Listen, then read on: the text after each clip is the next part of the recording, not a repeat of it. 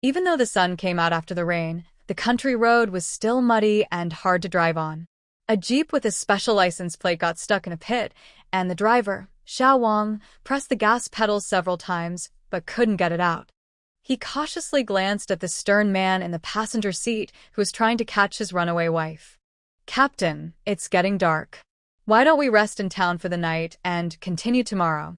Before he could finish, he was interrupted coldly. "Get out of the car." Xiao Wang switched places with his captain, who took the driver's seat, turned the steering wheel, pressed the gas, and smoothly drove the car out of the mud pit, speeding towards Tea Fragrance Village. Xiao Wang silently closed his mouth. Captain Feng's wife had run away with someone 3 months ago, and they had spent 3 months tracking down leads that brought them to some suspicious news in Tea Fragrance Village. During the drive, the captain hardly spoke, and the atmosphere in the car was tense. Xiao Wang didn't dare to breathe loudly. He secretly felt worried for the captain's wife. If she got caught, it wouldn't be pleasant for her. In Tea Fragrance Village, the villagers were returning home with their hoes, chatting about daily life. Recently, the most talked about topic was the match between Grandma Li's granddaughter and her fiancé. That Ming really hit the jackpot, getting a wife as beautiful as a fairy. "I saw her from a distance yesterday. I've never seen such a pretty girl in my life." "What do you mean hit the jackpot?" "That girl looks like she won't do any work. It could be tough if he brings her home. It's strange, though. Grandma Li's family isn't wealthy, yet her granddaughter is so well taken care of. So, what if she can't work? Grandma Li has skills in healing. Whoever marries her granddaughter will gain those skills." True, Ming is lucky. Meanwhile, Grandma Li, who was being talked about, had a dark expression as she looked at the girl in front of her, clearly dissatisfied. "Move faster. Haven't you eaten or what? If you want to stand tall, you have to work for it. Remember the recipe. No one can know it, not even your future husband." Liu struggled to finish grinding the last bit of herbs, sweating and feeling her heart race. She understood her aunt's intention. The skills of making medicine and acupuncture would be passed on to her. She had been in a car accident 3 months ago, and her aunt had saved her and taken care of her until she woke up. However, she couldn't remember anything from before. Now, her health was poor and she couldn't work in the fields, so she had to rely on making medicine to survive. Move the grinding stone down to wash it. If it's not cleaned properly and mixes with other herbs, it could be dangerous. Liu couldn't come down. She was already in poor health and had caught a cold these past few days. Her throat was sore, making it hard for her to speak, and she had little strength left. "Hurry up. Are you trying to be lazy by taking your time? Go to Uncle Jen's house and get the herbs." Grandma Li reached out as if to scold her, but when she saw someone walk in, she paused and let Liu go get the medicine first. 2 men in military uniforms entered. The tall one in front looked serious. "Hello, Mom. We are soldiers from the logging camp. Is there a woman named Xin Qinghuan in the village?" Feng glanced at the figure leaving the yard and realized from Grandma Li's words that this was her granddaughter, who was going to get the herbs. He couldn't see the girl's face clearly. She wore a headscarf and bulky clothes, walking with her head down and shoulders hunched, possibly having been upset by her grandmother's words. She was not like the confident woman he had seen earlier, so Feng looked away. Grandma Li's eyes flickered, and she firmly denied, "No, there is no one with the surname Shun in our village." "Are there any new people in the village?" "None.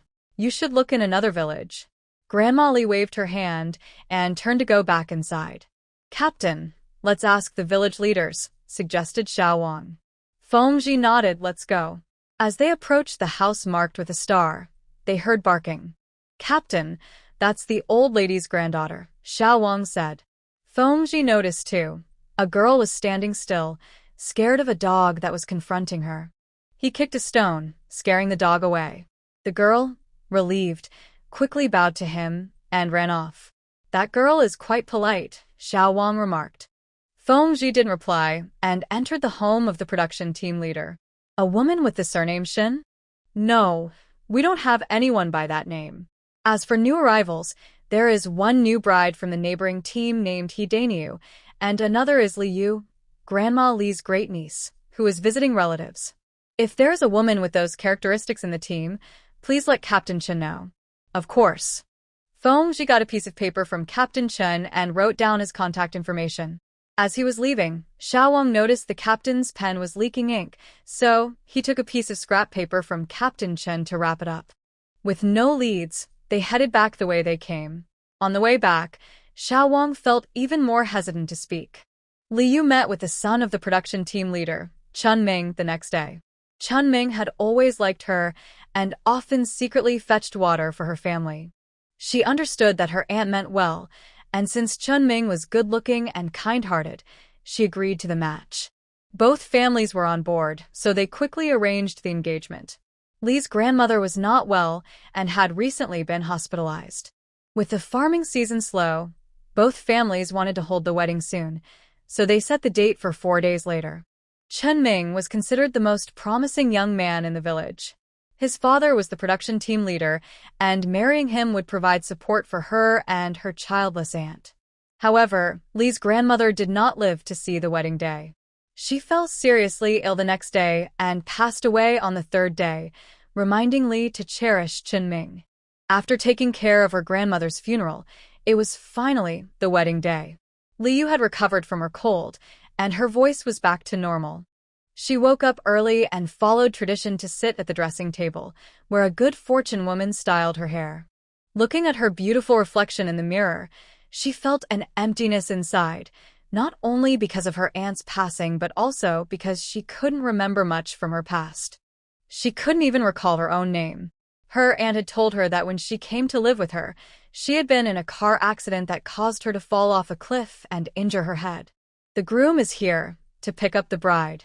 A cheerful voice called from outside. A village friend came to tell Liu, "I saw the groom.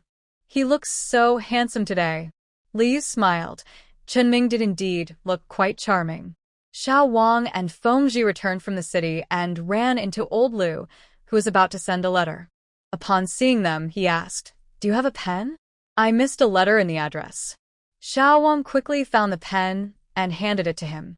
Old Liu filled in the missing letter and returned the pen and paper, saying, "Xiaowang, did you write this? I didn't realize how nice your handwriting is. Is there something written?" Xiaowang opened the paper that wrapped the pen and read aloud, "October 23rd, honeysuckle, wild chrysanthemum, forsythia, almond, a total of 32 cents. Hey, Captain Chen gave us a prescription. I wonder if it's important."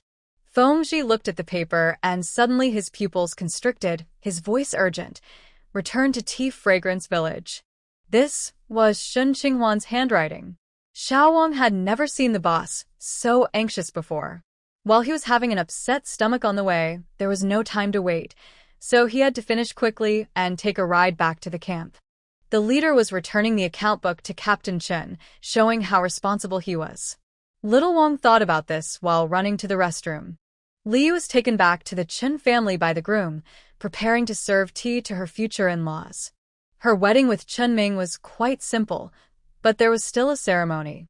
The groom must serve tea to the groom's parents and pay respects to heaven and earth before the wedding is complete. The groom, Chunming, stood in front of her with thick eyebrows and bright eyes, looking handsome in a borrowed military uniform. He stood tall and straight, and his joyful expression made him even more attractive. Guests commented that the couple was well-matched. The matchmaker shouted, "Bow to the elders." Just as Liu was about to bow, a cold voice came from behind, "You can't bow." She felt a shiver and turned around to see a man in military uniform with a fierce expression walking in, staring at her intently. "Shen Qinghuan, what are you doing?" Liu stepped back in fear. She recognized him as the man who had come to find someone a few days ago and helped her chase away a stray dog, but she didn't know who he was. What was wrong with him? He looked as if someone had stolen his bride. Chunming, and the guests were also stunned. He asked, "Who are you looking for?" Feng Zhi's imposing presence shifted from the bride to him. "She is my wife." Liu's eyes widened in shock.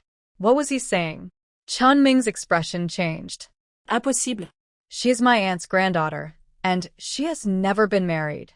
Feng Zhi looked at the woman in red, made up beautifully with her hair styled and adorned with 2 red flowers, looking shy and charming. Standing next to another man, she appeared gentle and sweet, not showing such emotions when they got married. If he hadn't arrived, she would have been going into the bridal chamber with someone else. His eyes turned slightly red. Shen Qinghuan, did you leave me for this man? Liu could feel the intense anger from the soldier, truly looking like someone who had been betrayed. But she wasn't Shen Qinghuan.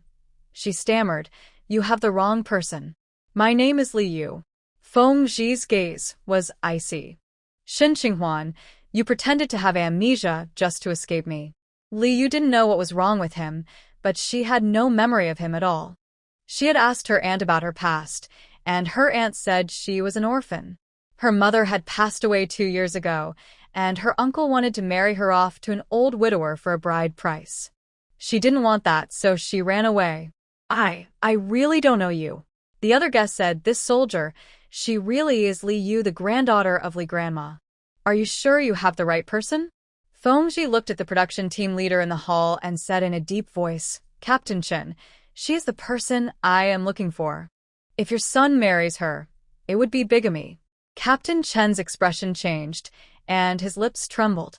"Captain Feng, Li Grandma said she is her granddaughter. She came to visit 3 months ago, had an accident on the way, was injured, and was in a coma for a month. But Li Grandma left 2 days ago." "Liu, do you really not recognize Captain Feng?" Liu also felt it was unlikely she was the soldier's wife. Otherwise, why would she come to seek refuge with her aunt? Her aunt never mentioned she was married. She shook her head and looked at the soldier.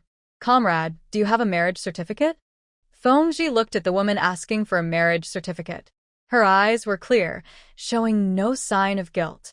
Remembering her previous harshness and her current unwillingness to admit anything, he squeezed out the words, "Shen Qinghuan, are you done making a scene?"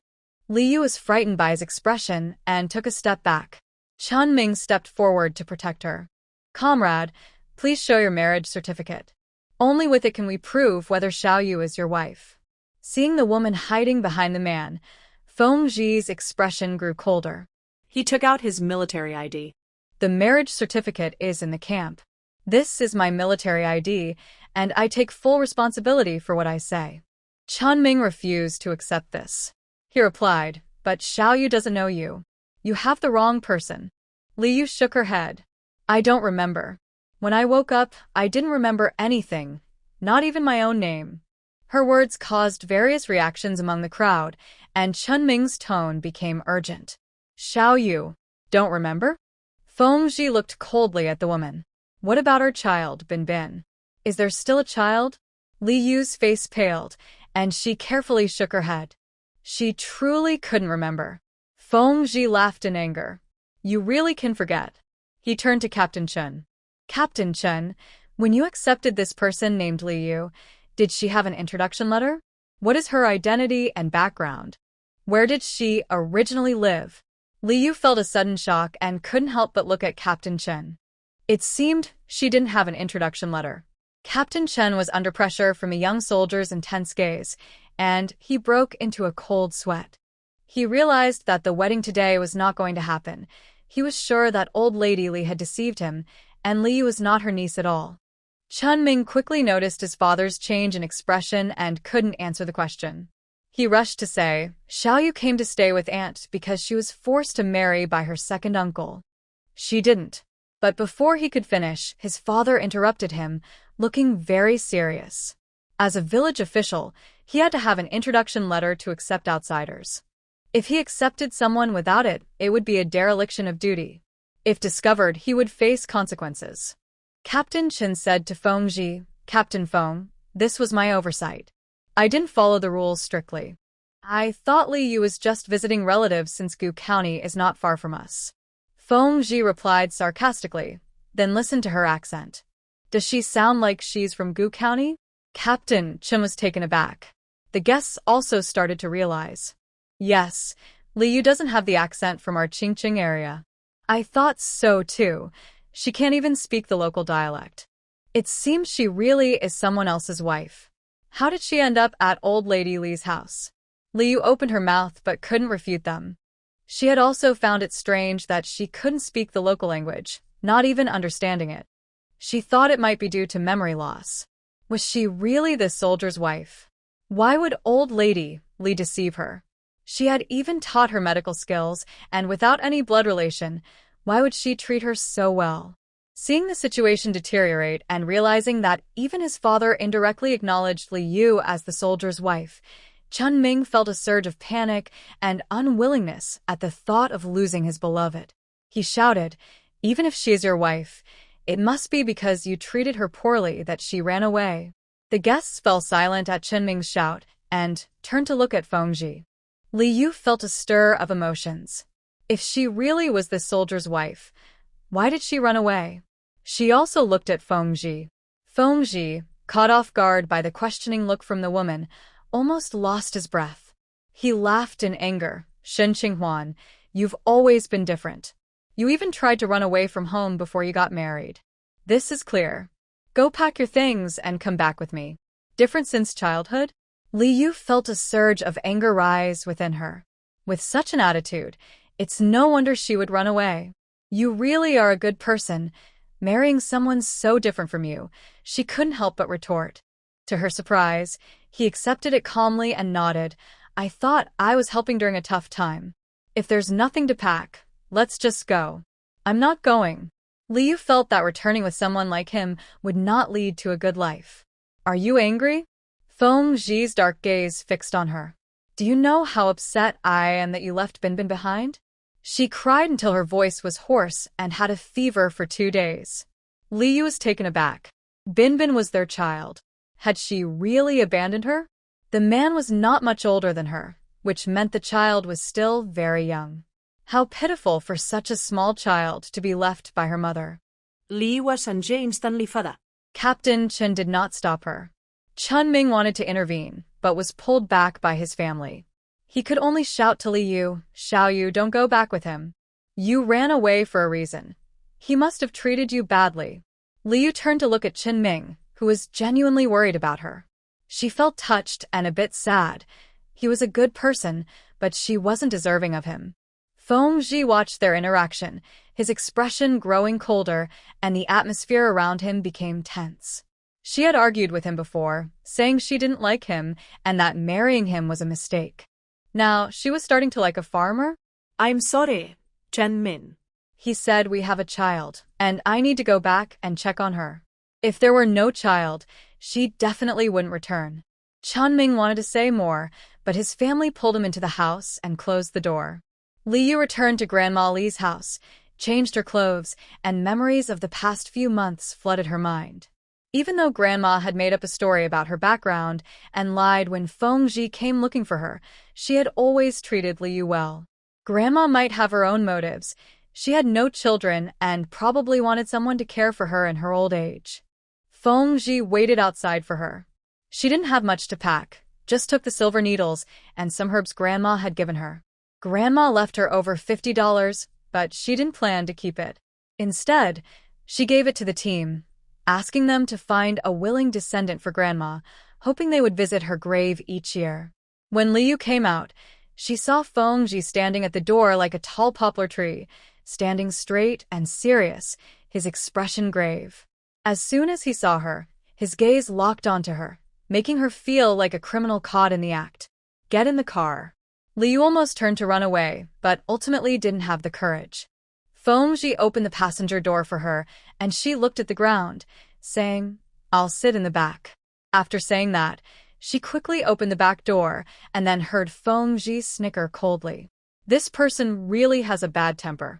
As the car left the village, they heard someone shouting from behind. "Xiao Yu, Xiao Yu." Li Yu turned her head and saw Chun Ming chasing them on his bicycle. She was taken aback. She hadn't spent much time with Chun Ming, and they hadn't spoken much, yet he seemed to care for her deeply. Feng Zhi also heard the shouting and looked at Li Yu, asking, "What did you promise him?" Li Yu shook her head. "I didn't promise him anything." The car stopped. Feng Zhi got out. Li Yu didn't know what he was going to do and quickly said, "You can't hit him." Feng Zhi glanced back at her. "Just stay calm, and I won't do anything." Li Yu saw him stop Chun Ming and didn't know what he said to him, but Chun Ming looked very upset. Then Feng Ji returned to the car, and they drove off, with Chunming not following anymore. Li Yu asked, "What did you say to him?" Feng Ji's gaze was cold. "Do you really want to know?" Li Yu nodded. "I want to know." Feng Ji's expression softened slightly as he noticed her porcelain-like face and sparkling eyes, waiting for his answer with an unusually obedient demeanor. He said, "I told him if he keeps bothering you, I'll report him for interfering with a military marriage." Liu bit her lip and didn't respond. It was probably for the best. If Chunming gave up on her, he would surely find someone better. Feng Ji drove in silence, and she felt it was best not to disturb him, even though her mind was filled with questions, like when they got married and when their child was born, and whether it was a boy or a girl. The journey was quiet. When they reached the town, Liu suddenly saw a soldier waving frantically at their car. Feng Ji stopped, and the soldier ran over. Boss. But halfway through, he noticed her and looked both surprised and happy. "Sister-in-law, you're back." Liu felt embarrassed. She recognized him as the soldier who had come to the village with Feng Ji a few days ago. Unsure of how to respond, she simply said hello. The soldier named Xiao Wang got into the car, and Feng Ji gave him the driver's seat while he took the back. Liu suddenly felt very uncomfortable. The country road was rough and bumpy. When the car hit a pothole, it jolted, and Liu lost her balance, crashing against the right door.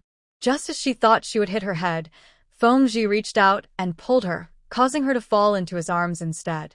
Feng Ji's chest was strong and broad, and Liu could smell his fresh scent, which made her face turn red. She quickly tried to pull away from him, but the car was still bouncing, and she couldn't sit still. As soon as she struggled out, she bumped back into him again. "Don't move," Feng Ji warned her, looking down. Liu felt a wave of frustration. Finally, the car stabilized, and she managed to get out of Feng Ji's embrace, immediately distancing herself from him. Feng Ji noticed her movement and let out a cold laugh. The driver, Xiao Wang, was too nervous to relax, focusing intently on the road ahead. He didn't know what had happened in the back seat, but he sensed that the atmosphere was very tense, even feeling the temperature drop a few degrees. The captain's wife had been missing for 3 months, and he and the other soldiers had endured tough times. Captain Feng had a reputation for being strict, and during these 3 months, he had become even more intimidating. Xiao Wang understood the situation well. After all, no one could accept that their wife had run away. Now that she was finally found, it was a cause for celebration. However, the captain's anger had not yet subsided, and he and his comrades would likely have to endure more difficult days. As for whether the captain would divorce his wife, Xiao Wang doubted it. They already had a child, and the captain's wife was quite attractive. There were even brave soldiers who had whispered about Captain Feng's married life in the dormitory. During the early days of their marriage, everyone noticed the change in the captain's expression. He seemed more relaxed and less stern. Some said he looked well-fed, especially with a wife like hers. These comments made Xiao Wang, a single man, feel a bit flustered. He often had dreams like that, waking up feeling quite overwhelmed, let alone Captain Feng. So, Xiao Wang believed the captain wouldn't want a divorce. After about 2 hours, the car arrived at the entrance of the family compound. Xiao Wang got out first, intending to open the door for his sister-in-law, but before he could, he glanced at Feng Ji. Noticing his expression, he quickly withdrew his hand. Liu opened the door and got out by herself. When she arrived earlier, she noticed that this place was much more open and urban than Tea Fragrance Village, but she had no memory of it. Her memory told her she had never been here. The soldier on duty at the entrance of the compound saluted Feng Ji and called out, "Sister-in-law." Liu sensed that they were secretly watching her. Clearly, they all recognized her. She had lived here before. Liu followed Feng Ji into the compound, which was spacious, with rows of houses, both tall and single-story. As they walked, 2 women approached and exclaimed, "The younger sister is back." That voice and expression made Liu feel uncomfortable. She didn't know these 2, but they clearly knew her. She nodded at them without speaking and quickly caught up with Feng Ji. She vaguely heard the 2 women making curious sounds behind her. Liu felt mixed emotions. Feng Ji's house was a single-story building with an empty space in front. It was simple. He took out his keys, opened the door, and let her in. As soon as Liu entered, she saw a child's carrier and a small blanket hanging on a rack, along with a pair of women's shoes on the shoe rack. Feng Ji hung his military cap on the rack, rolled up his sleeves to reveal his strong arms, and poured her a cup of water from a thermos. Just as Liu was about to take it, she had already said half of her thanks when Feng Ji turned the cup and placed it on the table, his expression neutral, saying, "It's hot." It took her a moment to realize he meant the water was too hot to hold directly. She awkwardly thanked him. Feng Ji looked at her. Her skin was soft and pale, her eyelashes fluttering, showing her nervousness and innocence, just like when she got caught doing something wrong as a child. She had a very deceptive face. He suppressed his feelings and asked, "This is the home you lived in for 2 years. Does it ring a bell?" Liu shook her head and cautiously asked, "Captain Feng, may I see the marriage certificate?" What did you call me? Liu felt even more anxious under his cold gaze. Child's dad? Or should she say Bin's dad? That's how the women in the village called their husbands. Feng Ji looked at her intently. "It's not illegal to call me by my name." Liu quickly nodded. Feng Ji went into the room and came out with a piece of paper. This paper was the marriage certificate. When Liu took it, the first thing she saw was a wedding photo in the upper right corner, featuring her and Feng Ji. Feng Ji was dressed in military uniform, sitting upright with a serious expression. She wore a white shirt, and her hair was held back with a polka headband, flowing down her back. She looked at the camera with a slight smile, radiating brightness. On the left side were the words, names, birth dates, and the date they registered their marriage. The man's name was Feng Ji, 25 years old, and the woman's name was Shen Qinghuan, 22 years old. They were indeed a couple. So her name was Shen Qinghuan, not Liu. "Remember now? You insisted on marrying me," Feng Ji said casually. Shen Qinghuan shook her head and asked, "Then why did I run away? If she was the one who initiated it, why would she run?" "1 month after you left home, I found out that Su Jiangwen from the Wind City Research Institute also took leave. His leave started the day after you left, and he hasn't returned or contacted anyone since," Feng Ji said coldly. "Su Jiangwen grew up in the same neighborhood as you, and you admired him." Although she didn't mention Su Jiangwen during their argument, she had said he was not considerate or gentle, traits she had previously associated with Su Jiangwen. "Do you suspect we eloped?" Shen Qinghuan asked, her eyes wide. "But why isn't he with me?" "I'm investigating, but I hope that's not the case," Feng Ji replied, looking at her. "Tomorrow, I'll take you to the hospital for a checkup to see what's going on with your memory." "Okay," Shen Qinghuan said. She wanted to regain her memory quickly. Not knowing anything made her feel very insecure. "What about Bin?" She returned the marriage certificate to him. There was no one else in the room, so the child must be with someone else, right? After all, they had only been married for a little over 2 years, and the child was at most 1 year old. Feng Ji placed the marriage certificate down and replied, "I asked Sister Xingying to help look after her. I'll go pick her up later.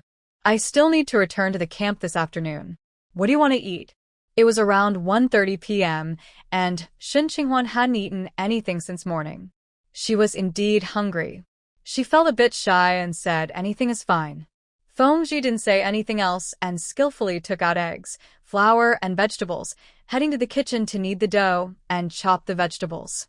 Shen Qinghuan felt a bit awkward waiting to eat, so she went over to help. When she first woke up, she didn't know how to cook or start a fire. She wasn't sure if she had never known how or if she had just forgotten. Her grandmother had taught her step by step, and now she could simply chop vegetables and stir-fry. Just as she reached the kitchen door, Feng Ji said, "You don't need to be here. Go to the bathroom. The pink towel in the drawer outside is yours. There's hot water on the storage cabinet. If you want to wash your face, go ahead. Your clothes are in the wardrobe. If you want to change, get them yourself." Shen Qinghuan paused for a moment and replied, "Okay." She didn't go into the room to look for clothes, but instead took the pink towel from the small cabinet outside the bathroom. She didn't grab hot water, just splashed her face with cold water. After washing her face, she noticed a mirror on the wall. She walked over to look and saw her hair was a bit messy. She had styled it up earlier, but in a hurry. She had only braided 2 small sections. Now, it looked plain and disheveled. She felt it looked unrefined, though she wasn't sure why. Back in Tea Fragrance Village, everyone dressed like this, and it was completely normal, but she felt out of place and thought she shouldn't dress this way. Maybe it was because she came from a better background and hadn't faced much hardship, so she was picky about her appearance. She let her hair down and rebraided 2 sections. This wasn't unrefined. It was simple. When she came out, she saw Feng had already prepared the noodles. Come eat, he said. There were 2 bowls of egg and vegetable noodles, and she sat down at the table with 1 bowl placed in front of her. Then she noticed her bowl had 2 poached eggs, while Feng only had 1. She was taken aback. In Tea Fragrance Village, the older women often taught the younger wives and girls that men were the pillars of the family and that good things should be saved for them. The men followed this too, keeping the best for themselves and not considering their wives. Feng had already started eating. Noticing she hadn't touched her chopsticks, he frowned slightly and asked, "What's wrong?" Shen Qinghuan asked, "Why do I have 2 eggs? There are only 3 eggs left at home, so I cooked them all together." Seeing that Feng didn't want to say more, she quietly ate her noodles. They had a nice texture, made from high-quality flour, and tasted great. Halfway through, she found she couldn't eat anymore. The bowl Feng had served her was just too big. Feng finished his meal and noticed she had stopped eating. He looked over and asked, "What's wrong now?" Shen Qinghuan felt embarrassed and said, "I can't eat anymore." Feng replied, "Just eat the eggs." Reluctantly, she ate 1 egg, but she really couldn't finish the rest. Feng frowned, took her bowl, and poured the noodles into his own. He finished them in just a few bites. Shen Qinghuan's eyes widened in surprise. Did he really just eat what she couldn't finish? Feng finished eating, cleaned the dishes, and then came out wearing his military hat. "I'm going back to the camp to handle some matters. You stay at home for now. The room door is not locked. If you need to rest, go ahead. There's water in the kettle and cookies in the cupboard that you bought before. I'll be back once I'm done." As he spoke, his gaze darkened. "Qinghuan, since you've chosen to come back, stay here properly. Don't try to run away again. If you really can't live with me, I can apply for a divorce." Shen Qinghuan felt a shiver in her heart. Feng left. Shen Qinghuan was unsettled by his words.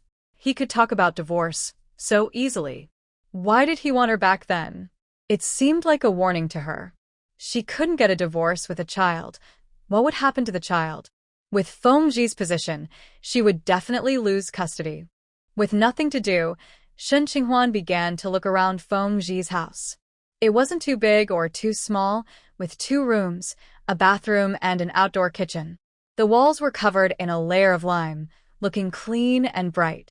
In the center was a long cabinet with a TV on top, and beside it was a refrigerator. On the other side was a bamboo sofa with cushions, next to a small children's chair. The house was tidy, with everything neatly arranged. Next to the TV was a wooden ornament that Shen Qinghuan thought had fallen over, so she reached out to pick it up. She discovered it was a carved wooden piece of a small person on a swing, quite unique. As she was about to put it back, she noticed some writing underneath.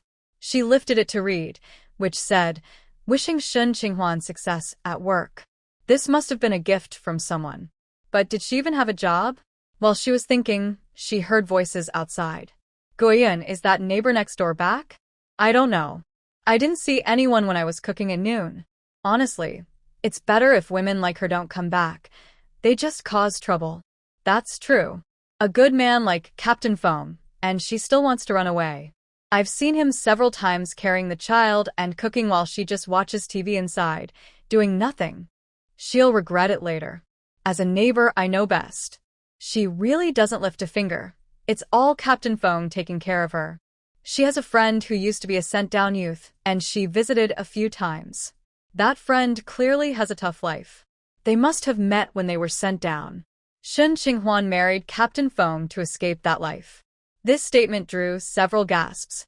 People were criticizing her for being calculating, shameless, and ungrateful, and as a woman, they felt ashamed for her. Shen Qinghuan was shocked to hear this. She looked outside and saw 4 women heading towards the water pool, and they noticed her too. Their faces showed surprise, then embarrassment, followed by disdain. One woman, looking to be in her 30s, approached her with a calm expression. "Sister-in-law, where have you been these days? You don't know, but your husband, Captain Feng, has been searching for you everywhere." Hearing this made Shen Qinghuan feel a bit awkward. Although she didn't remember much, it was clear that she had been brought back by Feng Ji. Unsure of how to respond, she smiled and said, "I'm back now." Huang Xuelon looked surprised, as if she didn't expect Shen Qinghuan to be so friendly, and her expression softened with a smile. "That's good to hear. I heard from Sister Xingying that your child has been asking for you every day. It's sad for such a young child to be without their mother." Hearing about her child made Shen Qinghuan feel guilty, and her desire to see the child grew stronger.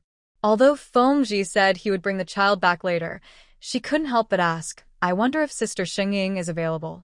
I want to go see the child." "There's no problem with that.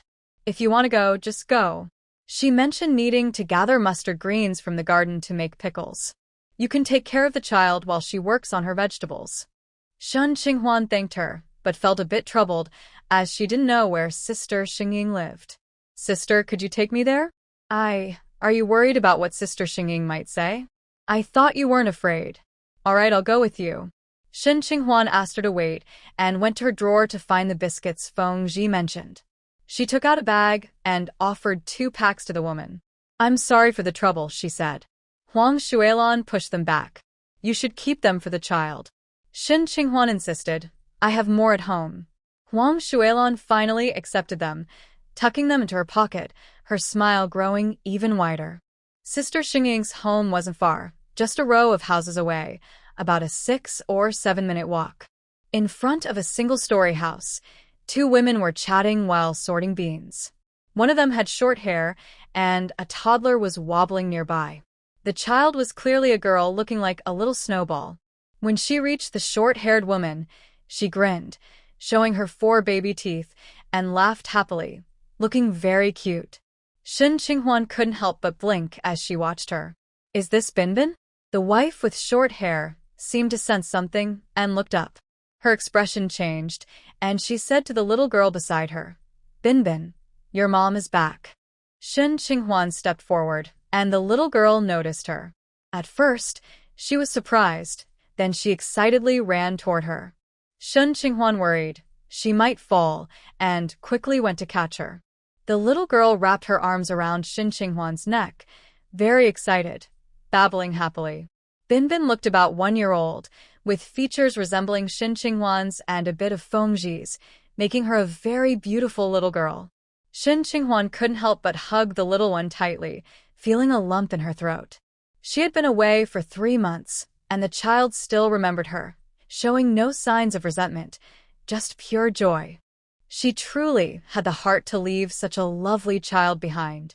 "If you don't come back soon, Binbin will forget you as her mom." Shen Qinghuan turned to see the short-haired wife speaking. She should be Sister Xingying, looking to be in her 40s, with a strong appearance and a straightforward demeanor, looking at Shen Qinghuan with a serious expression. She was helping to take care of the child, so she must be someone who loves kids. Shen Qinghuan felt she might be upset about her leaving the child. Shen Qinghuan said, "Sister, thank you for helping take care of Binbin." Zhang Xingying waved her hand. "You're taking her home, right? She had a bowl of porridge for lunch, so around 5 o'clock you can give her something to eat." Shen Qinghuan noted it down.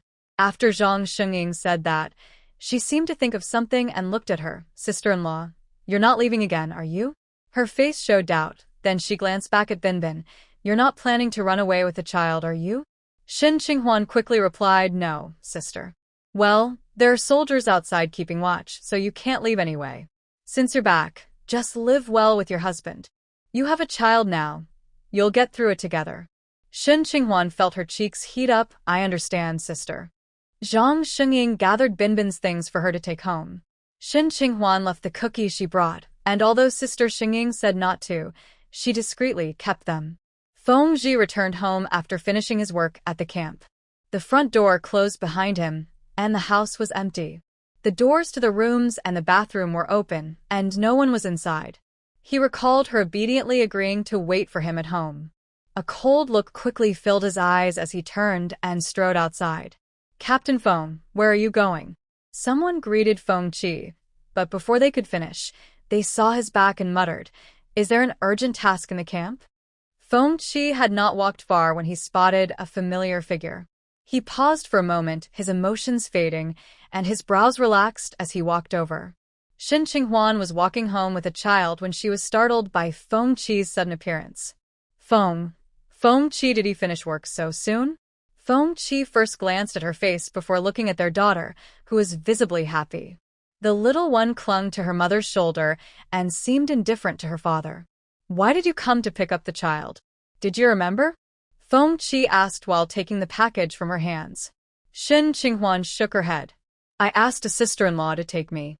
After taking the package, Feng Qi intended to pick up their daughter, but the little one pushed his hand away, showing no interest, which made him both amused and annoyed. Shin Qinghuan watched the scene, feeling both curious and touched. The little one was so attached to her. Back at home with Feng Qi, Shin Qinghuan put the child down and played with her. She had no memories of taking care of a child and feeling guilty. She followed the little one's lead during playtime. The little one was very lively. As soon as she was on the ground, she ran to the corner to pull out her toys and showed them to Shin Qinghuan, eager to share. Feng Qi glanced at Shin Qinghuan. "Can you handle the child?" Shin Qinghuan nodded, thinking the little one was easy to manage, since she wasn't fussing or crying. "I'm going to the service station to buy some groceries," Feng Qi said, adding, "Don't run around." Shin Qinghuan replied affirmatively. After he left, Binbin sat on a small wooden horse and pointed outside, wanting to go play. There was an open area at the entrance, so Shin Qinghuan took her out. Not far from the entrance, there was a small pool with a faucet, where a few women were washing things. Some children were playing nearby, and now Binbin, with her toy, ran over to join them. 3 children, around 2 to 5 years old, approached, and Binbin was the youngest among them. Shin Qinghuan handed toys to the 3 children to play with, but a 3-year-old boy, not interested in a small ball, rushed over to grab Binbin's wooden horse. Shin Qinghuan quickly pulled him back, and he fell to the ground and started crying. When he cried, a woman rushed over from the pool and yelled at Shin Qinghuan, "Shin Qinghuan, why are you bullying my son?" Shin Qinghuan was sure she hadn't pulled the child hard. He had sat down by himself. The child wanted to take Binbin's rocking horse and bumped into it. "I just pulled him away, I didn't bully him." The woman pulled her crying son closer, still angry. "Then why is he crying? I saw you push him to the ground." Halfway through her sentence, she spotted someone and quickly called out, "Dr. Xiao, come here and see if my son is hurt." A woman in military uniform hurried over. She glanced at Shin Qinghuan, her eyes showing a flicker of something before she smiled politely. "Sister-in-law, you're back." Then she checked the little boy's injuries. He was still crying, but there were no visible injuries on him. Dr. Xiao asked what had happened and then turned to the little boy. "Who's he? Where does it hurt?" The boy pointed at his bottom and then his thigh. Dr. Xiao said, "We might need to take him to the hospital to be checked. Sometimes injuries to muscles and bones aren't visible." The woman screamed, glaring at Shin Qinghuan in anger. "Shin Qinghuan, what did my child ever do to you? How could you hurt him like this? If anything happens to my son, I will hold you responsible." Shin Qinghuan had no memory of this Dr. Xiao, but her words had made the boy's mother furious. She sensed that Dr. Xiao also didn't seem to like her. "Dr. Xiao, sister-in-law," the child was wearing thick clothes and just sat on the ground. "There are no scrapes or even red marks on him. Can he really be hurt? Did I offend you before, which is why you are targeting me like this?" A few other women were watching, and when they heard her, they fell silent. They had also seen that the child had no visible injuries when his clothes were pulled aside. He hadn't fallen from a height, so how could he be hurt?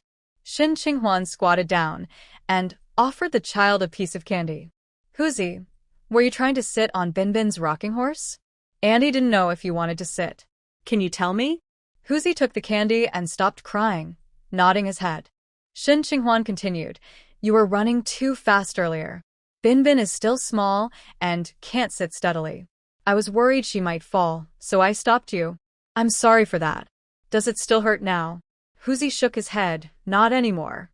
Shin Qinghuan patted his head and said, Huzi didn't lie. That's great. Then she looked at the woman. The small ball on the ground and the toys in the hands of the other two kids were all given by me. I wouldn't bully a child. The woman, Huang Mei, curled her lips and said, Everyone knows what kind of person you are, otherwise, you wouldn't have left your child and run away with someone. Xiaoya pressed her lips together, looking surprised when she glanced at Shin Qinghuan, then said with a hint of grievance, Sister-in-law, how could you think that? I saw the child crying hard and remembered there have been cases like this before. You can't tell from the outside, but it could be a fracture. I thought Huang's sister-in-law was concerned about her child, so I made this suggestion. As she spoke, she took out a small plastic bag from her purse. I heard Sister Xingying say that Binbin has been a bit unwell lately, so I specially found some hawthorn and dried tangerine peel for her. I was going to give it to Sister Xingying, but now that you're back, I'll give it to you. You can just boil these in water. Shin Qinghuan did not take it. Thank you, Dr. Xiao, but we have some at home, so it's not necessary. Actually, she wasn't sure if they had any at home, but she didn't want to owe Dr. Xiao a favor. Huang Mei couldn't hold back. Dr. Xiao, don't give it to her. Some people just don't appreciate kindness. She took someone else's man and didn't cherish him, and now she wants to elope. I've never seen someone like this. After her words, others also showed disdain. Xiaoya whispered, Sister-in-law, please stop. Shin Qinghuan was confused as to why she was being treated this way and felt angry. Sister-in-law, you need evidence when you speak. Whose man did I take? Huang Mei just disliked Shin Qinghuan and, knowing she was in the wrong, still spoke boldly. If you did it, why worry about what others say? Everyone in the compound knows. At first, Dr. Xiao and Captain Feng were together, and you barged in and took him away. You really have no shame. Took Dr. Xiao's man? Shin Qinghuan couldn't help but look at Dr. Xiao, who had tears in her eyes after hearing Huang Mei's words. Sister-in-law, let's not bring up the past. At that time, we hadn't settled anything yet. Sister, Shin shouldn't have done it on purpose. Huang Mei, seeing Dr. Zhao's expression, felt even more indignant for her. What do you mean you hadn't settled anything? Captain Feng was injured and hospitalized, and you were the one taking care of him. You had already agreed on that. It's her, with no shame, who clung to him just because she knew him since childhood and broke you two apart. In my opinion, someone with such poor character should be driven out of our compound. The others looked at Shin Qinghuan with expressions of dissatisfaction and disgust. Shin Qinghuan tried hard to recall her memories of their marriage, but couldn't find any. She didn't know if what they said was true and couldn't think of a way to argue back. Huang Mei scoffed, You took someone else's man, and didn't even cherish him. I've never seen anyone so despicable. You had a child and then ran away with another man. If I were you, I wouldn't have the face to come back. Xiaoya's eyes turned redder as she quietly looked at Shin Qinghuan, feeling a sense of relief at seeing her unable to respond. Now the entire neighborhood knew that she had taken someone else's man to escape being a youth worker, didn't cherish him, and abandoned her child to elope. Such serious moral issues and bad behavior meant that even if Feng Ji still wanted her, she probably couldn't stay in the neighborhood. Who told you? Sao Yun. Suddenly, a cold voice interrupted. Huang Mei looked up to see Shin Qinghuan's husband, Feng Ji. Her heart skipped a beat. Zhao Jun was her husband's name, and she had heard that Feng Ji was quite powerful and came from a prominent family. Feeling a bit frustrated, she quickly replied and no. After saying that, she picked up her son and left. Feng Ji scanned the crowd, his voice stern. Qinghuan had an accident 3 months ago and has nothing to do with any man. I hope everyone will be careful with their words. Shin Qinghuan stared at Feng Ji, surprised that he was defending her. Although he was very assertive, he seemed to care for her. He had just returned from the store with eggs, vegetables, and a fish in his hands. Standing firmly in front of her in his military uniform, he blocked the negativity, giving her a strong sense of security. The onlookers found excuses to leave, except for Xiaoya. She bit her lip, surprised that despite the embarrassment Shin Qinghuan caused him, he still defended her. Changing her expression, she said, "Brother Feng, I just brought some hawthorn snacks for Binbin. Sister-in-law said she didn't need them, but I think Binbin still has some digestive issues." Shin Qinghuan frowned, wondering if Xiaoya was trying to provoke her. Feng Ji was aware of the child's digestive issues and had bought some snacks as well. He replied, "No need, I just bought some at the store." Xiaoya nodded. "That's good. The hawthorn doesn't need to be boiled for too long, just 15 minutes will do. I'll head back now." She then told Shin Qinghuan, "Sister-in-law, don't take what happened earlier to heart. I'm leaving now." She waved goodbye to Binbin as well. Shin Qinghuan remained silent. After the others left, she asked Feng Qi, "Have you met Dr. Xiao before? Could it be that she really took Dr. Zhao's man?" Feng Qi picked up his daughter, who was clinging to him, and glanced at the woman. "No, why do you ask that?" Shin Qinghuan pressed her lips together.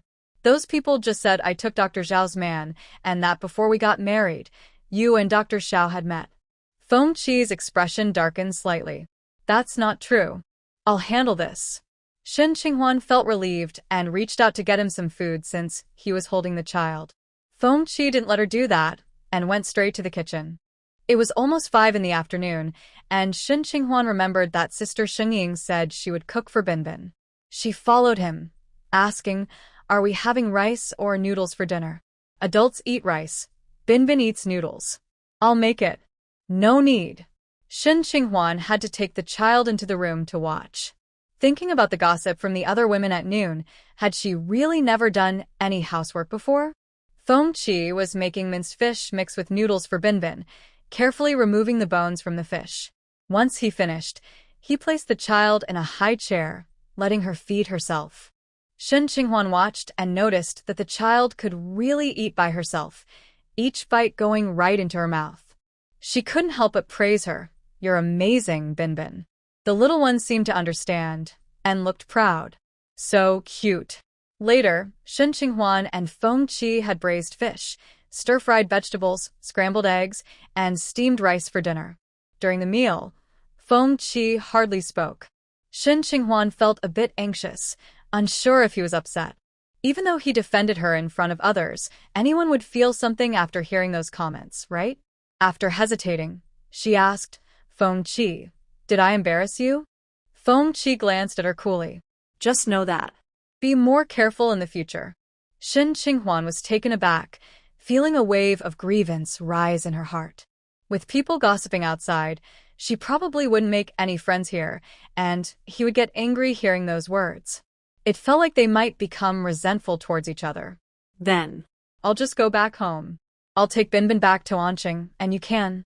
The marriage certificate stated that both she and Feng Qi were from Anqing. Before she could finish, she saw Feng Qi's expression darken, his voice cold and firm. "Are you going back to avoid gossip or to wait for Su Jiangwen?" Shin Qinghuan didn't expect him to bring up someone with the last name Su. She had clearly said that she was currently experiencing amnesia and didn't remember anyone. Why would she want to see Su Jiangwen? "I don't want to see him." "Don't accuse me." Feng Ji sneered. "You can't go anywhere. stay here." After saying this, he carried the child on his back and went to the kitchen to clean up the dishes. Shin Qinghuan felt both angry and wronged. Did he think her motives were impure no matter what she did? After a while, Feng Ji brought water to the bathroom to prepare for Binbin's bath. Seeing him busy with chores and taking care of the child made her anger fade a bit, so she went to help. However, when she reached the bathroom door, she slipped and fell against the wall. Just as she thought she was going to fall hard, she felt light as Feng Ji caught her. He still wore a cold expression. "You're too old to be so careless." Shin Qinghuan felt embarrassed and tried to get up from his arms, but Feng Ji stopped her. "Don't move. Let me check." With that, he picked her up in his arms. Her heart raced. Feng Ji carried her to the sofa and squatted down to examine her ankle. His hair was very short, and his neck had a smooth line. He had broad shoulders and a narrow waist, and even in clothes, you could see his muscular build. His focused expression was both touching and reassuring. At that moment, Shen Qinghuan felt some pain in her ankle. She looked down and noticed a red mark on it. Feng Ji stood up, grabbed a bottle of alcohol, poured some into his palm, and rubbed it on her ankle, applying pressure. She winced in pain, and Feng Ji softened his touch. After a while, he asked, "Does it still hurt?" Shen Qinghuan stood up to check and realized it didn't hurt anymore. She felt a bit shy and said, "Thank you, it doesn't hurt now." Feng Ji didn't respond. He got Binbin some clothes and went to the bathroom. Shen Qinghuan followed him. "Feng Ji, can you tell me?" "I can help with the bath." Feng Ji glanced at the woman. Her grape-like eyes were filled with anxiety, looking like a small animal afraid of being abandoned. He suppressed his urge and said, "Let's talk about it tomorrow. Go find some clothes. There's hot water now, so you can take a bath." Shen Qinghuan nodded. At that moment, her anger had completely faded, but when she opened the wardrobe in the room, she didn't know what clothes would be suitable. Feng Ji came over and handed her a set, including underwear. Her face turned red, and she couldn't look at him, quickly heading to the bathroom. While taking a shower, Shen Qinghuan thought about how there was only one bed in the house, which meant she would have to sleep with Feng Ji at night. She felt a bit nervous. But married couples are supposed to sleep together. The little one, Binbin, probably didn't nap in the afternoon and was starting to feel sleepy after her bath. Feng Ji understood her habits well. When she was sleepy, she wouldn't fall asleep right away and needed to be rocked a bit first. He carried the child on his back and went to wash the diapers and clothes at the door. His training clothes and the child's clothes were quite dirty and required some effort to clean. His wife didn't have that kind of strength. When a colleague passed by and said, "Hey, Feng, why are you still washing clothes yourself?" He didn't respond and even suggested they help with household chores. Just as he finished washing the daughter's diaper, he saw Shen Qinghuan. She had just finished her shower, wearing a floral pajama set, with her face and hair still damp. Under the light, her features looked pure and beautiful, and her skin was very fair. He paused his movements. Shen Qinghuan felt very embarrassed about Feng Ji taking care of the child and washing clothes, and she wanted to help. But Feng Ji said, "You don't need to do that here." So, she went to check on Binbin, who had already fallen asleep on Feng Ji's back. The little one looked like an angel while sleeping, with eyelashes like tiny fans, a slight smile, and a chubby face, making Shen Qinghuan's heart melt. She reminded Feng Ji, "The baby is asleep." Feng Ji nodded, washed his hands, and quietly placed their daughter in the crib, covering her with a blanket. Shen Qinghuan softly asked him, "Doesn't she sleep with the adults?" She noticed that other children her age usually slept with their parents, fearing they might kick off the blanket at night and catch a cold. Feng Ji replied calmly, "Sleeping alone avoids the risk of being accidentally squished by adults. You tend to move around a lot in your sleep, which could disturb the baby." He added, "I started sleeping on my own when I was 1. Shen Qinghuan blushed. Was she really that restless in her sleep? "You should sleep first," Feng Ji said as he took some clothes and left, presumably to take a shower. Shen Qinghuan couldn't sleep. She felt wide awake and sat by the bed watching the baby, feeling like she could never get enough of her.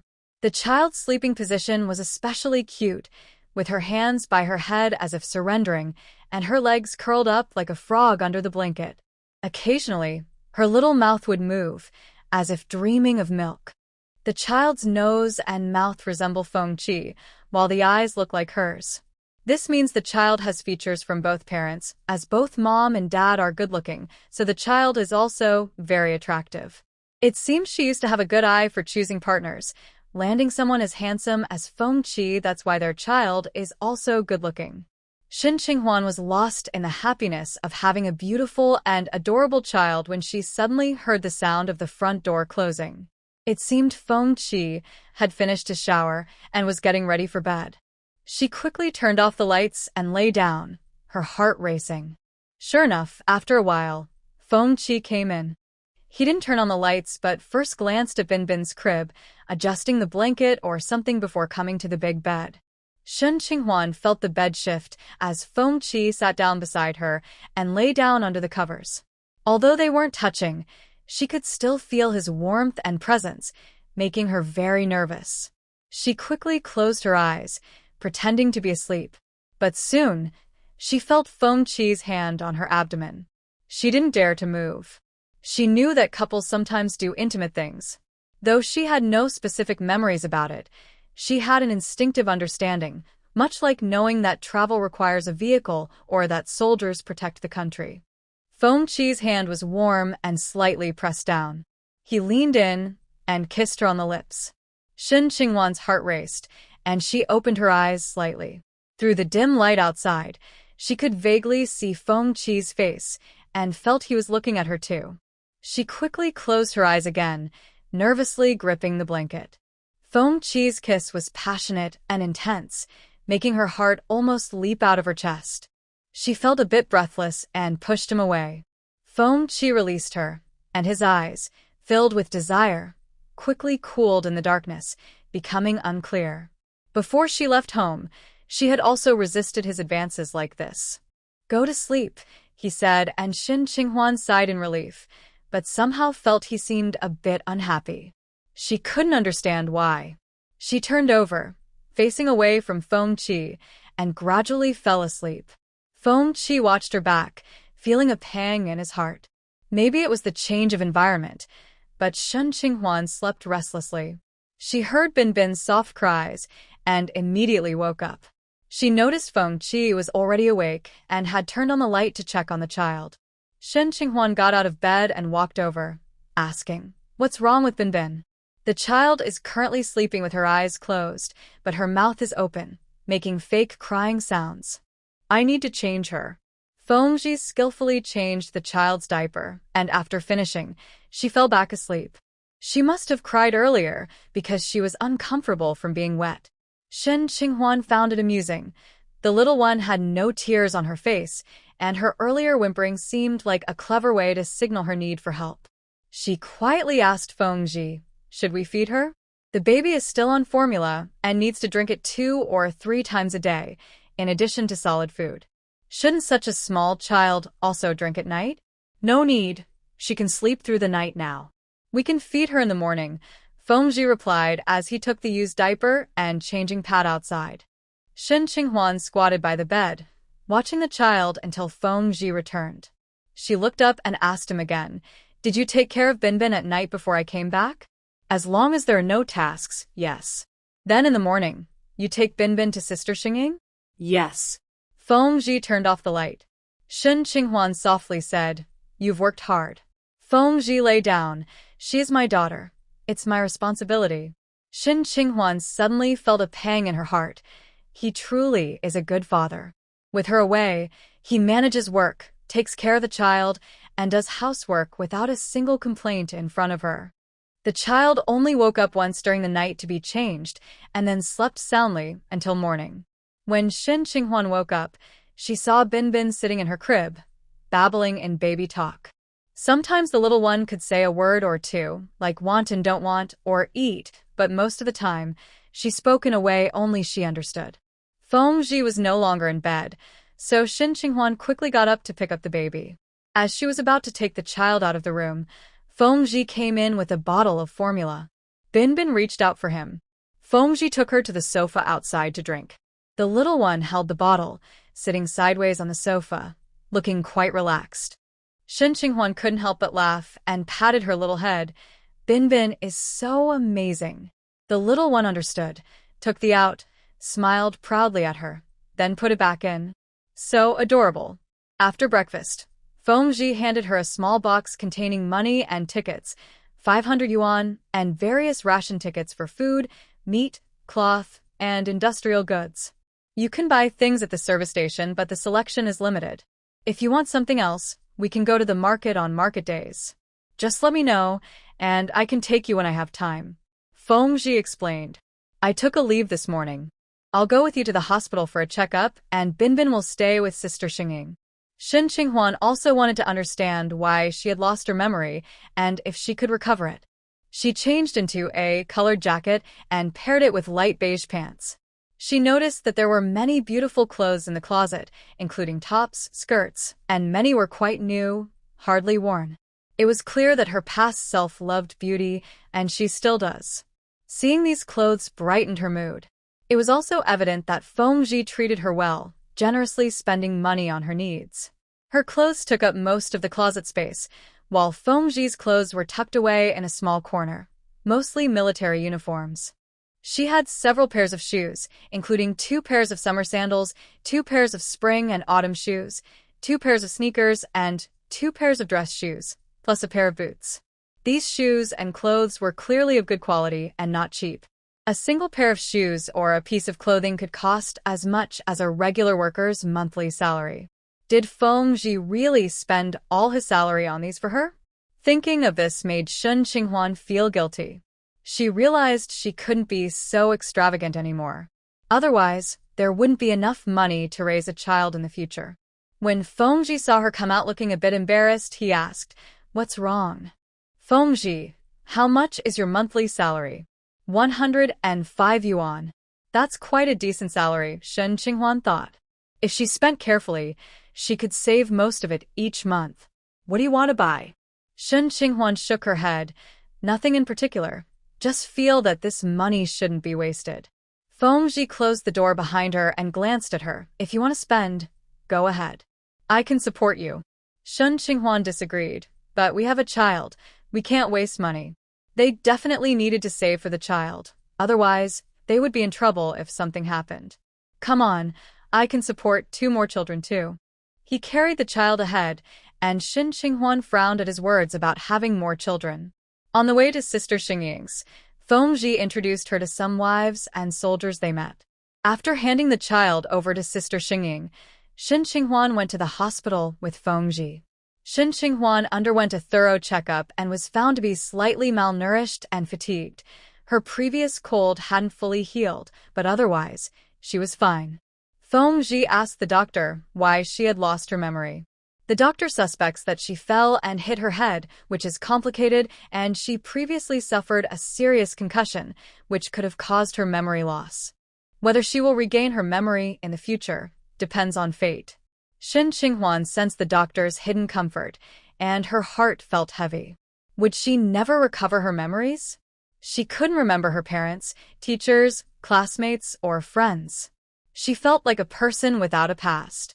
Feng noticed her lost expression and tried to comfort her, saying, "I can tell you anything you want to know, including about your parents, relatives, classmates, and friends, from your childhood to now." Shen Qinghuan was taken aback.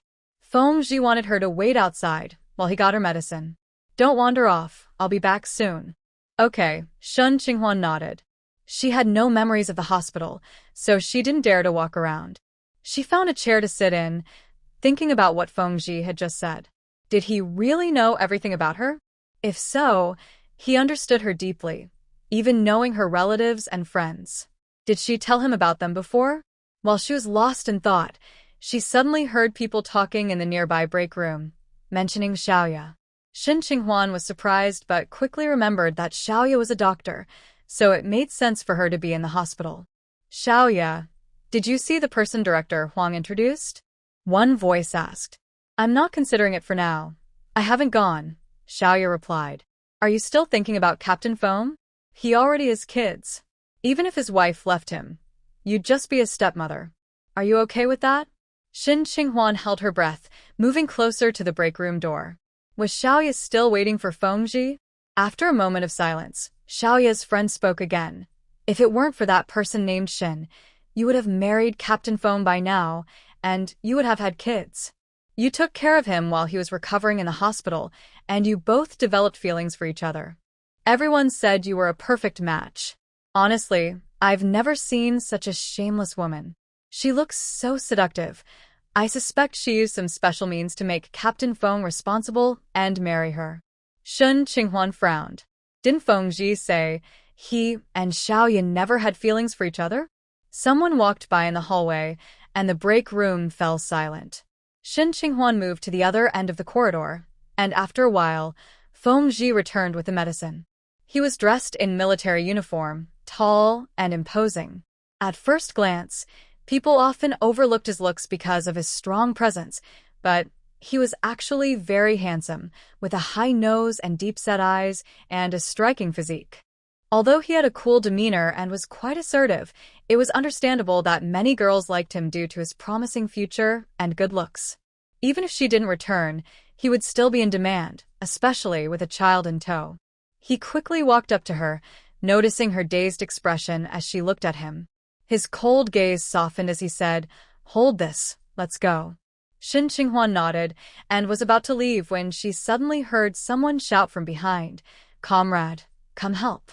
She turned around to see a nurse looking anxious, calling for Feng. "Someone is about to jump out the window, hurry." Feng handed her the medicine and rushed over, with Shin Qinghua quickly following behind. It was a chaotic hospital room. As soon as Feng arrived, everyone made way for him to get to the window. Several people were crowded there, and Shin Qinghua couldn't see what was happening outside, so she asked an elderly woman nearby what happened. The woman pointed to an empty bed and said, "This person suddenly had an argument with her family and rushed to the window to jump. A doctor tried to pull her back, but she ended up dragging him outside too. We don't know if they fell." She sighed. "Young people today have such short tempers. They can't handle a few words from their family." Shin Qinghua chose not to comment on the woman's remarks and felt a knot at her stomach when she realized Feng was no longer visible at the window. This was the third floor, and the consequences of a fall could be dire. The family of the girl who wanted to jump was crying nearby, expressing their grievances to those around them. Shin Qinghua felt frustrated and was about to grab a bedsheet to help when she saw Feng returning. He first pushed someone up, then brought another person back into the room. To her surprise, the first person he brought up was Xiaoya. As soon as Xiaoya landed, she quickly turned to help Feng, saying, "Brother Feng, put her on the bed. She seems unwell. I'll check on her." Feng followed her instructions and laid to the bed. The next person he rescued was a young woman with disheveled hair, looking frantic, waving her arms and shouting, "Let go of me. I don't want to live anymore. It hurts so much." Since the patient is a woman, Feng found it difficult to hold her down.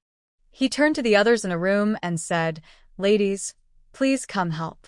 Shin Qinghua stepped forward, but Feng stopped her, saying, "Stay back and wait for me outside." Shin Qinghua paused. Why wasn't he using her help? At that moment, Xiaoya was instructing a nurse to get medicine while speaking to Feng. "Brother Feng, please help hold her down. This patient seems to be in distress and isn't thinking clearly." Then she turned to the patient and said, "Calm down. Think about your family, your parents, your partner, and your children. What will they do if you leave?" The patient didn't seem to hear her and continued to struggle. Feng tore a sheet to tie the patient's hands and feet. The patient was still shouting, "I don't want an injection. I don't want medicine. It won't help. Let me go." Xiaoya tried her best to comfort her. A soldier and a doctor, one using strength to restrain the patient, the other providing care. Their teamwork was seamless, making onlookers smile. But Shin Qinghua couldn't smile. She felt uneasy. Although she understood this was an emergency, their actions seemed too harsh. "Feng, you're tying her too tightly," she said as she approached. The patient looked in pain, and tying her like that would only make it worse. But she also knew that if they didn't restrain her, she might try to harm herself. "Maybe loosen the ties a bit," she suggested. "Didn't I tell you to wait outside?" Feng replied sternly. Wasn't that the expression of an adult trying to keep a child from causing trouble? Just as Shin Qinghua was about to speak, Xiaoya nudged her aside. "Sister-in-law, step back and let the patient's family in." Shin Qinghua stumbled back 2 steps as a middle-aged woman in a brown outfit squeezed past her. "I'm her mother-in-law. Her name is Gui Xiang. She doesn't even know what's going on. I'm just asking her to hold on. Who doesn't go through this when they're sick? It's tough for me as her mother-in-law, taking care of her after childbirth and now with her stomach pain. Just a few words, and she acts like it's the end of the world. What is this?" Xiaoya noticed Shin Qinghua being pushed aside and felt relieved. She turned back and raised her voice. "Auntie, if your daughter-in-law is unwell, please encourage her to calm down and not think too negatively. The old woman was somewhat reluctant but said, "All right, I won't say anything more." How can a woman be so strong? You're not from a wealthy family, so why are you so delicate? Xiaoya interrupted her and said to the woman named Gui Xiang, "Your mother-in-law is just worried. Don't take it to heart. You just had a baby, right? You wouldn't want your child to grow up without a mother, would you? If you have any difficulties, just share them. We will help you." The woman seemed to soften a bit, her voice quieter and her struggles less intense. Xiaoya felt a sense of satisfaction and glanced at Feng, speaking even more gently. "Gui Xiang, your baby must be very cute. You love him, right? For your child's sake, you need to be strong." Others in the room also encouraged her, saying she shouldn't be unfilial, that she shouldn't let an elderly person mourn a young one, and that the child shouldn't lose their mother. Only Shen Qinghuan noticed something was off with Gui Xiang. Although her voice was softer, it had become hoarse, not because she was calmed down, but because she had been shouting for too long and was losing strength. She was still crying out for them to let her go, saying she was in pain. Her face looked unwell, and she kept struggling and twitching. Shen Qinghuan stepped forward again. "Fengji, you should let her go. She's in a lot of pain." Fengji felt helpless and turned to Xiaoya, asking, "Dr. Xiao, what do you think?" Xiaoya replied softly, "Brother Feng, we can't let her go. Sister-in-law, I know you want to help, but we are also trying to help her. I'm a doctor, and I need to hold her down to treat her." Shen Qinghuan asked, "What is her illness?"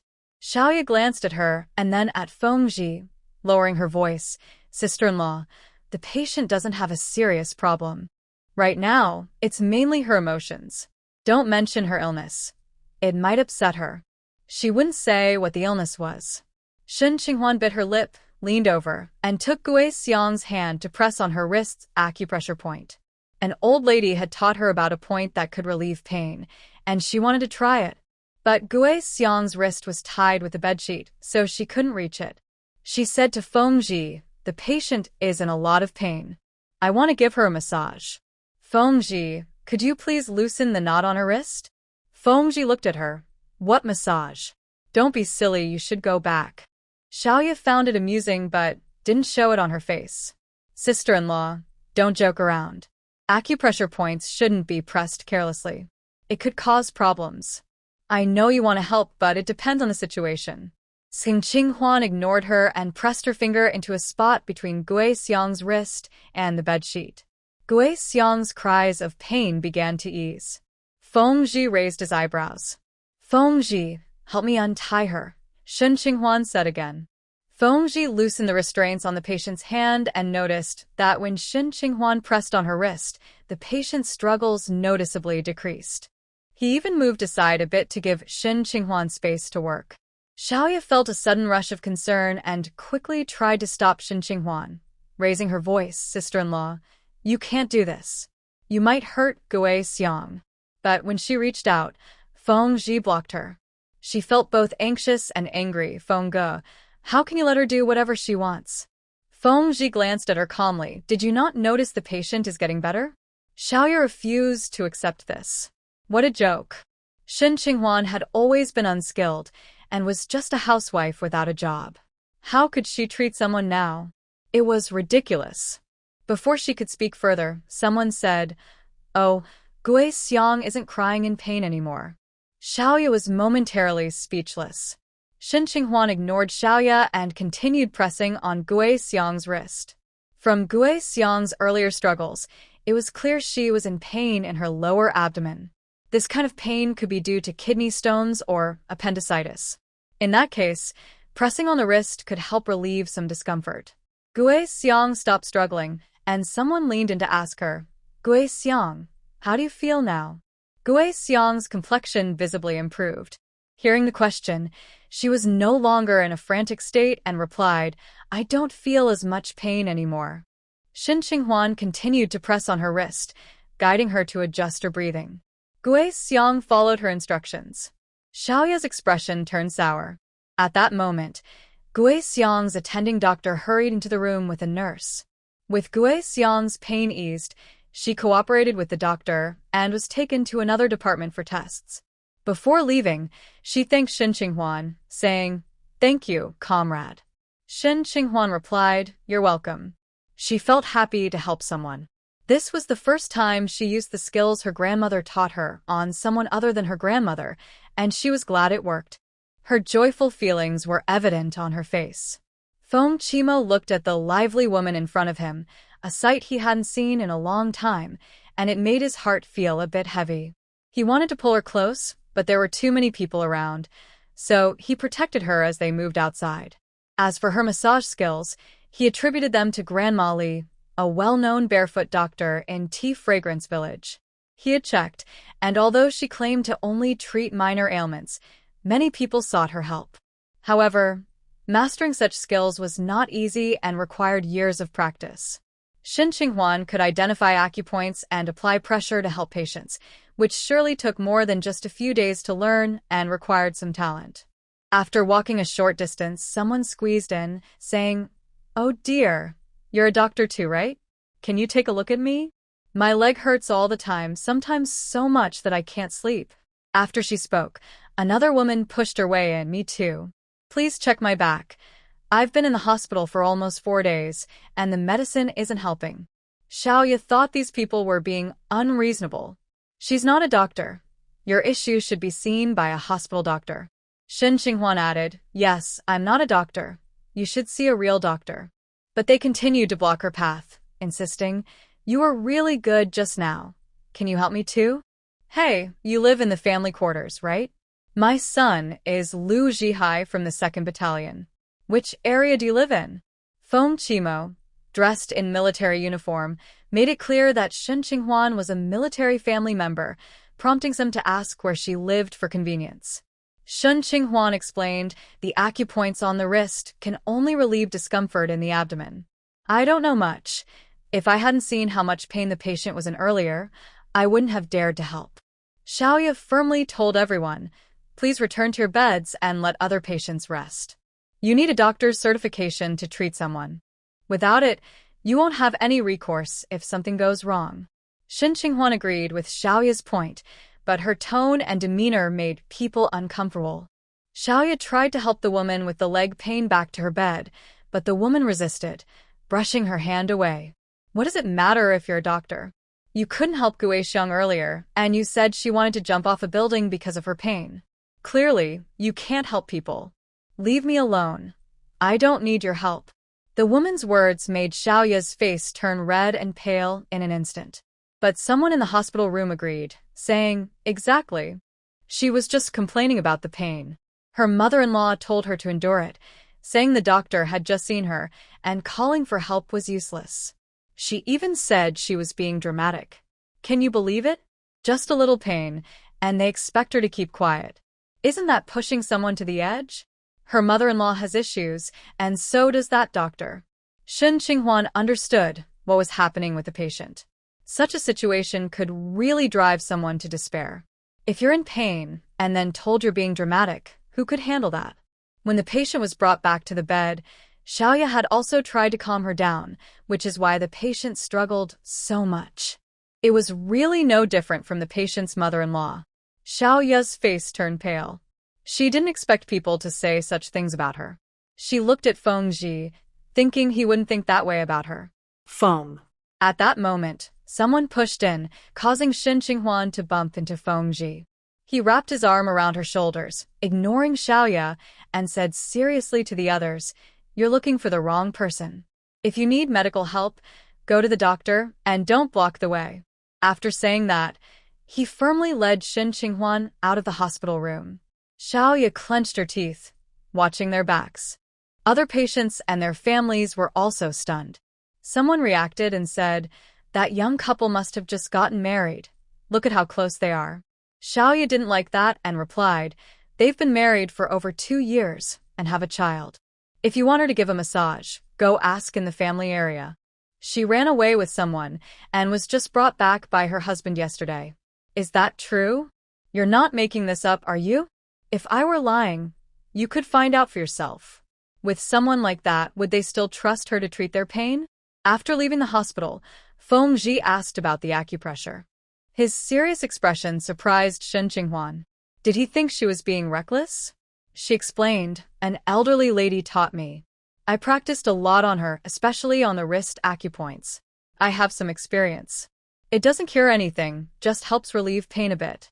Normally, I wouldn't just give massages to anyone. Feng already had his answer in mind, so he wasn't surprised. She was smart, but not very steady. She liked to jump from one thing to another. You just need to know that. When I go back to the camp, do you need anything? Today is market day, and I can have someone buy it for you. No, you don't need to worry about me. Just go to work, Shun Qinghuan said, wanting to go home and take care of the child, not wanting to stay with him. Feng glanced at her and said, if you can't keep an eye on the child, you can let her stay at Sister Xingying's house for now. Shun Qinghuan waved her hand. No need to trouble others, I can take care of her. Although she appeared confident, Feng still worried. He took her home and explained where everything was, where the kettle goes, where the pots and bowls are, where the baby's formula is kept, how to prepare the formula, how to clean the bottles, how many layers of clothing the child needs, and so on. Shin Qinghuan was afraid she wouldn't remember everything, so she quickly took out paper and a pen, seriously noting down the important points about Binbin.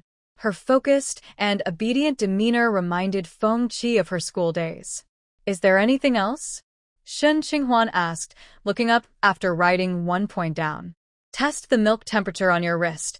It should be cool rather than hot, Feng said, suppressing some emotions as he looked at her neat handwriting, which was still elegant and proper, quite different from her personality.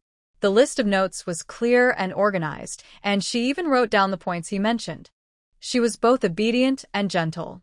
If you need anything, you can ask Sister Xingying. I'll be back for lunch. You might forget a lot of things right now, so just stay at home. You can watch TV, and there are books in the room that you used to enjoy. If you want anything, just tell me when I return, Feng said, looking at her. Qinghuan, don't hide anything from me.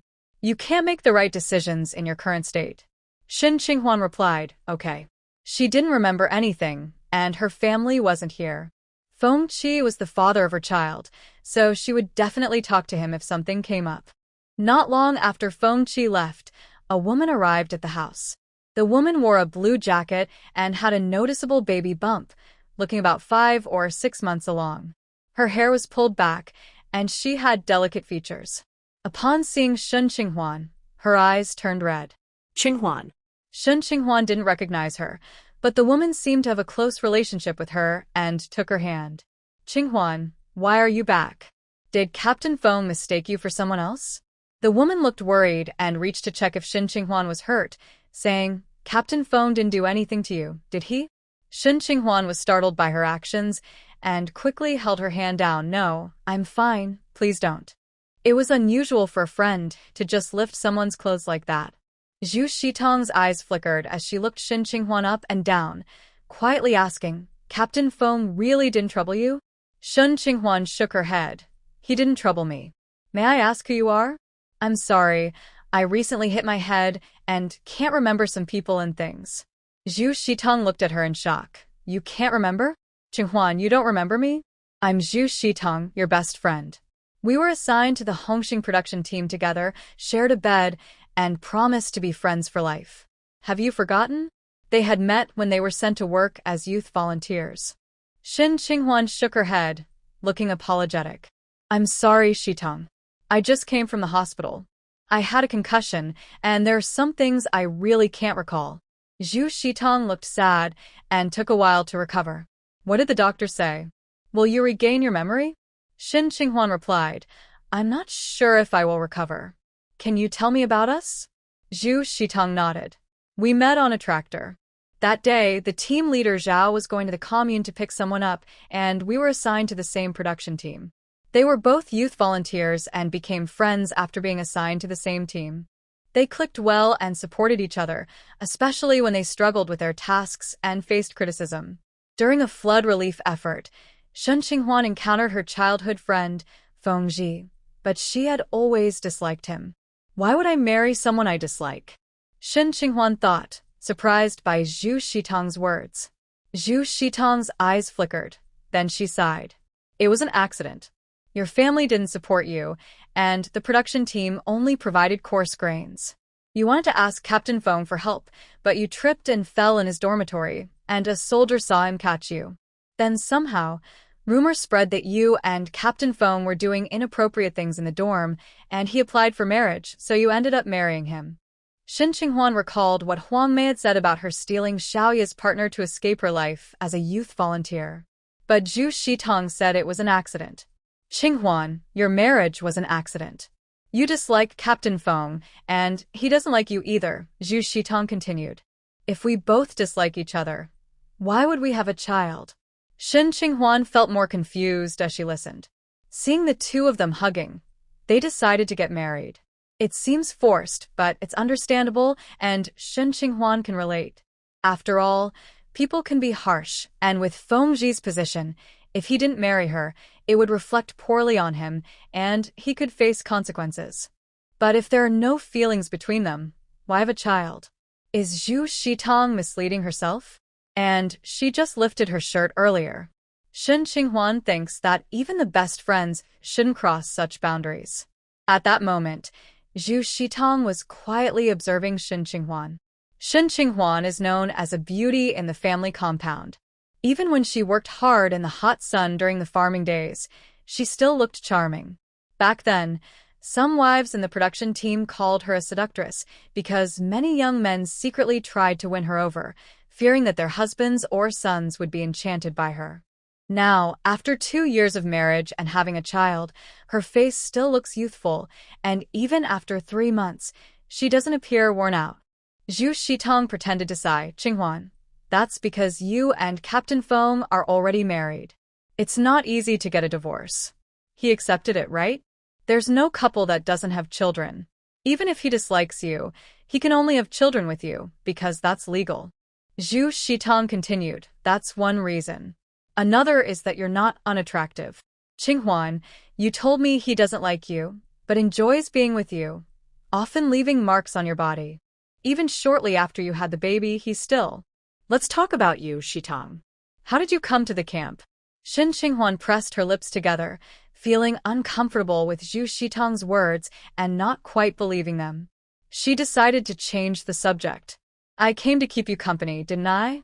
You used to say I was loyal. Did I introduce you here? No, after you got married, I visited you a few times. I met my husband Lao Hong on the way and we hit it off, so I applied for marriage. People outside say, we can't endure the hardships of being educated youth and try to marry into the camp. Don't listen to them. You were an accident. I came in through a love match. Shin Qinghuan looked at her belly. Are you expecting a baby? Zhu Shitong touched her round belly and smiled. Yes, I'm 6 months along. Everyone says I'm having a boy. Do you think so? Shin Qinghuan replied, I can't tell. Zhu Shitong smiled wider as she looked at her. I remember when you were pregnant with Binbin. Your belly was round. Now, it's the opposite for me. Shin Qinghuan felt a hint of superiority in Zhu Shitong's tone, though she wasn't sure if it was just her imagination. She replied, yes, it must be a son. After chatting for a while, Zhu Shitong left. Once she was gone, Shin Qinghuan pushed aside her thoughts and went to Sister Xingying's house to pick up Binbin. Binbin was crying with a pout, but as soon as she saw Shin Qinghuan, her face lit up with a smile. Shin Qinghuan hurried over. What's wrong, Binbin? Do you miss your mommy? Holding her child and feeling the dependence, Shin Qinghuan's eyes became a bit misty. She was just a bit fussy because she was tired, Sister Xingying said nearby. Just in time for you to come. I'll head to the vegetable garden for a moment. Thank you for your help, sister. I'll take Binbin home now. Okay. As she walked with the child to the fork in the road, she ran into Feng Zhi. She was a bit startled. Has it really gotten to noon so quickly? Feng Zhi reached out to hold Binbin, but Shin Qinghuan didn't want to hand over the child, so she shifted to block his hand. The man glanced at her. Did Zhu Shitong come to see you? Shin Qinghuan nodded. Feng Zhi studied her. She seemed a bit out of sorts. He knew Zhu Shitong well. They were close, and every time she visited, Shin Qinghuan would get a bit upset. What did she say to you? Shin Qinghuan lifted her gaze. One was her good friend, and the other was her distant husband. Normally, Private conversations between friends shouldn't be shared with a husband, even if their relationship was good. But now, she had lost her memory. Maybe she could try asking. She talked about our relationship and how we met. What did she say about how we met? Feng was still in his military uniform, which fit him well. He wore a cap that cast a shadow over his eyes, giving him a commanding presence as he asked her. Shen Qinghuan steadied herself. She said we had an unexpected marriage. Binbin seemed uncomfortable being held and protested with little sounds. Feng took the child and, once inside, skillfully strapped her onto his back without needing any help. Seeing him so quiet made Shen Qinghuan a bit anxious. Are you going to make Binbin some food? Feng rolled up his sleeves, looking serious. I'll go prepare it. Shen Qinghuan felt it was necessary to learn how to do it, so she followed along. Feng did not rush her. What else did she say? Shen Qinghuan knew he was asking about Zhu Shitong. Feng, was our marriage an accident? Sort of. Weren't we not on good terms when we were kids? Your grandmother asked me to help you with your studies. You were always distracted, so I gave you extra assignments and you thought I disliked you. Shen Qinghuan widened her eyes, and Feng looked at her too. You still remember the homework grudge from childhood? Am I really that kind of person? Yes. Shen Qinghuan paused. What about you? Did you dislike me when we were kids? I wouldn't care about someone I disliked. So that meant he didn't dislike her. Is our relationship good after marriage? Shen Qinghuan asked softly. Qinghuan, do you think we would have Binbin if our relationship was bad? Shen Qinghuan's heart skipped a beat. She couldn't help but look at his daughter on his back. The little one was reaching out to her, smiling and making cute sounds, playing with her. Yes, how could they have such a lovely child if their relationship was bad? What else did Zhu Shitong say? Nothing much. She didn't stay long. She had to go home. Feng glanced at her. Qinghuan, since you don't have memories right now, be careful when making friends. Learn to distinguish between people. Not everyone is good, even friends. Shen Qinghuan's eyelashes fluttered. Are you saying Shitong has bad intentions? Feng did not deny it. You can see for yourself. Just as Shen Qinghuan was about to nod, she heard someone outside calling, Is Comrade Shen Qinghuan here? She turned to see the elderly lady she had met in the hospital room today. The lady was excited to see her.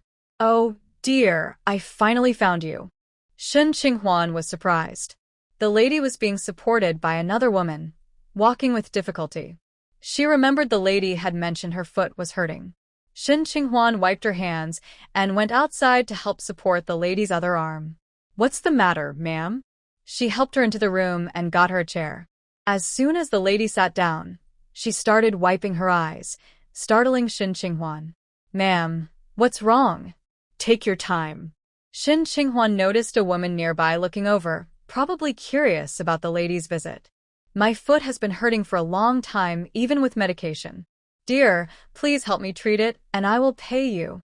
After the old lady's daughter-in-law helped her sit down, she said she needed to go back to cook and turned to leave. The old lady explained to Shen Qinghuan, my foot is not good, so I couldn't walk over. That girl has a kind heart and helped me. Shen Qinghuan nodded, I see. The old lady's expression became urgent as she looked at Shen Qinghuan, clearly troubled by her foot pain for a long time. Shen Qinghuan told her not to worry and poured her a glass of water, saying, Here, drink some water. Qinghuan. Feng called from the kitchen. Shen Qinghuan thought he needed something and said to the old lady, I'll go see what your son needs. The old lady nodded in agreement. Shen Qinghuan entered the kitchen, asking what's wrong. Feng looked serious. You can't give her a massage. Shen Qinghuan whispered, worried the old lady might hear, I know. I won't do anything inappropriate. Feng finished handling the flour and said, You stay here. I'll tell her to go home. Shen Qinghuan quickly pulled him back. No, I can see she's really upset. I want to talk to her nicely. The old lady didn't seem like a bad person. She was just suffering from illness and, as people say, seeking help in a panic. Shen Qinghuan understood her feelings. She couldn't help her much, but she could talk to her kindly. There was no need to be harsh and send her away. Shen Qinghuan thought if Feng were to talk to her with his serious face, It might make her feel like he was trying to chase her off. Feng glanced at her hand holding his arm and saw her pleading eyes looking back at him. Every time she got into trouble or needed his help, she would look so pitiful, soft, and obedient. Even though he knew she was pretending, he always felt soft-hearted.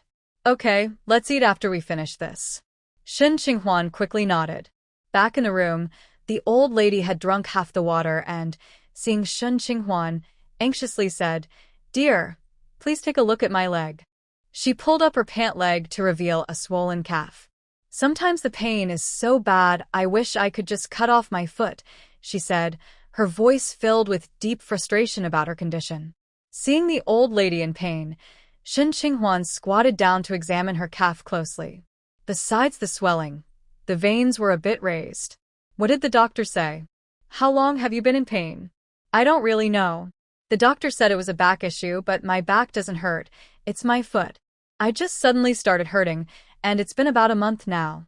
The elderly lady strongly disagreed with the doctor's diagnosis. "Dear, that Tian Guixiang from the hospital this morning was in such distress, but now she has come back and seems completely different, much more energetic." People laughed at her, saying how could she jump off a building if she was in pain? I told them, why wouldn't she? Sometimes I think about jumping off a building myself. You mustn't think like that. There will always be a way, Shen Qinghuan comforted her. Auntie, weren't you hospitalized? How did you get out? Shouldn't she stay in the hospital until her condition is stable? The elderly lady shook her head. I didn't want to stay any longer. I've been here for 3 days, and my foot still hurts. They want to operate on me, but at my age, I can't handle that. Shen Qinghuan hesitated to judge the elderly lady's condition since she had never encountered such cases herself. Even though her grandmother had shared some cases with her, there were so many different situations in the world, and she didn't want to make any assumptions. Annie, how did you find out about me? That Dr. Xiao mentioned your name. I asked around and found out you lived here. Since you've inquired about me, you must have heard about my situation, right? I'm not a doctor.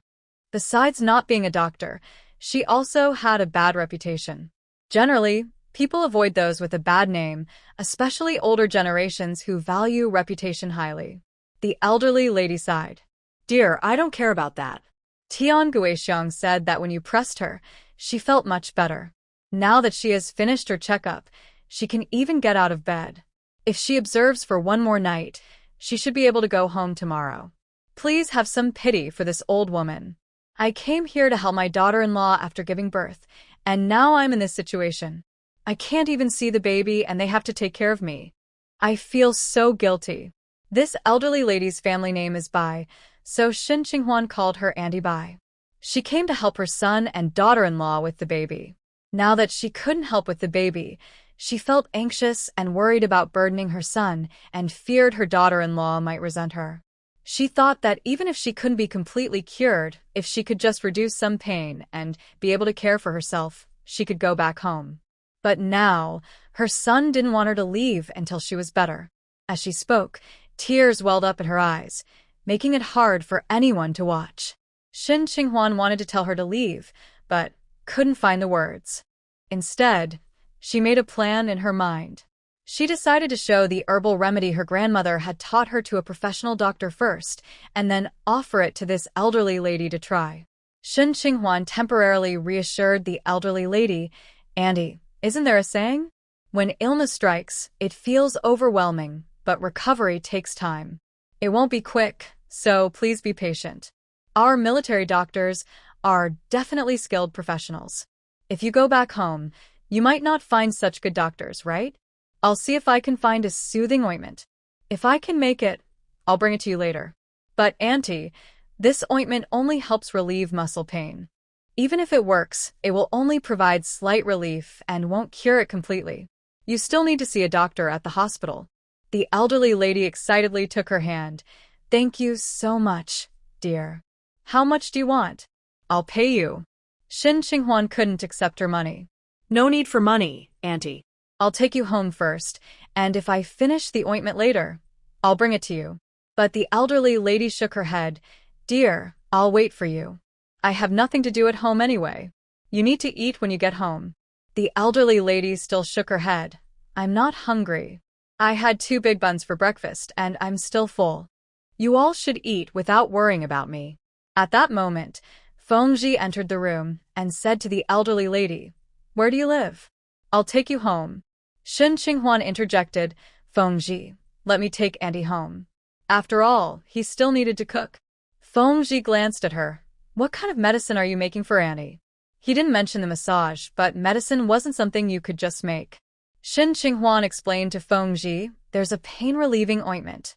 Grandma taught me the recipe, and it has worked well for others. She reassured him, Don't worry, I won't mess it up. Feng frowned slightly. Qinghuan, seeing a doctor is the doctor's job. Don't get involved. I'll take Annie home, and you watch the child. He then turned to the elderly lady, Annie, do you want to go back to the hospital or home? The elderly lady hesitated. Comrade, I don't need to eat with you. You all can eat without worrying about me. Let's go. It's not about the meal. It's that my wife can't treat your illness. Seeing the elderly lady not moving, Feng called out, Come in and bring her. The daughter-in-law who had helped the elderly lady earlier walked into the room. Shen Qinghuan was taken aback. The daughter-in-law helped the elderly lady up. They need to eat, so let's head back. The elderly lady was reluctant to leave, looking at Shen Qinghuan with tears welling up. Dear, please help me. Just as Shen Qinghuan was about to speak, she was met with a stern look from Feng. Shen Qinghuan had to swallow her words. Auntie, you should go back first.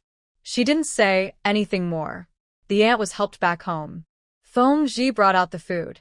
At this time, Bin was already asleep. He washed his hands, put the child back in the room, and closed the door carefully when he came out. Shen Qinghuan was still thinking about the aunt. She understood Feng concern. He didn't believe she could make medicine and was afraid she might harm others. However, she wasn't entirely without confidence, relying on her passion to help people. Feng about the aunt. Feng glanced at her. Let's eat first. Shen Qinghuan had to wash her hands and sit down at the table. The meal consisted of stir-fried pork with radish and steamed eggs. Shen Qinghuan didn't feel very hungry, but she tried to eat to avoid wasting food. After the meal, Feng reminded Shen Qinghuan a few times to stay home with Bin and not go anywhere. Then he cleaned up the dishes and left. After Feng returned to the camp, Shen Qinghuan saw that Bin was still asleep, so she took the used diaper to the sink to wash. Bin had wet it while sleeping. Even though it wasn't very hot now, it needed to be cleaned immediately. Although there were only 2 diapers, she rinsed them thoroughly 5 times.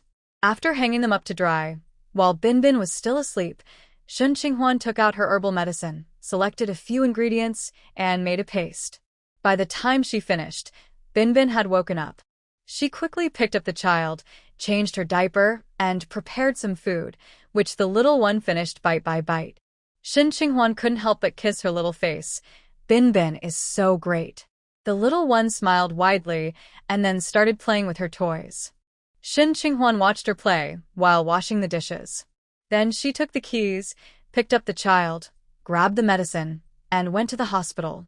On one hand, she wanted to confirm the usefulness of the prescription with a doctor and ensure it had no side effects.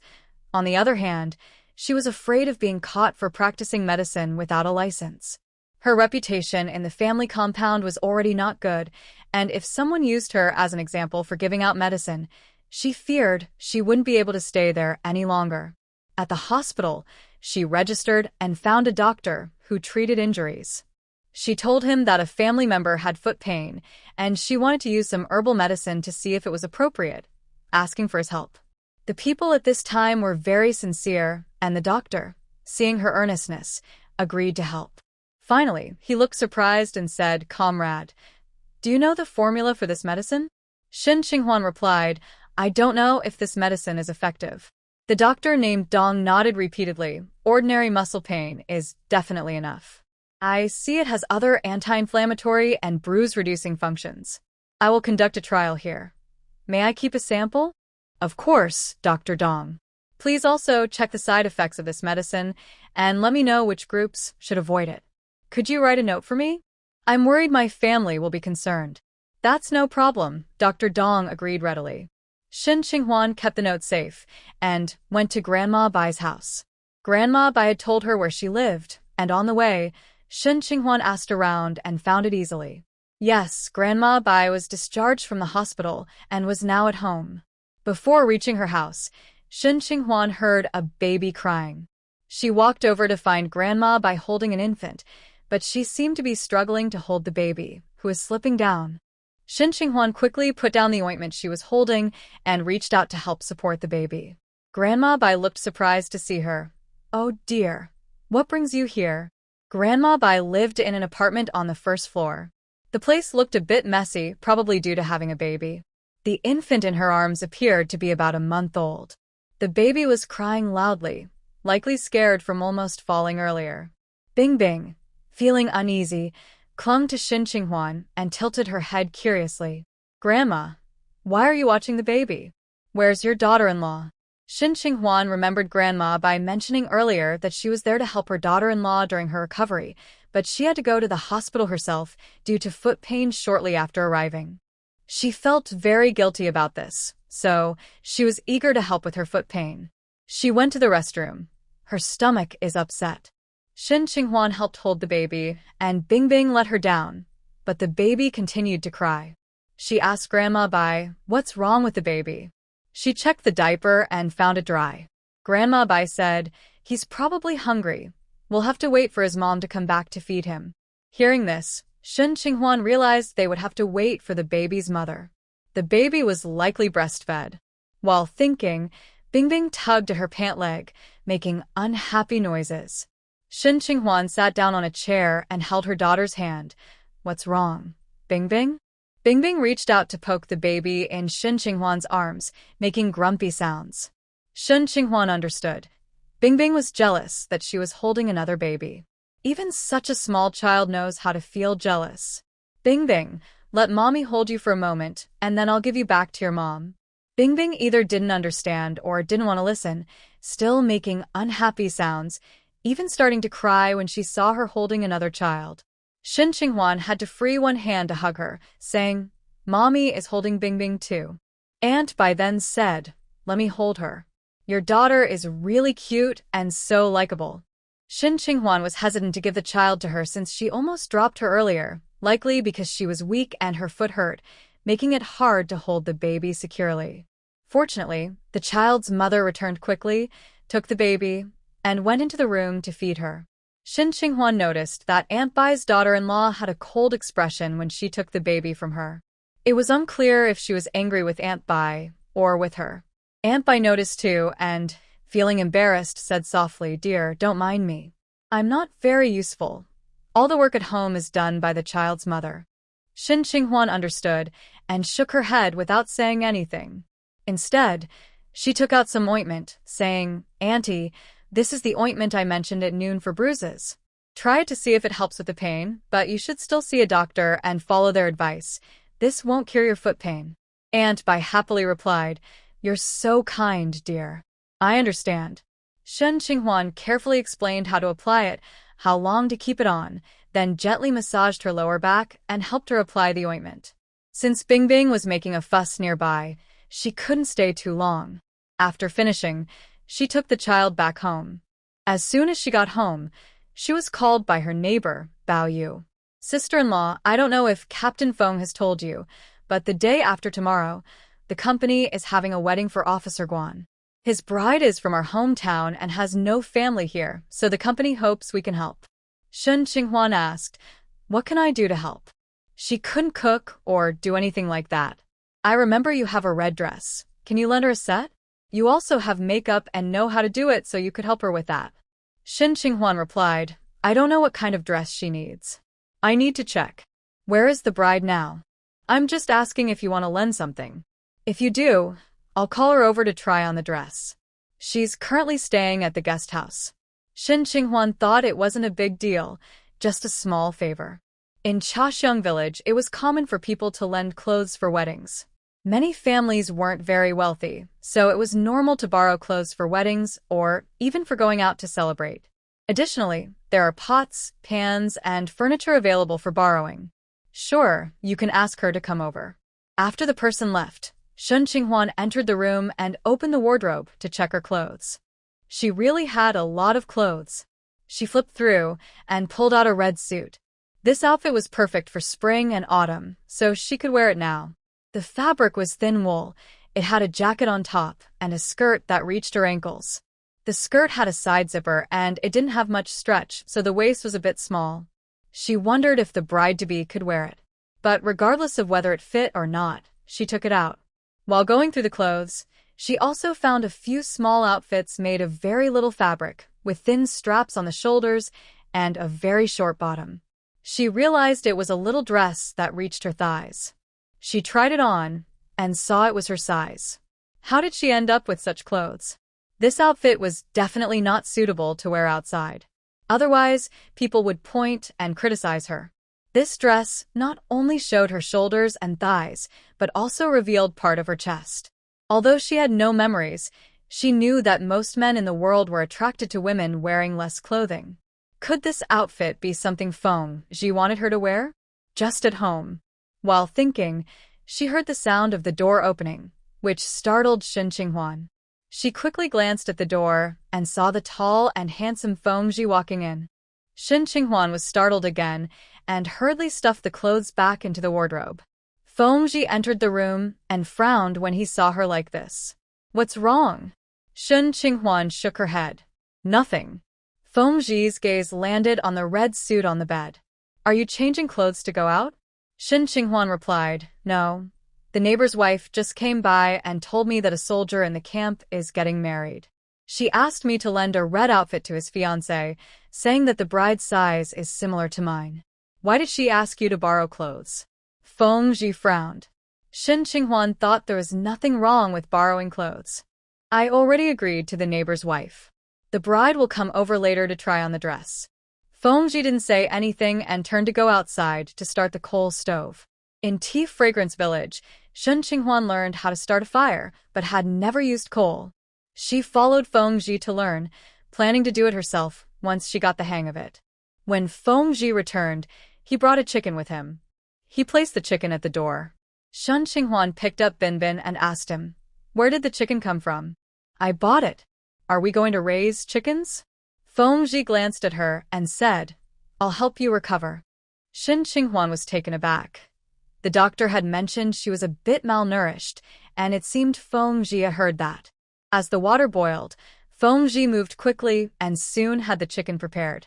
When he went to get a bowl, Shen Qinghuan tried to help, but he said coldly, You don't need to. Just watch Binbin. Shen Qinghuan recalled the neighbor's sarcastic remarks today, suggesting she relied too much on Feng for household chores, and that eventually he would get tired of it, leaving her in a tough spot. She couldn't help but glance at Feng again. The neighbor's words seemed somewhat reasonable. If it were her, doing housework every day would indeed lead to frustration. After all, everyone has their limits. Working all day and then coming home to do more chores was more than even a hard-working donkey would handle. If resentment built up, it would only make things harder for her. Shen Qinghuan took Binbin to the bathroom, then wrung out a towel, planning to clean the furniture, especially Binbin's toys.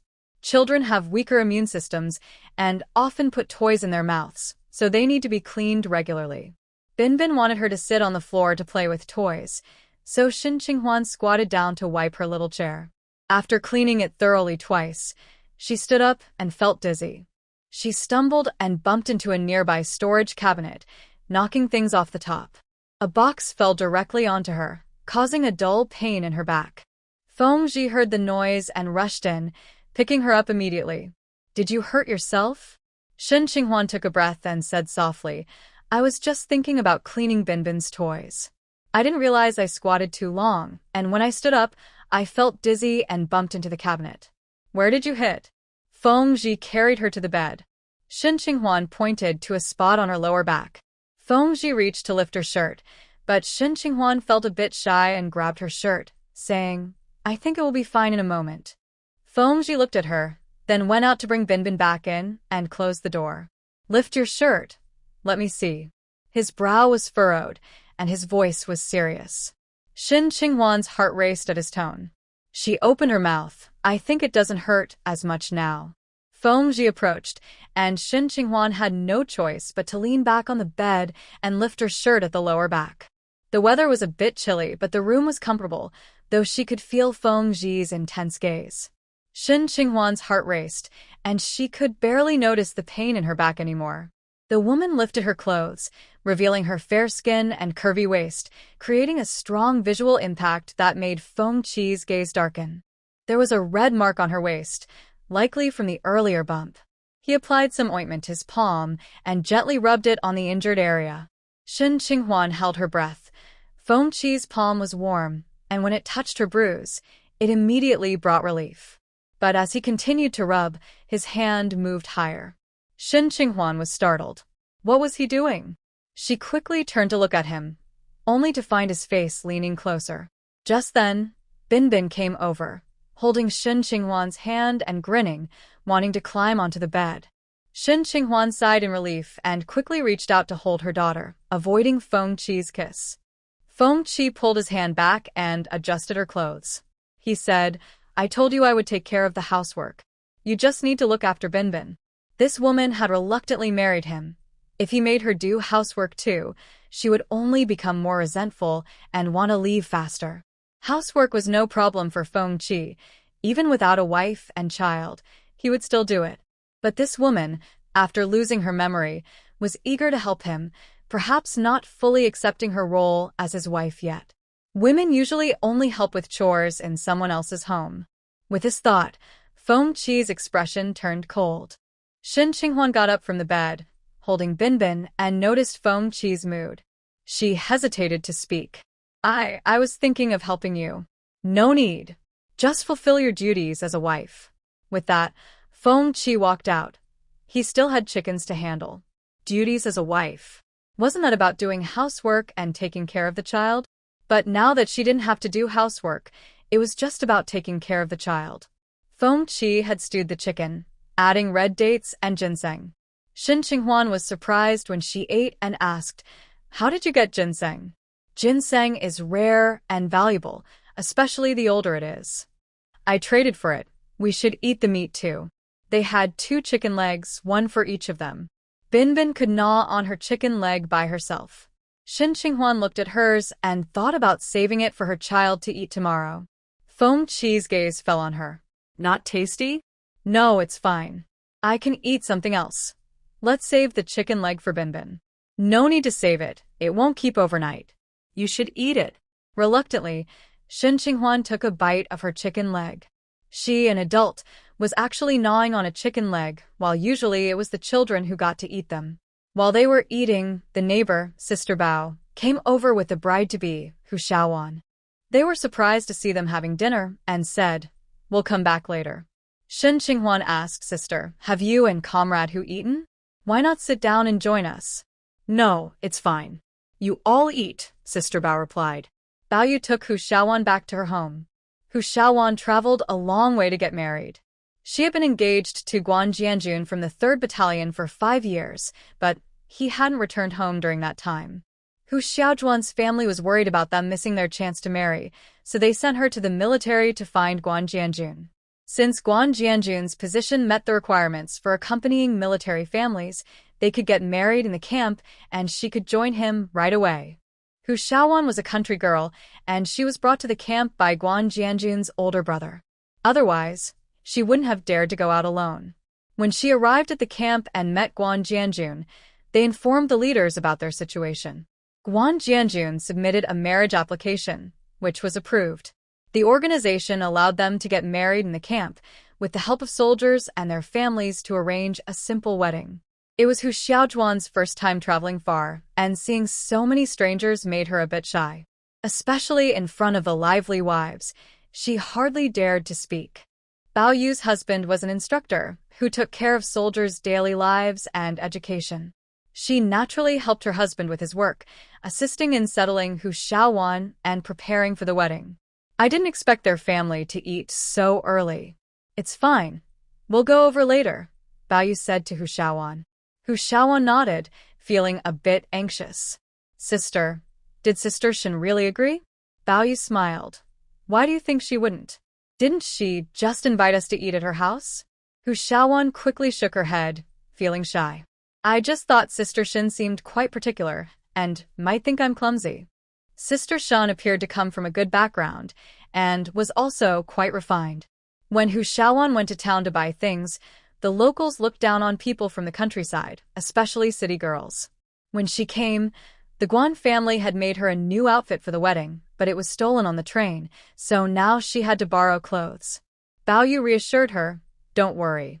She used to be a bit distant from us wives and had a proud personality, but I think she has changed since returning. Bao Yu noticed that Shin Qinghuan had become much more humble and even offered to help with chores. It seems like she is feeling guilty and is being humble now. Since Hu Xiaowan couldn't find a suitable dress, she thought of asking Shin Qinghuan. As a neighbor, she knew that Shin Qinghuan had many clothes, so she tried asking her, and to her surprise, Shin Qinghuan agreed. Hu Xiaowan looked confused. Bao Yu didn't explain much either.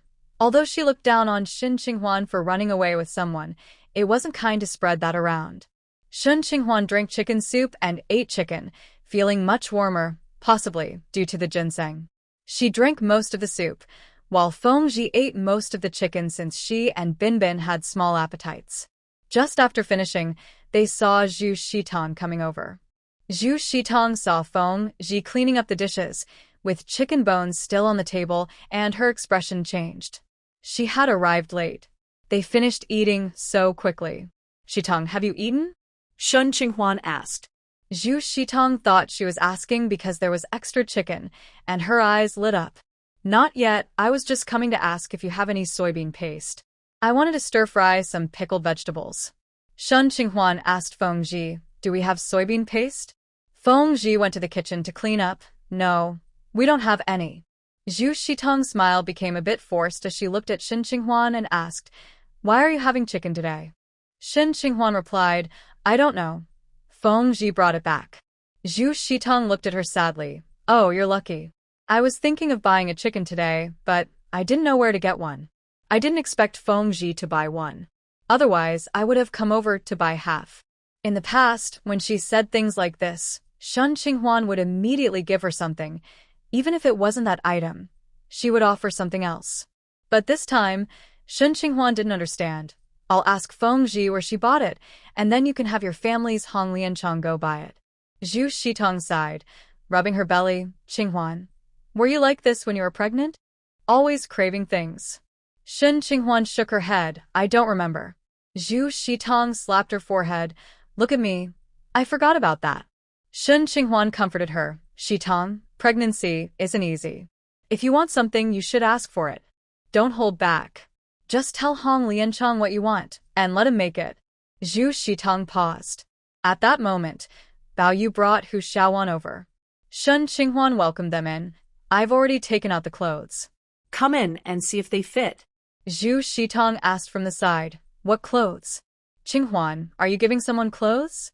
This question was asked with a hint of urgency. Bao Yu replied, it's for Xiaowan. She's getting married and couldn't borrow a dress, so my sister-in-law is lending her a set. Zhu Shitong sighed in relief. Oh, I see. Qinghuan, which set are you planning to lend her? She knew that Shin Qinghuan had many beautiful clothes and had seen them before. Their body shapes were quite similar, and she had thought how lovely those clothes would look on her. Shin Qinghuan went into the room and brought out a dress. Zhu Shitong narrowed her eyes. She had never seen Shin Qinghuan wear this dress. Bao Yu took it and exclaimed, this dress is really beautiful. Shin Qinghuan said, let Xiaowan try it on to see if it fits. Xiaowan was quite slim and a bit shorter than Shin Qinghuan, so she should be able to wear it. Shin Qinghuan asked her to go into another room to try it on, turned on the light, and said, come out when you're ready, and we'll help you check. Hu Xiaowan, feeling a bit shy, nodded at Shin Qinghuan and entered the room. Zhu Shitong pulled Shin Qinghuan aside and whispered, Qinghuan, you're too nice. What if she gets it dirty? She's not very stylish, and it would be a shame for such a beautiful dress. Shin Qinghuan was taken aback by her words and felt a bit annoyed. She replied, I've already promised her. Zhu Shitong suggested, don't you have other clothes? Just find something ordinary to give her. Although it sounded like good advice, it felt a bit harsh to her. It's fine, this one is really nice. Besides, lending a dress isn't the same as giving it away. If it gets dirty, it can be cleaned. Shin Qinghuan thought that lending the dress might help improve her reputation a bit. Zhu Shitong, rubbing her belly, said softly, "Speaking of which, I need to go to the city in a few days to buy some fabric to make clothes for the baby. I remembered you have a windproof cotton jacket. Could you lend it to me?" When Shin Qinghuan looked in her closet, she saw 3 jackets, 1 long and 2 short. She was surprised by Zhu Shitong's request and glanced at the jacket Zhu Shitong was wearing. "The jackets I have are similar to the fabric you're wearing. Isn't yours windproof?" Zhu Shitong shook her head. "They can't be the same. The prices are different. You get what you pay for. Yours is more expensive, so the fabric must be different." Bao Yu, overhearing Zhu Shitong, interjected, "If you borrow Shun's, what will she wear?" Zhu Shitong felt a bit dissatisfied with Bao Yu, but didn't show it. "Sister-in-law, don't worry. Qinghuan has plenty of clothes." Bao Yu wanted to say something but decided against it. After all, they were friends, so it wasn't her place to speak. Shin Qinghuan said to Zhu Shitong, "I don't know if you can wear it." Hu Xiaowan came out after changing clothes. She seemed a bit shy and pointed at the dress, unsure if it was too big or something else. Bao Yu asked, "What's wrong? Is it too big? If it is, that's fine. We can pin it." As she spoke, she showed her the back. Just as Hu Xiaowan was about to speak, Zhu Shitong interrupted, "It's a shame it doesn't fit. Xiaowan, I'm being honest, but that dress looks a bit funny on you. I think you should change." Hu Xiaojuan's face turned red immediately. Shin Qinghuan looked at Zhu Shitong in surprise. Her words were even harsher than before. She thought it wasn't too bad. Although Hu Xiaojuan's figure and skin tone didn't quite match, it wasn't as bad as Zhu Shitong said. She said, "You can just put on some makeup later." Hu Xiaowan shook her head, blushing. "The dress is too tight." At that moment, Bao Yu noticed that Hu Xiaojuan's dress zipper wasn't fully zipped. "You look slim, but I didn't expect your hips to be quite wide. If it was too big, they could pin it, but if it was too small, there was no solution." Zhu Shitong said, "There's still time. We have many wives in our compound. Let's ask someone else." Bao Yu thought that was the only option. Shin Qinghuan suddenly remembered she had a dress. "Wait, I have a red spaghetti strap dress." Shin Qinghuan went into the room and pulled out a red spaghetti strap dress from the corner. The bottom of the dress was quite loose, so there was no chance it wouldn't fit. Zhu Shitong's eyes widened. "Qinghuan, why did you bring this?" Bao Yu quickly took over. "This is good. It should fit." Hu Xiaojuan's face lit up. The dress looked really nice. Shin Qinghuan paired the dress with a matching top, and it fit perfectly. Then they let Hu Xiaowan try it on. Now it was suitable. Although the red made Hu Xiaowan look a bit darker, it brightened her complexion and made her look more spirited. The issue of looking darker wasn't a big deal. She would definitely wear makeup at the wedding, so it would be fine then. Hu Xiaowan bowed to Shin Qinghuan. "Thank you, sister-in-law." Shin Qinghuan waved her hand. "You're welcome." Bao Yu looked at Shin Qinghuan with new admiration, not expecting her to be so generous. Previously, she didn't like interacting with the wives from the countryside, thinking she looked down on them. Now, it seems she isn't so proud after all. Zhu Shitong, feeling a bit jealous, said, "Xiaowan, be careful not to damage those clothes. Qinghuan bought them for dozens of dollars, which is more than an ordinary person's monthly salary." Hu Xiaowan quickly nodded. "Sister-in-law, I understand." Shin Qinghuan noticed that Zhu Shitong reacted strongly to her borrowing clothes. Was she really worried about losing out? But didn't she also ask to borrow clothes from her? Shin Qinghuan asked Bao Yu, "Sister-in-law, do you need any cosmetics?" Bao Yu nodded. "Yes, sister-in-law. You know I'm not good with makeup. If you have any, please lend some to Xiaowan." Shin Qinghuan went into her room and brought out a bag filled with her cosmetics, including foundation, blush, and lipstick. It was clear she used to love beauty, with pretty clothes and all kinds of makeup.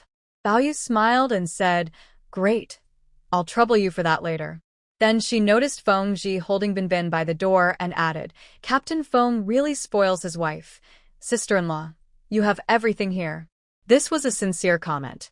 Captain Feng truly took care of everything, from buying things to handling household chores. It was hard to understand what Shin Qinghuan was still dissatisfied with, especially since she was planning to elope. After discussing the wedding preparations, Bao Yu took Hu Xiaowan and left. Zhu Shitong borrowed a cotton coat from Shin Qinghuan and also left, not daring to stay longer with Feng Ji around. Once outside Shin Qinghuan's home, Bao Yu escorted Hu Xiaowan back to the guest house. But after a few steps, Bao Yu felt a stomach ache and had to let Hu Xiaowan go back alone. Hu Xiaowan knew the way. The guest house was safe within the camp. She walked a few steps and bumped into Xiaoya. Xiaoya had just finished work and, seeing Hu Xiaowan come out of Shin Qinghuan's house, called out Comrade Hu. Xiaoya and Hu Xiaowan knew each other. When Hu Xiaowan first arrived at the family compound and felt unwell, Xiaoya had prescribed her medicine, so she was aware of her situation. Hu Xiaowan stopped and greeted Xiaoya, Dr. Xiao. Xiaoya casually asked, "I saw you coming from Captain Feng's house. Is there something going on?" As far as she knew, Hu Xiaowan didn't know Shin Qinghuan, especially since Shin Qinghuan had eloped 3 months ago, and Hu Xiaowan had just arrived at the camp. Hu Xiaowan explained about borrowing clothes. Xiaoya raised her eyebrows. "Shin Qinghuan lent you clothes?" Hu Xiaowan nodded. "Sister Shun is very nice, and even lent me some makeup." Xiaoya said, "Xiaowan, there's something I don't know, if I should tell you. You're new here, and don't know much, and I don't want to keep it from you." Hu Xiaowan looked confused. "Dr. Xiao, what is it?" Xiaoya explained about Shin Qinghuan eloping, and added, "She is quite emotional and makes decisions based on her feelings. She might change her mind about lending you clothes, so it might be better to ask someone else. I also have makeup and a red dress I can lend you." She understood why Shin Qinghuan was so generous. She probably wanted to improve her reputation since it wasn't very good right now. Hu Xiaowan was a bit stunned. Could Sister Shin really be that kind of person? But the idea of borrowing clothes from Sister Shin came from Sister Bao, and if Sister Bao thought it was fine, then it should be okay. Hu Xiaowan quietly said, "Sister Shin has already lent me clothes." She had the clothes in her hands, and Sister Shin wouldn't ask for them back, right? Besides, she really liked the dress. Xiaoya noticed Hu Xiaojuan's reluctance and said, "I don't have to work tonight. You can give me the clothes, and I'll return them to you tomorrow after I disinfect them. It's important to disinfect borrowed clothes. You never know if someone has a skin condition and you wouldn't want to catch anything." Hu Xiaowan didn't understand this. In her hometown, borrowing clothes just meant wearing them without any fuss. "No, thank you, Dr. Xiao. The clothes Sister Shin gave me are very clean." Sister Shin didn't seem like someone with skin issues. Xiaoya smiled. "Clean doesn't mean there are no germs. You can't see germs on the surface, so it's better to be cautious. You just got married and wouldn't want to have any rashes, right?" Hu Xiaojuan's face paled at that, and in the end, she handed the clothes to Xiaoya. That night, Feng Ji returned to the camp to handle some matters, while Shin Qinghuan took Binbin to bed alone. She intended to carry the little one on her back to help her sleep, but Binbin didn't want that and struggled as soon as she was lifted. Shin Qinghuan had to set her down and lay in bed with her instead. Binbin wouldn't sleep at all and insisted on playing. Shin Qinghuan thought that since she didn't have to work the next day, it would be fine to play with her a little longer. After playing for over an hour, the child finally got sleepy, and Shin Qinghuan felt tired too. The mother and daughter fell asleep on the bed. When Feng Ji returned, he saw them both sleeping in a tangled mess on the bed. He picked Binbin up and placed her back in her crib before going to take a shower. Returning to the room, he saw the woman had changed her sleeping position, half hanging off the edge of the bed, and could easily fall off with just a turn. He gently nudged her and then lay down. Suddenly, she rolled into his arms. Not sure if it was due to the ginseng chicken soup, he felt a rush of warmth inside him. In his eyes, being a couple meant they had to share a life together. Shin Qinghuan was in a daze, feeling someone calling her name. She opened her eyes wide but saw no light in the room and couldn't see anyone, though she recognized it was Feng Ji's voice. As soon as she moved, his lips pressed against hers. Shin Qinghuan felt confused and passively accepted it. Images flashed through her mind, mixing fear and nervousness. She couldn't push him away. She whimpered softly, feeling pain. Relax, Qinghuan. She couldn't relax at all, her body tense. It hurt. After it was over, she felt like her waist might break. Feng was very annoying. The more she cried, the more he seemed to enjoy it. He wanted to go again, and Qinghuan kicked him in anger. Feng grabbed her foot and kissed the corner of her mouth, saying, "All right, no more. Let's sleep." Qinghuan slept soundly until morning, not waking up during the night. When she did wake up, she immediately thought about whether Binbin had been changed during the night. She had slept so deeply. She quickly got up and found Binbin was not in the crib. She walked to the living room and didn't see Binbin there either, nor was Feng around. She glanced at the clock next to the TV. It was already 9:20 a.m. She had slept so late. There was a note on the table. She picked it up and read, "Breakfast is in the pot. Binbin is at Sister Xingying's house." The handwriting was strong and bold, clearly Feng Ji's. Binbin went to Sister Xingying's again? It seemed Feng had taken the child there since she hadn't woken up. Qinghuan's face felt hot. How could she let someone else take care of her child just because she wanted to sleep in? How could she be so shameless? It was all Feng Ji's fault. She still felt a bit sore, as if he were a hungry wolf, almost devouring her. The thought was frightening. If it continued like this every day, how could her small body handle it? Just then, there was a knock at the door. "Little sister, are you up?" "I'm coming," Qinghuan replied as she went to open the door. Standing outside were Bao Yu and the square-faced sister-in-law she had seen washing things in the sink yesterday. "Did you just wake up?" the square-faced sister-in-law exclaimed, as if she had discovered something new. Qinghuan's face turned a bit red. "Sister, what do you need?"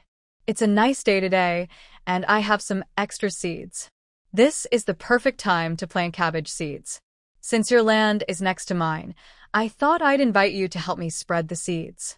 Bao Yu, having changed her opinion of Qinghuan after she borrowed clothes from Hu Xiaowan last night, wanted to help her out by getting her involved in gardening and household chores to improve her image and have a good life with Captain Feng.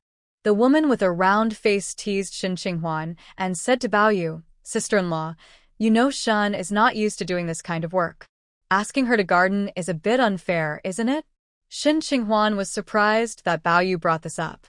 She didn't know how to garden. During her recovery in Chaxiang village, her grandmother only had her water the plants in the evening and pull some weeds. She wasn't against gardening and thought it would be good to learn new skills. Plus, if she could grow her own vegetables, she wouldn't have to buy them and could save some money. She had just decided to save money for her future. She said, "Sister-in-law, wait a moment. I'll wash my face first." The woman with the round face wasn't going to let her off easily. "Oh, you really just woke up, didn't you?" Bao Yu noticed the red mark on Qinghuan's neck and covered for her, saying, "When kids are small, they don't sleep through the night. My child used to wake up several times, and once they were up, it was hard to fall back asleep. I had to wait until dawn to catch a little sleep." Qinghuan felt a bit touched. The woman, Zhao Jinfeng, laughed and said before Shen had kids, she was like that too. "Who said it?" "Oh, Sue said it. Shen is the beauty of our compound. Come on, stop teasing her. If you can sleep, why don't you?" Bao Yu zip lip. Qinghuan asked them to sit down while she quickly went to wash up. She brought out breakfast from the kitchen, which consisted of 2 boiled eggs and a sweet potato. "Sister-in-law, have you had breakfast yet?" Qinghuan politely asked. Both said they had already eaten. Zhao Jinfeng, seeing what Shin was having, curiously asked, "Who made your breakfast?" My husband did. "Wow, you're really lucky. Sleeping in, and he doesn't complain. Plus he makes breakfast for you. 2 eggs for breakfast? Who eats that many at home? Men like Captain Feng are hard to find," Zhao Jinfeng thought enviously. After finishing her breakfast, Qinghuan told the two that she needed to change clothes since she was still in her pajamas. She found a set of comfortable clothes for work. When she came out, Bao Yu said, "Sister-in-law, are you really going to wear such nice clothes to work in the fields?" Qinghuan felt helpless and replied, "Sister-in-law, I don't have any other clothes." Her clothes were all quite new. It didn't matter which one she wore. Even the outfit she wore back from Tea Fragrance Village was newly made and barely worn. By the way, sister-in-law, I want to bring my daughter along. She thought that carrying her child on her back would allow her to work too. It felt a bit awkward to leave the child with others all the time. You still want to bring the child? Zhao Jinfeng looked surprised. Bao Yu also advised her not to bring the child, saying it was hard enough for her to manage alone without a child. Shen Qinghuan had to give up on that idea and decided to finish her work quickly so she could return to take care of her daughter. She found a pair of rain boots, and Bao Yu handed her up before they headed to the vegetable field in the north. It was already autumn, and they could still plant some cabbage and white radishes. When they arrived, Shen Qinghuan was taken aback. The plot of land assigned to her hadn't been cleared yet and was full of weeds. Bao Yu said, "Sister-in-law, let's a few times together, and we'll get it done quickly." Shen Qinghuan could only nod. Since they were helping her, she felt she should be grateful. There were other women working in the vegetable field, and when they saw Shen Qinghuan, it was like seeing the sun rise in the west. "Oh my, am I seeing this right? Sister-in-law Shen actually came to the fields. Really?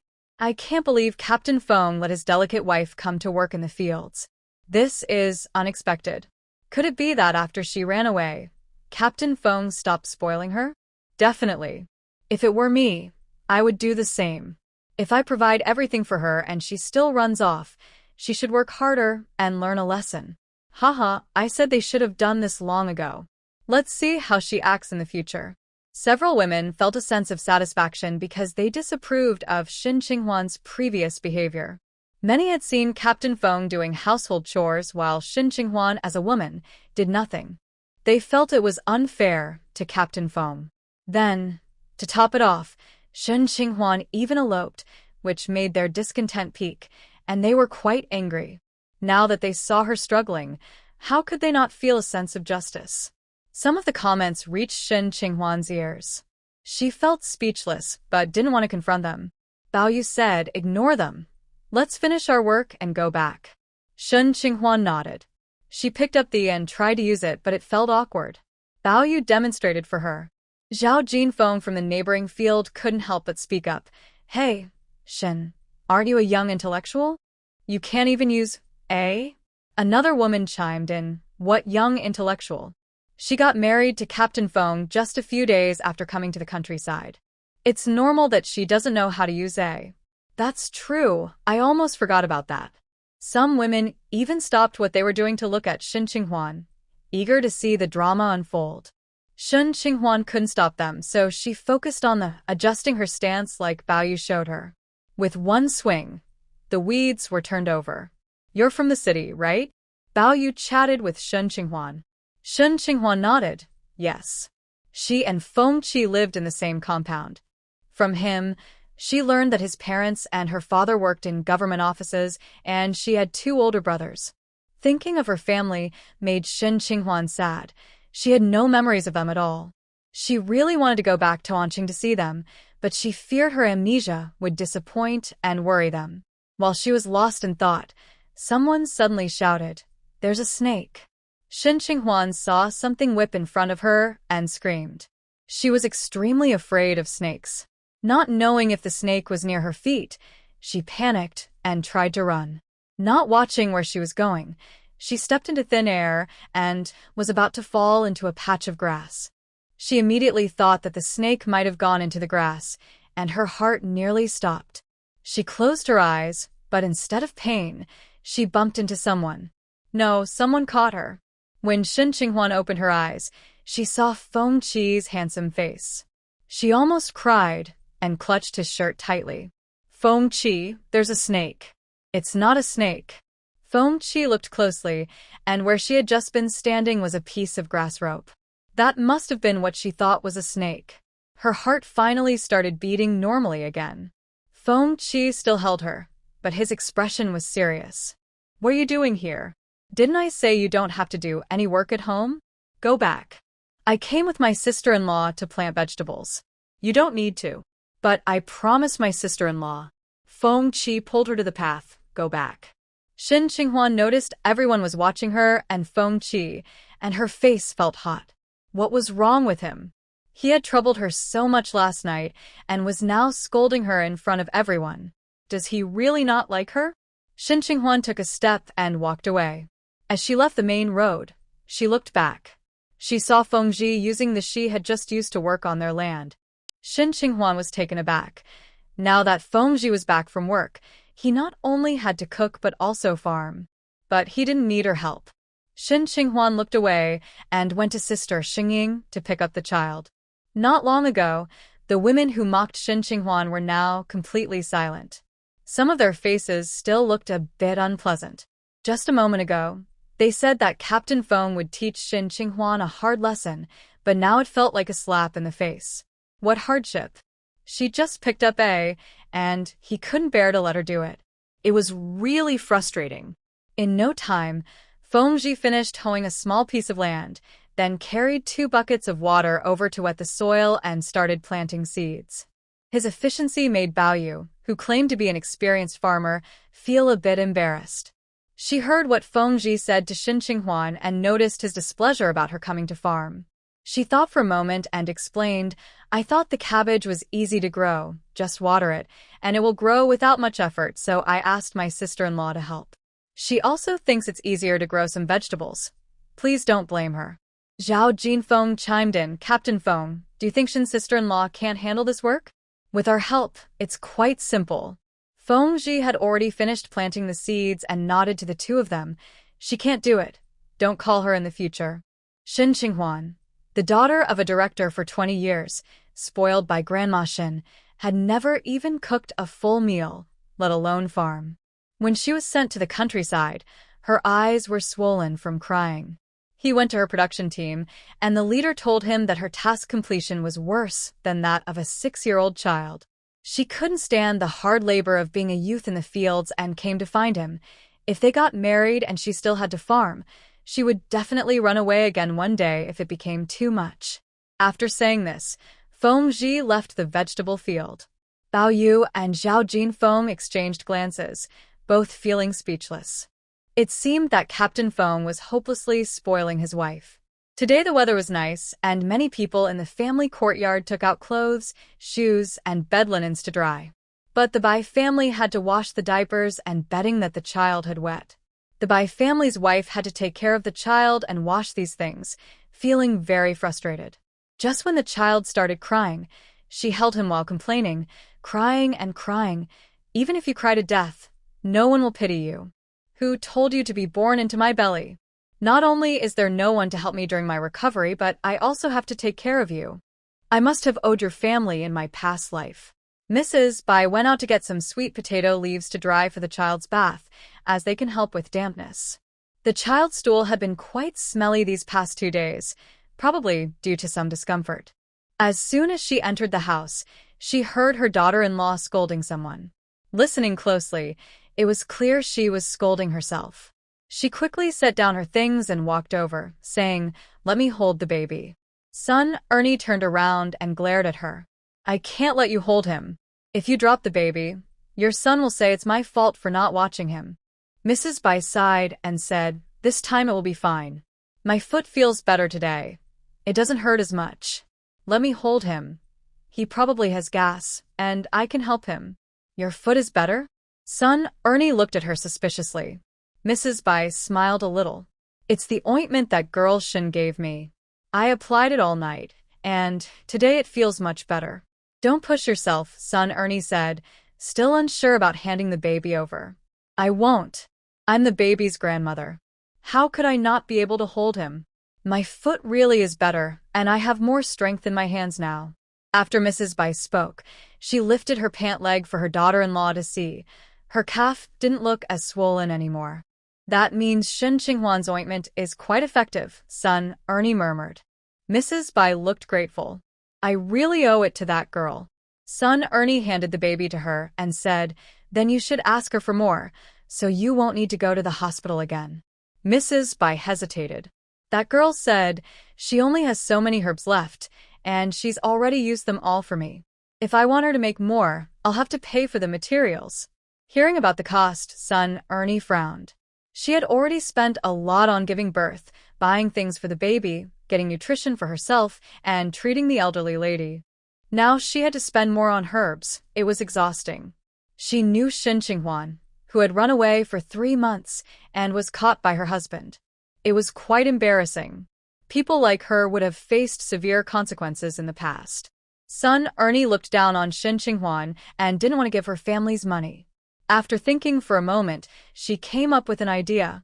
Shin Qinghwan went to Sister Xingying's house to pick up the child, but when she arrived, Sister Xingying was not home, and neither was Binbin. The neighbor said she had gone visiting and suggested Shin Qinghwan come back at noon. Shin Qinghwan had to return home. With nothing to do, she decided to search through all the items in her house. Since this was a place she used to live in, she thought looking around might help her remember something. While searching through a drawer in her room, she found some letters addressed to her.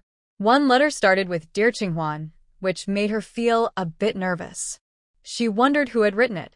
As she opened it, her heart raced, thinking it might be from a secret admirer. Did she really have a secret admirer? As she continued reading, she relaxed. It wasn't from a secret admirer, but from a woman named Feng Wei. In the letter, Feng Wei referred to Feng Ji as brother, indicating she was Feng Ji's sister. This meant she was Shin Qinghwan's sister-in-law, and they seemed to have a very good relationship, as evident from the letter. Feng Wei first asked about her well-being, then complained about her work troubles, and mentioned sending her some local specialties, urging her to have Feng Ji pick up the package. Finally, she asked if Feng Ji had been treating her well, saying if he bullied her again, to let her know so she could talk to their elders. Reading this made Shin Qinghwan feel touched. Looking at the envelope, she saw that the other 2 letters were also from Feng Wei. That was all she found. She wondered if her family had written to her as well. Just then, she heard the sound of the door opening and looked up to see Feng Ji had returned. She quickly put the letters back in the drawer and stood up awkwardly. Feng Ji took off his military cap and hung it on the rack, glancing at her. What's wrong? Shin Qinghwan shook her head. I went out to see Binbin. She hurried to leave, but Feng Ji reached out and pulled her closer. Does the spot you bumped yesterday still hurt? His voice was deep and magnetic, making her heart flutter. Shin Qinghwan struggled to break free but couldn't, so she glared at him. Let go of me. I brought back some ointment for inflammation and bruising. Let me apply it, he said, releasing her and gesturing for her to show him. Shin Qinghwan took a step back. No, I'm fine. Feng Ji softened his tone. Please, let me check. You were crying out in pain last night. He said the injury was from her, not from when she fell on her waist. Shin Qinghwan's face turned bright red. Last night, he did hurt her, and he still had the nerve to bring it up. However, it wasn't serious enough to need medicine. She turned her face away and said, No need. I have to go pick up Binbin. Just then, someone knocked on the door, and Shin Qinghwan sighed in relief and hurried to open it. Outside was Zhu Shitong, who looked surprised to see Shin Qinghwan and said, Qinghwan, why is your face so red? After saying that, she glanced suspiciously into the room, noticed Feng Ji, and her expression changed to one of discomfort. Shitong, what's the matter? Shin Qinghwan didn't like the look on Zhu Shitong's face, but still let her in. Feng Ji didn't mention the medicine again, and simply said, I'm going to pick up Binbin before leaving. Once they were gone, Zhu Shitong looked at Shin Qinghwan warmly and asked, Were you and Captain Feng just together? Shin Qinghwan's face flushed again. It's nothing. Did you need something? Zhu Shitong wasn't going to let it go. You closed the door during the day. Be honest with me. Did Captain Feng pressure you again? If he did, you must tell me. Shin Qinghwan didn't want to share her problems, even with a good friend, so she denied it. No. Zhu Shitong felt that Shin Qinghwan, after her memory loss, didn't trust her as much as before. She looked at Shin Qinghwan's collar and noticed a faint mark. Her expression turned unhappy. Qinghwan, you don't tell me anything anymore. What do you mean? Zhu Shitong reached to tug at her collar. Look at your neck. This is clearly something Captain Feng did to you, and you still say he didn't pressure you. Shin Qinghwan was caught off guard and quickly covered her collar, feeling upset. Shitong, how can you do this? Even close friends shouldn't invade each other's privacy like that. Besides, She hadn't regained her memory, so Zhu Shitong's words might not be trustworthy. Shen Qinghuan felt uneasy about Zhu Shitong's actions. However, Zhu Shitong didn't think her actions were wrong. "Qinghuan, I'm just worried about you. You don't know how much I've been concerned since you were brought back. I couldn't sleep, fearing Captain Feng would hurt you. I came here specifically to see you, and this is how you treat me." Shen Qinghuan glanced at her. She sensed a difference between what she had said to Feng Ji and what Zhu Shitong was saying. In Zhu Shitong's eyes, Feng Qi is an abusive man who would mistreat her, but Feng Qi never hit her or mistreated her. "I told you he didn't force me or hit me, so you don't need to worry." "Then what about your neck?" "It's just a mosquito bite." Zhu Shitong looked unconvinced. "Don't lie to me. That clearly looks like a kiss from Captain Feng." Shen Qinghuan didn't respond to Zhu Shitong's comment. "Shitong, have I ever told you about my family?" Seeing the letter from Feng Wei earlier made her think of her family. Even though transportation is not very convenient and communication is slow, it can take 1 or 2 months to receive a letter after sending it. But writing letters is an important way to stay in touch. In normal family relationships, friends often write letters. She just hadn't found any letters from her family. Of course, it's possible she took the letters with her when she left home 3 months ago, or that Feng Qi helped her keep them safe, and she just couldn't find them. But she also thought about knowing the situation at home. Zhu Shitong was unhappy with Shen Qinghuan changing the subject and said with a hint of criticism, "Qinghuan, your family doesn't seem to care about you. Back at the youth station, Yihan's family sent things over, but yours didn't." Shen Qinghuan was surprised by her sudden raised voice. "Why wouldn't my family care about me? I've heard you mention that your dad is a government official. Normally, if you didn't want to go to the countryside, you could find a way not to go, but you didn't. Something must have happened in your family." Shen Qinghuan's face turned pale. In those times, if something happened, it usually meant serious trouble. Seeing the worry on Shen Qinghuan's face, Zhu Shitong smirked slightly and continued, "Isn't Hu Shaowan getting married tomorrow? You shouldn't go, so those people won't talk about you again." "I promised Sister Bao I'd help out." She was just saying that. "Qinghuan, let me tell you, those rural people have many customs. You might not remember, but back in the Hongxing production team, when a family had a wedding, the bride's side wouldn't let daughters-in-law who had given birth to girls help sew the dowry quilts because it was considered unlucky." "Why is that unlucky? What's wrong with having daughters? Think about it. Daughters eventually belong to someone else. No one wants to have daughters, and they don't want daughters-in-law who have them around." The slogan that women hold up half the sky is still very popular. "But Qinghuan, we can't explain things to rural people. Hu Shaowan is from the countryside, and if you go help her with her new house, they might secretly criticize you for not knowing your place." Shen Qinghuan planned to ask Bao Yu about this first. She didn't have to go, but it would be rude to agree to help and then not show up. Of course, what Zhu Shitong said also reminded her. She decided to clarify the situation first. If there was indeed such a custom in their hometown, she wouldn't go. If they believed having a daughter was unlucky, she wouldn't help them and would avoid associating with such people in the future. After all, she was a woman too. Just then, she saw Feng Ji returning with Binbin. Zhu Shitong stood up at the right moment, saying, "Qinghuan, I'll head back to cook now." Shen Qinghuan nodded. "Okay." Zhu Shitong glanced at her. Thinking that Shen Qinghuan had really changed, she used to ask if she wanted to stay for dinner. Shen Qinghuan was unaware of Zhu Shitong's thoughts. If she knew, she wouldn't have invited her to stay for dinner. It wasn't her place to ask since she wasn't the one cooking. Binbin was very happy to see Shen Qinghuan and rushed over to her. Shen Qinghuan caught her and kissed her forehead. "Where did you play today, Binbin?" Feng Ji was washing rice and cooking it, then went to change the bedsheets and put them in a bucket to soak.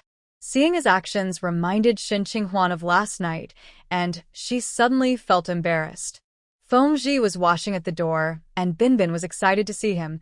She wanted to play with water and ran outside. Shen Qinghuan hurried after her, worried she might fall. Binbin wanted to splash in the bucket and didn't want to be held by her mother. Feng Ji handed Binbin a toy duck, and she immediately got distracted. Shen Qinghuan glanced at Feng Ji, hesitated for a moment, and asked him, "Feng Ji, Why haven't I received any letters from home? She could only ask him about the letters. Feng replied, there are no letters. Shun Qinghuan was confused. What do you mean there are no letters? It means your family hasn't written to you. What about the previous ones?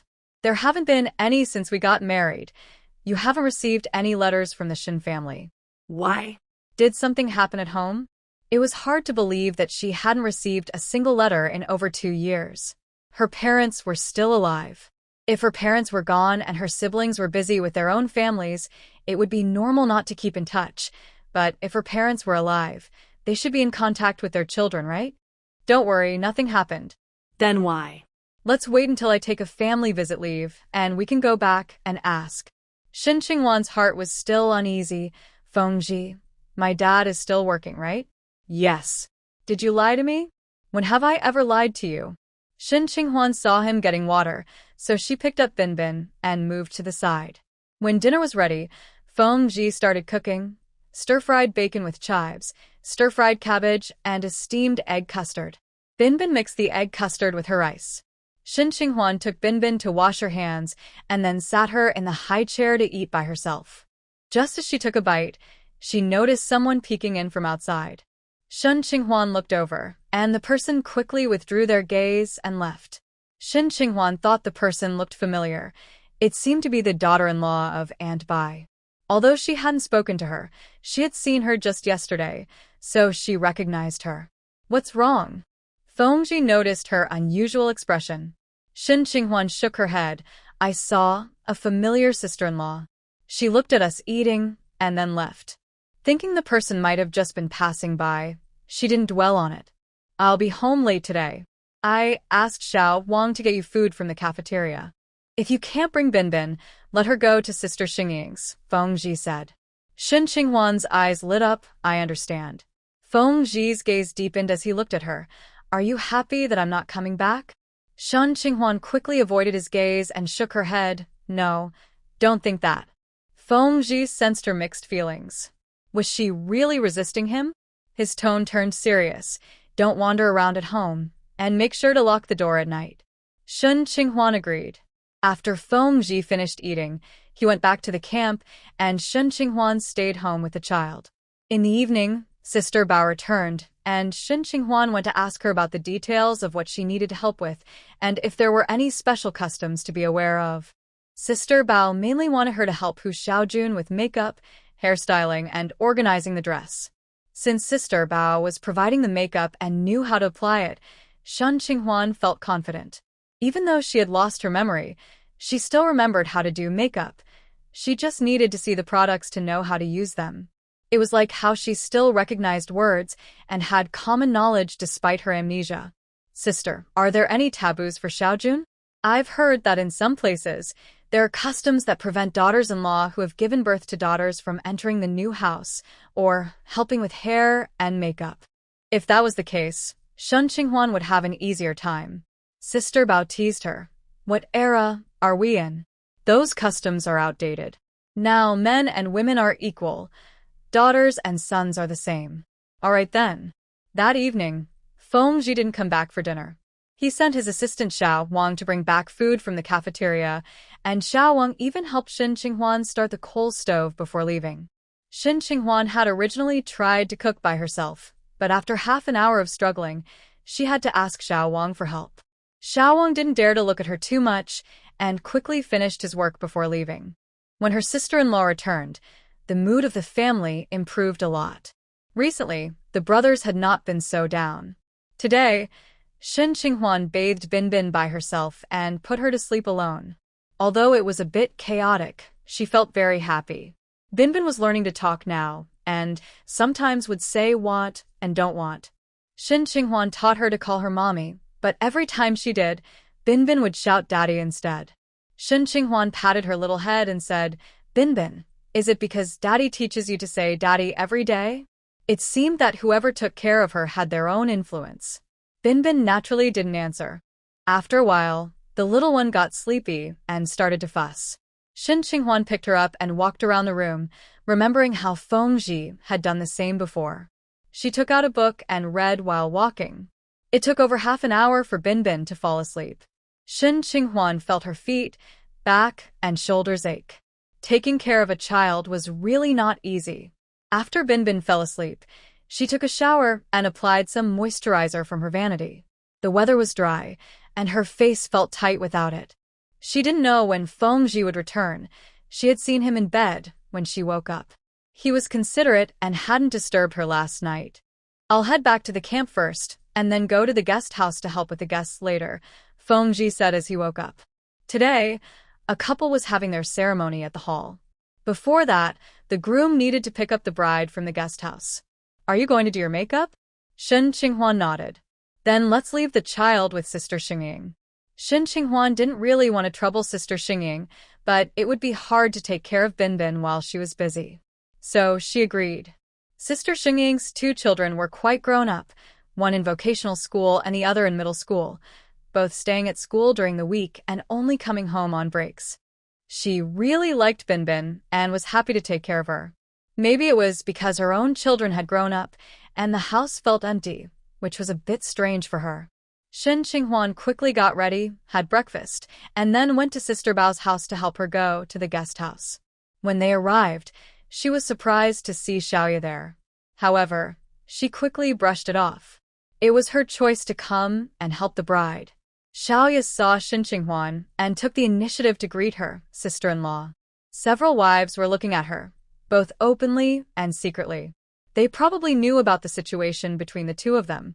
Some even whispered, "Why was she invited too? I heard she's here to help with the makeup." Shen Qinghuan didn't feel uncomfortable. Xiaoya and Feng were part of the past.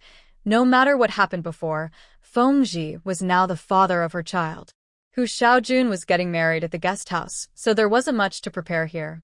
They just needed to help the bride put on her dress, do her makeup, and style her hair. When the groom arrived, they would give him a few challenges to slow him down, just make it fun. Hu Xiaojun had already changed into her dress and was now waiting for her hair and makeup. As Shen Qinghuan was about to step forward, she noticed Xiaoya was already in front of Hu Xiaojun, naturally picking up the makeup products. "Is Dr. Xiao doing Hu Xiaojun's makeup?" Shen Qinghuan asked. Hu Xiaojun looked a bit shy. "Sister-in-law, Dr. Xiao tried 2 looks on me yesterday. She thinks one suits me better, and she's more comfortable with it now." Shen Qinghuan didn't expect the last-minute change, but since she didn't have to help, she could relax. However, if they planned to switch to Xiaoya yesterday, she should have been informed. Then she wouldn't have had to come so early. Xiaoya applied foundation on Hu Xiaojun and glanced at Shen Qinghuan. Seeing her standing alone without anyone talking to her made her smile even wider. A few wives were discussing how to challenge the groom so he wouldn't easily take the bride away. Shen Qinghuan didn't share her opinion. One wife suggested making the groom drink water through his nose. "That's too harsh." The young wife, named Yao Qin, had a mischievous look. "My husband can do it. It shouldn't be hard for others either." Shen Qinghuan was surprised. Was that really not difficult? Right, they train for tougher challenges, so this little obstacle shouldn't be a problem. "Let's also make them sing." "That's too easy. Let's think of something else." Someone asked Shen Qinghuan, "Sister-in-law, you suggest one." Shen Qinghuan thought for a moment. "How about eating chili? That shouldn't be hard. We have soldiers from all over and a little chili isn't a big deal." Shen Qinghuan couldn't think of anything else. Yao Qin said, "Chili is fine. Not everyone can handle spicy food. We can make them all eat it. After all, chili wouldn't harm anyone." Everyone agreed, and someone quickly went home to get the chili. When the chili was brought back, Shen Qinghuan looked and realized it was bird's-eye chili. Suddenly, "I wonder if my suggestion was too harsh. Just now, I gave a thumbs up to the wife who drinks water through her nose." Xiaoya had almost finished doing Hu Xiaojun's makeup. Hearing everyone's comments, she showed a look of concern. "Are we really going to eat a whole one like this? That doesn't seem right." Yao Qin clapped her hands. "You're right, it's not good. Those who are clever will see it as a hot pepper and probably find a way to avoid it. I think it's better to chop it up." After saying that, she thought of something and added, "I happen to have some steamed buns with me. I was going to give them to Xiaojun, but since she said she already had breakfast, I'll share them." with the buns to cover it. Everyone can enjoy eating. Shen Qinghuan sensed Yao Qin's playful spirit and couldn't help but ask, "Sister-in-law, is your husband coming to pick up the bride too?" "Just call me Yao Qin," she replied. "Yes, he's Xie Yuan. He can't eat spicy food. He can avoid drinking water through his nose, but he can't avoid hot peppers." Shen Qinghuan. Dr. Xiao showed a disapproving expression upon hearing Yao Qin's words, "Sister Yao," saying that might upset Captain Xie. Yao Qin laughed. "No wonder everyone says Dr. Xiao is kind and caring. My husband is concerned too. I need to tell him later that he should have practiced more, considering he ended up with a wife like me." Shen Qinghuan blinked and looked at Yao Qin, sensing a hint of sarcasm toward Xiaoya. Xiaoya shook her head. "Sister-in-law, please don't misunderstand. That's not what I meant. Bao Yu checked the time. Everyone get ready. The bridegroom is almost here. Is the bride's makeup done?" "Yes." Everyone looked at Hu Xiaojun, who indeed looked much better with her makeup done. Hu Xiaojun, who originally had darker skin, a small face and light lips, now had a fairer complexion, bigger and more expressive eyes, and her lips had color, making her look more attractive. "Wow, this is really nice." Dr. Xiao not only knows how to treat patients, but also how to do makeup. Impressive. Shen Qinghuan also thought the makeup looked great. Xiaoya humbly said, "This is my first time helping with bridal makeup." She then glanced at Shen Qinghuan and asked, "Sister Shen, what do you think? Is there anything that needs changing?" "It looks very good," Shen Qinghuan smiled. Xiaoya felt some hostility from her, sensing it was still because of Feng Ji. So no matter how good the makeup looked, she wouldn't say anything more. To avoid everyone saying she was deliberately picking on Xiaoya, Xiaoya was surprised to see Shen Qinghuan not opposing her. Because Feng Ji was married to Shen Qinghuan, she rarely approached her to avoid feeling upset. However, she had heard that Shen Qinghuan had a bad temper, acting spoiled and looking down on others. Such people often love to show off. She had a classmate like that before. But now, Shen Qinghuan didn't seem upset at all about her taking the makeup job. Perhaps after being caught trying to elope, she had learned to behave herself. At that moment, there was a commotion outside, and Bao Yu said seriously, "Quick, close the door. The groom is here." Most of the wives in the camp had come from far away to be with their husbands, so it was rare for such a lively occasion. They were happy to join in the fun and share in the joy. Once the door to the guest house was closed, there was a knock. "Xiao Wan, I'm here to pick you up. Open the door," the groom called from outside. Yao Qin shouted, "Not yet. The bride can't just be taken away. She has to go through some tests first." The soldiers outside asked, "What tests?" "Just tell us." Yao Qin looked around and held back her laughter. "First, each of us sisters needs a red envelope." They complied quickly, and soon red envelopes were pushed inside. Yami checked the number and was satisfied. "We can open the door, but you still have to pass the test to take the bride. Didn't we just give you a red envelope?" "That's just the first test. We have 3 more tests prepared. If you pass them all, then the bride can go with the groom." Someone outside said, "Xie Yuan, I recognize your wife's voice. Can you ask her to be lenient?" They almost suggested that Xie Yuan should keep his wife in check. The wives couldn't help but laugh, and Yao Qin put her hands on her hips. Not a chance. There was no response from Xie Yuan, but another husband spoke up. "Xiang Lian can just sing a song, and later, Lao Xie will treat everyone to fried rice cakes." Xiang Lian was a caring wife and discussed with everyone, "How about we reduce one test? The one about drinking water. Sister, we can't reduce it. Ask the others if making it easier to take the bride means she won't be cherished as much." Yao Qin was the first to oppose. Shen Qinghuan didn't express her opinion. The majority followed the minority, and Yao Qin opened the door. "It's agreed, tests first, then we'll take her." "Okay, what's the test?" The groom's friends were eager to participate. Shen Qinghuan saw Feng Ji, who was still wearing the military uniform from the morning. When she looked up, he also glanced at her. He asked, "Qinghuan, did you come up with a question too?" Shen Qinghuan shook her head. At that moment, someone exclaimed, "Who thought of this? Let her husband do it." Shen Qinghuan looked up and saw a man with a mole by his lips looking towards Yao Bai, his face a bit dark. A few wives unconsciously looked at Yao Bai, especially Xiaoya, who almost pointed at him. Now everyone knew it was Yao Bai's idea. Yao Qin wasn't shy. She laughed and said, "If you all can't do it, then let Xie Yuan try." Then Shen Qinghuan noticed that the soldier with the mole looked even more upset. "Hey, sister-in-law, if your husband can do it, this challenge is too easy," one of the wives reminded. Yao Qin replied, "Let's see if he can do it.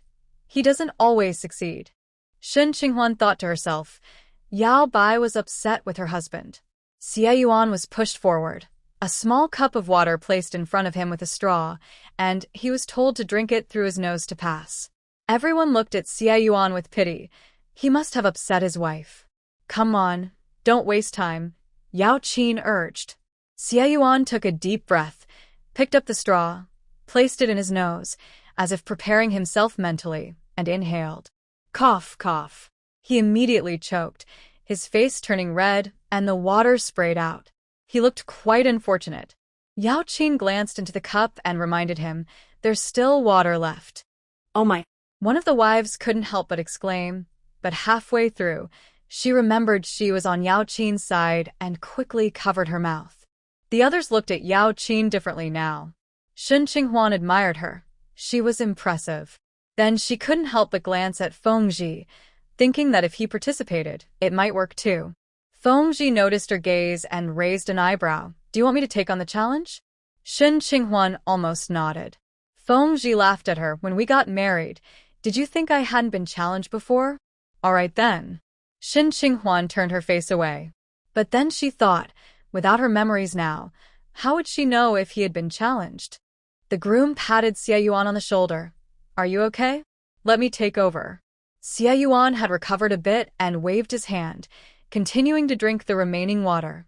This time, perhaps due to experience, he didn't choke as badly as before. The water in the cup is gone, so this round is over. In the second round, the challenge is to eat chili peppers. As soon as Yao Qin announced it, several soldiers stepped up confidently to take on the challenge. Shen Qinghuan noticed that Feng was standing still.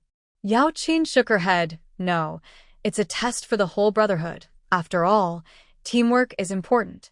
Someone nervously shouted, "What kind of chili? I hope it's not too spicy." Yao Qin smiled. "I thought about those who can't handle spicy food, so I didn't put in too much. It's just mixed with the steamed bun slices. Come on, let's finish this test quickly, so we can head to the hall." The chili paste was already prepared and spread all over the steamed bun slices, not just a little as Yao Qin initially said. Those who couldn't eat spicy food couldn't just swallow the chili with the bun. Shen Qinghuan noticed Feng frowning. Suddenly, she had a thought. Could he not eat spicy food? Yao Qin urged everyone to take a bun slice. There was no way to avoid it. The groom thanked his brothers. "Thank you all for your hard work." Some had pained expressions as they reluctantly took the buns, hoping the chili wouldn't be too spicy. Feng took one too. Shen Qinghuan watched him closely. Feng put the bun slice in his mouth. Soon, Shen Qinghuan saw his brows furrow, his handsome face turned red, and then he started coughing. Others who couldn't handle spicy food reacted too, coughing and asking for water, but none looked as affected as Feng. Xiaoya quickly poured him a glass of water. "Brother Feng, have some water." Feng was still coughing and didn't take it. A soldier, seeing Feng reaction, was surprised. "I didn't know old Feng couldn't eat spicy food. No wonder he didn't eat any of the spicy fish at my place last time. I thought he just didn't like fish." Who came up with this idea? It was his wife. A woman who didn't like Shen Qinghuan said. Immediately, Feng received the same sympathetic looks that Xie Yuan had just moments ago. The soldiers thought to themselves, "These wives are really something else." Feng coughed a few more times before stopping, but his face was still red, and he had a thin layer of cold sweat on his forehead. He looked at Shen Qinghuan. "Shen Qinghuan, are you trying to harm your husband?" Shen Qinghuan felt a bit guilty. She hadn't realized Feng couldn't handle spicy food. What a misunderstanding. She asked, "Are you okay?"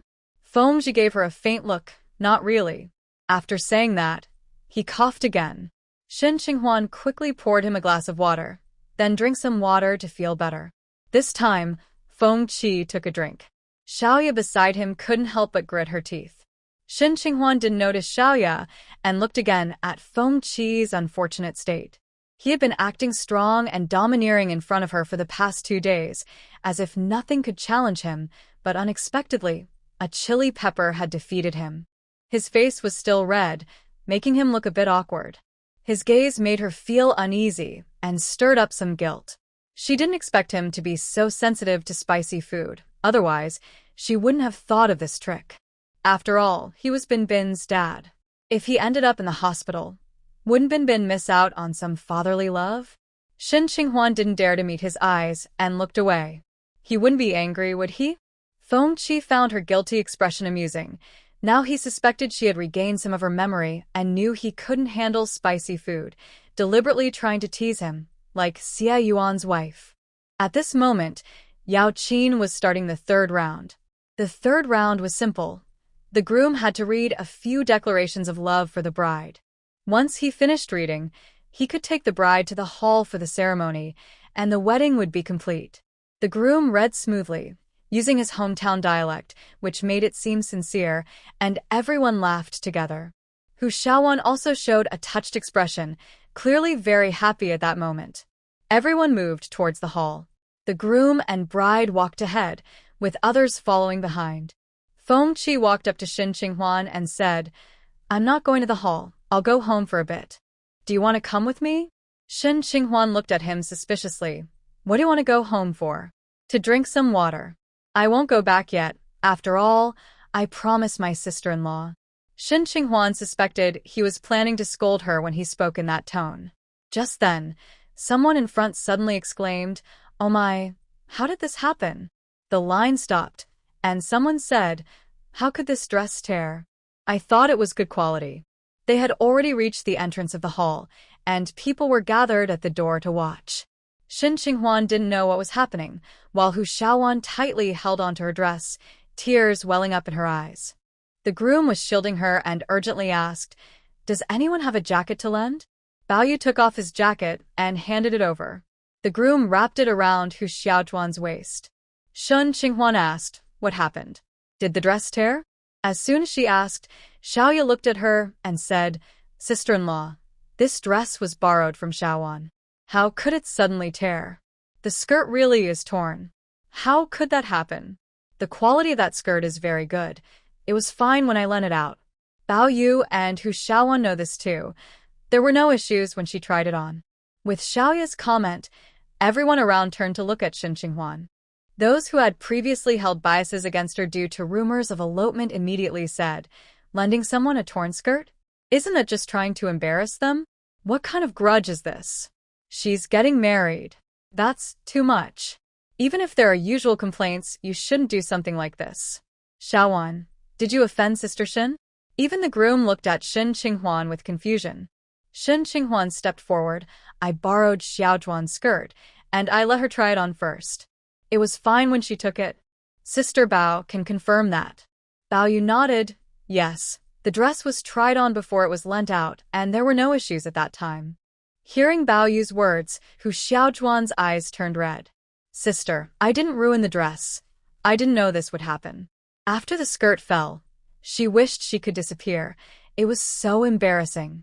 Borrowing someone else's clothes already made her feel uneasy, and now being suspected of damaging them made her feel even worse. She truly didn't expect this to happen. Xiaoya quickly handed Hu Xiaowan a tissue to wipe her tears and said, "Xiaowan, don't cry. Your makeup will run. You definitely didn't ruin the dress. You care about it more than anyone else. After all, it looks like it's in great condition." Who would have thought this would happen? Many people around nodded in agreement. Yes, this dress looks brand new. It hasn't been worn much. How could it be damaged? Who doesn't know that our sister Shen is particular about her clothes? She only buys quality items from department stores.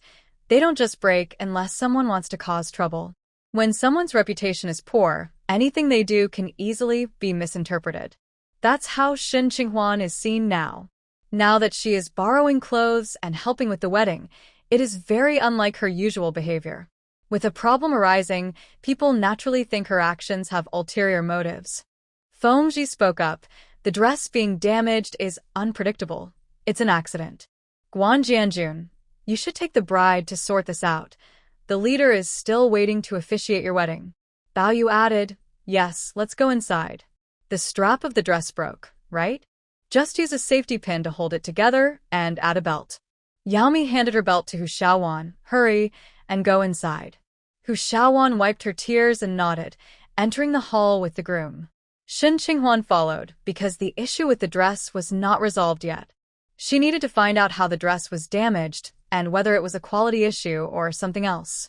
She knew that if she let this go, her reputation would suffer even more. After all, she borrowed the dress to do a good deed, but instead of a reward, she ended up in trouble. Qinghuan, Feng Ji called her. Shen Qinghuan stopped and asked, what's wrong? Are you going back? She remembered. He mentioned going back earlier. Feng Ji's face was still a bit red, clearly affected by the spicy food. She added, then you can go ahead.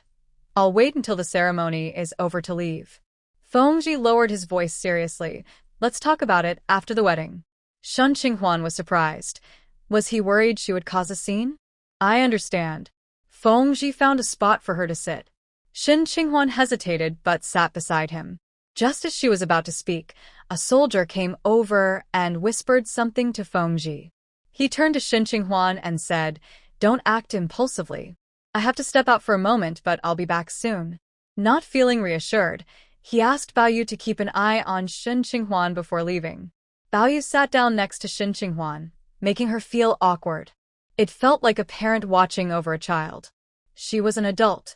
She just had amnesia, not a lack of sense. Did she really need someone to watch her? Would she still have the confidence to go out later? Shen Qinghuan felt a bit angry. At that moment, the ceremony began. On the small stage ahead, Captain Gao served as the officiant. The newlyweds read their vows and made promises. Captain Gao encouraged them and offered blessings, completing the wedding. Hu Xiaowan approached Shen Qinghuan, her eyes still a bit red. Sister-in-law, I'll return the dress to you when I get back. Oh, Xiaowan, you're so polite. She embarrassed you in front of everyone, and you're not even asking for an apology, a woman commented, taking advantage of Feng Ji's absence to make a jab. Shen Qinghuan ignored her and asked Hu Xiaowan, can you show me where it's damaged? Hu Xiaowan hesitated. There are so many people here. Xiaoya walked over, frowning in disapproval. Sister-in-law, you've already made Xiaowan lose face once in public. Do you want her to do it again? Xiaoya's words stirred up anger among others, who began to look disapprovingly at Shen Qinghuan. Shen, you usually look down on others, and we haven't said anything. Now you're going too far, bullying Xiaowan just because she comes from the countryside, right? Many of the women present, who were also from the countryside, glared at Shen Qinghuan. Everyone, please calm down. I didn't ask her to take off her clothes in public. I just asked her to step aside, so I could take a look. Any sister who wants to see can come over too, Shen Qinghuan said, raising her voice. Bao Yu agreed to help keep an eye on Shen Qinghuan and added, Shen, you lent her the clothes out of kindness. Let her show you what's going on.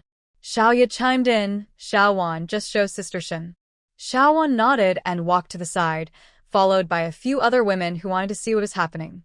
The women shielded Xiaowan as she opened her coat, revealing the straps of her dress. The straps were pinned together with a safety pin. Once the pin was removed, Shen Qinghuan noticed a neat cut on one of the straps. This looks like it was cut with scissors halfway through. If you don't look closely, you wouldn't notice. Once it's worn, it could easily break with a little force, Xiaoya said. Everyone turned to Shen Qinghuan. Shen, did you cut this? Oh my, how could someone do this? If you didn't want to lend it, why do something like this? Hu Xiaowan looked at Shen Qinghuan in disbelief. Sister, did I do something wrong? At that moment, the groom and his friends had not left yet and were also looking at Shen Qinghuan. Bao Yu opened her mouth, confused, and looked at Shen Qinghuan. Was it really her who did this? She thought Shen had changed for the better since coming back. Shen Qinghuan frowned. I didn't cut it. Why would I do that?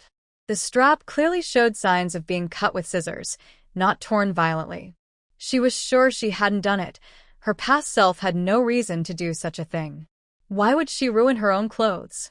Because you look down on rural women, you deliberately made Xiaowan stand out. You have bad intentions and can't stand to see others do well. You were brought back against your will, feeling resentful, and seeing others happily married makes you jealous. A few women said this to Shen Qinghuan. Shen Qinghuan did not respond to them, but turned to Hu Xiaowan. Xiaowan, besides you, who else has touched this dress? Hu Xiaowan instinctively looked at Xiaoya, who froze for a moment. Just as she was about to speak, Shen Qinghuan quickly asked, "Did you give it to Dr. Xiao?" Wu Xiaohuan nodded. Xiaoya didn't expect Hu Xiaojun to directly expose her, but she had considered this possibility. She calmly said, "I helped her with some disinfection.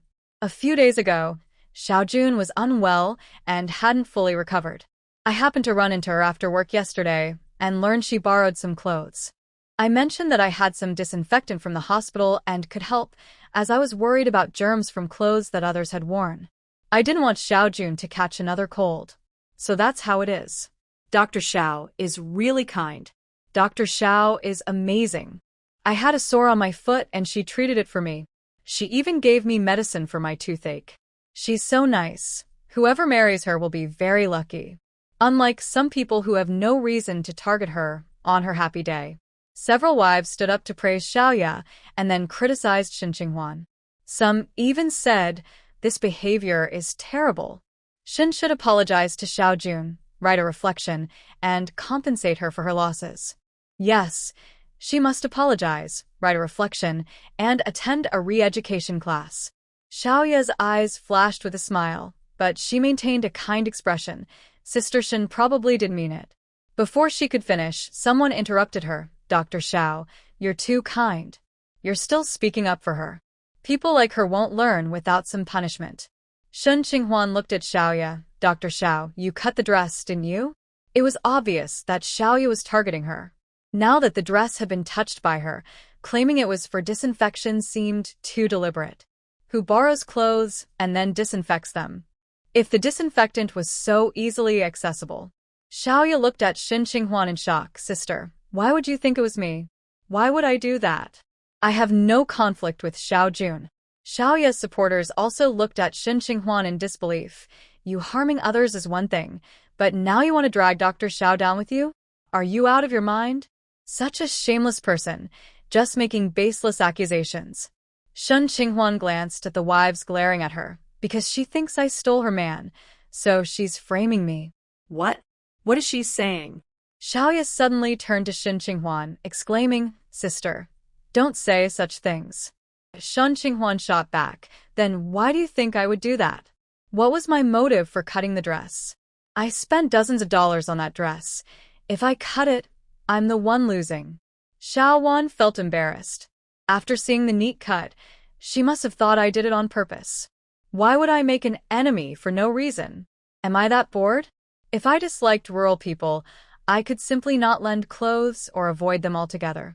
There are so many rural people. How could I target them all? Xiaoya didn't expect Shen Qinghuan to be so sharp-tongued.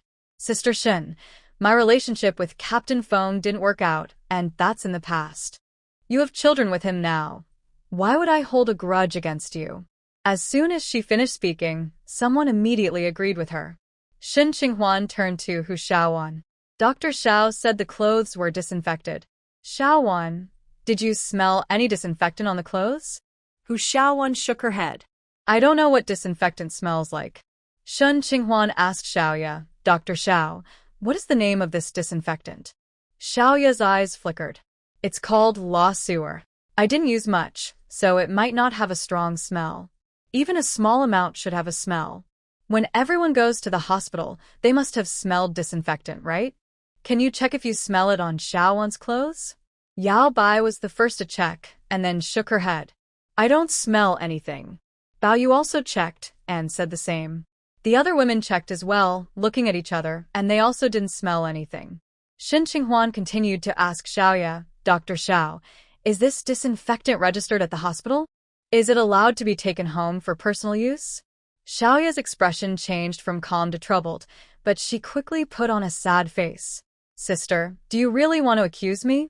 I've explained everything. Captain Feng and I had a brief connection, but we have not been in contact privately since then. Shen Qinghuan interrupted her.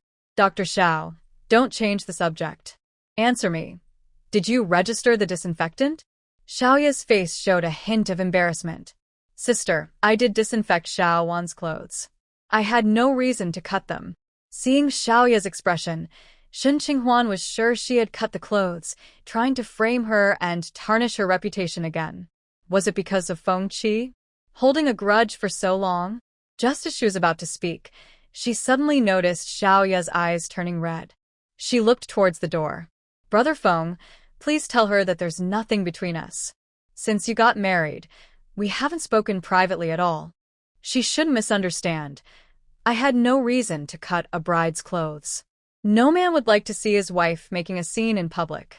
Feng Qi walked in quickly. He didn't look at Xiaoya and asked Shen Qinghuan, did someone cut the clothes? Who did it? Shen Qinghuan nodded toward Xiaoya. Dr. Xiao took my clothes home from Xiaowan to disinfect them, but there's no smell of disinfectant on the clothes. Dr. Xiao also avoided the issue of disinfectant registration, so I have reason to suspect that she cut the clothes and framed me because she resents me for taking her man. Xiaoya exclaimed, Sister Shen, you can't say things like that. Shen Qinghuan looked at her. So tell me, did I take your man? Xiaoya's gaze turned cold. I had an arrangement to meet with Brother Feng, but so much time has passed. Why would I still hold a grudge against you? Then why are people still saying I took your man? That day by the pool, when Sister Huang was pointing at me and scolding me, why didn't you deny it?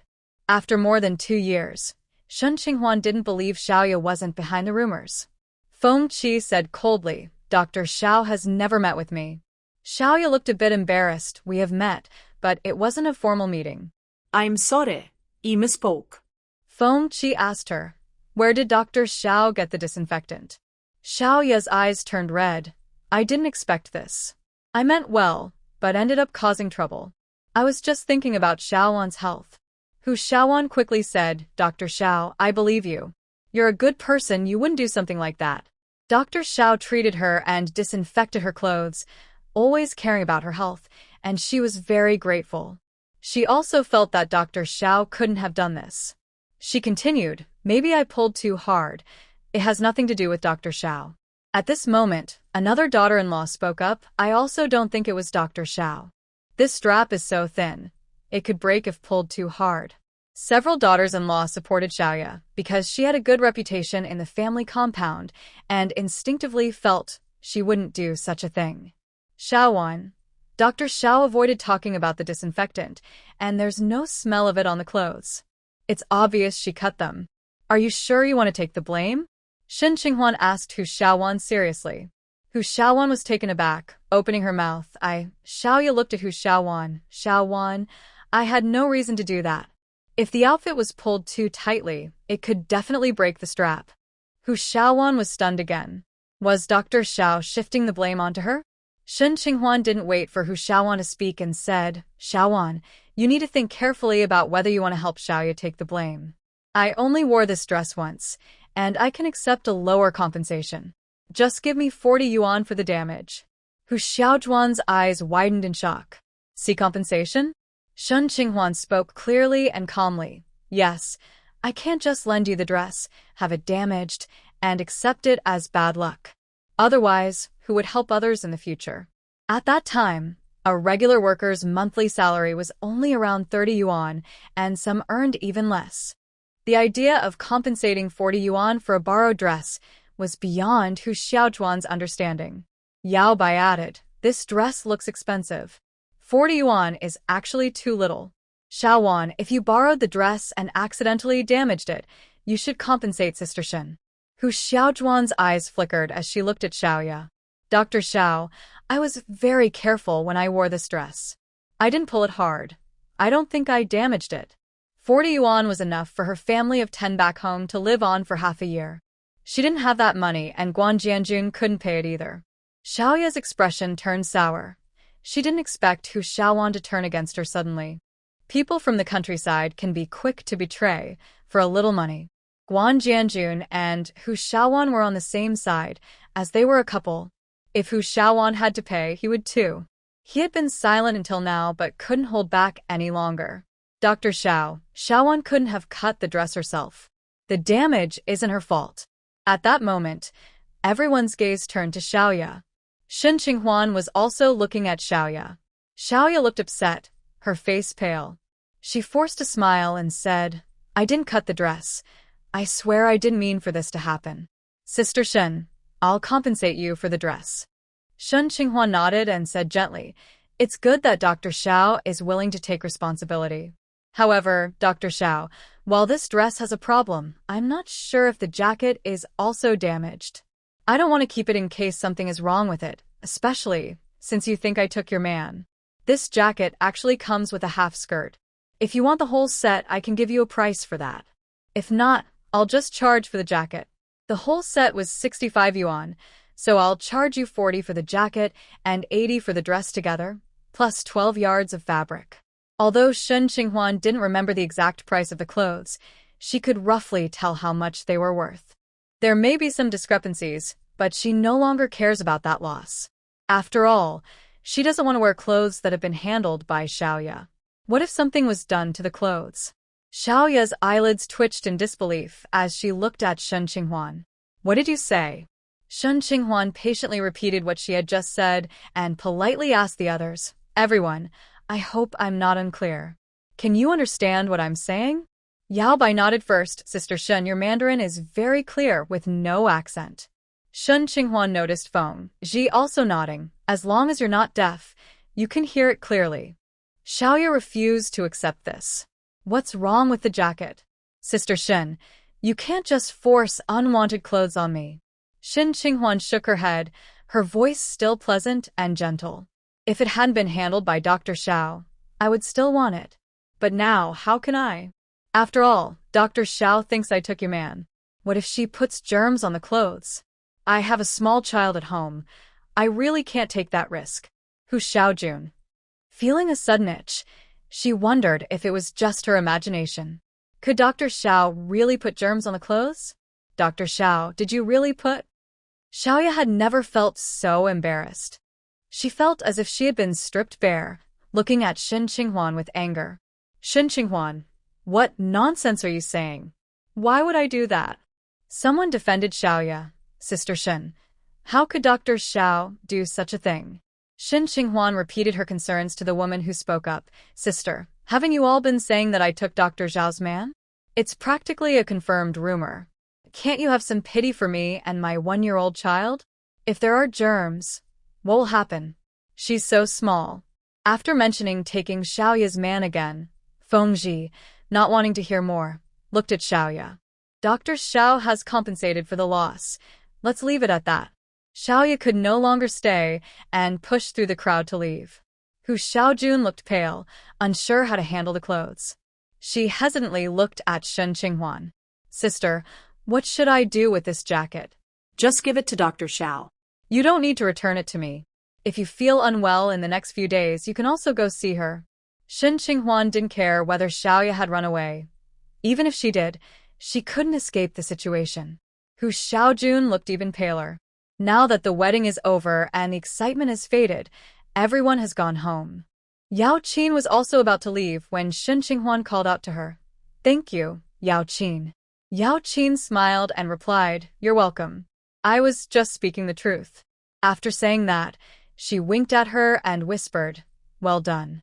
She didn't expect Shen Qinghuan, who seemed delicate, to calmly push Xiaoya back step by step. Shen Qinghuan's fondness for Yao Qin deepened a little. Shen Qinghuan and Feng Ji went home.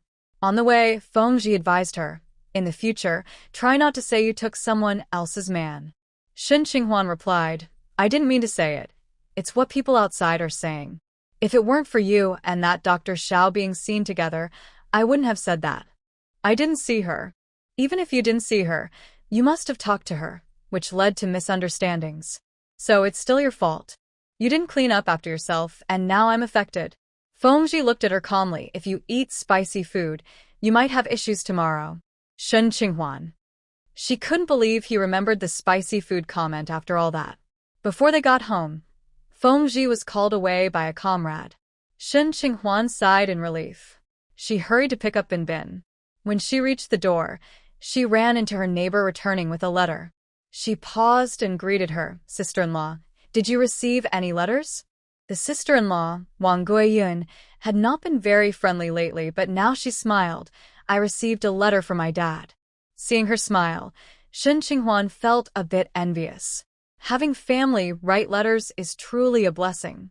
After thinking for a moment, she decided to write a letter to her family. Since they hadn't written to her, she would write to them instead. After returning home, Shen Qinghuan found her old introduction letter and rural proof, which had her address in Anqing.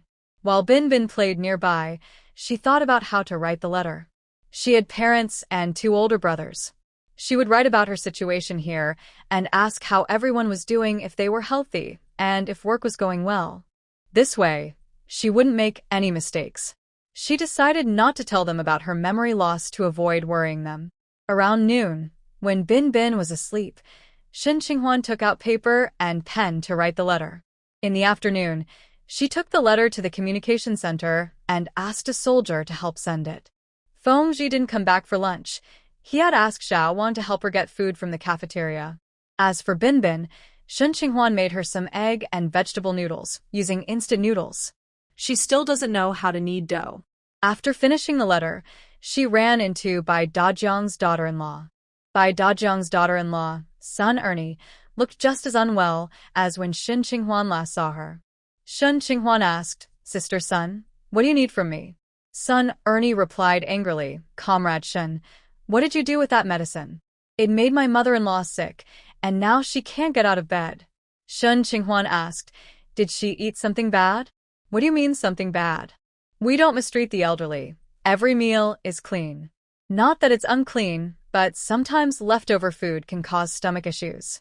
How is Bai Dajiang now? Has she gone to the hospital? Hospital? She refuses to go. She got sick after using the ointment you gave her. Did you just mix it up yourself? Now my mother-in-law has no energy. You need to explain this. That's impossible. The ointment had been shown to a doctor, who confirmed it was safe. Shen Qinghuan picked up Bin Bin and said, I'll go take a look. Fine, I'll let you see for yourself. How dare you just give out medicine like that? Shen Qinghuan followed her to the Bai household. A neighbor was helping Sun Ernie hold the baby, while Bai Dajiang lay on a bed in the living room. Upon seeing Shen Qinghuan, Bai Dajiang's eyes flickered. Dear, you're here. Sun Ernie said, Mom, you used her medicine, and now you're sick. I brought her here for an explanation. Shen Qinghuan approached. How are you feeling, Andy? Bai Dajiang did look unwell, but there was a hint of guilt in her gaze. I don't know what's wrong. I couldn't eat anything this morning, and went to the bathroom 3 times. It's because of the medicine she gave you, her daughter-in-law interjected. The neighbor holding the baby looked at Shen Qinghuan. Is it her medicine? Is she a doctor? Sun Ernie scoffed. She's not a doctor. She helped someone in the hospital feel less pain, and my mother-in-law thought she was a miracle worker. After getting her medicine, she ended up like this.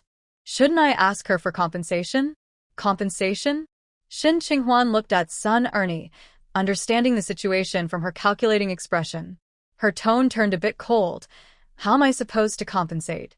Sun Ernie glanced at Shen Qinghuan's outfit, her eyes flashing with greed. My mother-in-law's health isn't good, and now it's worse. She'll need to recover for a while. I just had a baby, and now I have to take care of her and buy her nutritious food. You need to give us 200. Hearing 200, the neighbors widened their eyes. That amount was half a year's salary for an ordinary person. Shen Qinghuan shook her head. I can prove my medicine is not the problem. The old lady's diarrhea is not caused by my medicine. Then she looked at old lady Bai. How is your foot after using my medicine? Has it improved? Old lady Bai was about to speak when she noticed Sun Ernie's dark expression. She whispered, and no improvement. Now, the daughter-in-law was in charge, and she had already spent so much on her hospital stay. She heard that the girl's family was wealthy. She had seen their house with a television and a refrigerator. The daughter-in-law said that for Shen Qinghuan, this amount was nothing. But she didn't expect it to be 200. At first, they agreed that 50 would be enough. Under Shen Qinghuan's gaze, old lady Bai felt her face burning. Shin Qinghuan noticed old lady Bai's discomfort and understood the situation better. Son Ernie was clearly after money. It seemed her good intentions had backfired once again. Fortunately, she was prepared. Bingbing seemed uncomfortable and wanted to go home, pointing towards the door. Shin Qinghuan held her daughter and said, "If you insist on me paying, go to the hospital and get a proof that my medicine harmed the old lady. If not, then be quiet." She had proof but didn't show it, thinking that if son Ernie didn't get money, she would cause more trouble. It was better to let her escalate things. Shin Qinghuan said this and left with her daughter. Old lady Bai hurriedly got up from the bed, but in her rush, she hurt her back and felt dizzy. By the time she recovered, Shin Qinghuan was gone. Panicking, she turned to her daughter-in-law. "Oh no, you need to call her back quickly." Son Ernie was furious that she couldn't get money. "Why weren't you this anxious before? You were mumbling, afraid others would see you were pretending." It was just that the old lady's acting was too poor, and Shin Qinghuan saw through it, so she was unwilling to pay. Madame Bai's cloudy eyes filled with tears. "Heir and I, this isn't right."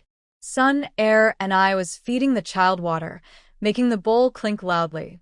"You are all good people, but I'm the bad one. I take care of the young and the old to save a little money for the family, and I don't even care about my own face." Madame Bai fell silent. When Son Heir and I discussed with her, she said that once they got money from Shin Qinghuan, they could use her ointment to get some medicine from the pharmacy.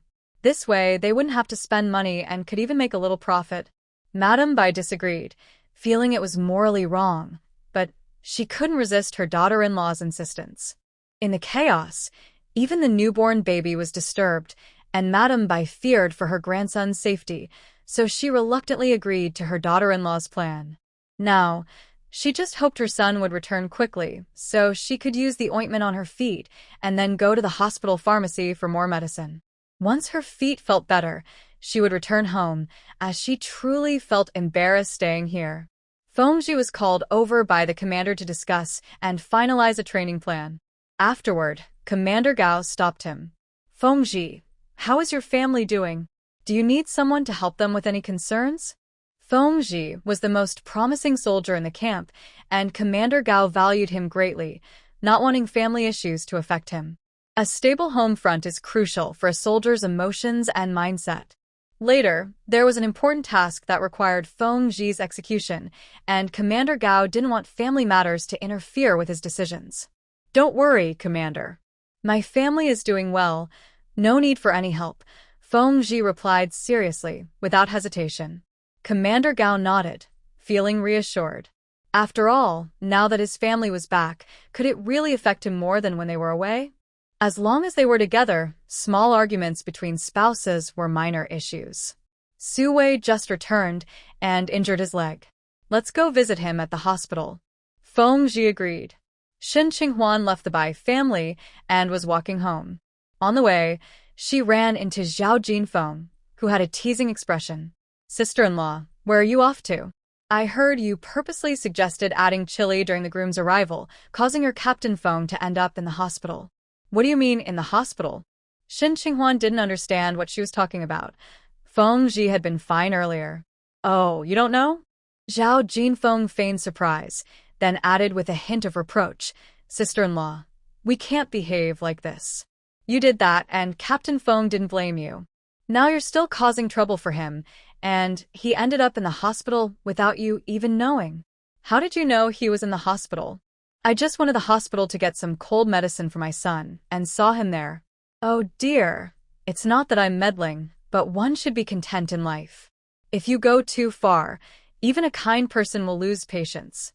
Zhao Jinfeng was quite disapproving of Shin Qinghuan's actions.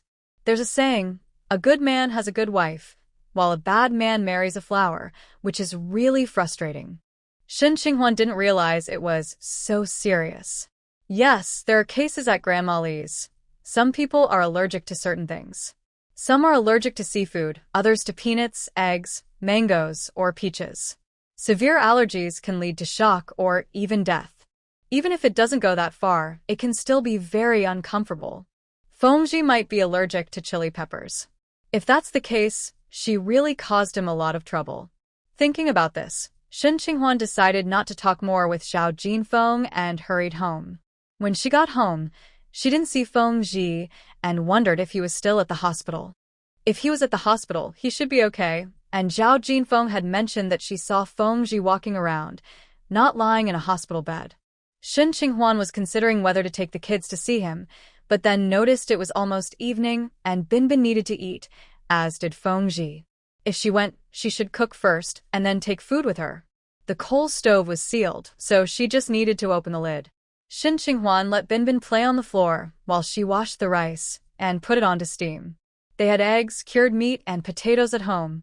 Shen Qinghuan thought it wouldn't be too hard to make a meal. While washing the potatoes, their neighbor, Sister Bao, returned. She seemed to have been to the vegetable garden and was holding some vegetables. Shen Qinghuan greeted her, and Bao Yu handed her a small bunch of vegetables. "You can take these. We can't finish them at home." Shen Qinghuan quickly replied, "No. Thank you, sister. We have enough vegetables."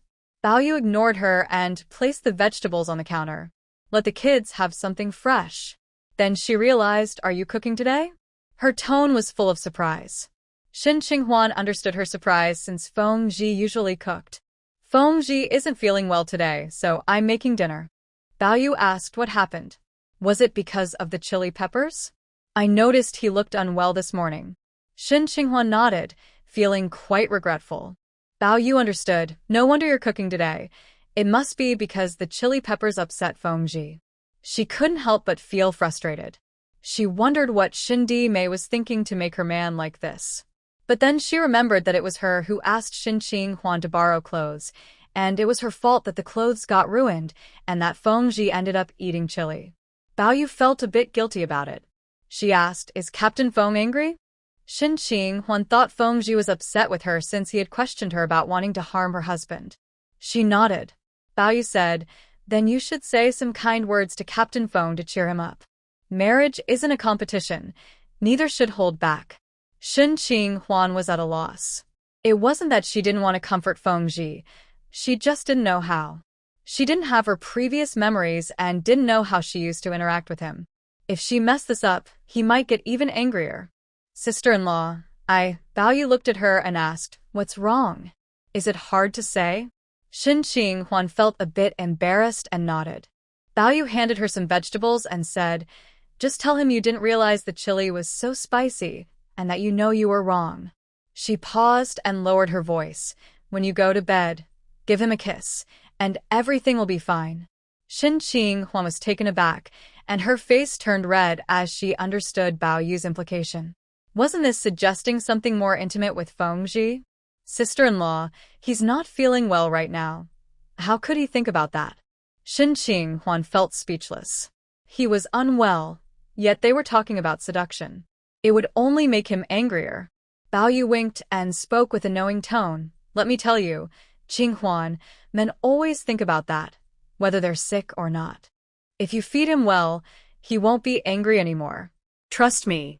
After saying this, she couldn't help but admire Shen Qinghuan, who was truly beautiful, with skin so soft it seemed like it could glow. Not just men, even women would want to touch her. As long as she softened her tone and said a few sweet words to Captain Feng, even if he had a bucket of chili, he wouldn't stay mad. Seeing that Shen Qinghuan still looked confused, Bao Yu continued, "You must have heard the saying about making up in bed, right? That's how it works. Trust me, try it tonight, and come back tomorrow to see if he's still angry." Shen Qinghuan still felt it was impossible. "Sister-in-law, you might be mistaken. When he's not feeling well, how could he have the mood for that?" "You listened to your sister-in-law correctly." Bao Yu didn't say much more. It was getting late, and she went home to cook. Shen Qinghuan was about to take out the cured meat to cut it when she saw Binbin playing with water by the sink. She quickly brought her back. At this age, children are curious about everything and eager to explore the world. If you're not careful, they can disappear and get into dangerous things. Shen Qinghuan had no choice but to carry her on her back, otherwise, she couldn't get anything done. But the child was very uncooperative. After she adjusted the straps, Binbin pulled at them and struggled fiercely when she wasn't lifted. There was no way to manage her. So, she had to put her down. Despite being small, the child had quite a bit of strength. Shin Qinghuan couldn't hold on to her while she struggled. She decided to pour some warm water for her to play with at the door. Just as Shin Qinghuan was about to continue cooking, Xiao Wang came over with a lunchbox. Shin Qinghuan approached him, asking, "Comrade Wang, did Feng Ji go to the hospital?" The captain went out after returning from the hospital. He has something to take care of and will be back later. Shin Qinghuan felt even more guilty. He was sick and still had to prepare food for her. The meal from the cafeteria included stir-fried meat and tofu. She chopped the meat into small pieces, mixed it with tofu and eggs for Binbin to eat. The eggs were cooked separately. Now that she had served the meal, she had to put the steamed rice in the fridge for tomorrow. Not long after eating, Feng Ji returned. Just then, Binbin was getting sleepy and crying. As soon as he came back, he comforted the child. Shin Qinghuan glanced at him and asked, "Feng Ji, did you go to the hospital today?"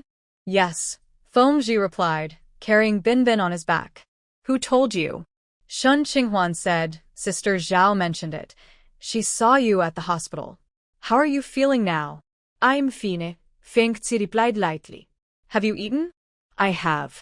"I'm sorry, I didn't know you." Binbin pointed at the door wanting to go outside, so Feng Ji carried her out. Shin Qinghuan bit her lip. She had noticed dirt on the hem of Feng Ji's pants, likely from outdoor training. It must be uncomfortable for him to train while feeling unwell. After thinking for a moment, she took out some milk powder, prepared a cup for Feng Ji, and brought it outside. Feng Ji glanced at her and said before she could speak, "No need." Shin Qinghuan paused, then took the cup back inside to drink it herself. She felt he might be upset. Soon, Binbin fell asleep, and Feng Ji placed her back in her small bed in the room. Shin Qinghuan brought in Binbin's small blanket and covered the child, then said to the man beside her, "The hot water is ready. You can go take a shower." Feng Ji looked at her in surprise. "Okay." After he agreed, Shin Qinghuan handed him the clean clothes she had prepared on the bed. Feng Ji raised an eyebrow, his dark eyes deep. "Qinghuan, is something going on?" While in the camp, he had heard soldiers talk about the benefits of having a wife, like coming home to a warm meal, having someone bring you shoes, and preparing clothes for a shower. He had never experienced such treatment before. He never asked his wife to do these things. Every couple has their own way of interacting. But suddenly, one day, his wife did this, which surprised him. He wondered if she had gotten into trouble or needed something from him. It surely wasn't out of love for her husband. Shin Qinghuan shook her head, "Not today. You ate spicy food and don't feel well, right? It's only natural for me to take care of you. By the way, do you need help with your back while you shower?" After she said this, Feng Ji's eyes grew intense, and he swallowed hard. "Qinghuan, don't tease me." Shin Qinghuan felt she had already said it, so she couldn't take it back. She nodded. "Then come here." Their bathing area had been remodeled and had a decent amount of space. A light hung inside, casting a warm glow but still bright enough. After Feng Ji started the hot water, he began to take off his clothes. Shin Qinghuan thought he would only take off his shirt since it was a bit cold, and he wouldn't need to remove his pants, just to wash his back. But he took off his shirt and continued to remove his pants. "What are you doing?" Shin Qinghuan turned away to avoid looking. Feng Ji's voice was deep and smooth. "You've seen it before." Shin Qinghuan looked at the floor. "Sit down." Washing his back would definitely require him to sit. Feng Ji sat down. Shin Qinghuan took a towel and began to rub his back. She had never been to a bathhouse but knew how to do it. She placed the wet towel on his back and applied pressure. "Qinghuan, my shoulder." Shin Qinghuan moved the towel to his shoulder, but before she could apply pressure, he grabbed her hand and pulled her onto his back. He turned his head and kissed her. Shin Qinghuan's eyes widened. What was he doing? They were supposed to be showering. Feng Ji pulled her in front of him and sat her on his lap. "Let's wash together." "No." Shin Qinghuan struggled. But Feng Ji didn't listen. Feng Ji didn't care what Shin Qinghuan asked of him or if he felt guilty. Anyway, he was going to enjoy the meat that was right in front of him. Shin Qinghuan felt like she was going crazy, dealing with this in the cold bathroom. "Don't. I'm cold." "How can you be cold while taking a shower?" "I don't want you to wash." "Qinghuan, It's normal for you to help me wash my back if I help you shower. Shen Qinghuan wanted to kick him, but when her foot hit his hand, he grabbed it and started to massage it gently. Later, Shen Qinghuan still complained about being cold, so Feng Qi put a coat on her but still finished what he wanted to do in the bathroom. He carried Shen Qinghuan back to the room, and just when she thought she could sleep, he came over again. This annoying chili allergy. Shen Qinghuan almost cried until dawn, her voice nearly gone. Baoyu woke up early because the men and children needed breakfast before going to work or school. She got up before dawn to start the coal stove, wash rice, and cook porridge. When she took the dirty clothes to the door to wash, she saw the door of the neighbor, Captain Feng's house, was open. She couldn't help but take a look. It was Feng Qi who came out, carrying a child while preparing breakfast and washing bed sheets. Half an hour later, he was dressed neatly and left the house with the child, and Baoyu greeted him. She noticed that Captain Feng looked very energetic today, almost glowing with satisfaction. After he left, she looked back at his house. The front door was closed and she didn't see Shen Qinghuan, which meant she was still in bed. TSK. It seemed that Sister Shen had listened. Those two probably stayed up very late last night. After Baoyu went to the vegetable garden and returned, it was almost 10 o'clock when she finally saw Shen Qinghuan get up. She walked over. Sister, did you just wake up? Then she noticed Shen Qinghuan's face turned red and her eyes darted away, and she immediately understood what was going on. She smiled teasingly. Did you manage to make Captain Feng happy last night? Shen Qinghuan looked at her with a resentful gaze. He's fine, not feeling unwell at all. There's no need to cheer him up. What a waste of her guilt. Now she was the one with problems. Her body felt like it was falling apart, and her throat was uncomfortable. In the afternoon, Shen Qinghuan took Binbin to play in a sand pit in the yard and saw Zhu Shitong's figure. Zhu Shitong was wearing the cotton coat she had lent her, happily chatting with two other women as they passed by. Since they were a bit far away, Zhu Shitong didn't see her. Shen Qinghuan thought, didn't Zhu Shitong say she would only wear this coat when going out of the city? Could it be that she went out of the city today? I'll ask her about the situation in the city later. She wants to go to the city market to see if there are any herbs for sale. Bingbing had a bit of an upset stomach a couple days ago, so I made her some hawthorn water to drink, and now she's mostly better, but there are some mosquitoes in the house. Children attract mosquitoes more than adults do. Even though the weather is getting cooler, there are still mosquitoes. Just now, when she went to pick up the little one from Sister Xingying, she noticed 2 red mosquito bites on her face and hands. So she plans to check the market for mugwort or something similar, to buy some to burn in the house, and to make a few mosquito repellent sachets to put at the door to help reduce the number of mosquitoes. Bingbing is having a great time playing in the sandpit. Kids seem to naturally love playing with water and dirt. When the sun is about to set, Shen Qinghuan will take her home. As they near home, she suddenly thinks of Zhu Shitong and decides to stop by her house. Zhu Shitong lives not far away, just behind 2 rows of houses. When Shen Qinghuan arrives, she sees Zhu Shitong's door is closed, but she notices her neighbor cooking and asks, Sister, is Shitong not home? The neighbor calls into Zhu Shitong's house. Shitong, someone is looking for you. In a moment, Zhu Shitong opens the door. Seeing Shen Qinghuan, she smiles and says, Qinghuan, what a surprise. Come in. Shen Qinghuan enters. This is her first time in Zhu Shitong's house since returning. Zhu Shitong's place seems smaller than Feng Qi's, and it's a bit cluttered. There's a radio and some grain stored in the room. The sofa is a simple wooden one with a few clothes on it, making the room look a little messy. Zhu Shitong offers to pour tea for Shen Qinghuan, but she quickly stops her, saying, no need to fuss, I'm not thirsty. With her big belly, it's concerning to see her busying around. Bingbing is curious about the new environment and struggles to get down. Shen Qinghuan sets her on the sofa. Bingbing spots a colorful string on the sofa and reaches for it, pulling out an oil cake that was hidden under some clothes. It's half-eaten. Seeing the food, Bingbing reaches for it, but Shen Qinghuan quickly stops her and puts the oil cake on the table. Zhu Shitong looks a bit embarrassed and moves the oil cake away, saying, I forgot to put it away after lunch. With this pregnancy, I feel so forgetful. Qinghuan, do you want some peanuts? At this moment, Shun Qinghua notices some oil stains around Zhu Shitong's mouth.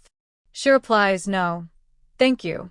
The oil on Zhu Shitong's mouth doesn't look like it's from lunch. However, Shun Qinghua did not continue to ask. She had a guess in her mind, fearing that she had just been hiding in a room eating, worried about being seen by others. "Shitong, did you go to the city today?" "No, why?" Zhu Shitong also sat down on the sofa. "I thought you wore that cotton coat because you went to the city." Zhu Shitong smiled and said, "Not at all. I went to the riverside today. I heard from Sister He that there were wild vegetables there, so I went to take a look. It was windy today, so I put it on. You don't mind, do you?" Shun Qinghua felt a bit uncomfortable, even annoyed. Wasn't this just taking advantage? She had clothes to wear and was making excuses like that. Zhu Shitong seemed not to notice her expression. "I know you're not that kind of stingy person. I also heard about the wedding.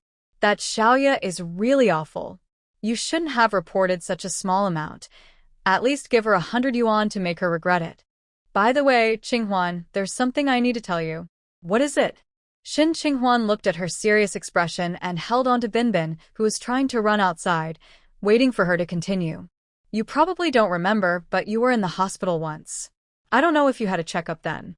"What was I in the hospital for?" Zhu Shitong looked at her with concern and lowered her voice, saying, "At that time, you didn't have Binbin yet. One night, it must have been around midnight, Captain Feng carried you to the emergency room because of something serious that happened during intimacy, something about a rupture." Shun Qinghua stared at her in shock. Zhu Shitong continued, "This is not a joke. If it had been too late, you could have been in real danger." How do you feel now? Shun Qinghua frowned. "Are you serious?" Such professional terms are not known to everyone. Even Zhu Shitong, who had been to high school, might not know about these things if she hadn't encountered them. Zhu Shitong assured her, "Why would I lie to you? If you don't believe me, you can ask at the hospital or look for a diagnosis at home. Qinghua, I'm telling you, we can't just let men decide everything during intimacy. We have to take care of our own bodies too." Her words were quite earnest. Shun Qinghua felt a bit numb in her hands. Last night, Feng Qi had really asked a lot from her. Zhu Shitong glanced at her and lowered her voice, saying, "Qinghua, I need to tell you something. The doctor advised me that it's best to do this twice a month, especially for someone with a weak body like yours. If Commander Feng asks, you should refuse and explain that your body can't handle it." Shun Qinghua wasn't sure how to react, feeling that Zhu Shitong's words held deeper meaning than just concern for her well-being. Just then, Zhu Shitong's husband, Hongji, returned home. Shun Qinghua picked up Binbin and said, "Well, Shitong, I should head back now." Zhu Shitong replied, "Why don't you stay and have dinner with us?" "No, thank you." "All right, but you must be careful about what I just told you." Shun Qinghua looked at her and said, "Shitong, I need to take this clothing back. I have 2 pieces that are still wet." Zhu Shitong was surprised. "Didn't you say you would lend it to me?" "What clothing?" Hongji asked from a distance. Zhu Shitong looked a bit unhappy and took off the clothing, handing it to Shun Qinghua. "Qinghua, doesn't Commander Feng care for you? You should ask him for money to buy more clothes." Shun Qinghua raised an eyebrow. "Didn't you say he dislikes me?" Zhu Shitong hesitated and replied, "He still puts on a show in front of others." Shun Qinghua ignored her comment, took the clothing, and left. Not long after stepping out of Zhu Shitong's home, she saw a child who was unable to make a sound. She hurried over. The child looked about 4 or 5 years old, clutching his throat with a red face, clearly choking on something. Shun Qinghua quickly set Binbin down and picked up the child, lifting him under his arms and shaking him gently. Before long, the child coughed up the candy that was stuck in his throat. At that moment, the child's parents rushed over, concerned about their child's condition. Shun Qinghua explained what happened and advised them to avoid giving hard candies to children, as it could be very dangerous. The child was crying, likely due to discomfort in his throat. Shun Qinghua suggested they get a boiled egg, peel it and roll it on the child's throat to help soothe it. However, the parent looked at her and said, "Sister Shin, you're not a doctor. You shouldn't give advice like that. Aunt Bai, whom you gave medicine to, still hasn't gotten out of bed." With that, She took her child and left. Shin Qinghuan raised her eyebrows. The news about Aunt Bai had spread quickly. Son Ernie was certainly eager to share the gossip. The gossip in the family compound really spread fast. What happened in the morning was nearly known by the entire compound by the afternoon. Now, not only the wives know, but even some soldiers have heard about it. When Feng was about to finish work, he was called into Commissioner Liang's office. Commissioner Liang said, "Feng, your wife hasn't studied medicine, right? I remember she is not working now and didn't graduate from a medical school." Feng replied, "Commissioner, just tell me directly what the matter is. My wife doesn't have any of those qualifications." Commissioner Liang continued, "Today, I heard from your sister-in-law that someone in the hospital approached her to help persuade your wife. She gave a soldier's mother some medicine, and now that mother is experiencing severe side effects and can't get out of bed. Giving medicine can be serious, so we must be very careful." Feng Qi's expression turned serious. "Which soldier is it?" "From the 2nd Battalion, Bai Dahai. His mother has been suffering from foot pain and might have been desperate for help." "I understand. I will ask her about it when I get home." Commissioner Liang, still concerned about Feng Qi's life, asked, "Your wife isn't causing trouble for you anymore, right?" Feng Qi's wife was known in the community for being a bit troublesome, and even he had heard about it. Feng Qi didn't like discussing Shin Qinghuan with others. "We're doing well." Commissioner Liang observed him closely and then smiled. "I believe you." After all, his spirit was indeed different since his wife returned. It seemed he was overthinking things. After some challenges, it seemed his wife had decided to work their relationship. "All right, you can go home now." When Shin Qinghuan returned home, she opened the lid of the coal stove and added some wood chips. She realized she had added too much and quickly removed the excess, her sister's words echoing in her mind. She wasn't sure if the news about her entering the hospital was true. She didn't know how other men's families were. But Feng Qi was truly strong. He must have been a top soldier. After training all day, he still had that much energy when he got home. He was definitely born to be a soldier. While she was thinking, she saw Feng Qi's figure in her line of sight. Her heart raced a little, and she felt a bit nervous.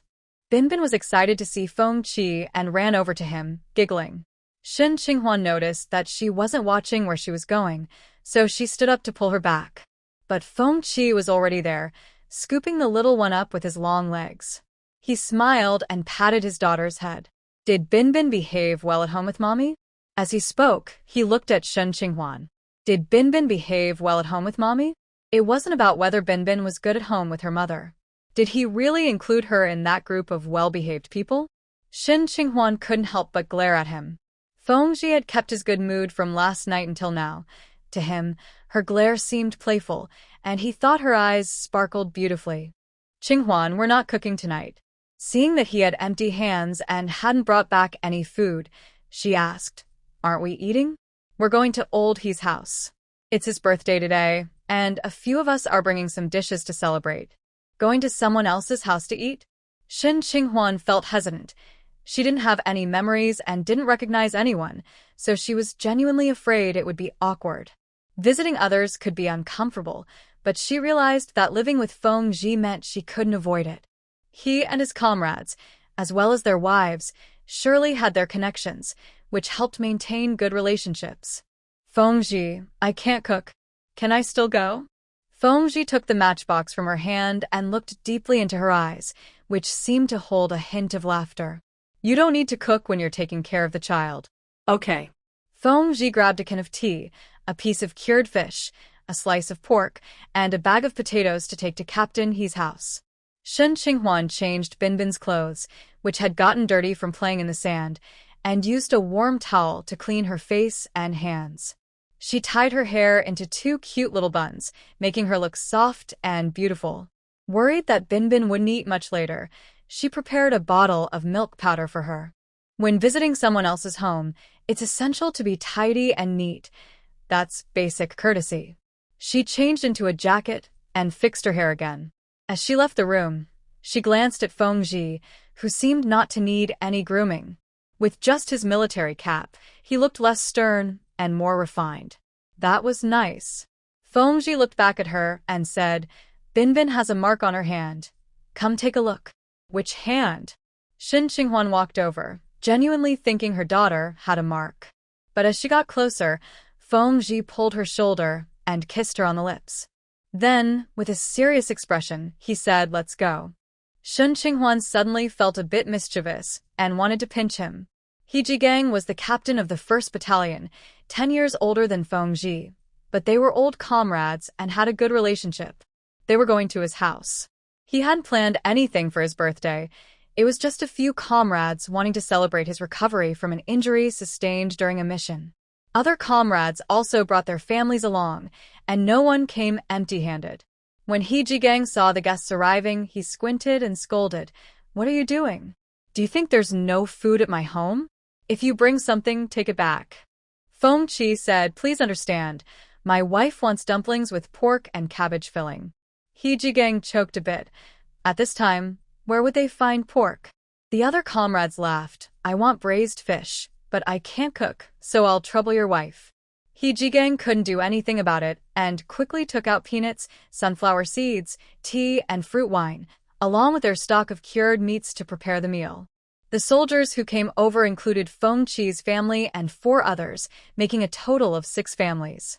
Only one soldier's family did not come along.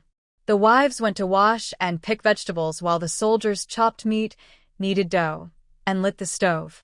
Feng Qi went to chop meat, while Shin Qinghuan watched the children. One of the wives was pregnant, so they let her sit and eat sunflower seeds. The pregnant wife, Yu Shui, kept glancing at Shin Qinghuan. When Shin Qinghuan noticed her looking again, she couldn't help but ask, Sister, is there something on my face? Yu Shui shook her head and looked away. Before long, the dough was ready and the meat filling was chopped. Captain He's wife brought it over and placed it on the table for everyone to make dumplings. She smiled and said, These are the pork and cabbage dumplings that Feng Qi specially requested. Then she looked at Shin Qinghuan and added, Feng Qi is known for being very caring towards his wife. Shin Qinghuan really liked dumplings and enjoyed many kinds of fillings. Feng Qi's comment was likely to make Captain He accept the food everyone brought. However, she didn't argue and smiled. What kind of dumpling filling does everyone like? Sister, he laughed, any filling is good. I like vegetarian ones too, as long as they're dumplings. Her little daughter chimed in. I'm not picky either.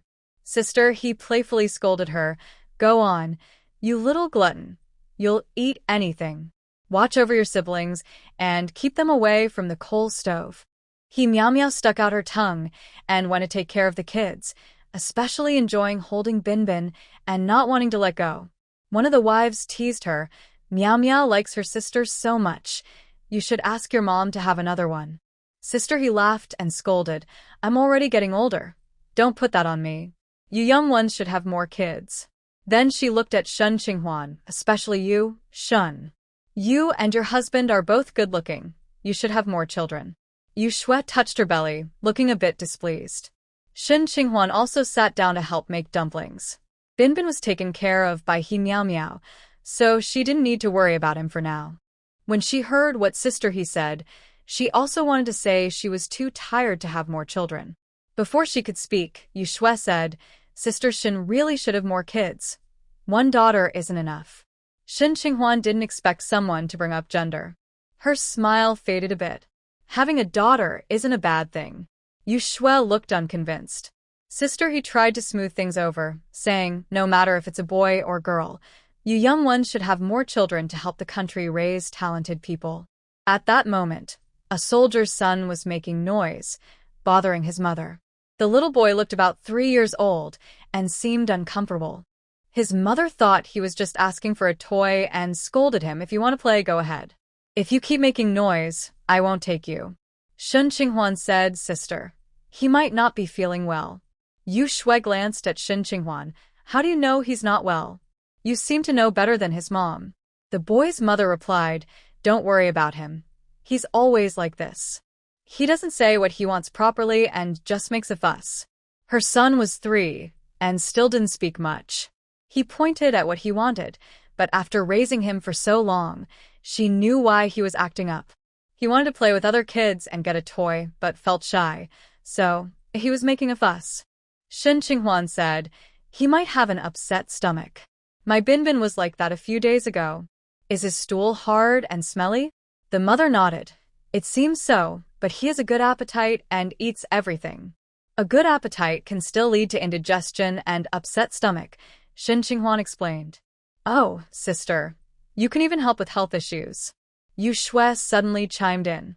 Shin Qinghuan felt her tone was a bit sarcastic and wondered if she had offended her somehow, or if she had heard rumors about her and held a bias from the start. I just know a little because I have kids at home, Shin Qinghuan replied. Everyone was sitting together for a meal, and she casually mentioned it. If they didn't believe her, she wouldn't push them to. I see. The boy's mother responded, but didn't show much reaction, looking doubtful. He Jigang had moved the table to the door since the room was small and couldn't fit everyone. They were also cooking at the door, and he had set up a light, creating a bit of a birthday party atmosphere. The chef is one of the warriors. He said his grandfather specializes in making banquets and he learned a few dishes from him, so now he wants to show everyone a trick. Yu Shui wrapped a few dumplings and felt a bit cold. She wanted her husband to go back and get her a jacket, but he said, let Sister He get one for you. Sister He also said, I can get you one. Yu Shui was not very happy. My clothes fit me better. I can wear my own. Luo Jinxue, you go help me get it. However, her husband was chatting and laughing with the other warriors and didn't move, insisting she borrow clothes from Sister He. Sister He went inside to get one. Yu Shui's expression was not good. One of the wives saw and advised her, men are like that. If you go back, you might miss out on the food. Shin Qinghuan was paying attention to Binbin while wrapping dumplings. He Miao Miao brought Binbin over and bumped into Shin Qinghuan. Shin Qinghuan quickly reached out to catch her, afraid she would fall. He Miao Miao took the chance to snuggle up to her and said with a smile, Annie Shin, you smell so nice. Shin Qinghuan pinched her cheek and smiled. Miao Miao, you smell nice too because you use soap when you bathe. She really liked this lively and cute little girl. Sister He laughed from the side. Don't give her any tips. I don't want her using up my soap. He Miao Miao hugged Shin Qinghuan and asked, Annie Shin, can I come to your house to play? Of course. He Miao Miao, about 6 or 7 years old, had a round face and bright eyes, making her very endearing. That's great. Annie Shun, I want to sleep at your house. Sister He scolded her. Stop talking nonsense. Don't you have a bed at home? Don't bother Auntie Shun. Shin Qinghuan smiled at He Miao Miao. Miao Miao can come over to play. Yu Shui chimed in. Miao Miao can sleep at Auntie Yu's house. I have a very cute toy. He Miao Miao hugged Shin Qinghuan's waist and said, No, I want to stay with Auntie Shin. Yu Shui's expression dropped for a moment. Binbin, seeing He Miao Miao hugging her mom, became unhappy and came over to pull her hands away, not letting her hug. Sister He laughed, Miao Miao, let go. The little sister doesn't want you to take her mom. Shin Qinghuan picked Binbin up onto her lap, while He Miao Miao still leaned against her, whispering to her. This little girl really liked being with her. Shin Qinghuan also told her that she could braid her hair in many styles if she wanted. Seeing He Miao Miao snuggling up to Shin Qinghuan, another wife's 4 or 5-year-old son also came over, eager to hear what they were saying, and leaned on Shin Qinghuan's lap.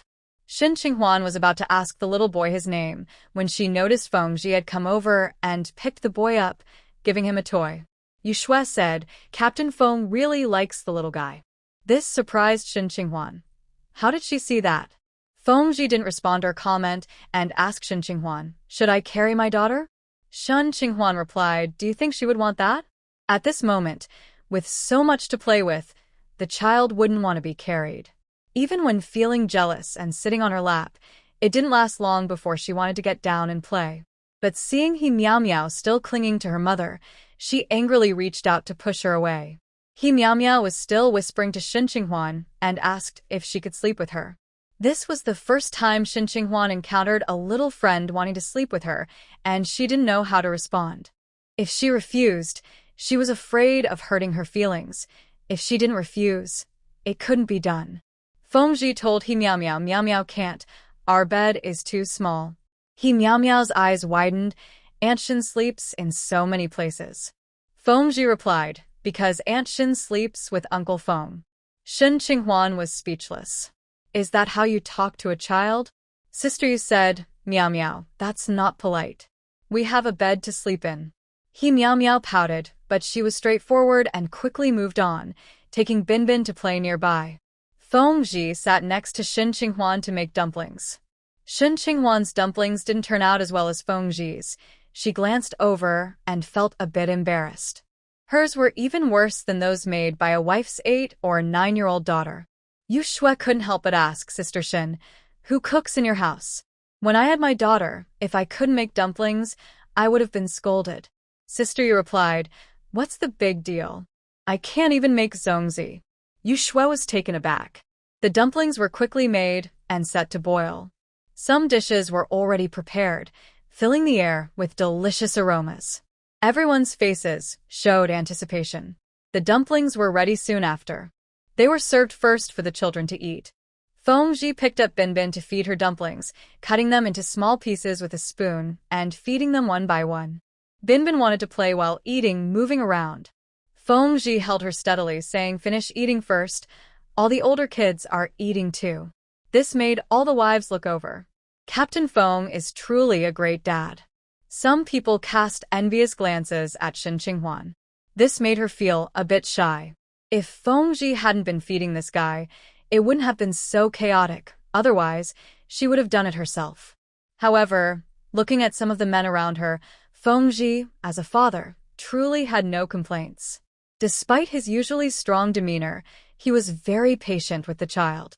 This made Shen Qinghuan momentarily think that a man like this, who is patient with children, is the kind of partner one should look for. A child with such a responsible father would have a much happier childhood. However, Yu Shui found it hard to watch. Yu Shui couldn't hold back and pretended to be enthusiastic, saying, oh, Sister Shen, today when I was at the service station, I overheard someone chatting. Tomorrow, a director from the city hospital is coming to recruit people. I heard that Sister Shen can prescribe medicine. You definitely have to give it a try. What? Sister Shen can prescribe medicine? Sister, he looked at Yu Shui, thinking she must have misheard. Yu Shui covered her mouth and smiled. Sister, you don't know? Sister Shen learned some skills from somewhere. Not only can she prescribe medicine, but she can also take pulses and give massages. Hearing Yu Shui's words, everyone turned to look at Shen Qinghuan, their faces showing disbelief.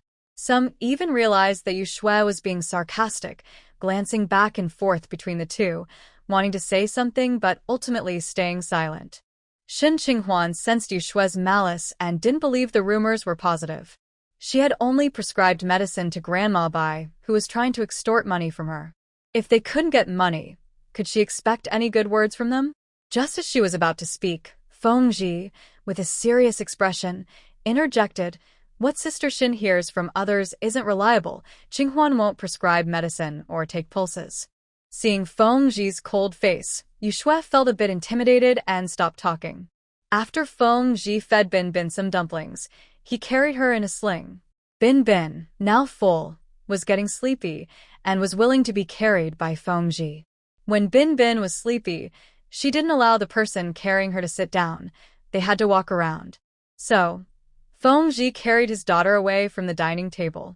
Once Yu Shui and the others left, Shen Qinghuan couldn't hold back any longer.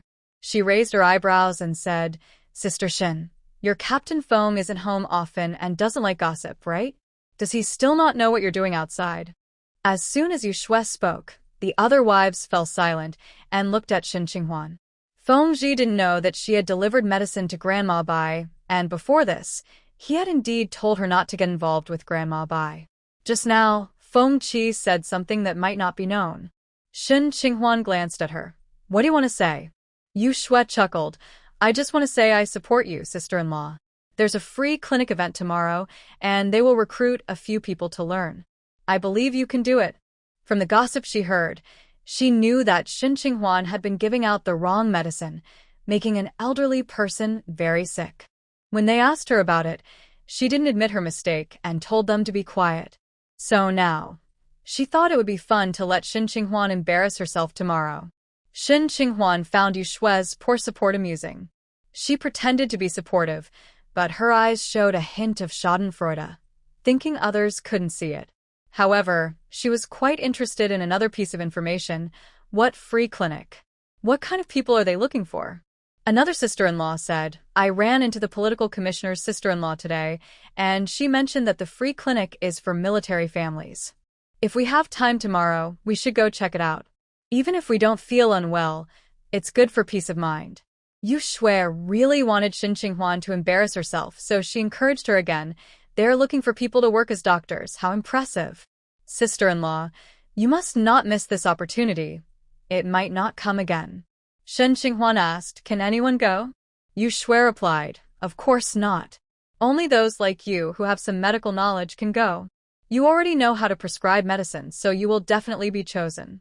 Shin Qinghuan seemed encouraged and confident. Really? Then I'll go check it out. Sister, he thought Yu Shui was being a bit reckless, but it wouldn't hurt to take a look.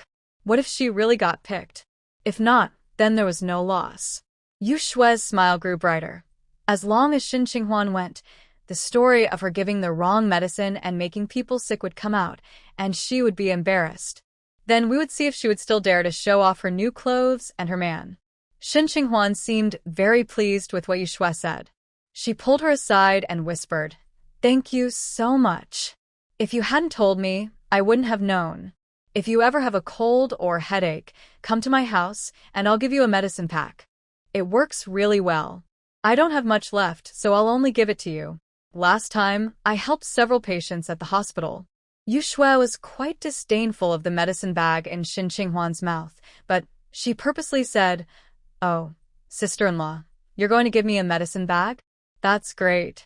Then I won't have to go to the hospital. By the way, who did you give the hospital's medicine to? Shin Qinghuan mentioned a few names and added, there were a few I didn't recognize. They begged me for it, and I had no choice but to give it to them. I told them the hospital's medicine has side effects, but my medicine bag doesn't, and they believed me. Yu Shui's eyes lit up, and she said, sister-in-law, you're such a good person. After exchanging a few warm words, Shin Qinghuan returned to the table. The other dishes were gradually served, including braised cured fish, stir-fried bacon with garlic sprouts, potatoes stewed with pork belly, cabbage with vermicelli, fried radish balls, and pickled radish. Someone brought over a bottle of homemade sweet rice wine, claiming it wasn't strong and that women could drink it. They even said it was good for women's health. Yu Shui's eyes brightened, and she asked Sister He's sister-in-law, can I drink it too? Sister He replied, you can't drink it. Wait until after you give birth, and I'll get you some. The other wives also advised her not to drink. Shin Qinghuan glanced at the wine, but remained silent. Feng sat down beside her and said, Qinghuan, you shouldn't drink sweet rice wine. Shin Qinghuan was taken aback. She hadn't said she wanted to drink, so how did he know? One of the wives tried to pour sweet rice wine for Shin Qinghuan, but Feng stopped her, saying, she can't drink. Someone joked, come on, can't you see? Old Feng says no. Sister He and Feng said, sister-in-law doesn't need to drink while nursing. It's fine for her to have a little. It will help her sleep better at night. Exactly. It won't make her drunk at all. It's sweet and tastes great, another wife added. This made Shin Qinghuan feel a bit restless inside. Shin Qinghuan knew that women were often discouraged from drinking alcohol. One reason was that drunk women couldn't work, and another was that alcohol costs money, which most women in ordinary families couldn't afford. She felt a bit silent as Feng picked up a piece of lean braised meat for her and quietly said, be good. Shin Qinghuan suddenly thought, is he really not my father? Yu Shui had been watching the two of them. When she heard Feng say no drinking, she almost laughed out loud, but when she saw him serving food to Shin Qinghuan, she couldn't laugh anymore. Her husband only cared about himself and completely forgot about her. After all, she was carrying his child. She couldn't help but stomp her foot the floor next to her, and then she heard another soldier cry out in pain, but her husband didn't react at all. Who stepped on my foot? Yu Shui's face turned red, and she quickly pulled her foot back, not daring to admit it. Maybe it was an accident. Eat up, don't be shy, have more, sister, he encouraged everyone. The soldiers chatted about gossip and training jokes, while the wives talked about everyday matters in the family compound. It was a cheerful atmosphere. Shin Qinghuan ate the braised pork that Feng Ji had given her. It was quite tasty, and the other dishes were good too. She couldn't help but glance at the glutinous rice wine. Except for her and Yu Shui, the other wives had poured half a cup and were enjoying it. The wives' drinking didn't bother their husbands at all. They didn't say a word. Here, she could ignore Feng Ji, but that would surely look bad. Yu Shui waited for her husband to serve her food, but when he didn't, she aimed her question at Shin Qinghuan. Sister, I can't drink because I'm pregnant. What about you? Are you pregnant too? Shin Qinghuan looked at her. What are you trying to say? Yu Shui laughed. I just thought your husband wouldn't let you drink. I didn't expect you to be managed at home. I thought you were in charge. Shin Qinghuan smiled slightly. I don't handle alcohol well. He just reminds me. Yu Shui looked doubtful. I see you're really under his control. Feng Ji overheard their conversation and shot a glance at Yu Shui. Sister-in-law, don't talk about Qinghuan. Yu Shui was momentarily taken aback, her expression twisting slightly. The meal quickly came to an end. Everyone helped clean the table and wash the dishes before heading home. Shin Qinghuan said to Yu Shui, remember to come get me tomorrow. Yu Shui nodded. Don't worry, I will. Shin Qinghuan showed a determined expression. Yu Shui couldn't help but chuckle. While Feng Ji was helping to move the table, Shin Qinghuan stood by another table, looking at the glutinous rice wine, feeling a bit anxious. When Feng Ji wasn't looking, she poured a little into a cup and took a sip. It tasted like alcohol but wasn't spicy. It was indeed sweet, just as one of the sisters had said. After drinking, she felt her face warm up a bit. It felt okay. She didn't dare to drink more. Just tasting it was enough. Feng Ji came over shortly after and looked at her. Qinghuan, what are you doing? Shin Qinghuan felt a bit uneasy. She thought Feng Ji's gaze was quite intense, almost as if he could see through her thoughts. She quickly denied it, saying, No, I didn't do anything. Shouldn't we be heading back? Feng Ji nodded. Let's go. Binbin needs to sleep on the bed. Shin Qinghuan remembered something. It seems Binbin hasn't had a bath yet. Even though it was a bit cold, she still bathed her child every day because Binbin played a lot and got dirty and sweaty. But since Binbin was already asleep, it was too late to do anything. Let's skip the bath and just wipe her down, she decided. Shin Qinghuan agreed, realizing it wasn't summer and one night without a bath was fine. Others were also heading back, so they walked together for a while. They started chatting and laughing again. Yu Shui came over to Shin Qinghuan and reminded her to wake up early. Shin Qinghuan promised her not to worry and asked her to help spread the word to get more support. Yu Shui nodded eagerly, trying to hold back her laughter, and said she would definitely help. When they were almost home, she said, Oh, sister-in-law, why is your face so red? What's going on? Shin Qinghuan noticed her face felt warm, and she felt a bit lightheaded, unsure of why. They parted ways at a fork in the road. Once home, Feng Ji set their daughter down first. Since the coal stove hadn't been lit when they left, it wasn't too late to start it now. However, there was still hot water in the thermos, so Feng Ji used it to wipe Binbin's face, hands, feet, and bottom before placing her back in her little bed. Shin Qinghuan felt her face was very warm, and she felt a bit hot overall. She decided to take off her coat. Feng Ji came back inside with a basin of water and frowned when he saw her. Qinghuan, have you been drinking? Shin Qinghuan paused, feeling guilty and avoiding his gaze, denying it no. She had only tasted a little, not even a full sip, just a quick taste. Feng Ji's expression darkened as he pulled her up. We need to go to the hospital. Shin Qinghuan was confused. Why do we need to go to the hospital? You're allergic to alcohol. Feng Ji acted quickly, telling their neighbor to watch Binbin, then carried Shin Qinghuan to the hospital. Shin Qinghuan felt completely bewildered. She thought she was fine, but halfway there, she started to feel itchy. The hospital was the one in the military area, not too far away. Shin Qinghuan was placed in a hospital bed and saw Feng Qi bustling around, calling for doctors, getting her medicine, and constantly checking on her condition. Every 2 or 3 minutes, his large, dry hand would check her forehead for fever. She suddenly felt a bit emotional. He didn't seem to dislike her, as Zhu Shitong had said. When Feng Qi asked her about her condition again, Shin Qinghuan spoke up, I'm sorry. He had to work tomorrow, and it was late at night for him to come to the hospital. Feng Qi's eyes, hard to read, were focused on her face. How do you feel now? My back is a bit itchy and warm, but that's all. Shen Qinghuan never expected she would have an allergic reaction to alcohol. Can you sit up? Shen Qinghuan nodded. Feng Qi reached out to support her shoulder and helped her sit up. Just then, the doctor walked in. The patient hasn't had much to drink. It's just a mild allergy. Nothing serious. Take the medicine and she should be fine by tomorrow. Shen Qinghuan sighed in relief and secretly glanced at Feng Qi, who was asking the doctor about precautions and what to avoid. The doctor advised her not to drink alcohol, and that was all.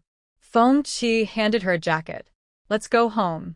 Shen Qinghuan nodded, quickly getting out of bed, while Feng Qi brought her shoes. Shen Qinghuan was startled and quickly grabbed them. I can put them on myself. She didn't know why, but she felt that if she didn't take them, Feng Qi would put them on for her. The hospital room she was in wasn't private. There were other patients. She wasn't unable to move, so she didn't want to be a source of laughter. The doctor also gave Feng Qi a topical medication, saying it could help if she developed a rash.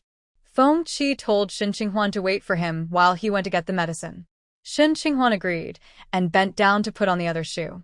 A lady from the neighboring room asked her, "What illness does your young wife have? Is she being discharged already? I thought your husband carried her in because she was seriously ill." Another woman chimed in, "Oh, you don't understand, Auntie. They probably just got married and are very much in love."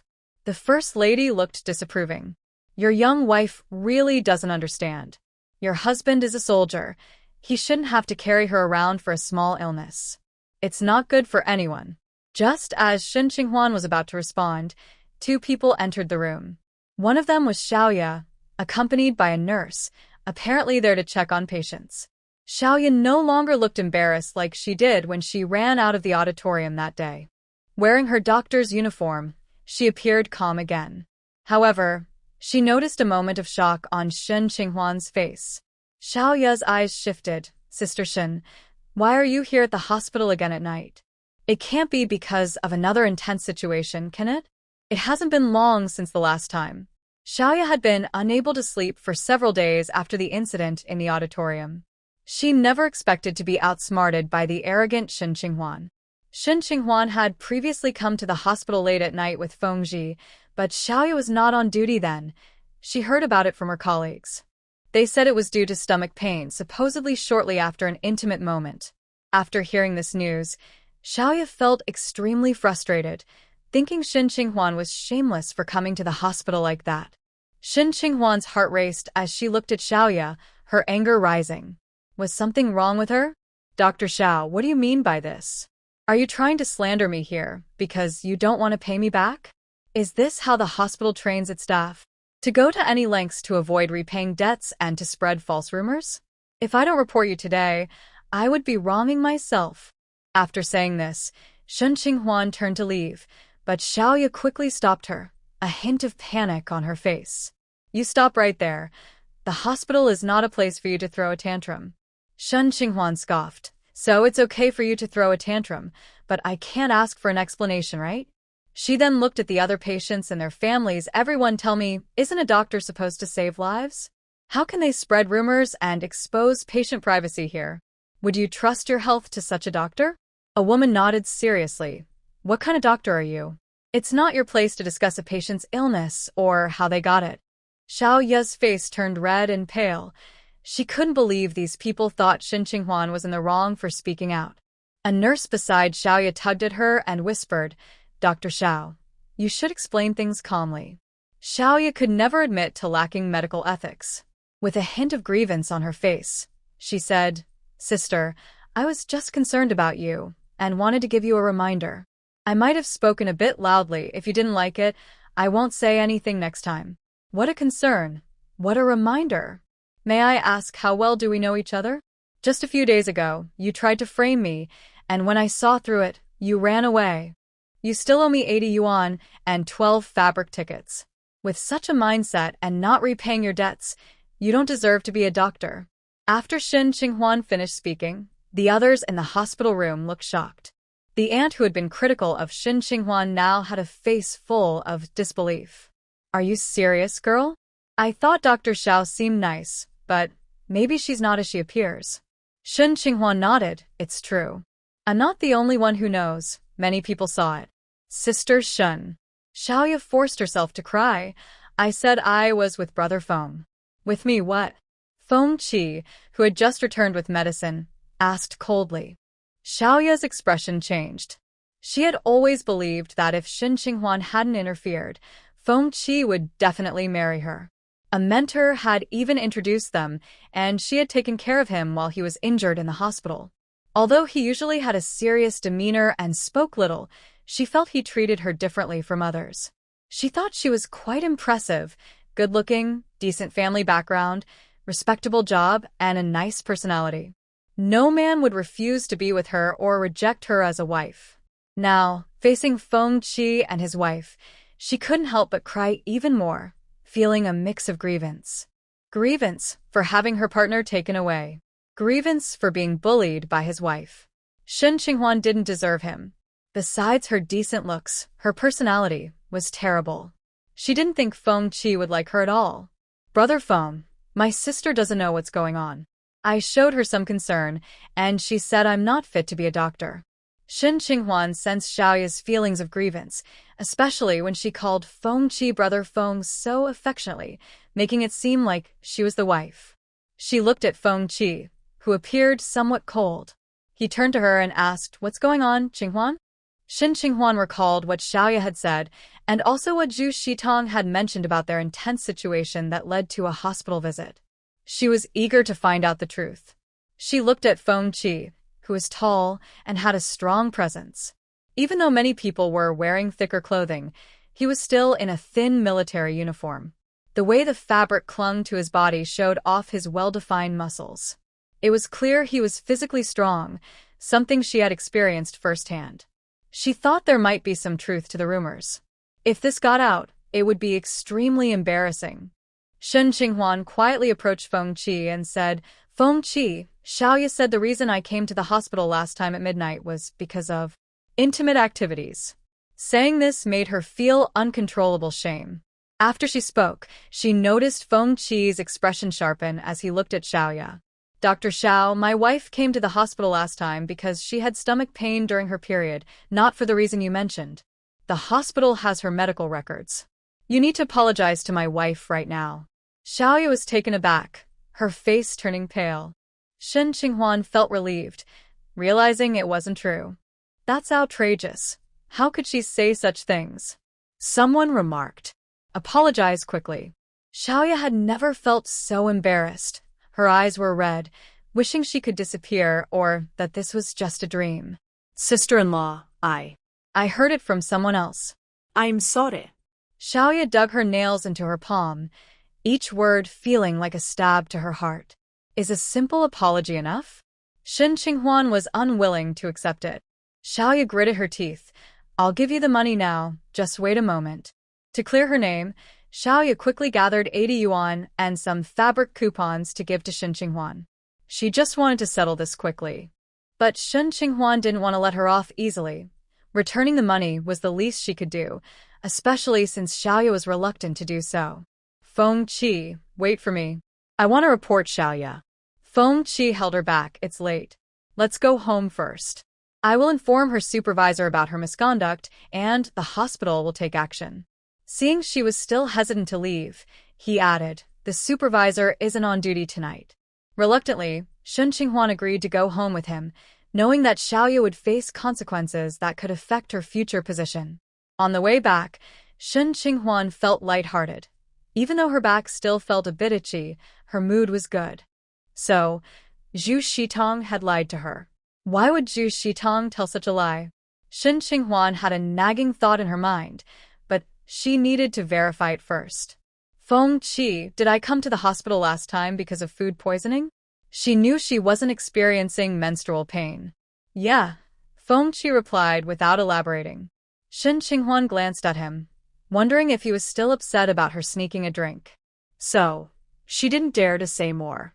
When they got home, she thanked Sister Bao for helping to take care of Bin Bin. After the sister-in-law left, Feng Qi said to Shin Qinghuan, "Let me take a look at your back." Shin Qinghuan instinctively wanted to refuse, but under his serious expression, she turned around and lifted her shirt. Feng Qi asked her to lie on the sofa. There were no rashes on her back, just a slight redness, which, combined with her graceful curves, looked quite beautiful. Feng Qi pulled her shirt down and said, "Go take a shower."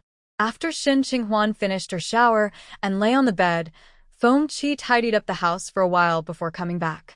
Shin Qinghuan wasn't asleep yet. As soon as he entered, he knew, but she quickly closed her eyes and pretended to be asleep. She felt a bit guilty about the drinking. Feng Qi sat down by the bed and said, "Your back is a bit red. Let me apply some medicine." Shin Qinghuan kept her eyes closed. Feng Qi noticed her slightly fluttering eyelashes and called her out, "I know you're not asleep." Shin Qinghuan had to open her eyes, feeling a bit embarrassed. Feng Qi brought over the medicine, and Shin Qinghuan quickly turned around and lay on the bed. Feng Qi carefully applied the medicine, and once it dried, he pulled her shirt down. Shin Qinghuan turned back around. "How much did you drink?" Feng Qi asked. Shin Qinghuan was taken aback for a moment, then realized he was asking about the alcohol. She quietly replied, "Just a sip." "And how do you feel now?" "About the same as in the hospital, just a bit warm, and my back itches a little." She could handle it. "You're lucky. If you had drunk a bit more, your face would be covered in bumps." Shin Qinghuan said, "I won't do it again, I'm sorry." It was already 11 at night. Most people were asleep. "How do you plan to express your apology?" Huh. Shin Qinghuan asked. "What do you want?" She could give him a gift, maybe make him some herbal packs for foot baths to relieve fatigue, or a massage. "Are herbal packs okay?" Feng Qi looked at her leisurely. "No." "Then what do you want?" "What do you think?" "How would I know?" Shin Qinghuan thought to herself. "Feng Qi, I don't know." Feng Qi took her hand and placed it on his chest, looking deeply into her eyes. "Qinghuan, you did well last night." Shin Qinghuan's eyes widened. This was too much. She was already unwell, and he still wanted more. She firmly refused, "No." Feng Qi's expression turned serious. "Where did your thoughts go?" Shin Qinghuan blushed and turned away. "I'm going to sleep." Feng Qi turned off the light, turned her back toward him, and kissed her lips. When Shin Qinghuan thought he was going to be forceful, he instead let her go and said, "All right, sleep now." Shin Qinghuan sighed in relief. She slept soundly until dawn and woke up early today. After all, she only slept last night. Nothing else happened. That Yu Shui came to find her early in the morning. The neighbor, Sister Bao, also came to remind Shin Qinghuan about a free medical consultation today, telling her not to miss it. Shin Qinghuan thanked her.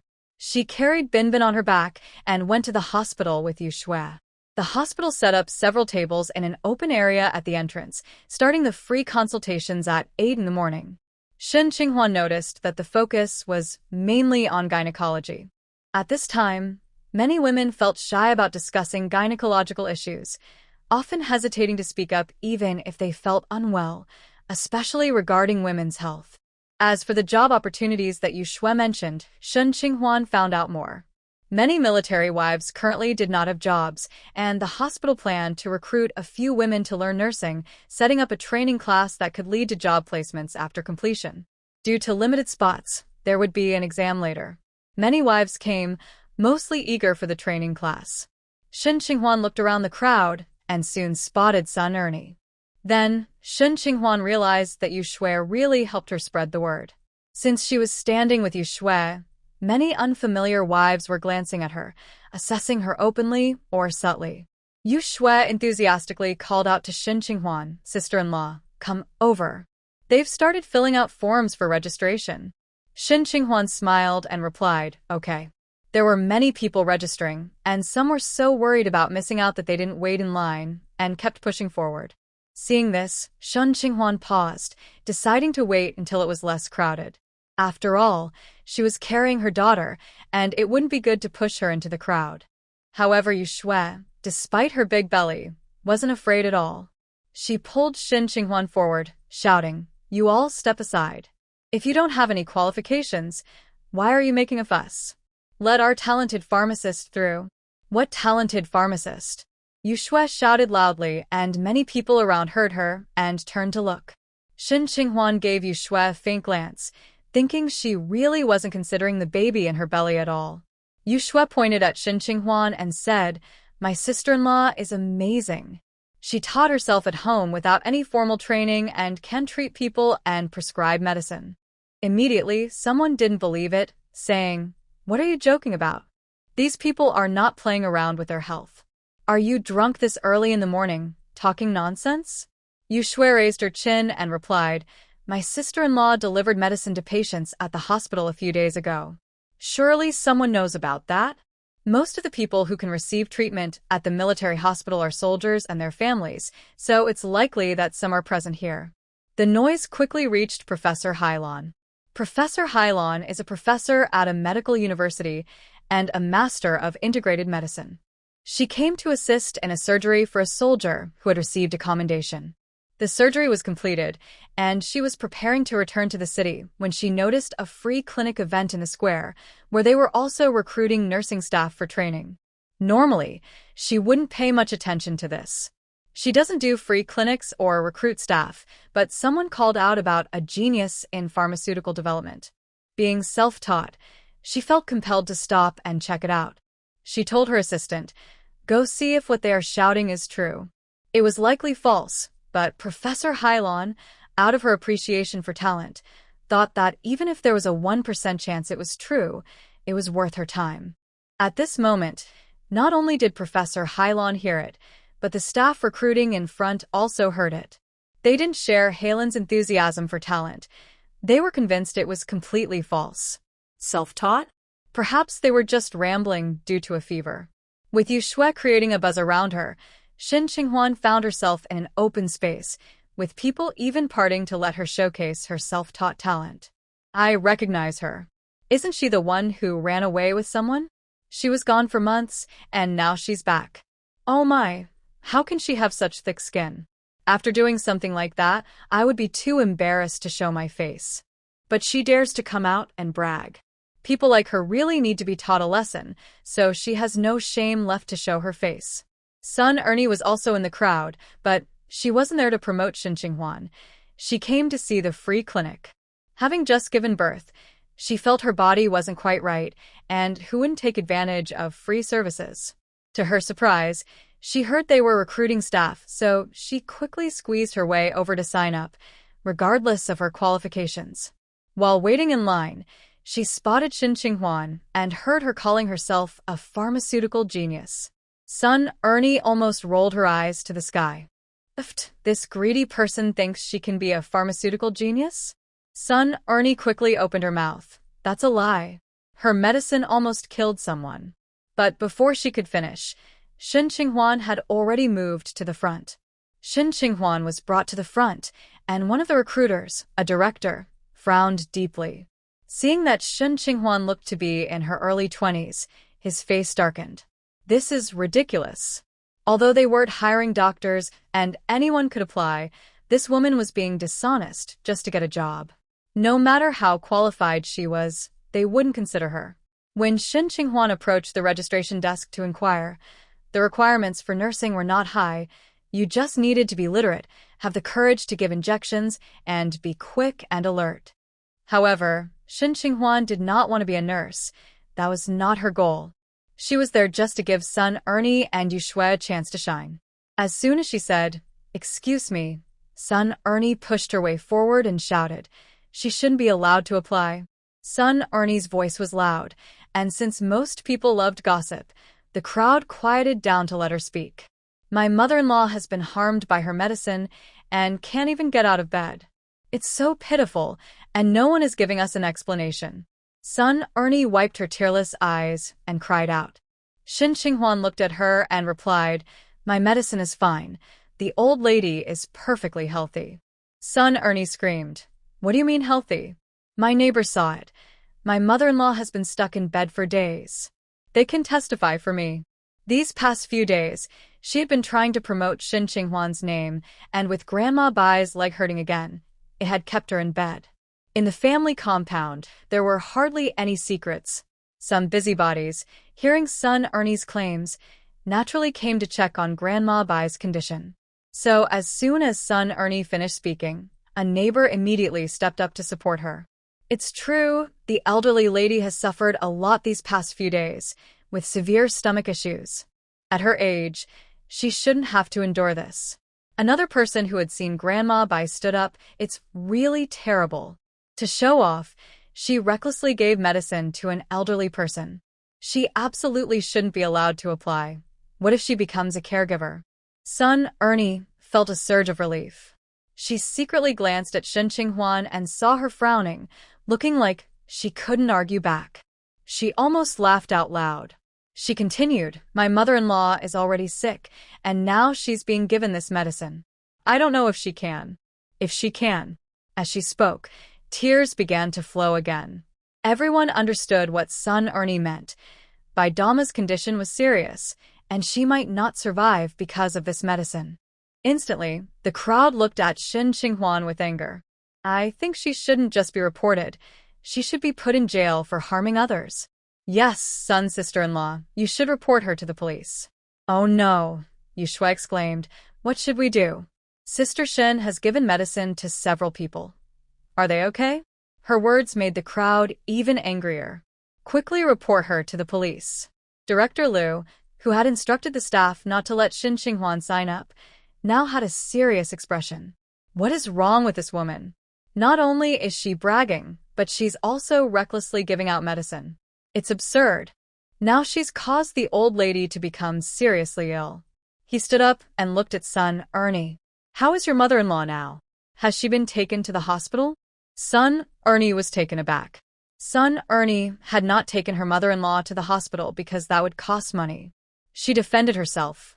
Oh, the old lady doesn't want to go. Nonsense. Even if she doesn't want to go, she must be taken, Director Liu said sternly. He turned to the staff beside him and instructed, you go with this comrade to her home, check on the elderly woman, and bring her to the hospital. Son Ernie became anxious. Hey, doctor, I'm just here to. You want to say you're here to slander someone and continue to extort money, not to treat your mother-in-law, right? Shen Qinghuan finally spoke up after watching son Ernie make a scene. Son Ernie didn't expect Shen Qinghuan to speak up at this moment. Sister-in-law, you're going too far. Everyone can testify for me. Shen Qinghuan interrupted her. You want to say that Bai Dama's vomiting and diarrhea are all because of my medicine? Yes. Don't deny it. Son Ernie replied angrily. I admit I gave Bai Dama medicine, but it was for external use, not for consumption, and it was applied to her lower leg. Isn't that right? Son Ernie couldn't refute this, as her neighbors were present when Shen Qinghuan argued, and they knew it was an external medicine. She was afraid that everyone would listen to Shen Qinghuan and think that the external medicine couldn't cause such serious side effects. She hurriedly said, Anyway, my mother-in-law became like this after using your medicine. Before, she only had foot discomfort. Everything else was fine. Director Liu asked son Ernie, do you still have that medicine? Son Ernie's eyes flickered. I threw it away. My mother-in-law discarded it after using it. At that time, she didn't feel unwell, otherwise, she would have thrown it away much earlier. Director Liu asked, what was the medicine like? Son Ernie glanced at Shen Qinghuan. It was a kind of herbal paste made from crushed herbs, but I heard my mother-in-law say it burned when applied. It hurt her skin, and at the time, we thought the medicine was effective. That old lady had been insisting for her son to go to the hospital for medicine these past few days. Fortunately, the hospital said they couldn't identify what herbs were used. Shen Qinghuan handed Director Liu the certificate given to her by Dr. Dong from the hospital. It's like this. It has the formula for the medicine. Director Liu took it, looked it over, and asked Shen Qinghuan, did you give this medicine to this comrade's mother-in-law? Shen Qinghuan replied, yes, my medicine can treat muscle pain and has a calming and anti-inflammatory effect without causing vomiting or diarrhea. This comrade, son Ernie, is trying to extort money by mistreating her mother-in-law. A few days ago, she called me to her house and immediately asked for 200 yuan. I didn't give it to her, and now she's spreading lies about me. Son Ernie's face changed. You're lying. It's clearly your medicine that harmed my mother-in-law. Shun Qinghuan found Sun Ernie's neighbor from that day in the crowd. Sister, you were there too, right? Didn't Sun Ernie ask me for 200?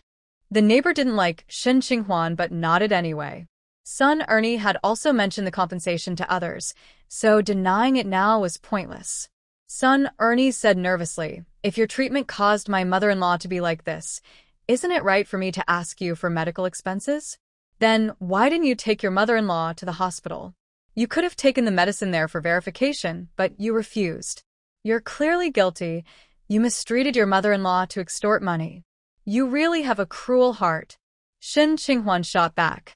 Sun Ernie was both angry and anxious. I didn't. It's clearly your medicine that has a problem. At that moment, Director Liu spoke up. This comrade's medicine is not the issue. Sun Ernie's face turned pale as she looked at Shun Qinghuan. How do you know this medicine isn't for my mother-in-law? You're clearly trying to harm her. Everyone knows you have no morals, you ran away with someone, and you've never worked in a hospital just giving out random prescriptions. This accusation was baseless. Shun Qinghuan replied coldly, why would I want to harm your mother-in-law? You claim I ran away, but do you have any proof? If not, go to the police and explain. Director Liu looked at Sun Ernie with a serious expression. Why would she harm your mother-in-law for no reason? Sun Ernie's face flushed with anger. She just wants attention. What attention? I give out medicine for attention? Mrs. Bai came to my house asking for help because she thought my massages relieved her pain. Her daughter-in-law brought her over, and I'm sure others saw us on the way. Now it seems that good intentions have gone unrewarded. This daughter-in-law is so obsessed with money that she's mistreating her mother-in-law to extort money. It's unheard of. People like her should be in jail. Hearing jail, Sun Ernie turned pale. I didn't mistreat my mother-in-law. You're lying. Everyone can see the truth. At this moment, some mothers-in-law in the crowd empathized with Mrs. Bai and spoke up. What kind of daughter-in-law is this? How can she be so cruel? Let's go check on her. That old lady doesn't even know what's happening. Many people agreed with this sentiment. Anger shifted towards Sun Ernie. Panicking, Sun Ernie thought about how her mother-in-law had really been unwell lately. She worried that if the old lady's acting was poor and she had indeed eaten spoiled food, it would be a disaster if someone found out. Thinking about this made her feel faint. No, I didn't. Just as she wished, in her panic, her eyes rolled back and she fainted, causing everyone to step back in shock. Even Director Liu was startled and called for someone to take her to the treatment room. Wait, she shouldn't be moved, Shun Qinghuan said as she crouched down. At this point, Sun Ernie was not only fainted but also twitching unconsciously. Shun Qinghuan quickly held her chin to prevent her from biting her tongue or choking on. Hailon heard someone had fainted and needed help, so she hurried over. The crowd was a bit tight, but by the time she reached the fainted person, they were already starting to wake up. She crouched down to check the pulse, which was steady, indicating that everything was fine now. She looked at the young woman who was helping with first aid. Can I see your prescription? Shun Qinghuan stopped when Sun Ernie regained consciousness, stood up with Binbin on her back, and turned her head upon hearing the question. The elderly woman had silver hair and wore a plain suit jacket, but her kind face and bright eyes showed she was an educated person. Sure. She handed over the proof she had given to Director Liu. Hailon put on her glasses, examined the prescription closely, and then asked Shun Qinghuan about the condition of the elderly lady's leg. Shun Qinghuan shared what she knew. Hailon asked, what do you think is wrong with her leg? She hasn't improved after 3 days in the hospital. Seeing Hailon's demeanor, Shun Qinghuan guessed she might be an experienced doctor. I don't know, I don't have a medical background. But I saw how skillfully you helped earlier, and I heard you have delivered quite a few medications. Hailon observed the young woman in front of her, who looked to be in her early 20s, carrying a baby on her back, dressed well, with a bright face and clear eyes, likely from a military family with a good background. When she heard about a talented pharmacist, she paused, having witnessed the earlier commotion. Yushua had been standing nearby, and seeing Shun Qinghuan wake Sun Ernie and gain the favor of an apparent leader made her anxious. Yes, Sister Shun delivered some medications to patients at the hospital a few days ago. She even said if I felt unwell, I could find her, but her medicine seems to cause problems. Hylon looked at her. The prescription for the woman who fainted earlier is fine. There are no side effects. Which medicine are you saying caused problems? Yushue searched the crowd for the names Shin Qinghuan had mentioned earlier, recalling 2 people she knew who were present, and quickly brought them forward. Huang, you also received medicine from Sister Shin, right? How did it go for you? Yushue didn't believe Shin Qinghuan could prescribe medicine, so she was convinced that the medicine would cause issues. The woman Yushue pulled was taken aback. She didn't give me any medicine. Yushue thought she must have remembered wrong and asked another woman, who also said she hadn't received any medicine.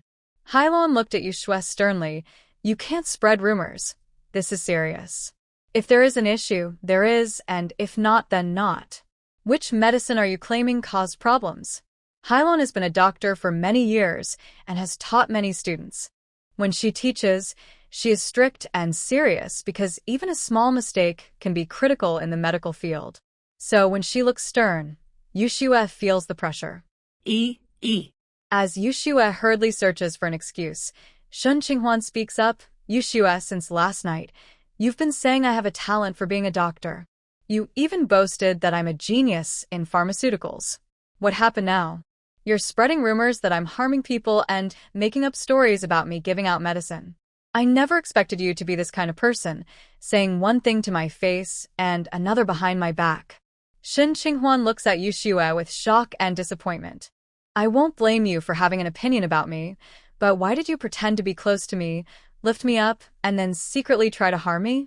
That's really scary. Yushue quickly defends herself. You said you were giving out medicine. I didn't lie. You're not even a doctor. Isn't that just nonsense? But you can't find the people she gave medicine to, someone nearby comments. Yushue feels the change in the way everyone looks at her, her face turning pale. I didn't. Director Liu. Shin Qinghuan turns to Director Liu. This person full of lies is Yushue. Does she even know if she signed up for nursing training? Yushue's eyes widen in shock. What are you trying to do, Shin Qinghuan? I didn't lie. Director Liu looks serious and tells the staff if she signed up, remove her name. I didn't. Yushue tries to step forward to explain, but no one pays her any attention. She has to return and glare at Shin Qinghuan. You're the one lying. You ran away with someone. You have no morals. If Yushue weren't pregnant, Shin Qinghuan would have slapped her. Did you see me run away with someone? Who saw it? Yushue came today not just to see Shin Qinghuan's embarrassment, but also to sign up for that training. Now, because of Shin Qinghuan, she lost that chance and feels furious. Your friend Zhu Shitong said it. If even your friend says that, it must be true. Director Liu, I can't sign up, and she shouldn't be able to either. You have moral issues. Yushue glares at Shin Qinghuan, thinking if she can't sign up, then neither should Shin Qinghuan. After all she's done, how can she still show her face? A couple of years ago, she was a disgrace and deserved to be cast out. Zhu Shitong? You say Zhu Shitong said that? Bring her here. I want to ask her. There really was someone who brought Zhu Shitong over. The reason she was late was that she had been feeling very sleepy due to her pregnancy. She hurried over when she heard there were still spots available for the free clinic. As soon as she arrived, she was pulled into the center of attention and asked whether Shin Qinghuan had eloped. Did I say that? Zhu Shitong was taken aback. She looked at Shin Qinghuan, who was also looking at her with clear eyes. She quickly denied it, saying, Qinghuan, don't listen to what these people are saying. I never said those things. Shin Qinghuan replied, then tell them whether I eloped with someone. No. Zhu Shitong waved her hand. You just left for a reason. Shin Qinghuan turned to Yushue and said, you accused me of eloping without any evidence, damaging my reputation. You need to explain this to the authorities, or I will report it to the police. Exactly, everything needs evidence, Hylon added. Shin Qinghuan coldly scanned the crowd and continued, does anyone have evidence? A few women who had been speaking earlier avoided her gaze. Yushue was also intimidated. After being helped up, Sun Ernie felt better and noticed that Shin Qinghuan and the others were not focused on her, so she tried to leave quietly. Just as she took a step, someone shouted, Make way. Son Ernie's mother-in-law is here. What? Son Ernie doubted her ears. She turned around and saw an elderly woman being carried in on a stretcher. Her eyes widened. Who brought this old lady here? The elderly woman was brought by 2 male classmates.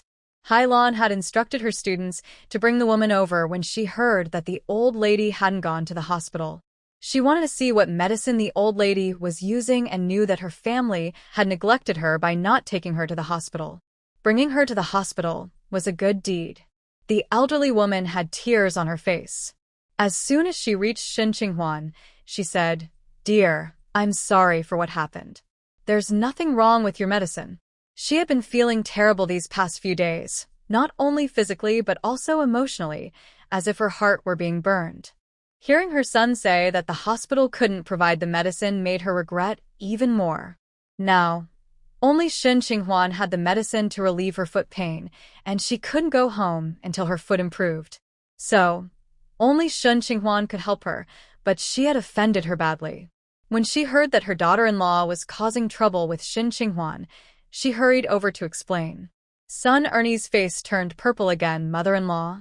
Aunt Bai ignored her, wiping her tears. "It's all my fault. I was greedy for money and deliberately said there was a problem with Shin girl's medicine." Shin Qinghuan looked at Aunt Bai in surprise. She looked much worse than when they met 2 days ago. Her face was pale, her eyes sunken, and she appeared anxious. Also, she really seemed unable to get out of bed. Although she had said her foot hurt before, she could still get up and walk with a cane. But now, Did son Ernie really mistreat her mother-in-law just to get money from her? Aunt Bai, the other day you came to me saying you were a burden to your son and daughter-in-law and wanted to heal your foot quickly. You even cried. I told you I wasn't a doctor and advised you to go to the hospital. Is that right? Aunt Bai nodded. Yes, I begged you to help me, and you kindly gave me medicine. Then how did your foot feel after using the medicine? It improved, and I thought about asking you for more, but... At this point, she suddenly noticed her daughter-in-law's glaring gaze and quickly stopped speaking, feeling timid. She couldn't involve her daughter-in-law. After all, her daughter-in-law still had to live in the family compound. As for her, she was going back to her hometown, and once she did, those people wouldn't say anything anymore. Shin Qinghuan continued, "If it improved, you naturally wanted more medicine to heal your foot quickly, right? But you wanted to get money instead of medicine. That doesn't make sense. Was your daughter-in-law forcing you?" Aunt Bai's expression changed suddenly. She didn't dare to look at her daughter-in-law's face and hurriedly denied it. "No, it's my own idea. It has nothing to do with Ernie." Now, Shin Qinghuan didn't need to ask anymore. Others understood what was happening. An elderly woman angrily said, "This is too much.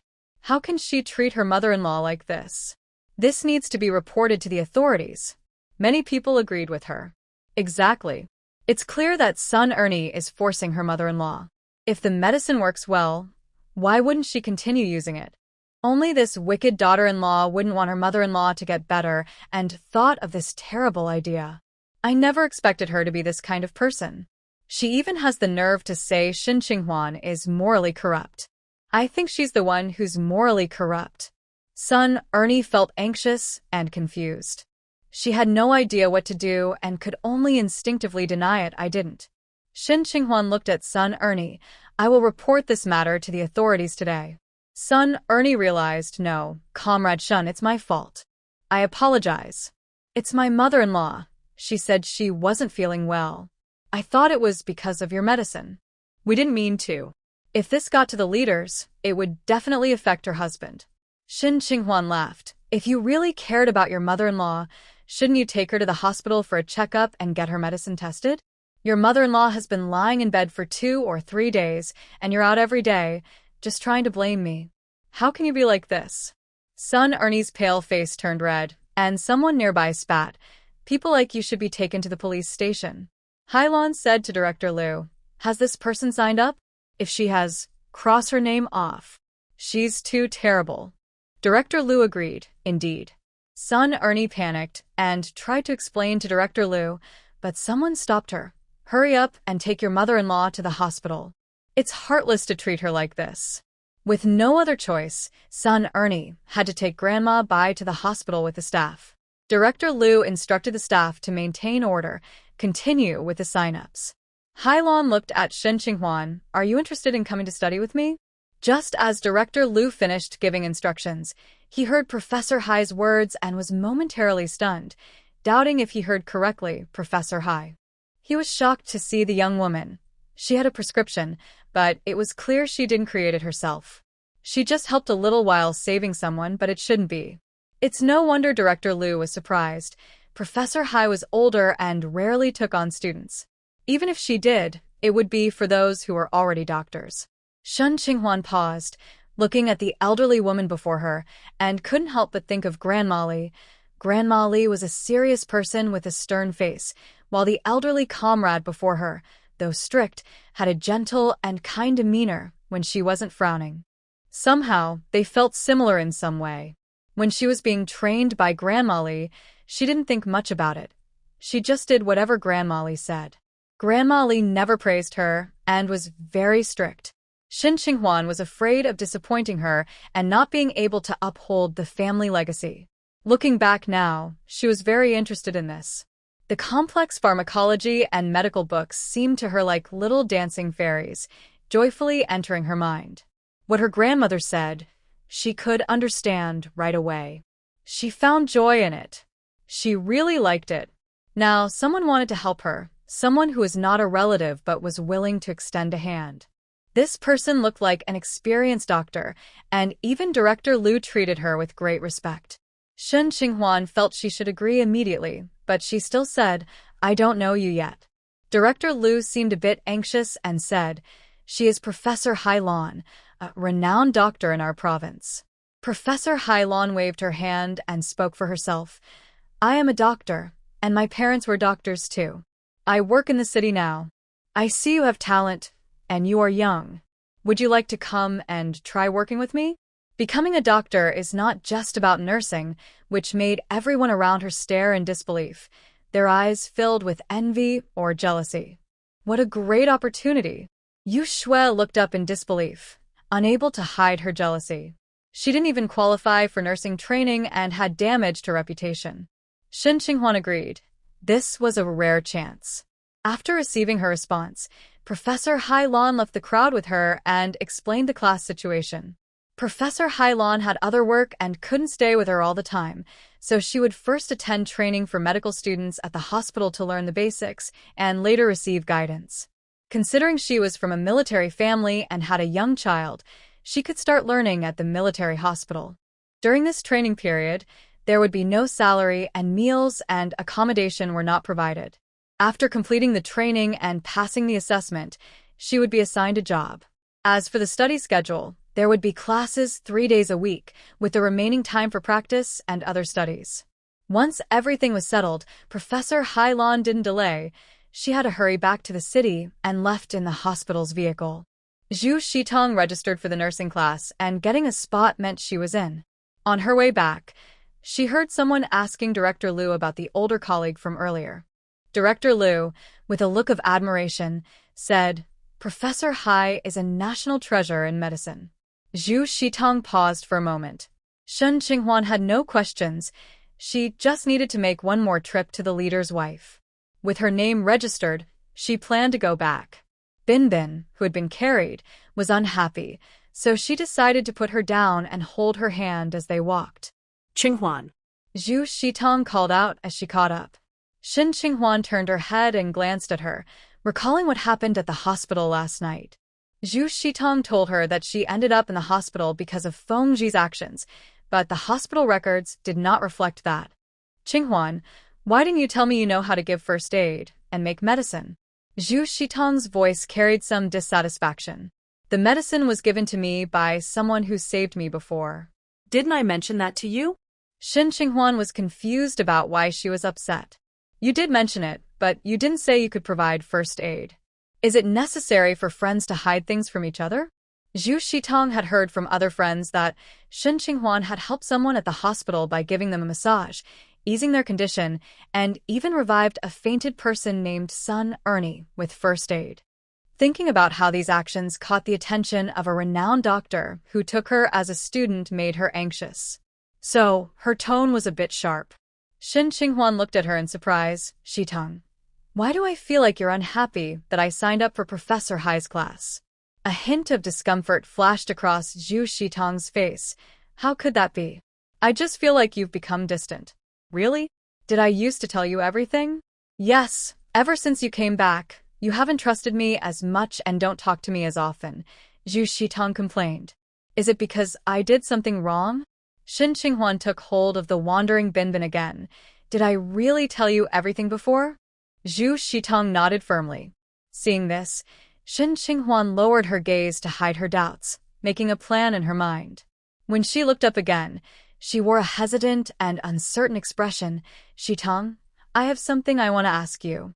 Zhu Shitong seemed to sense what she was about to say, and quickly agreed. Qinghuan, just tell me. I will help you as long as I can. Shin Qinghuan picked up Binbin and lowered her voice to Zhu Shitong. Shitong, there's something I don't want Feng to know. If he finds out, he will definitely divorce me. Zhu Shitong's eyes lit up, and her voice involuntarily became excited. What is it? Shin Qinghuan looked at her suspiciously. Shitong, why do you seem so excited? Hearing this, Zhu Shitong composed herself. No, Qinghuan, I just want to help you. If you really can't continue with Colonel Feng, then you should divorce him. I will support you. Shin Qinghuan shook her head. I can't divorce him right now. Where would I go if I did? Yesterday, while folding clothes, I found a bracelet that has the initials of someone who wants to be with me forever. Later, I will show it to you so you can help me figure out whose name it is. Have I mentioned it to you before? Zhu Shitong eagerly agreed. Sure, I'll help you look. Shin Qinghuan warned her. Shitong, please don't tell Feng Ji. He always suspects that I'm still in contact with someone else. I promised him I wouldn't have any other thoughts, but he treats me like this. Zhu Shitong took her hand affectionately. I told you, even if he brings you back, he'll still be upset.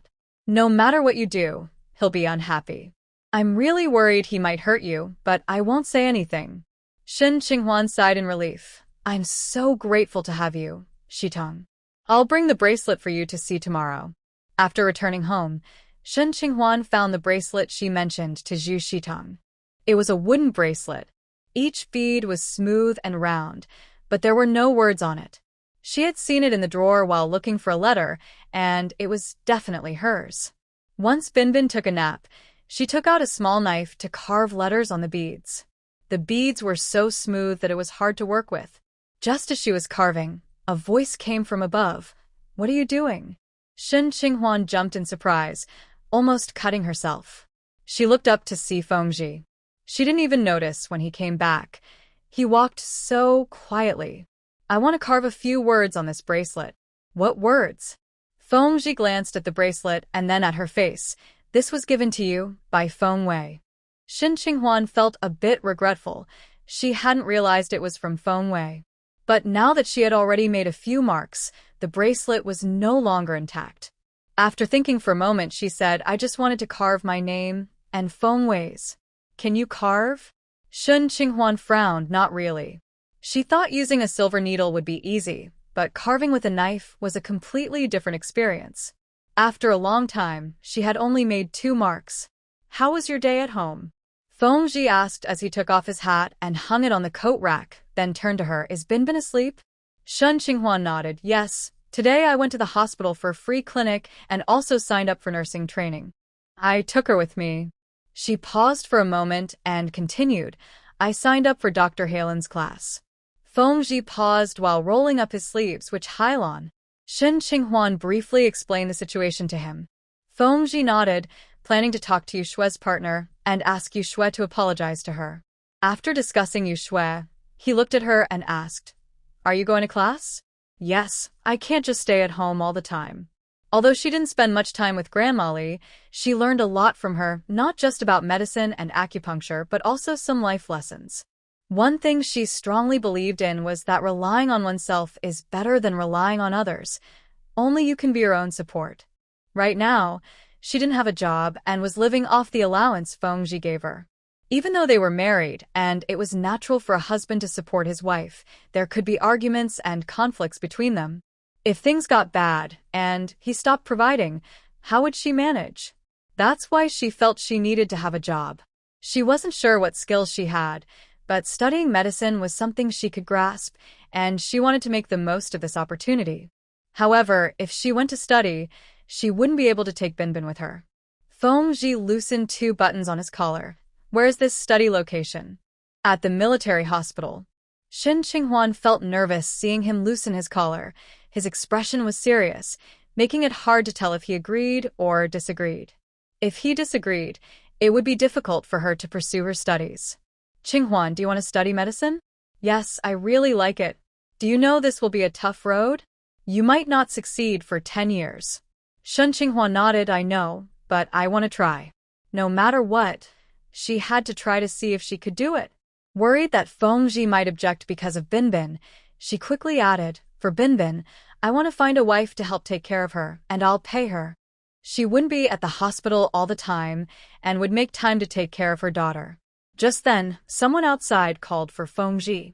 After Feng Ji stepped outside to speak with someone, he returned, put on his military cap, and looked at Shin Qinghuan. We'll talk about this later tonight.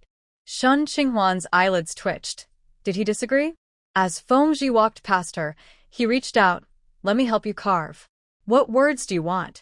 Shin Qinghuan was momentarily taken aback by this change of topic. Aren't you supposed to be working? I'll have some free time. Just give it to me, so Binbin doesn't see, and try to imitate you playing with a knife. Shin Qinghuan was a bit worried that he might damage the wooden bead since he was so strong. Can you carve? Feng Ji pointed to a decoration above the TV. I carved the words below. Bring it over and take a look. Shin Qinghuan recognized it. The decoration had the words, wishing Shin Qinghuan a successful career. She was surprised to learn he had carved it. The letters were well done, evenly sized and neatly arranged. She handed him the bead and the small knife, then wrote a line on paper and passed it to him. Just carve the words above. She wrote, FW and SHQH together forever. Feng Ji frowned slightly. FW is Feng Wei? Shin Qinghuan nodded. Yes, it's her. She gave it to me. Feng Wei and Shin Qinghuan together forever? Feng Ji's frown deepened. Shin Qinghuan didn't find it strange. Good friends stick together for life. Yes. Qinghuan, if you're bored, you can take a nap with Binbin. Feng Ji didn't want to carve anymore. When Shin Qinghuan reached out to take the bead from him, she felt anxious and quickly grabbed his hand, not letting go. Please, just help me carve it. If Feng Wei sees it, she will be very touched. In her urgency, she almost leaned against him, her voice unconsciously taking on a slightly playful tone. Feng Ji's gaze darkened as he wrapped an arm around her shoulder, changed the W to CH. That couldn't be changed. It was a gift from Feng Wei. And who was the CH? Wasn't it Feng Ji? Shin Qinghuan felt a strange flutter in her heart. As she held Feng Ji's hand, she felt it getting warm, and she instinctively pulled her hand back. Can you carve the W first? Feng Ji's expression turned serious. Qinghuan, you and Feng Wei only play with these childish things. Write her a letter to refuse. Shin Qinghuan felt a lump in her throat. This person. She took the bead back, trying to escape his embrace. If you won't carve it, then forget it. Feng Ji didn't let go. Qinghuan, are you losing patience after just a few words when asking for a favor? What did he mean? Was there room for negotiation? She couldn't ask anyone else to do the carving right now, and she couldn't do it herself either.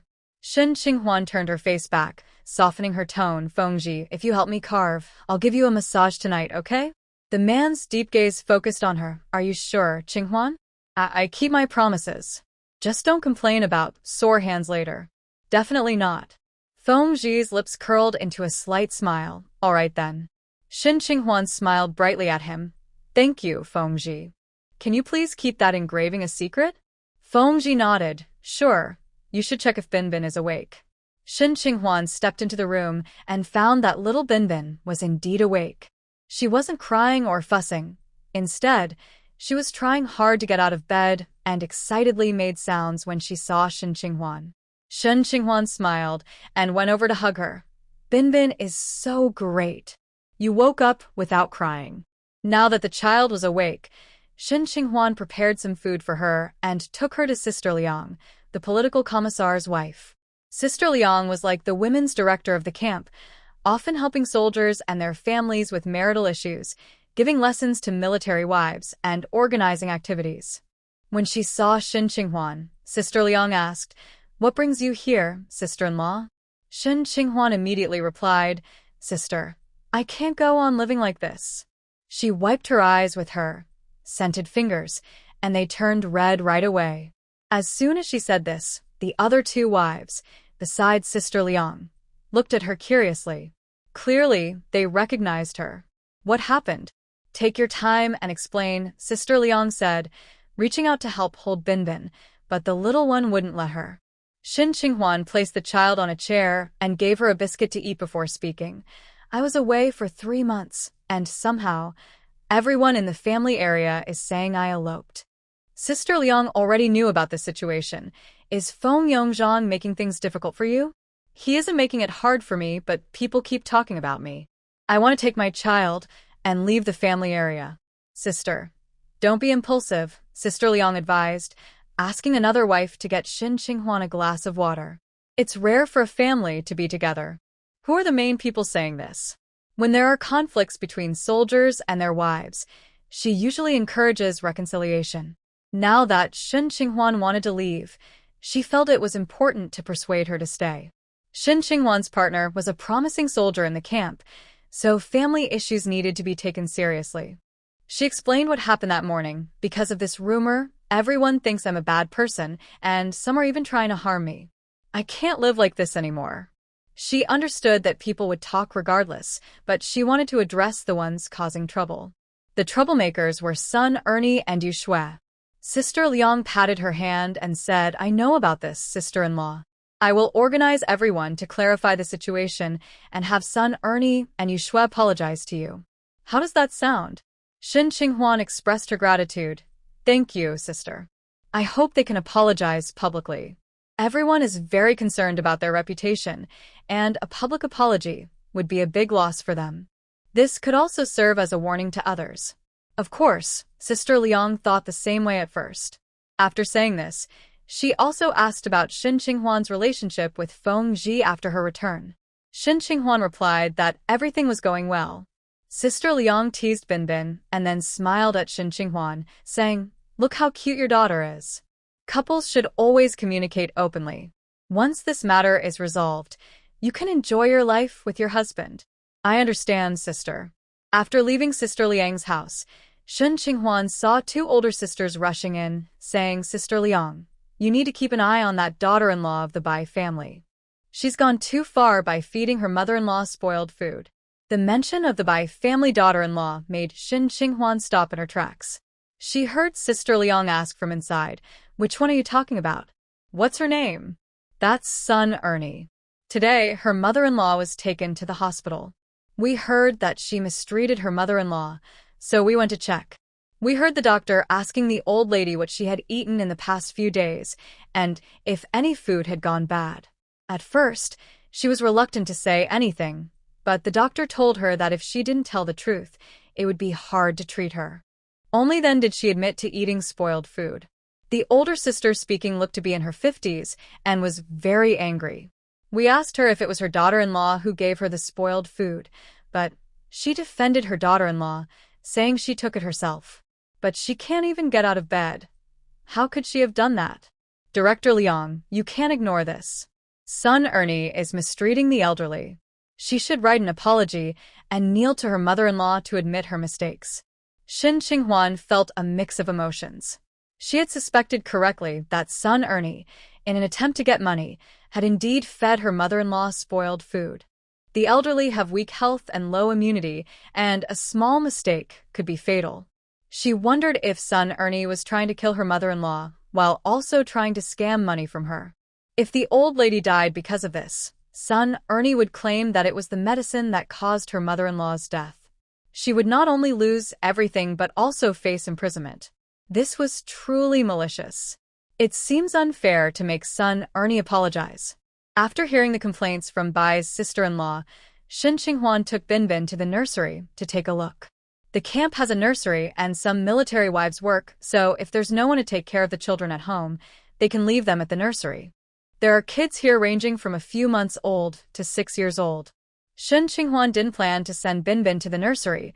She just wanted to let Binbin play on the small lawn outside, which has a slide and a seesaw. While they were playing on the slide, she saw Yao Qin, whom she had met before. Yao Qin was passing by with a basket and spotted Shen Qinghuan.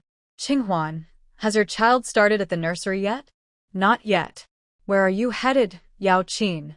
Shen Qinghuan remembered that Yao Qin preferred to be called by her name instead of sister-in-law. Yao Qin approached her and showed her the basket. "I went outside to find some dandelions. I've been feeling a bit unwell lately, so I plan to make some tea." Shen Qinghuan nodded. "Dandelions are great." Yao Qin looked at her and said, "I haven't congratulated you yet, Qinghuan. You got accepted by Professor Hai. That's amazing." Shen Qinghuan felt happy about it. "Thank you." Yao Qin continued, "I also signed up for a nursing training class, but I don't know if I'll get selected. The competition is really fierce with so many applicants." Shen Qinghuan asked, "How will they select candidates? Is it through a written test or an interview?" "There will be both an interview and a written test," Yao Qin replied. "I wonder if the written test will include some medical questions." "What do you think, Qinghuan?" Shen Qinghuan thought for a moment. It might focus on what kind of work nurses do, how they should treat patients, and how to handle emergencies. Yao Qin nodded. "I think so too. You won't believe it, but my partner told me not to go." Shen Qinghuan was surprised. "Your husband doesn't want you to go?" Why? Yao Qin pouted. "He says my health isn't great, and my main task now is to take care of myself and have a baby. If I go into nursing and get too tired, it will be harder to conceive. I'm still young. Waiting a couple of years for a child is fine. You probably haven't met a man like mine, who doesn't want his wife to work." Shen Qinghuan fell silent, realizing her situation was similar, as Feng Ji's attitude was still unclear. "Are you not feeling well?" Shen Qinghuan asked. Yao Qin rolled her eyes. "It's nothing. I'm just a bit off due to my period and feeling a little weak. It's not a big deal. He just really wants a child." Shen Qinghuan chatted with Yao Qin and learned that she had just joined the military family not long ago and had married Xie Yuan through an arranged match. However, Yao Qin felt deceived. Before coming here, she worked as a temporary employee. Although it wasn't a formal job and didn't pay much, at least she had some income, which gave her a sense of security. When she married Xie Yuan, the matchmaker mentioned that the military would arrange jobs for the spouses. But now that she had been here for a few months, she found out that many military spouses had no jobs. Those who did work either had jobs before and transferred them here, or had been with the military for a long time, or had certain qualifications. Now that she finally had a chance to work, Xie Yuan stopped her, which understandably made Yao Qin very angry. In the end, Yao Qin concluded, these men just want their wives to stay home, endlessly giving, taking care of the kids and doing housework, with their hands open, allowing them complete control, enjoying the feeling of being the absolute authority and head of the family. Shen Qinghuan pressed her lips together. "We definitely can't listen to the men about this. Right? Anyone who disagrees is our class enemy. What are you planning to do, Yao Qin?" A fierce look flashed in Yao Qin's eyes. "I plan to make him sleep on the floor for a week." Shen Qinghuan. After a high-intensity training session, the soldiers rested in place. Chatting and gossiping was a way to relieve stress, and soon someone started talking as soon as they sat down. Feng Qi didn't join in. He took out a bracelet from his pocket and carefully looked at the engraving.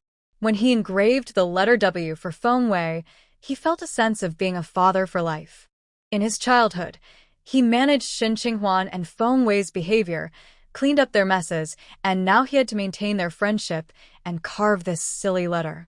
Even with these thoughts, Feng Qi's hands were steady, and each letter was clear and strong. Suddenly, a voice reached his ears. "Xie Yuan, what does your handkerchief say?" "Let me see." "Ha ha ha, it says Xie Yuan is a pig, ha ha ha." Laughter erupted in the training ground, and Feng turned his head to see nearly 30-year-old Xie Yuan jumping around like a monkey trying to grab the handkerchief. The laughter was as lively as when Guan Jianjun was getting married, and that handkerchief was probably another creation of Xie Yuan's wife. Feng felt a bit of sympathy for Xie Yuan. His wife forgot that he couldn't eat spicy food, which was understandable, but Xie's wife didn't have amnesia. Last time it was about water going up his nose and spicy food, and this time it was about writing on a handkerchief. During training, dust and mud could get in the eyes, so some people would keep a handkerchief in their pockets to wipe their eyes after training. Xie Yuan was one of those people. But when he took out his handkerchief, the soldiers nearby noticed the writing on it. Xie Yuan finally got the handkerchief back, his face filled with embarrassment. His leader couldn't help but ask Xie Yuan, "What's going on with you and your wife? Are you two having another argument?" Xie Yuan usually didn't talk much, and was quite honest. He opened his mouth, "I don't know. She insisted on going for nursing training, and I agreed." Someone pushed a shorter soldier forward and said, "Xie Yuan, why not ask Wang Sheng for advice? His wife really cherishes him. Last time I passed by his house, his wife spoke to him as if she were sweetening honey." Wang Sheng scratched his head and laughed. "It's nothing special. I just say things my wife likes to hear." Feng glanced at Wang Sheng, who was short, had dark skin, wasn't very strong, and looked ordinary. But he managed to marry a wife, which was something many taller and stronger comrades couldn't achieve. Xie Yuan thought for a moment, "I don't know what she likes to hear. The more I say, the angrier she gets." He genuinely wanted to have a good relationship with his wife, so that their parents could be at ease. "Let Wang Sheng teach you. Everyone can listen," they suggested. Wang Sheng found it difficult and said, "Talking is either a natural talent or requires paying attention to your wife's feelings." Then everyone asked him to give examples. Wang Sheng could only give a few vague suggestions. Xie Yuan silently thought for a while and called Wang Sheng aside to quietly ask him some questions. Feng had good hearing and vaguely heard Wang Sheng giving Xie Yuan advice: just pay more attention to your wife's feelings. Don't just focus on your own happiness. And give her more affection. Feng couldn't help but glance at Wang Sheng again. Although he didn't look impressive, he always seemed happy. It seemed like their married life was quite harmonious. Feng stopped listening, his hands paused for a long time without moving. He could only think that every couple had their own way of getting along. His wife might be different from others. When he touched her, she would cry out in pain, and if he used a little more strength, she would really cry. There was nothing he could do about that. Shen Qinghuan was unaware of Feng changing emotions. She played with Binbin until someone came to pick up the child from school. Mainly, Binbin didn't want to leave because she was having so much fun. Whenever it was time to go home, she would turn around and say no. In the end, she only left when she saw other children from the daycare leaving. There was a 3-year-old girl who played with Binbin in the sandpit and insisted on taking Binbin home to play. This little girl was quite bossy, and her mother mentioned that she would throw a fit next time. The girl's mother shyly told Shen Qinghuan, "I don't know if you have time, but my daughter just recovered her throat, and I'm worried she might cry and hurt it again. If you have time, feel free to come over to our house." Seeing that it was still early, Shen Qinghuan agreed. She didn't expect the girl lived right next to Hejigang, and when they arrived, they even ran into his wife. She offered Shen Qinghuan some sour peanuts, which made her feel a bit embarrassed.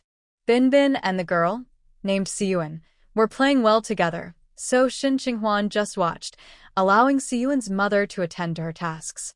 His wife was busy in the kitchen, not sure what to cook, peeling peanuts and sorting dry beans, moving around quickly. Shen Qinghuan said, "Sister, give me the peanuts. Binbin can play by herself. I have some free time." His wife handed her the peanuts and smiled. "I plan to make potatoes with peanuts and dry beans. You can join us for dinner." Shen Qinghuan replied, "You don't need to cook for me. I have food at home." Not long after, Yu Shui arrived with some dried potatoes to cook with his wife. When she saw Shen Qinghuan, her expression turned cold.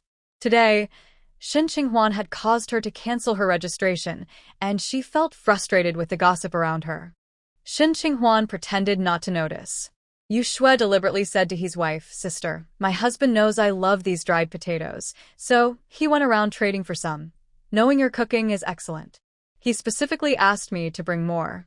His wife naturally agreed, saying, "Your husband really cares for you." Yu Shui smiled, glancing at Shin Qinghuan. Shin Qinghuan was focused on Binbin and didn't hear what Yu Shui said. Soon, he Miao Miao came back from school, and upon seeing Binbin, she happily threw her backpack and joined her in play. Actually, it's hard for kids her age to play with Binbin, but he Miao Miao enjoyed playing with younger children, feeling like she was playing with dolls. She could hug, kiss, and dress them up. Shin Qinghuan took out some cookies from her pocket and shared them with the three kids. With more to play with, Binbin was even less willing to go home. Feng got up early today and stopped by the service station, where he bought a few pears and some mung bean cakes. Thinking about how happy his wife and daughter would be to eat the pears, he quickened his pace. However, when he got home, the door was closed and he couldn't find the two of them anywhere. Feng put down his things and started the stove. After getting the stove going, he set a kettle on it and took out some flour to knead. Still, he didn't see Shin Qinghuan and the child come back. He frowned slightly. The sound of his wife's playful voice lingered in his ears. "Can I give you a massage?" But where was she? Seeing his neighbor, Sister Bao, come out of her house, he asked her, "Sister, have you seen Qinghuan?" Sister Bao replied, "No, I wasn't home earlier, so I didn't notice."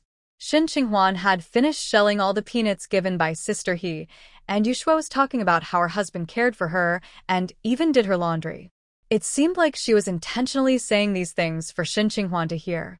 Sister He patiently listened to Yu Shui, but perhaps distracted, she twisted her waist while adjusting the stove. She winced and quickly dropped the stove. Instead of helping, Yu Shui hurriedly stepped back. Shin Qinghuan went over to support her, asking, "Sister, did you hurt yourself?" Sister He covered her waist, saying, "I pulled something in my back." Shin Qinghuan asked He Miao Miao to watch over Binbin while she helped Sister He inside to check her back. If it was a twist, it could be a muscle strain. Previously, Granny Li had occasional back pain, and Shin Qinghuan had learned from her how to massage certain points on the back to relieve discomfort. Sister He lay on the sofa, and Shin Qinghuan examined her.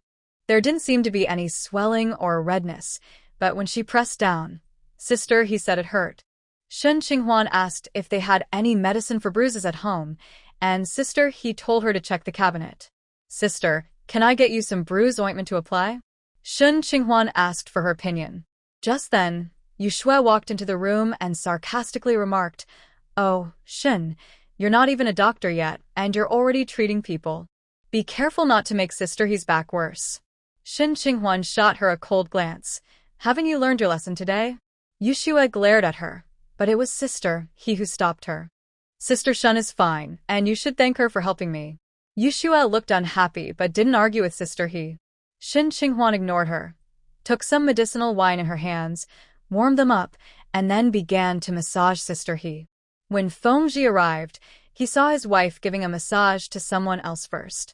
However, as soon as he noticed, he stepped back. After all, Sister He's clothing had lifted slightly at her waist, and he felt it was inappropriate to look. At that moment, Shin Qinghuan finished the massage. "Sister, how do you feel?" Sister He stood up, felt her back, and smiled. "Sister, I really feel much better." "Wow, you are really skilled. No wonder you were chosen as a doctor." Yu Shui, listening nearby, looked almost twisted with frustration. She couldn't help but say, "Sister, walk around a bit. It must be the medicinal wine working." Sister He walked around, unable to hide her joy. "I really feel much better. Sister, please stay for dinner tonight. I'll ask Old He to invite Captain Feng over. I'll make a couple more dishes to thank you for your help." At that moment, Shin Qinghuan saw Feng at the door and said, "No need, sister. Feng is here to pick up the child." It was unclear if Feng was just passing by or had come specifically to find her. Sister He stepped outside to invite Feng to stay for dinner. Feng politely declined and then looked at Shin Qinghuan. "Where's Binbin?" Shin Qinghuan brought Binbin out from the neighbor's house. The little one, seeing Feng rushed to him without paying attention to the other kids. Feng Ji picked up his daughter and said to Shin Qinghuan, "Let's go home for dinner." Sister, he still wanted them to stay. "Aren't you just off work? Who made dinner?" "I'm almost done here. You can save time and eat here." "Sister, I just made dinner at home." Seeing that they still wanted to go home, Sister, he had no choice but to say, "Then next time, come over to my house for dumplings." Yushua watched the family of three leave with a slightly gloomy expression. "Sister," he continued talking to the neighbor, "look at how he cares for his wife. He came over right away when she wasn't home." Yushua snapped back, "Captain Feng is here to pick up the child. His wife is running around with the kid. Of course, he would be worried." "Sister," he laughed, "did you see Captain Feng's eyes? He came over just to check on his wife. By the way, has your man come home yet?" Yushua felt a pang in her heart. Shin Qinghuan and Feng Ji walked home. Feng Ji looked at the woman beside him. "Did you go to give Sister He a massage on purpose?" Shin Qinghuan replied, "No, I didn't. She told him about Binbin playing with the kids." "Qinghuan, if you come home too late, Binbin will be tired. If she gets too tired, she won't be able to eat dinner, and it's also rude to stay at someone else's house too late. If you stay too long, it's hard for them not to invite you for dinner." Feng Ji's tone was a bit flat, making Shin Qinghuan feel uneasy. She said, "I'll be more careful next time. It's just that Binbin doesn't want to leave. When she's having fun, she forgets everything and won't budge. Binbin is still young. You don't have to spoil her too much." Shin Qinghuan nodded and then looked at him. "Feng Ji, is my bracelet finished?" Feng Ji glanced at her. "You care a lot about your bracelet?" Shin Qinghuan considered his expression and said, "I just thought you must have done a great job. I'm really looking forward to seeing the result." "Feng Ji, did you learn this before? I think the words on that ornament are carved really well. It says, 'Wishing me success at work.' What job did I do before?" She had actually wanted to ask this for a long time. "You worked as a substitute teacher for a month," Feng Ji said, switching arms to hold the child, his tone still a bit flat. "Qinghuan, did you forget something?" Shin Qinghuan looked at Feng Ji in confusion. "Haven't I been trying to remember?" Feng Ji turned his face. "What did you promise me today?" Shin Qinghuan felt like he was emphasizing his words a bit too much. He looked somewhat displeased. She had promised to give him a massage, and she hadn't forgotten that. "I'm not someone who breaks promises, don't worry," she said. But when it came time to actually give Feng Ji the massage, she really wanted to back out. After dinner, the three of them took baths, and Binbin went to sleep. Feng Ji took off most of his clothes and lay on the bed, waiting for her to massage him. The way he waited reminded her a bit of Binbin, who sprawled on the sofa waiting for milk, looking very relaxed. Shin Qinghuan asked him to sit in a chair and started to massage his shoulders, but he insisted that his shoulders weren't tired. It was his back that was tired, so she should massage that instead. He was only wearing shorts and didn't seem to mind the cold at all. Shin Qinghuan was quite impressed. It was hard not to think he was doing this on purpose. "Qinghuan, don't just sit there. Qinghuan, can you go a bit lower? Don't treat family and outsiders differently. Use the same energy you used for Sister He." He had quite a few requests. Shin Qinghuan intentionally touched his skin with her slightly cold hands, but he didn't react at all, only saying she wasn't applying enough pressure. She quietly compared her skin to Feng Chi's. Men and women are really different. Feng Chi's muscles are firm and strong, and they feel different when touched. "All right," Shin Qinghuan said as she finished a cycle and pulled her hand back. Feng Chi pressed on his side. "Did you press the wrong spot? It hurts here." "Here? How about now?" Shin Qinghuan touched the spot he said hurt while watching his expression. Feng Chi turned around, holding her hand. Then Shin Qinghuan found herself looking into his eyes, and the emotions there made her heart skip a beat. She quickly looked away, but soon noticed a significant change in his waist. What is this man thinking? Shin Qinghuan hurriedly stood up to leave. But Feng Chi did something unexpected, and she stumbled, falling onto him. Before she could react, he kissed her on the lips. After her previous not-so-good experiences, Shin Qinghuan was not pleased this time. "Let me go." "You fell onto me, Qinghuan," Feng Chi said, but he loosened his grip. Shin Qinghuan quickly got up, intending to wash her face, when there was a knock at the door. It wasn't too late, just a little past 8 in the evening. The living room lights were still on, so outsiders might think they were still awake. Shin Qinghuan glanced at Feng Qi, who put on a short-sleeved shirt and said, "You go ask who it is." Shin Qinghuan noticed something and felt embarrassed, nodding awkwardly as she walked out. She couldn't go out until things settled down. In the living room, she asked the person at the door, "Who is it? What do you need? Is Comrade Shin at home?" "I'm from Company 1, Li Xian's family. I need to talk to you." It was a woman's voice. Shin Qinghuan opened the door to find 2 women in their 30s or 40s. One of them smiled and said, "Sorry to bother you so late. It's my son's fault. He kept me busy after school, and I just now have time." Shin Qinghuan invited them in and went to get a cup of water. One of the women stopped her, saying, "No need. We already had some at home." Shin Qinghuan let them sit down and asked, "What do you need, sister-in-law?" "Well, sister-in-law, a few days ago at the hospital, I talked to you. I don't know if you remember me, but my hand hurts from time to time. I've been to the hospital, but it didn't help, so I thought I would come and ask you for some ointment. I won't take it for free. I'll pay you." Another sister-in-law spoke up, "Me too, my waist has been hurting a lot lately. I also want some pain relief patches." Shin Qinghuan shook her head, "I'm sorry, sister-in-law, but I don't have any right now. However, the hospital has the formula, and they might be able to make it later." Feng Ji came out of the room, and Shin Qinghuan glanced at him. He was now wearing long pants, showing only his arms, and he looked completely different from before, appearing calm and composed. Holding a diaper that Binbin had used, he seemed to glance back at her, but maybe not. He nodded at the 2 sisters-in-law as a greeting, and went to the door to wash the diaper. The 2 sisters-in-law asked her about the herbs, wondering if they could find some themselves to use.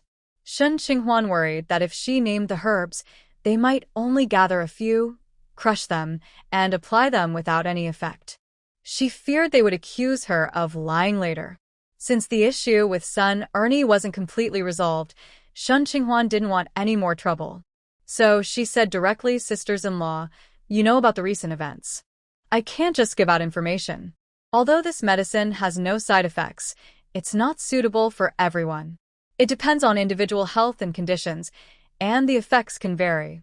The 2 sisters-in-law insisted they wouldn't be like son Ernie, but Shin Qinghuan shook her head and smiled wryly. "Just because you won't, doesn't mean others won't twist things. My reputation isn't great, and many people don't look kindly on me." In the end, Shin Qinghuan managed to send the 2 sisters-in-law away. After staying in the room for a bit, she went outside to hang clothes with Feng Ji. During the time she was talking to the sisters-in-law, Feng Ji had already washed some clothes. She said, "Feng Ji, I'm planning to go to the hospital to learn. I will find someone to take care of the kids here." The 2 sisters-in-law had reminded her of this, and Feng Ji said they would discuss it in the evening, as he had forgotten due to the earlier massage. Feng Ji took the clothes from her hands and looked down at her. Her eyes were determined, and her small face was serious, shining with an undeniable brightness. "What if I say I disagree?" Shin Qinghuan's heart sank. "Why?" Feng Ji put away the basin and looked at her again. "Come inside and talk." Shin Qinghuan followed him. "Feng Ji, you can't control my decisions." Shin Qinghuan felt a surge of emotion rising from her heart. She wasn't a child anymore. Why did he need to agree? Feng Ji turned around, and Shin Qinghuan, caught up in her feelings, almost bumped into him. He was definitely doing it on purpose. Shin Qinghuan couldn't help but glare at him. Feng Qi brought over a piece of paper and placed it on the table. "Qinghuan, you can write down your reasons for needing to go to the hospital. I'll take a look." "I don't want to write." Shin Qinghuan was almost furious. "So what if I want to go?" Feng Qi smiled slightly and took the paper. "Let me teach you. If you don't go, you'll be irritable, yell at your husband, and give him the cold shoulder. That would definitely give me a headache." Shin Qinghuan was momentarily stunned, her eyes wide in disbelief. Was he joking with her? If Feng Qi really tried to stop her, he might succeed. All he had to do was mention that there was no one to take care of the children at home. "Right, I'll be irritable, won't cook for you, won't do your laundry, and won't sleep in the same bed. Shun Qinghuan added. Feng Qi's calm gaze fell on her. Cooking and laundry were my responsibilities, anyway. Shun Qinghuan was momentarily speechless. She wanted to say more, but the man pulled her closer and whispered in her ear, You can't deny me the bed. I agree you can go to the hospital to study. Shun Qinghuan's ears warmed, and her heart leaped with joy. Her eyes sparkled. Then it settled.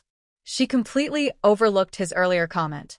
But Qinghuan, I support your studies, but I also hope you won't neglect Binbin or our family. Shun Qinghuan quickly replied, I won't. I'll definitely help with chores and take care of Binbin when I get back. That's all I need.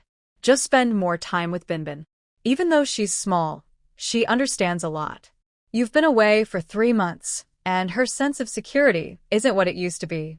Hearing this made Shun Qinghuan feel guilty. I will. All right, go to sleep. With Feng Qi's agreement, the atmosphere between them became friendly.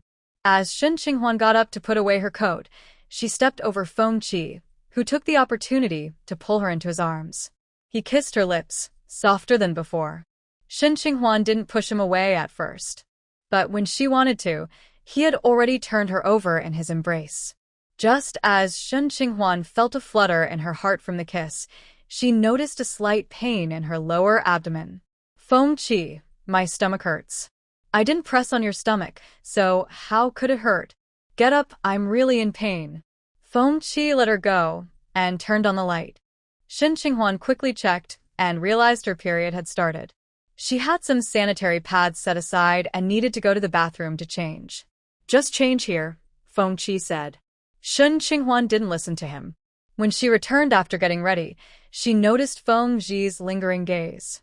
She smiled slightly, realizing that some of his plans wouldn't work out. However, when she lay down, her smile faded. Feng Qi took the opportunity to rub her stomach, taking advantage of her in a way that left her feeling uncomfortable.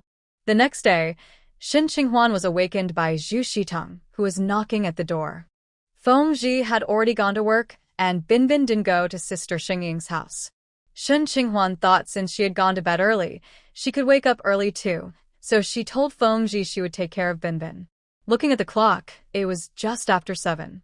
When she opened the door for Zhu Shitang, her first words were, Qinghuan, you overslept again. Did you stay up late last night? I came to show you some bracelets.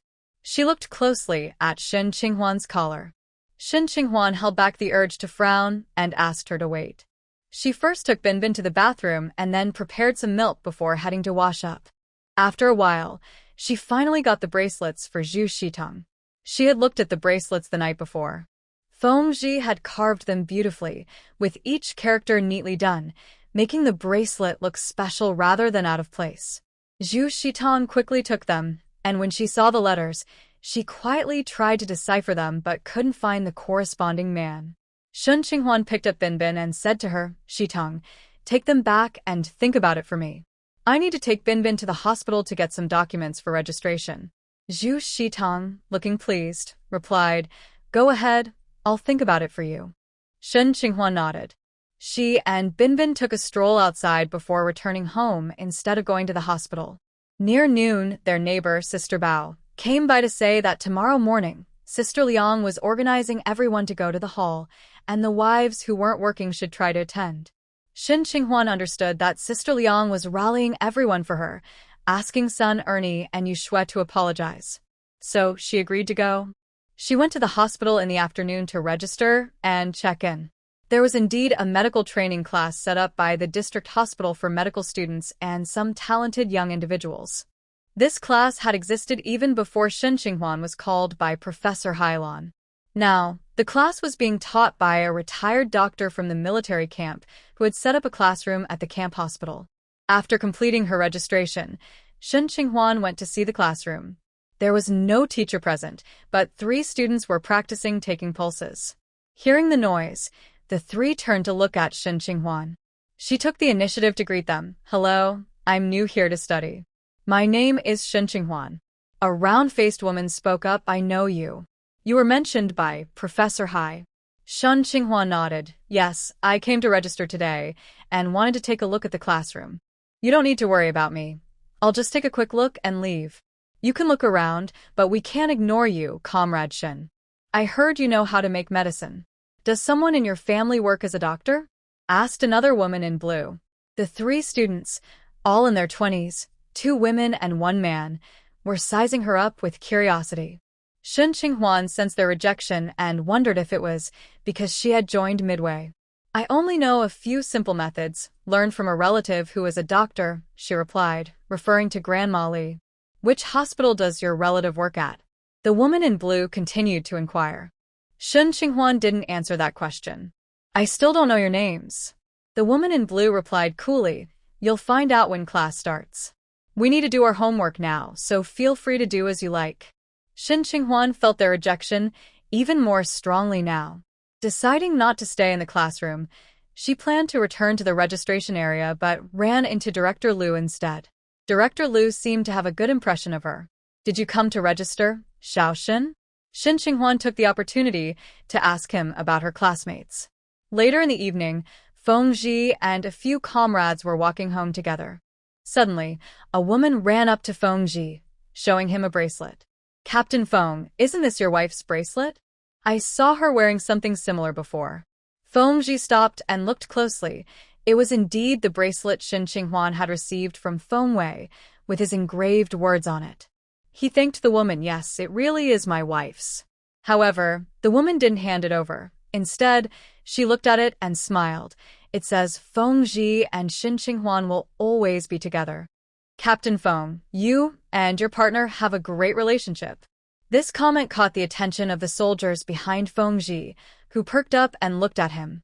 Just earlier, they had joked about Captain Feng's wife leaving, and now it seemed they were so affectionate. She's not. Zhu Shitong suddenly appeared from the side, hurriedly trying to grab the bracelet from the woman's hand. Zhu Shitong seemed anxious because she couldn't grab the bracelet in time, which left her confused. She handed it to the soldier next to Feng and said, Comrade, can you check if it has the names Feng and Shen Qinghuan written in pinyin? But before she could finish, Feng took it, put it in his pocket, and said calmly, It's my wife's bracelet. After saying that, he turned and walked away. Zhu Shitong became even more anxious and hurried to catch up.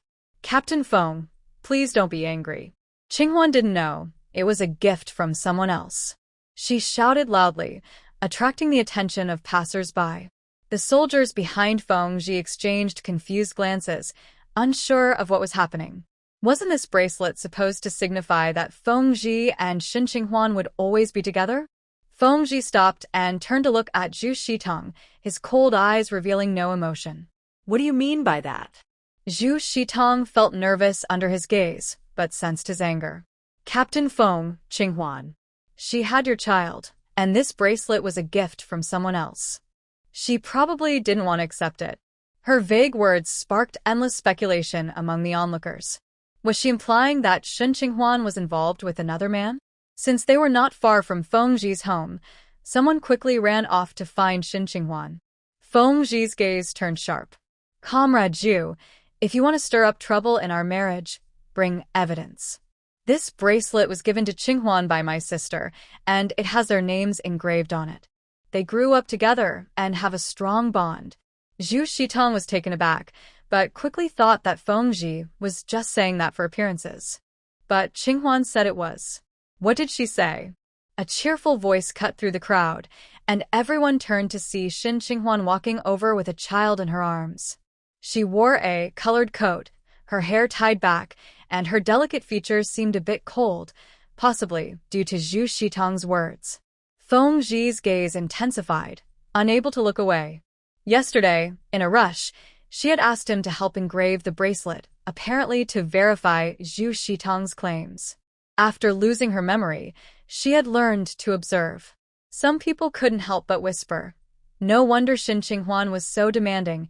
Captain Feng couldn't let go of her, and she was indeed beautiful. A hint of jealousy flashed in Zhu Shitong's eyes, but she quickly replaced it with urgency and guilt. Qinghuan, weren't you going to show me that bracelet? I'm sorry for what happened.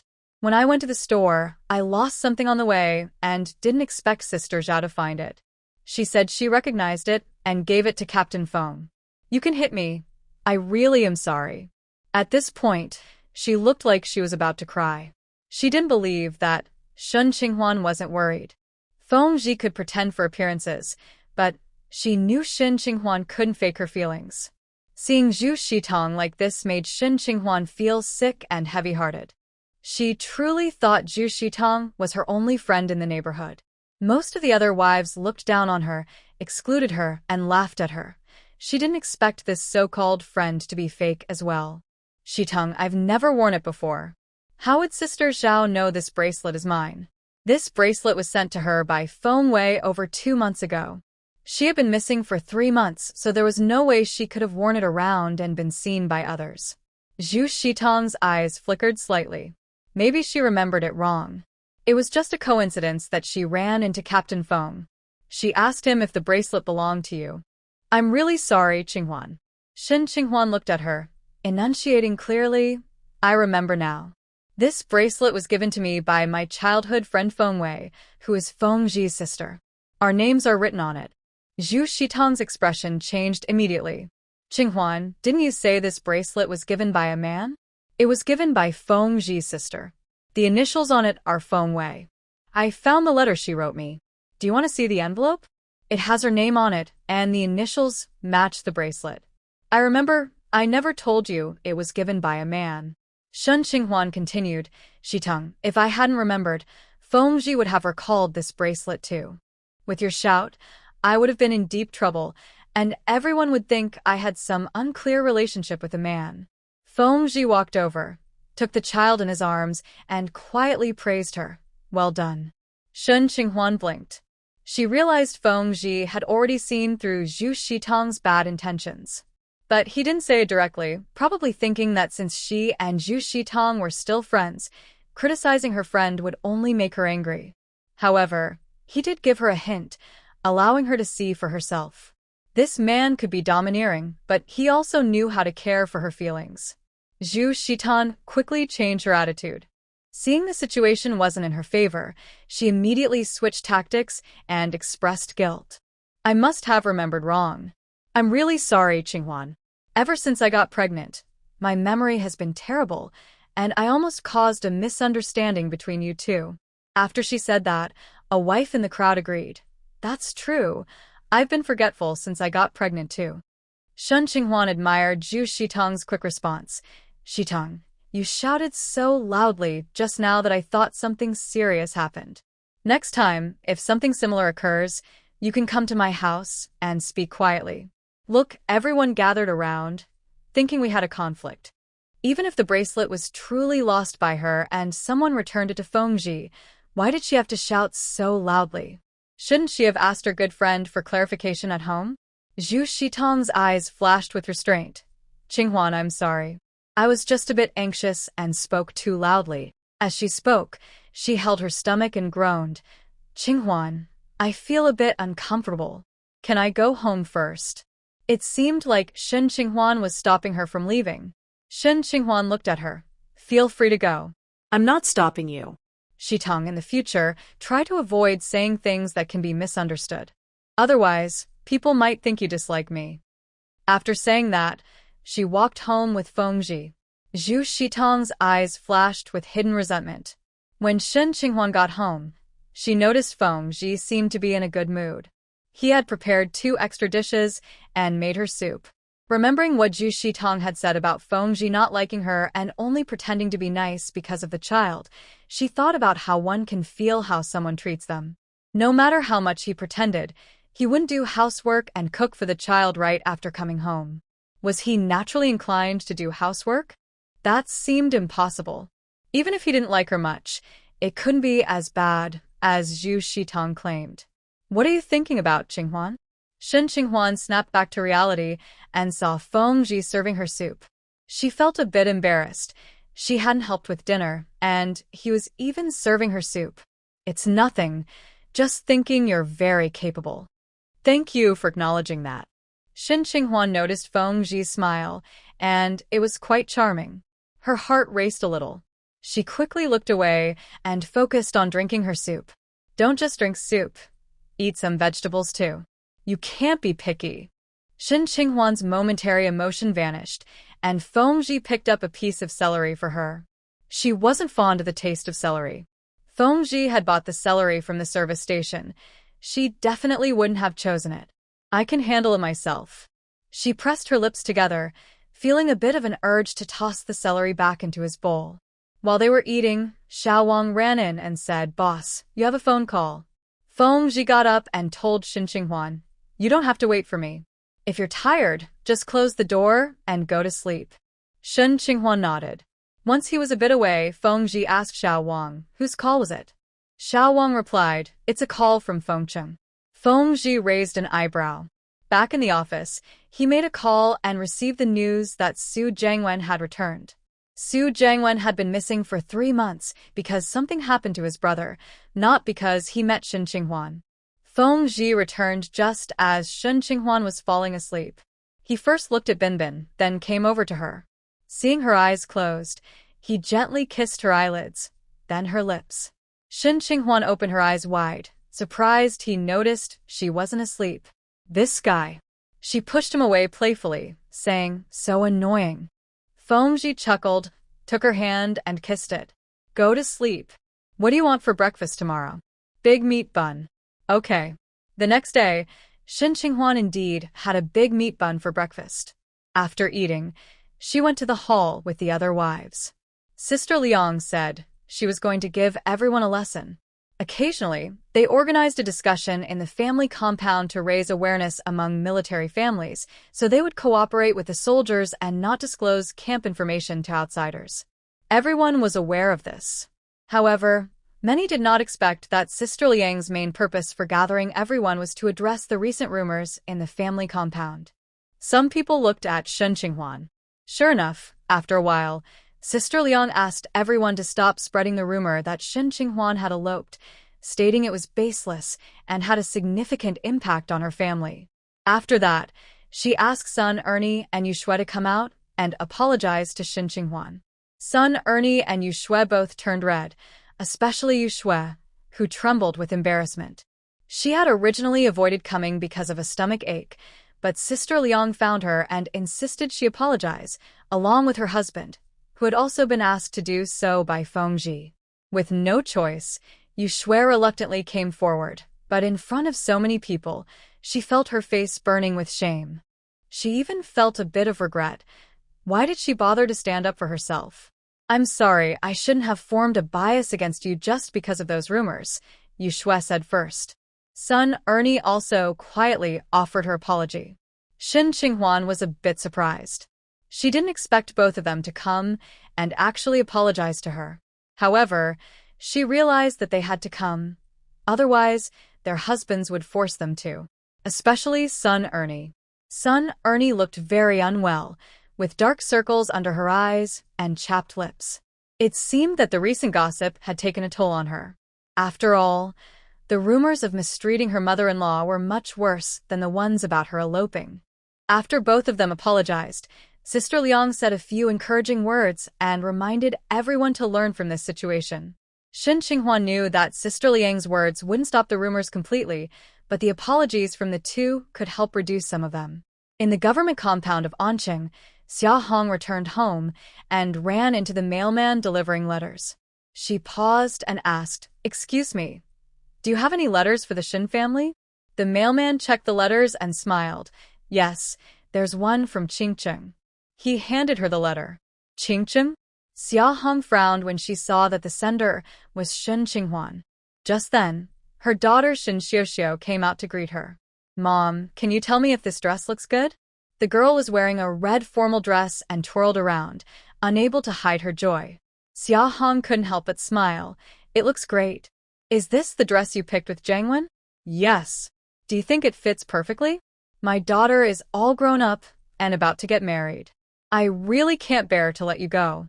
Shin Xiuxiu hugged her arm and said sweetly, "Mom, even if I get married, I will always be your daughter." Okay, my daughter will always be my daughter." "Hey, Mom, who is the letter from? Is it from Dad or my brother?"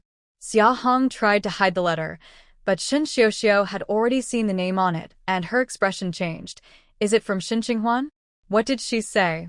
Xia Hong shook her head. I just received it and haven't read it yet. She frowned again. I'm worried she's having a hard time in Qingcheng and is asking for help. Shun Xiuxiu's eyes sparkled. Mom. Well, if Chen Wan from Director Chen's family has come back, Shun Qinghuan might come back too, right? Xia Hong patted her hand. Don't worry. I've already talked to her biological parents about this. If she comes back to the city, she will go to her real parents. I've also written to her, telling her that the Shin family is no longer her home and that she shouldn't come back. Shin Xiuxiu finally felt a bit relieved after hearing her mother. Mom, look at what she wrote in the letter. Shin Qinghuan had been away for almost 3 years and had never sent a letter to the Shin family during that time. Why was she writing now? Was she really struggling? After all, Shin Qinghuan had been the pampered daughter of the Shin family for 20 years. Living in the countryside must feel like a lifetime for her. At this moment, Xia Hong had already opened the letter, and Shin Xiuxiu quickly leaned in to read. Shin Qinghuan wrote that she was doing well in Anqing and asked the family not to worry. She inquired about everyone in the family, but then the letter ended abruptly. Shin Xiuxiu couldn't help but sneer inwardly. Mom, you were right. She wants us to send her money. Knowing we wouldn't easily agree, she's trying to soften us up first and connect emotionally before asking. Mom, you... Xia Hong stuffed the letter back into the envelope and tossed it into a nearby trash can. She should have suffered these hardships 22 years ago. Now that she is experiencing them, it's already quite lenient. A smug look flashed in Shin Xiuxiu's eyes. Just thinking about Shin Qinghuan working in the fields, shoveling manure, and cutting grass made her unable to suppress a laugh. After finishing the ideological class, a woman asked about Shin Qinghuan, sister-in-law. How come I've never heard anyone in your family is a doctor?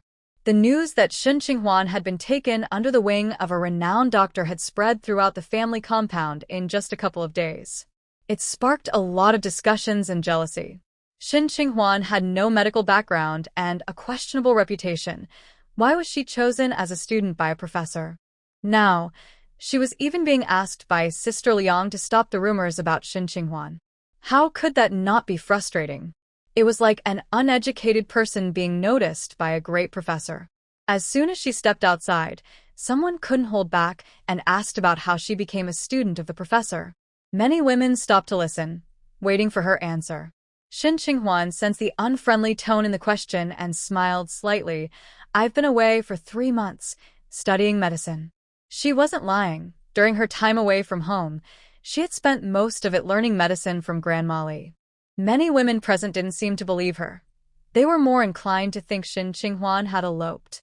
So, does that mean sister-in-law Shin has some medical skills now? Since you want to study medicine, why didn't your family mention it? Even your friend Zhu Shitong doesn't know. Yes, you never mentioned that you wanted to be a doctor. Shin Qinghuan said, it's a coincidence. I never thought I would study medicine one day. I only know a little about pharmacology and can't treat patients.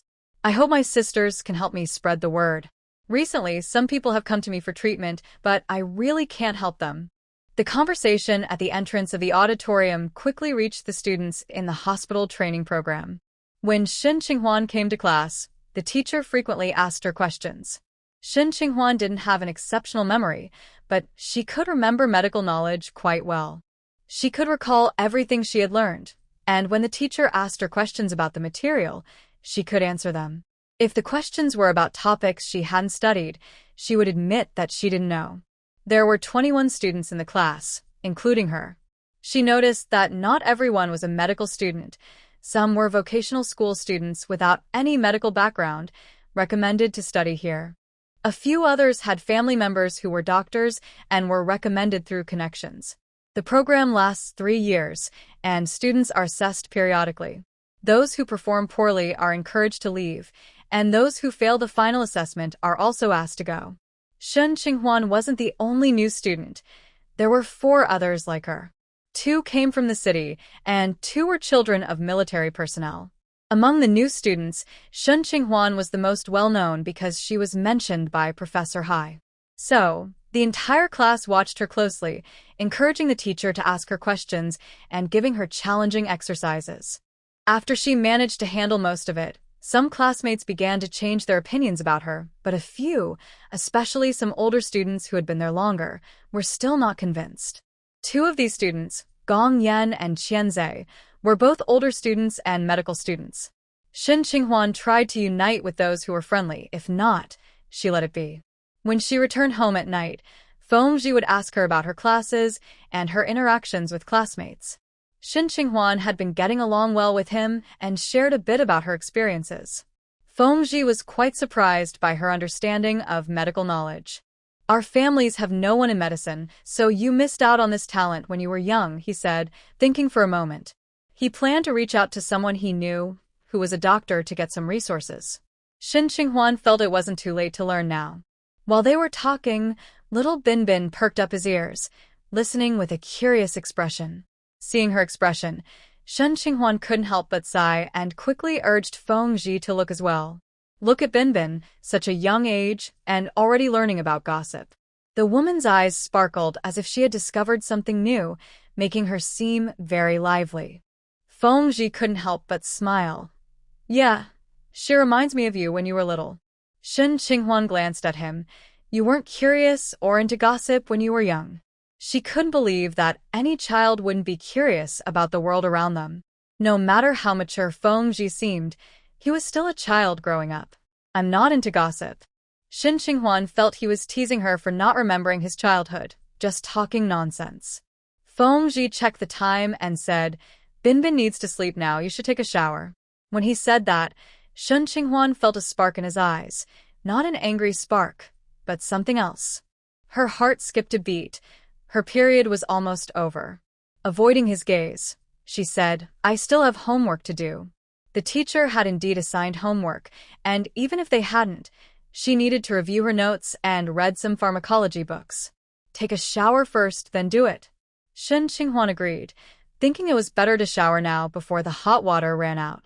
She went to find her clothes and headed to the bathroom. After she finished her shower and came out, she found a guest at home. Feng assistant, Xiao Wang, was talking to Feng at the door. Xiao Wang called out to her sister-in-law. Shen Qinghuan politely responded, unsure if she had heard correctly, as it seemed she caught the words Wind City Research Institute.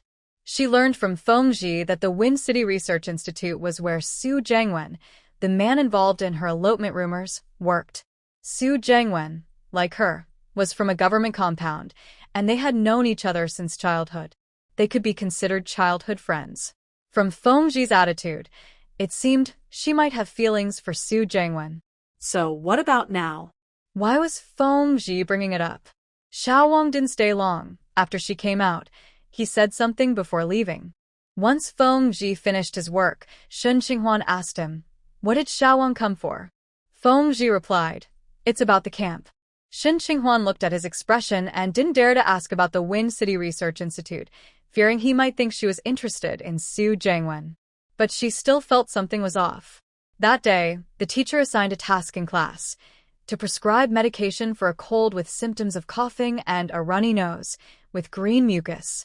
Everyone wrote down the necessary medications on paper and submitted them to the teacher. Shen Qinghuan quickly finished and handed hers in. After the teacher reviewed it, she noticed that there was a topical medicine included in the homework, which stated that it was used to relieve coughs by applying it to the throat. The teacher immediately asked Shen Qinghuan about it.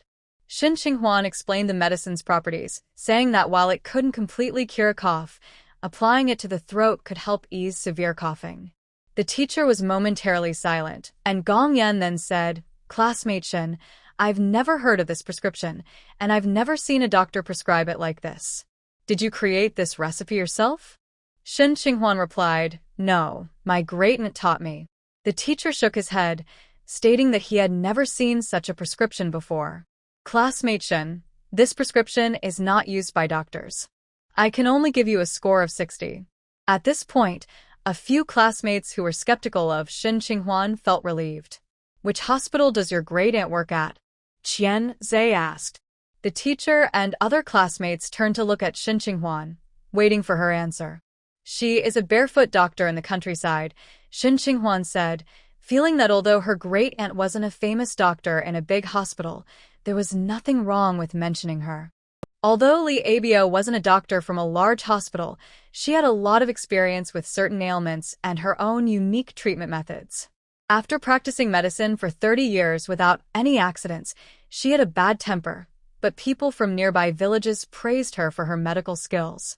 Hey Qinghuan, you dare to use a barefoot doctor's prescription? Luckily, you're not a doctor yet. If you were, it would be dangerous for the patients, Gong Yan said with a smirk. Teacher Zhu added, you shouldn't use unverified prescriptions. Remember, when you become doctors, patients' bodies are not experiments. Being careless can easily lead to serious consequences. Before Teacher Zhu could finish, someone knocked on the door, interrupting. Is Comrade Shin Qinghuan there? A nurse was at the door. Teacher Zhu asked, yes, what is it? The nurse replied, it's like this. The pharmacy department would like Shin Qinghuan to come over to look at a prescription. Teacher Zhu raised an eyebrow. What prescription? The nurse said, I'm not very sure, but Dr. Zhu, could you please lend her to us? Teacher Zhu turned to Shin Qinghuan and said, go see what it's about. Shin Qinghuan agreed and left the classroom with the nurse. Once outside, the nurse looked Shin Qinghuan over and asked, you're the one who helped that woman who is in so much pain, right? Shin Qinghuan nodded, yes, that was me. The nurse inquired, have you studied this? I have learned a bit. It only provides slight relief and cannot cure it completely. A complete cure still relies on medication. Then tell me, which acupoint is mainly used? The patient has appendicitis. How did you think of pressing the wrist? Shin Qinghuan noticed that the nurse seemed eager to take notes. She replied, it's hard to explain in just a few words. I'll write a note when I have time. The nurse smiled and became more enthusiastic. As Shin Qinghuan passed through the hall, she saw a few people in Research Institute uniforms. The nurse explained, these are our colleagues from the Research Institute. Some newcomers have recently arrived, and they came here for a meal. Unfortunately, they had food poisoning and ended up in the hospital together. Shin Qinghuan suddenly recognized one of them, but couldn't remember who it was. The person didn't see her and turned a corner, leaving. Shin Qinghuan didn't chase after them. Soon, she arrived at the pharmacy department and saw Xiaoya. Xiaoya seemed to be there to pick up medicine, and when she saw Shin Qinghuan, her expression changed to one of displeasure. Shin Qinghuan also had no kind expression for Xiaoya. She had been attending classes at the hospital for several days and had not encountered Xiaoya until now. The classroom was not in the treatment building. Previously, Xiaoya had harmed her reputation by forcing her to apologize publicly, and Feng had even complained to the leadership. Shin Qinghuan learned that Xiaoya had received a reprimand from the hospital. So, it was quite normal for Xiaoya to look displeased upon seeing her. Xiao Shun is here. Come take a look. Is this external medicine still missing some ingredients? A middle-aged man asked Shin Qinghuan. Shin Qinghuan ignored Xiaoya and walked over to examine the prepared medicine. She smelled it and noticed it was indeed different from what she had made. She said, I listed all the ingredients. Did you use all of them? Of course. Could the quality of the ingredients affect it? My prescription is completely open. That possibility cannot be ruled out. By the way, where did you source your ingredients? I sourced them from the village. Some were found in the mountains.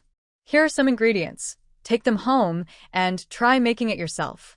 Xiaoya took the medicine and was about to leave, but seeing Shin Qinghuan being treated with such importance by the pharmacy department made her feel uneasy. As she reached the stairs, her frustration boiled inside her. After the last incident, the leadership had reprimanded her, which made her lose face among her colleagues. It would be much harder for her to get promoted than for her co-workers. This is all Shin Qinghuan's fault.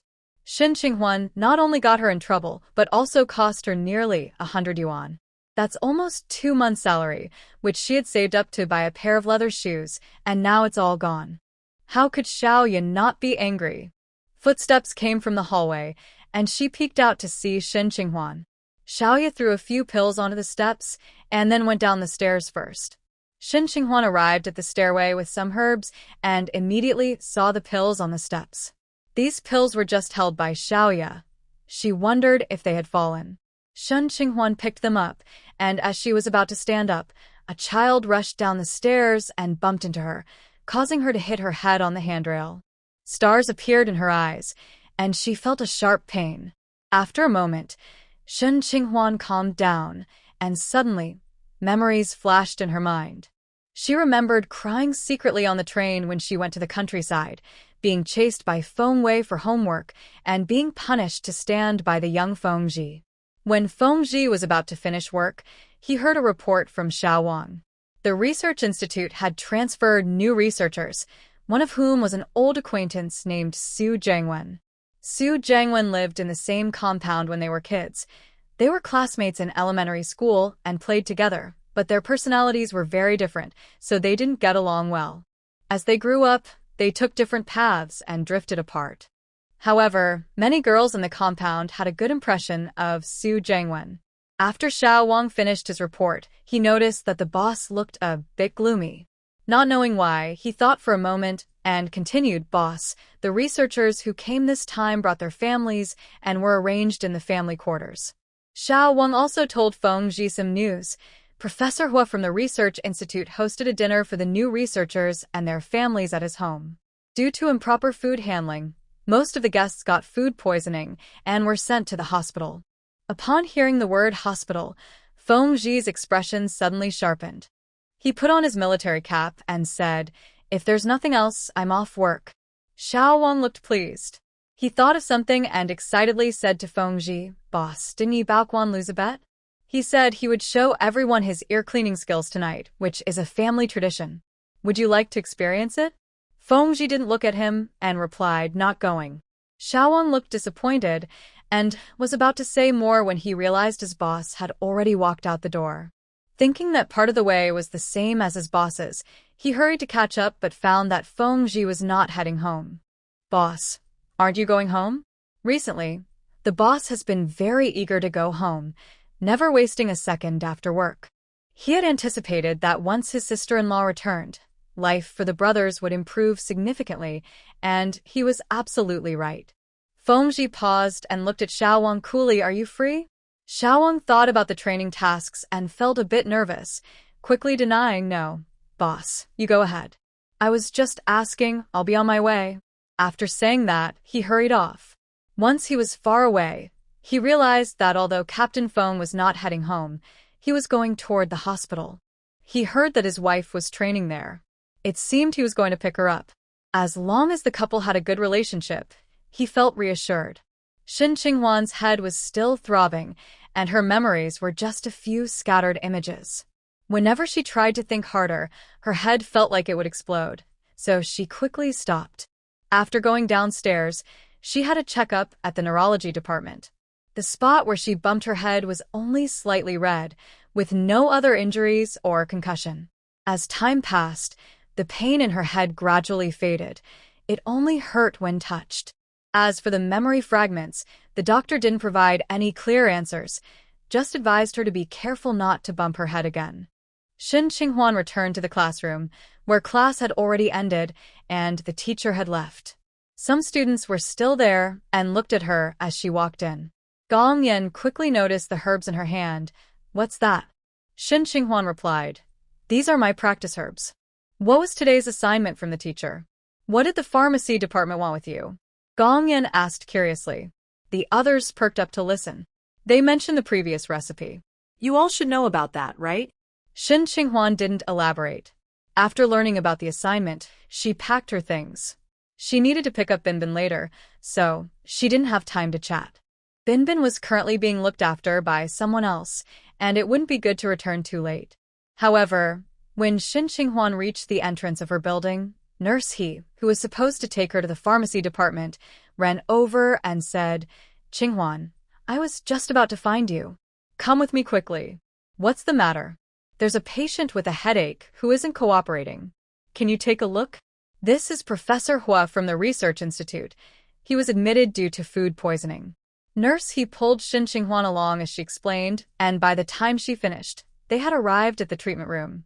Shen Qinghuan wanted to refuse but didn't have the time, so she said, "I'm not sure if I can help." "Just give it a try." Shen Qinghuan didn't understand why she specifically came to find herself when there were so many doctors in the hospital. Professor Hu was lying in bed, moving side to side in pain. Nurse, he quietly told Shin Qinghuan, Professor Hua is allergic to several medications, so many can't be used. After speaking with the attending physician, Shin Qinghuan was brought to the bedside. She asked, Hello, can you sit up? I can help you with some pressure points to see if it eases your pain. Professor Hua's face was pale from the pain, but he was alert. He nodded and struggled to sit up with the help of the nearby doctors and nurses. Shin Qinghuan gently asked him, Where does it hurt? Is it a sharp pain or a constant ache? Professor Hua explained. I understand, Shin Qinghuan said. She warmed her fingers, took a deep breath to focus, and placed her hands on Professor Hua's temples, then moved to several other pressure points. As she worked on the back points, it was clear that Professor Hua's color improved a bit. The doctors and nurses nearby looked pleased, and Nurse, he quickly asked Professor Hua, How are you feeling now? Professor Hua, looking around 60 with graying hair and a gentle demeanor, smiled slightly.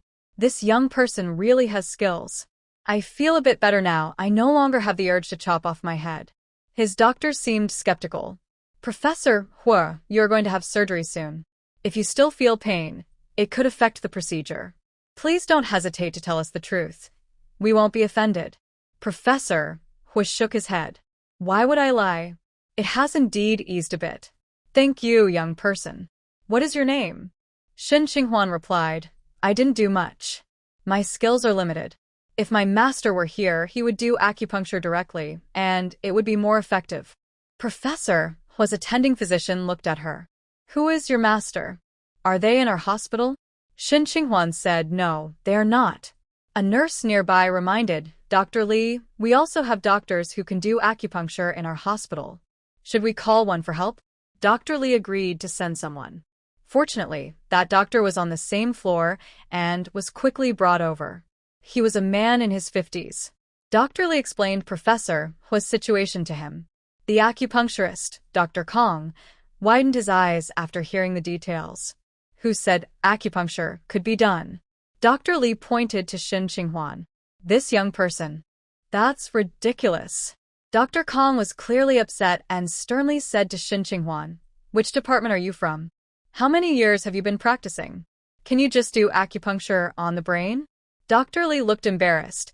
He realized he had made a mistake by letting this young woman, who was not yet qualified, come to help.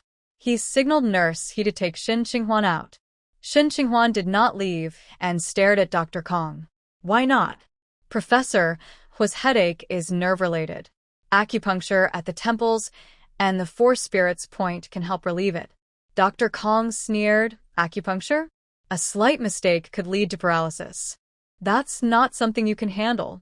Shin Qinghuan stood her ground. That's because your skills are lacking, not because this method can't be used. Dr. Kong was so angered by her words that his eyes nearly bulged out. He then turned to Professor Hua. I can perform acupuncture, but I can't guarantee it will work since your condition is quite complex. We can only try, but I can ensure there will be no side effects. Are you willing?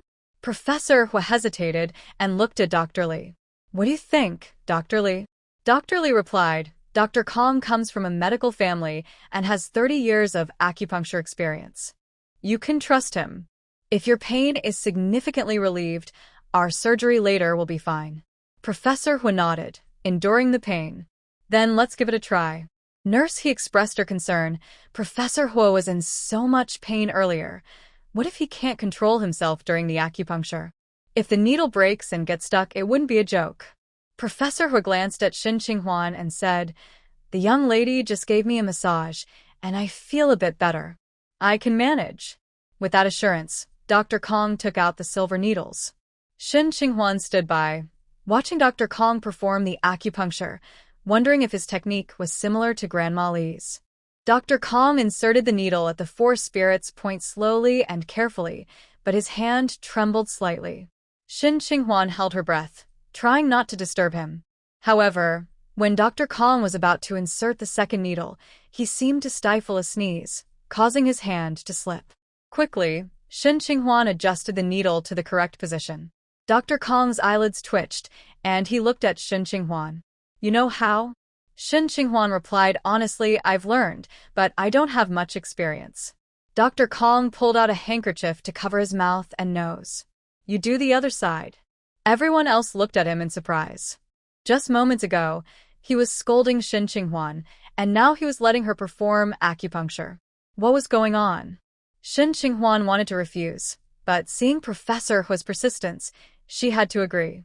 She sanitized her hands, then took the silver needles from the tray and began acupuncture on the other side of Professor Hu's body. Her technique was steadier and quicker than Dr. Kong's. The 2 needles were quickly placed. Dr. Kong watched in silence. Just then, someone entered the room and, seeing Shin Qinghuan performing acupuncture, exclaimed, Shin Qinghuan. Shin Qinghuan did not look up and finished placing the last needle. Dr. Li couldn't help but ask Professor Hu, how do you feel? Professor Hu's expression seemed a bit better, but he couldn't speak well at the moment. Dr. Li realized his mistake. Sorry, I spoke too quickly. He turned to the person at the door, his expression darkening. Shall he? Please this person out. It's treatment time. No visitors are allowed. Nurse He nodded and pushed the woman outside, saying sternly, you can't come in. Wait, was that Shin Qinghuan? When did she become a doctor? Shin Xiuxiu was shocked. She was sure she hadn't mistaken the woman giving acupuncture for anyone else. How could Shin Qinghuan be doing this? Did she have a twin? But she had never heard of any twins. Nurse He closed the door behind her and said, what's wrong with you? I told you not to come in, yet you still tried to push your way in and made a scene. If you keep this up, I'll call security. Shin Xiuxiu had to soften her tone. I just want to know if the woman giving acupuncture is named Shin Qinghuan. Just tell me, and I'll leave. Do you need something from her? I'm her relative. The woman looked so much like Shin Qinghuan. I want to confirm I wasn't mistaken. You're not mistaken. You can go now, Nurse He replied before returning to the treatment room. At that moment, Shin Qinghuan finished removing the needles. Dr. Kong, Dr. Li, and the nurse looked at her with changed expressions. Her technique was steady and precise, and Dr. Kong saw no mistakes. Professor Hu then felt confident enough to speak. I feel half relieved compared to after the massage. Dr. Li, I think I can go ahead with the surgery now. Thank you, young lady. What's your name? Nurse He entered just in time and answered for Shin Qinghuan. Her name is Shin Qinghuan. Seeing that it was getting late, Shin Qinghuan decided to leave. Dr. Kong seemed reluctant to let her go and asked, do you have family in medicine? Shin Qinghuan replied, I have relatives in medicine, but I'm sorry. I need to go home. I'm worried about my child. Dr. Kong said, you should come to the hospital tomorrow to see me. I have something to ask you. Shin Qinghuan replied, I have training at the hospital, but I can come by after class. After they agreed, Shin Qinghuan left the treatment room. As she was going down the stairs, someone ran down the hallway and called out to her, Shin Qinghuan. She turned her head and saw a young woman in a blue suit, looking neat and pretty, but her expression showed shock. Shock. Shin Qinghuan was surprised too. Just as she was about to speak, she noticed Feng coming up the stairs, who said to her, Qinghuan. When Shin Qinghuan looked back at the woman in the blue suit, she noticed that the woman looked even more shocked, as if she had seen a ghost. Feng reached Shin Qinghuan's side and took the things from her hands, saying, let's go. Shin Qinghuan wanted to ask about the woman, but the woman turned and ran away without saying anything. She nodded and walked downstairs, unaware that Feng was looking in the direction the woman had gone, his gaze deep. Once outside the main building, Feng turned to her and asked, what did you talk about with her? Are you asking about the woman in the blue outfit at the staircase? Yes. I didn't say anything. She called out to me, but didn't speak. I don't know what she wanted. Feng looked into her eyes and asked, you don't know her? Shin Qinghuan shook her head. I don't know her, but it seems like she knows me since she called my name. Qinghuan. Feng stopped walking. If you have anything to tell me, you must. Shin Qinghuan looked at him curiously. She didn't have anything to hide from him. I found that woman quite strange. I don't know why she called me. Maybe I should ask her tomorrow. Don't ask. She doesn't seem like a normal person. Shin Qinghuan looked at him in surprise. It can't be that bad, right? Just be careful. All right. On the way home, They passed a service station, and Feng Ji took her inside to take a look. Shen Qinghuan thought about how the fridge was running low on food and realized she needed to buy more. But she saw Feng Ji looking at some fabric. The owner told him they had just received some fabric, and one of the colors was a bright red. After looking at it, Feng Ji turned to Shen Qinghuan and asked, "What do you think of this color?" Shen Qinghuan was a bit surprised. "What's going on? Are you buying fabric?" For you. Feng Ji remembered that she had lent her red dress to someone and never got it back, so he planned to get some fabric to have another dress made for her. "For me? To make clothes? There's no need for Feng Ji. I have so many clothes at home that I can't wear them all. Let's buy some vegetables and head back," Shen Qinghuan said, then turned to pick out vegetables. Feng Ji watched the woman carefully, selecting vegetables. The evening sunlight streamed into the shop, casting a warm glow on her features, making her look soft and beautiful, like a painting. She didn't seem to recognize Shen Xiuxiu. Otherwise, she wouldn't have acted that way toward him. Shen Qinghuan was completely unaware of Feng Ji's changing emotions. She picked some cabbage and potatoes, and when she noticed tofu, she immediately brightened up and turned to Feng Ji, saying, "How about we make stuffed tofu today?" She had learned how to make this dish from Grandma Li. At that moment, other women at the market overheard her and curiously asked, "How do you make stuffed tofu?" Shen Qinghuan explained, "You stuff minced pork into the tofu, fry it, and then braise it." The woman asked for more details and ended up buying some tofu as well. Feng Ji took the vegetables Shen Qinghuan selected to pay, but she quickly went ahead and paid the bill first. Feng Ji looked at her in surprise. "What's going on?" The woman who had asked about the stuffed tofu chimed in. "Oh, your husband is paying for you." The implication was that it was customary for men to pay. Shen Qinghuan smiled brightly. "His salary is with me, so it would be awkward if he didn't have enough money to pay." The woman laughed. No wonder. Feng Ji couldn't help but smile, feeling a sense of warmth in his heart. After Shen Qinghuan paid, Feng Ji carried all the bags as they walked home together, like any ordinary couple, chatting about work. Shen Qinghuan mostly spoke. Since her memory loss, she hadn't made any close friends in the neighborhood. Although the other women weren't openly hostile, their friendliness felt superficial, and she wasn't sure how genuine it was. Even with Yao Qin, whom she got along with well, they hadn't spent enough time together to share deeper feelings. So, for now, she could only discuss work with Feng Ji. Feng Ji had joined the military early on, advanced through training, and served at the border. Although he earned his position as a company commander through merit, he also had to navigate various situations skillfully. He offered her several suggestions, which Shen Qinghuan planned to think over. When they got home, Xiao Feng, who helped take care of Bin Bin, greeted them. "Sister Qinghuan, Commander Feng, you're back." Xiao Feng was someone that Sister Xingying helped find.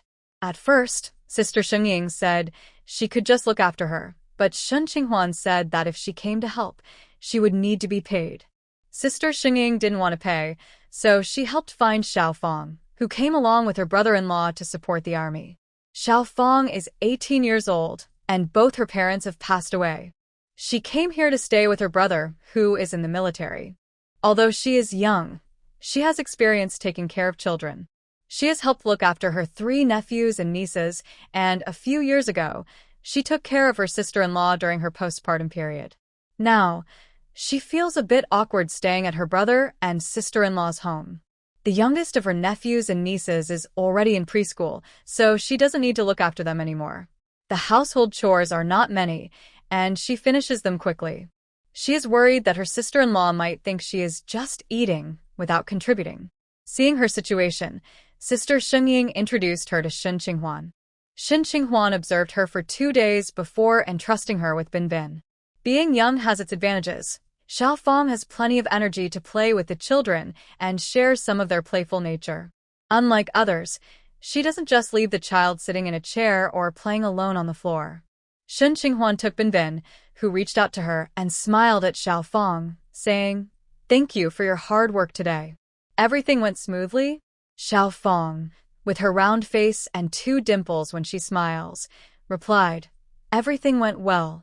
Bin Bin is easy to take care of." She knows not to touch dangerous things, and if you talk to her nicely, she understands.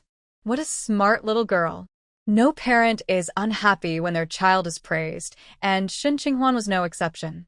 Xiao Feng's time with Binbin ends when Shin Qinghuan or Fengji returns.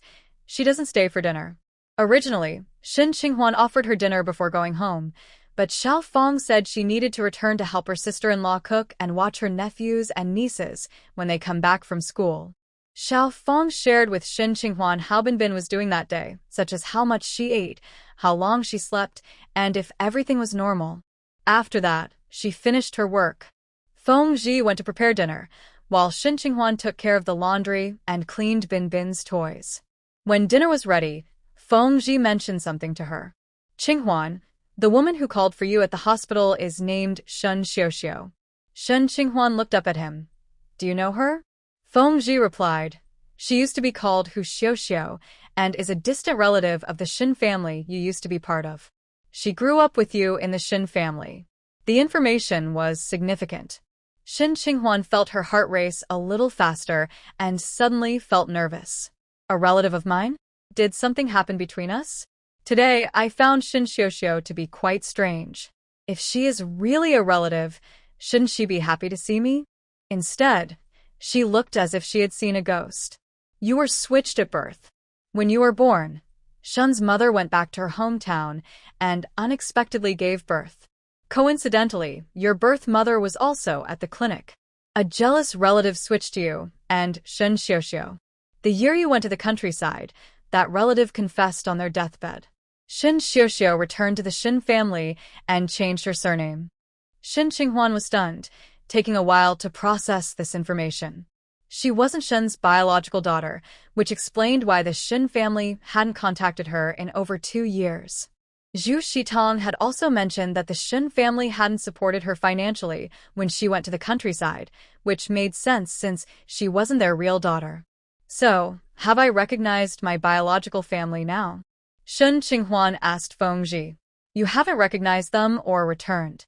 The Hu family lives in a village in Anqing, Zhuxian. Besides you, there are 5 other children in the Hu family, and their financial situation isn't good. You have no emotional ties to them, so there's no need to go back. Shin Qinghuan felt very complicated. Why is Shen Xiuxiu in the camp? Do you think she came to find me? She wondered if something was going on with the Hu family, which is why Shin Xiuxiu specifically came to the camp to look for her. But Shin Xiuxiu's expression earlier didn't seem like she was looking for someone. She is a new researcher's family member, Feng Ji said, handing her some vegetables. You don't need to pay her any attention next time you see her. You two have never gotten along because of the switch, and she holds a grudge against you now. If you can't handle it, come back and talk to me, Feng Ji added. Feng Ji, if Shin Xiuxiu was switched to the Hu family, how did she grow up in the Shin family? The Shin family lived in a government compound, and Shin's father was a government official, so they were quite well off.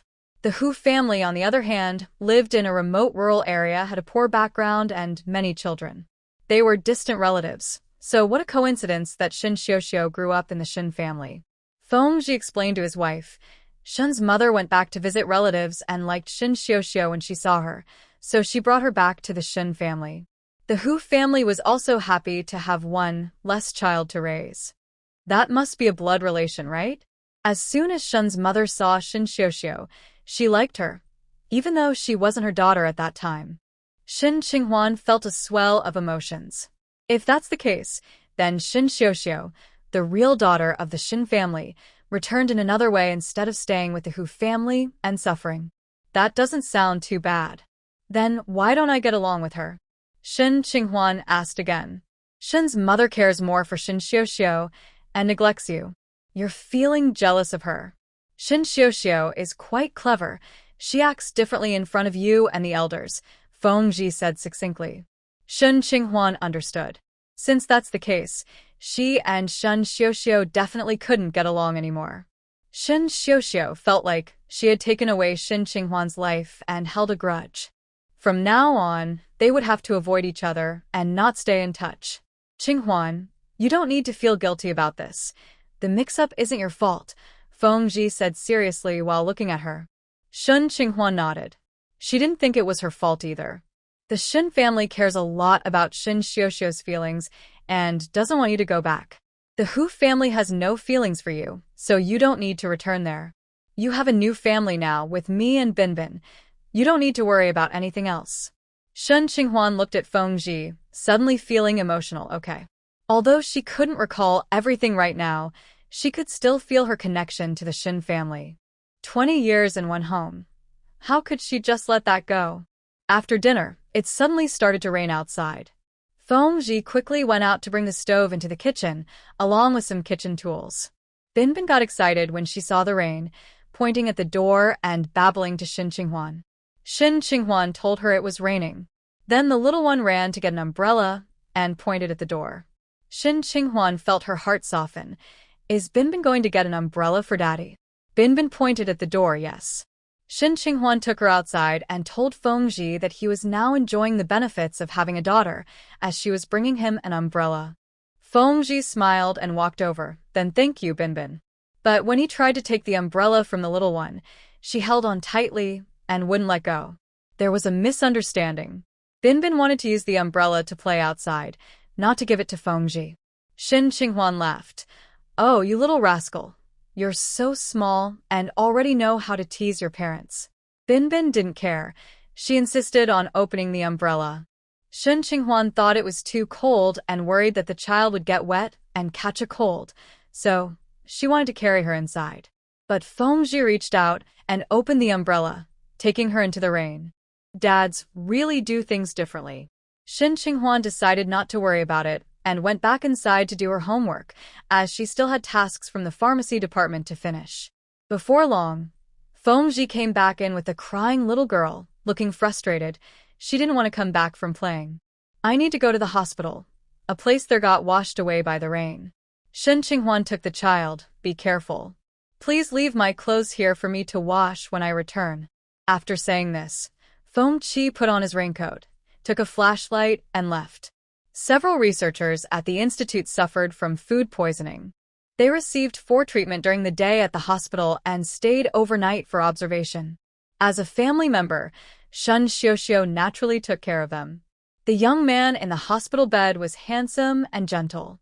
Even though he looked pale from illness, his charm was undeniable. Shen Xiuxiu stood at the door, gazing for a moment before entering. Jiangwen, I saw Qinghuan today. The man suddenly looked up. Who are you talking about? Shen Xiuxiu felt a pang of resentment, but didn't show it on her face. Shen Qinghuan, you know Feng Ji is stationed here too, right? They got married. How is that possible? Su Jiangwen instinctively denied it. They have never gotten along since childhood. How could Qinghuan marry him?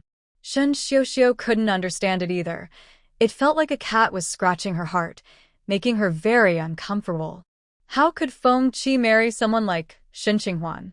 He must be out of his mind. I've asked around. Someone at the hospital knows her. She is now Feng Ji's wife and lives in the family quarters at the base. They even had a child. Could you have misunderstood? Su Jiangwen's face turned even paler, still in disbelief. I saw her with my own eyes. I can't be mistaken. I didn't misunderstand. I was shocked at first too. I confirmed it with the nurses here, and it really is her. How could the Feng family agree to marry someone like Shen Qinghuan, whose background is so poor and with such a terrible personality? Feng Ji must be crazy. Could it be that they secretly got married here without informing the Shen family? Otherwise, how could she and her mother not know? Su Jiangwen tried to get out of bed, but Shen Xiuxiu quickly pressed him down. What are you doing? The doctor said you still need to receive 4 fluids. I just need to go to the restroom. I'll help you. No need, I can walk. Just help me get some hot water. Shen Xiuxiu reluctantly let him go to the restroom alone. But she didn't know that Su Jiangwen didn't go to the restroom. Instead, he headed downstairs. As he reached the stairway, he saw several soldiers in uniform. One of them was Feng Ji. He paused. Feng Ji's sharp gaze locked onto him. Long time no see. Shin Qinghuan bathed Binbin and lulled her to sleep. Feng Ji returned late, and she saw him the next day. Qinghuan, you stay home to watch Binbin today. What's wrong? Shin Qinghuan thought about returning to the hospital and had gotten up early. She glanced at Binbin, who seemed fine and in good spirits. Xiao Feng has something to do, so she took a leave, Feng Ji said casually. What is it? Shin Qinghuan put on a piece of clothing. She didn't say. But I need to go back to the hospital today. Go back later. I'll talk to Sister Shenying, and you can give Binbin to her when you go to the hospital. Shin Qinghuan looked at Feng Ji and asked about his situation from last night. Feng Ji replied, everything is taken care of. I'm heading back to the camp. Breakfast is on the stove. Shin Qinghuan checked the time. She had classes in the morning starting at 8, so she needed to return. After feeding Binbin breakfast and tidying up a bit, she carried her to Sister Xingying's house but ran into Xiao Feng on the way. She approached Xiao Feng. Where are you going? Are you not feeling well? Xiao Feng looked down, avoiding her gaze, and shook her head. Sister Qinghuan, I'm going to do laundry. Seeing the laundry basket in her hands, Shin Qinghuan asked, did you take leave just to do laundry? No. I was. Her hesitant demeanor suggested something was off. Xiao Feng, are you hiding something from me? What is the reason for your leave? Xiao Feng quickly shook her head. Sister Qinghuan, I just felt a bit unwell this morning. I happened to see Captain Feng and asked him for leave. I'm fine now. Happened to see Captain Feng? Didn't you come specifically to ask for leave? Shin Qinghuan pointed out the inconsistency. Xiao Feng was close to tears. Sister Qinghuan, Captain Feng saw me fall while carrying vegetables this morning and told me to take leave. Did you get hurt? Xiao Feng waved her hand. No, my knee hurt a bit at the time, but it's fine now. Sister Qinghuan, let me take care of Binbin today. Are you really okay? Shin Qinghuan looked at her suspiciously. She knew some people, wanting to keep their jobs or avoid upsetting others, would downplay their issues. She didn't want Xiao Feng to feel that way. Taking leave for a reason was perfectly normal. Xiao Feng pulled up her pant leg to show her knee, which only had some red marks.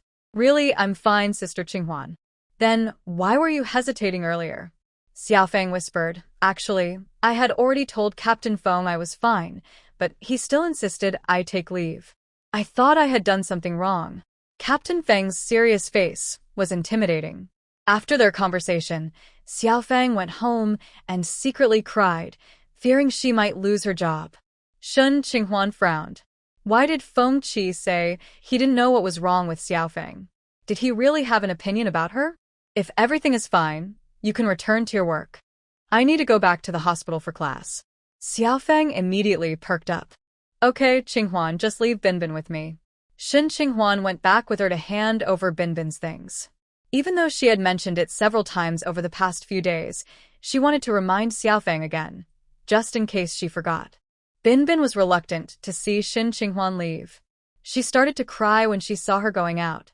Shin Qinghuan hugged her and said, Binbin will stay at home with Sister Xiao Feng. Mommy will come back to play with you after class. Even though Binbin was small, she could understand more than people thought. However, even after Shin Qinghuan spoke to her, she still cried. But she was improving day by day. At least today, she cried for a shorter time than yesterday. Shin Qinghuan returned at noon to cook and then took Binbin for a nap. When she entered the hospital, she ran into Nurse He from yesterday.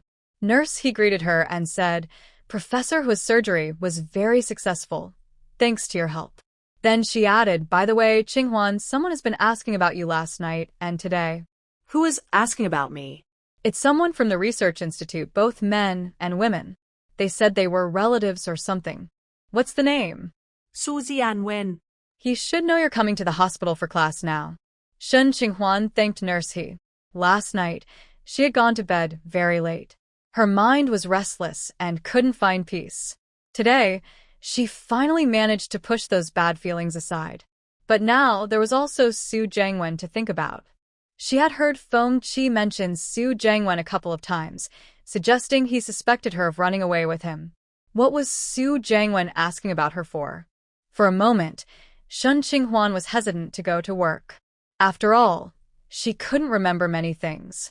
Even if she ran into familiar faces from the past, she couldn't sort through her memories. Eventually, Shin Qinghuan returned to the classroom.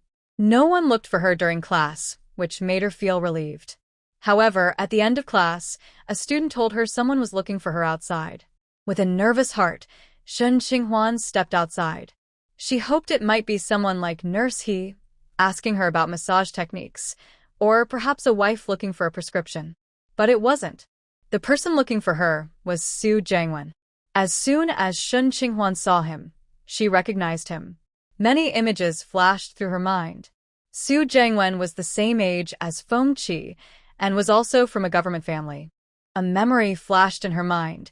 She was wrongfully scolded by Shen's mother and ran out of the house, finding a place to cry in frustration, kicking stones on the ground to vent her feelings. Unexpectedly, a stone flew and broke a window, leading the homeowner to demand compensation from her. She had no money and feared that if this reached her family, Shen's mother would be even angrier and might hit her. Unsure of what to do, Su Jiangwen happened to pass by and helped her pay for the damage. Later, she saved up to repay Su Jiangwen and began to pay more attention to him. Su Jiangwen's parents were both in a performing arts troupe, and he had an artistic temperament, looking handsome and gentle. Not only Shen Qinghuan, but half of the girls in the courtyard had feelings for him. Yes, the young Shen Qinghuan had thoughts about Su Jiangwen. She just didn't remember how she ended up marrying Fengji later. Perhaps it was because Su Jiangwen didn't like her, and she gave up. Qinghuan. Su Jiangwen, wearing a gray work uniform from the research institute, looked refined and handsome. When he saw her, his eyes brightened, and he seemed a bit excited. Shen Qinghuan felt her classmates were secretly watching them, so she said to Su Jiangwen, "Shall we talk downstairs?" Su Jiangwen not dead. They reached the flower bed downstairs, and Shen Qinghuan spoke before he could. "Did you need something?" He had come to her classroom, so it must be important. Faced with her distance, Su Jiangwen looked a bit at a loss. "Qinghuan, I didn't expect you to marry Fengji." Shen Qinghuan looked at him in surprise. His expression seemed like he had feelings for her once. "Yes, did you transfer here for work?" In the memory that had just crossed her mind, Su Jiangwen had helped her, and even if they couldn't be friends, it wouldn't be right to treat him coldly, so she politely asked another question. Su Jiangwen nodded. "I came over the day before yesterday. How are you and Fengji?" "Pretty good." Su Jiangwen seemed taken aback by her response, pausing for a moment. Then his eyes showed a hint of loneliness. "I remember you didn't like him before. Once, when you heard he was looking for Feng Wei, you quickly found a place to hide and didn't even want to see him." "Jiangwen!" Suddenly, a loud shout interrupted Su Jiangwen. Shen Xiuxiu rushed over as if to catch something, looking at Shen Qinghuan with a guarded expression. Shen Qinghuan completely did not understand Shen Xiuxiu's thought process. What was with that expression? It looked like she was catching someone in the act. "Xiuxiu." Su Jiangwen frowned and called out to Shen Xiuxiu. Shen Xiuxiu immediately changed her expression and looked at Shen Qinghuan. "Why didn't you respond to me yesterday? I called you so many times. Did you come here specifically to see Jiangwen since you knew he was in the hospital?" Seeing the two of them together and Shen Xiuxiu acting this way, Shen Qinghuan couldn't help but doubt their relationship. "Are you two married?" Shen Xiuxiu, who had been cautious before, now looked proud, her eyes filled with triumph. "Yes, Jiangwen and I got married 5 days ago." Meanwhile, Su Jiangwen appeared a bit embarrassed and didn't dare to look at Shen Qinghuan. Shen Qinghuan replied, "Congratulations. I hope you both have a long and happy life together." And Shen Xiuxiu, "I have no interest in married men, so you don't need to act like you're the only one left with a man in the world." After saying that, she ignored their reactions and turned to leave. Just then, Nurse He approached Qinghuan. "Dr. Kong is looking for you." Shen Qinghuan acknowledged her and walked with her toward the lobby. Shen Xiuxiu watched Shen Qinghuan's back and bit her lip. She thought, let her pretend. She knew very well that Shen Qinghuan was crazy about Su Jiangwen. Her old notebook was filled with his name. Hearing that she married Jiangwen, Shen Qinghuan would probably cry when she got home. "Xiuxiu, didn't you say you were going to pick up Xiao Su?" Su Jiangwen only remembered his nephew after Shen Qinghuan was out of sight. Upon hearing Xiao Su's name, a hint of disdain flashed in Shen Xiuxiu's eyes, but she spoke gently. "I've already brought him home." Grandma is watching him now. I'm just worried about you. I'm fine. The doctor said I could be discharged, Su Jiangwen replied, knowing that Shin Xiuxiu was here, so he couldn't go find Shin Qinghuan. He decided to go home with her instead. Let's go back. Shin Xiuxiu didn't want to go home, thinking about her mother-in-law and that little boy. She had just gotten married and was expected to be a mother. But the condition of marrying Su Jiangwen was to accept his orphan nephew. She wondered if she could find a way to leave the child with her in-laws. Dr. Kong, whose full name is Kong Xiangjing, comes from a family of traditional Chinese medicine practitioners. He can take pulses and perform acupuncture, and he is one of the only 2 traditional Chinese medicine doctors at the military hospital. Yesterday, he was overshadowed by a younger colleague in his 20s, but since the young man was indeed skilled, he wasn't angry and even appreciated the talent. Today, he waited all morning, but when class ended, he still hadn't seen anyone come by. Unable to sit still and worried that Shin Qinghuan might forget, he decided to go home directly, so he quickly sent someone to find her. When Shin Qinghuan arrived, she saw Dr. Kong looking like he was about to leave. She paused and asked Dr. Kong, "Are you going out?" Kong Shun relaxed upon seeing her, but shot her a glare. "You really have no sense of time. Didn't I ask you to come find me right after class?" "I'm sorry, Dr. Kong. Someone needed my help just now." Shin Qinghuan followed him into the consultation room. "What did you want to talk to me about?" Kong Xiang pointed to a chair in front of him. "Have a seat. Would you like some tea?" "No, it's fine. You can just tell me, Dr. Kong." Kong Shun sat down behind the desk and started asking questions. "How old are you this year? Does anyone in your family work as a doctor? Who taught you traditional Chinese medicine? How long have you studied? Weren't you scared when you practiced acupuncture yesterday?" Shin Qinghuan sensed that Dr. Kong meant no harm, and there was nothing about her basic information that she couldn't share. "I'm 22. I have a relative who is a doctor in the countryside, and I learned from her. Looking back, I was a bit scared after practicing acupuncture yesterday. I lack experience and was a bit reckless, but thankfully nothing went wrong. Not bad. It's impressive to have such courage at a young age. I need an assistant here. Those training classes are too scattered. It's better to help me out. You can earn $20 a month." Shin Qinghuan didn't expect Dr. Kong's attitude to be so different from yesterday. Being an assistant to a doctor is truly the fastest way to learn. In training, it's one teacher to many students, but here, it's one-on-one teaching. The barrier to becoming an assistant in traditional Chinese medicine is lower than in Western medicine. Dr. Kong even offered her a salary, which is quite generous. She knew this was a job many would seek, but could not obtain. However, being an assistant to Dr. Kong would mean becoming his apprentice. But she was currently an apprentice to Professor Hailan. "Thank you very much for your appreciation, Dr. Kong. I know I shouldn't be ungrateful. Are you refusing?" Kong Shun interrupted, glaring at her. "Do you think you can handle things on your own just because you helped Professor He with a couple of needles?" "That's not it, Dr. Kong. It's just that I already promised Professor Hailan to build my foundation in the training class." Upon hearing the name Hailan, Kong Shun's expression darkened further. "Humph. So you've climbed up to Hailan and looked down on my little place." "You misunderstood." Shin Qinghuan was unsure how he came to that conclusion. "I promised Professor Hai first. Dr. Kong, your skills are exceptional and you have a great reputation in several military districts. It would be a great honor to receive your guidance." Kong Shun snorted. "You're quite good at flattering. After class, come to my place.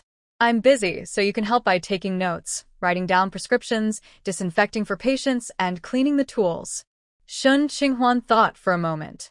She didn't have much time after class, but if she didn't have any afternoon classes, she could come by. She felt it was a good idea and agreed. As Shin Qinghuan left the hospital, she ran into Feng. She was surprised. "Feng, why are you at the hospital?" Feng looked at her with a cold gaze. "I came to pick you up." Shin Qinghuan was still surprised. His route home didn't pass by the hospital at all. "Let's go." Shin Qinghuan followed his pace. "Feng, why did you let Xiaofang take a day off today?" Feng continued walking. speaking casually. I saw she had something to do, so I let her take a break. Qinghuan. Feng Ji turned his head. My grandmother's birthday is in a few days. She wants to meet you and Binbin. I can't get time off. Can you take Binbin back with you? Shen Qinghuan looked up Feng Ji. You know I haven't thought about many things. If I go, will your grandmother? She didn't mind going, but she was unsure how his grandmother would react. Don't worry, I'll explain everything to her. When Shen Qinghuan got home, she saw that the stove was already on and the food was steaming. She asked Xiao Feng, did you cook? Xiao Feng glanced at Feng Ji. It was Captain Feng who cooked.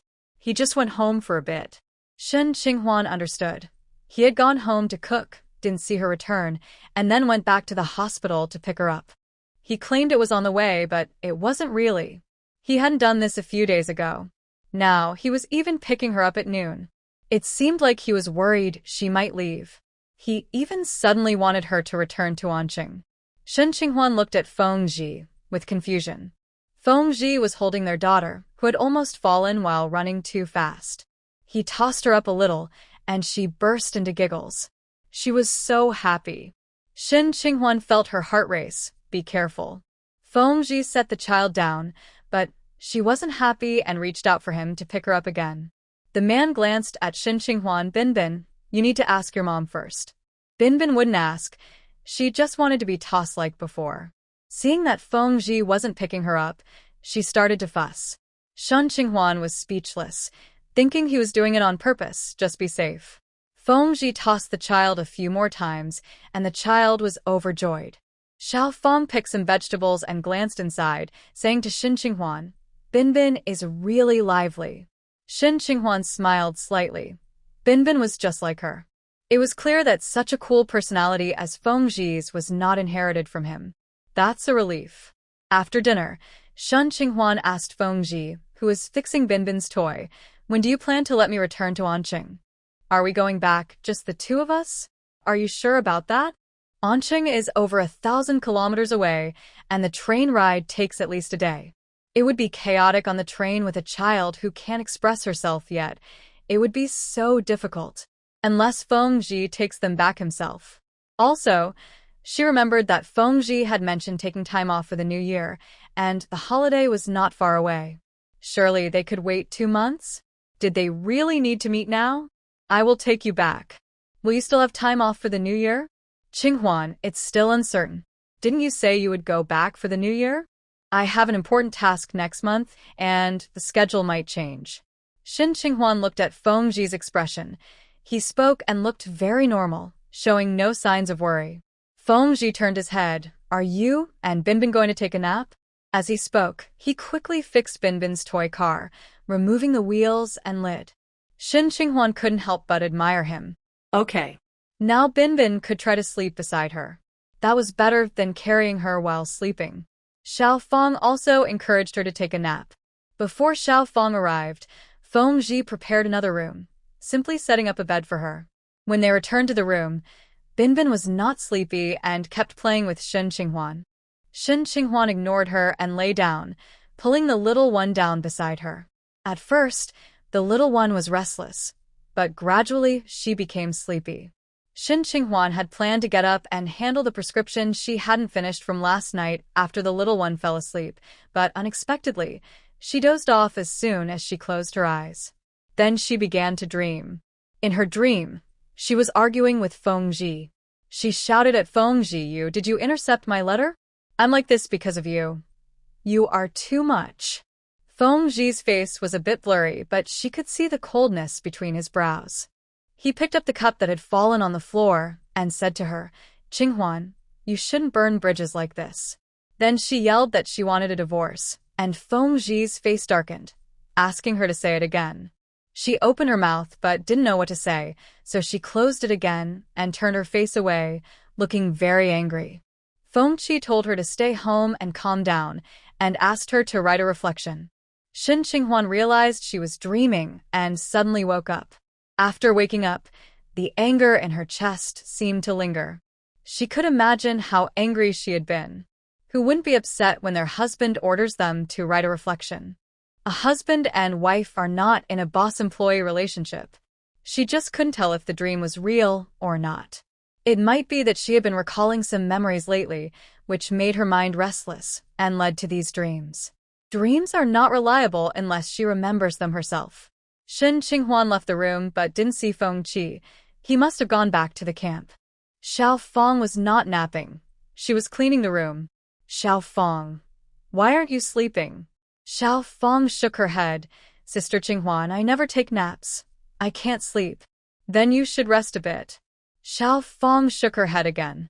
Shen Qinghuan decided not to bother her and took the herbs she hadn't finished preparing yesterday. These were the herbs given by the hospital's pharmacy department, and there was quite a lot to do. She didn't know what was going on at the pharmacy.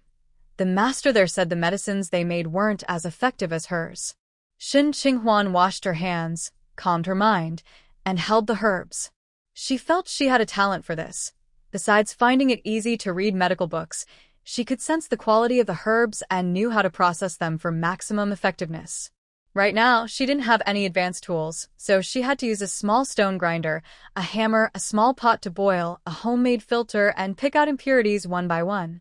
She thought that if she had some better equipment, she could make the preparations more refined, easier to store, and more convenient to use. Once she finished, Binbin woke up, and she quickly cleaned up her tools. She handed Binbin to Xiao Feng and took her ointment back to the hospital. Besides attending classes, she had also promised Dr. Kong to help out. On her way to the pharmacy department, she ran into Su Jiangwen. However, he was holding a child who looked about 2 or 3 years old, searching for a doctor, and didn't see her. A middle-aged woman, looking very anxious, followed him. "Doctor, please check my grandson. He was fine, but suddenly he vomited," the middle-aged woman said to a doctor.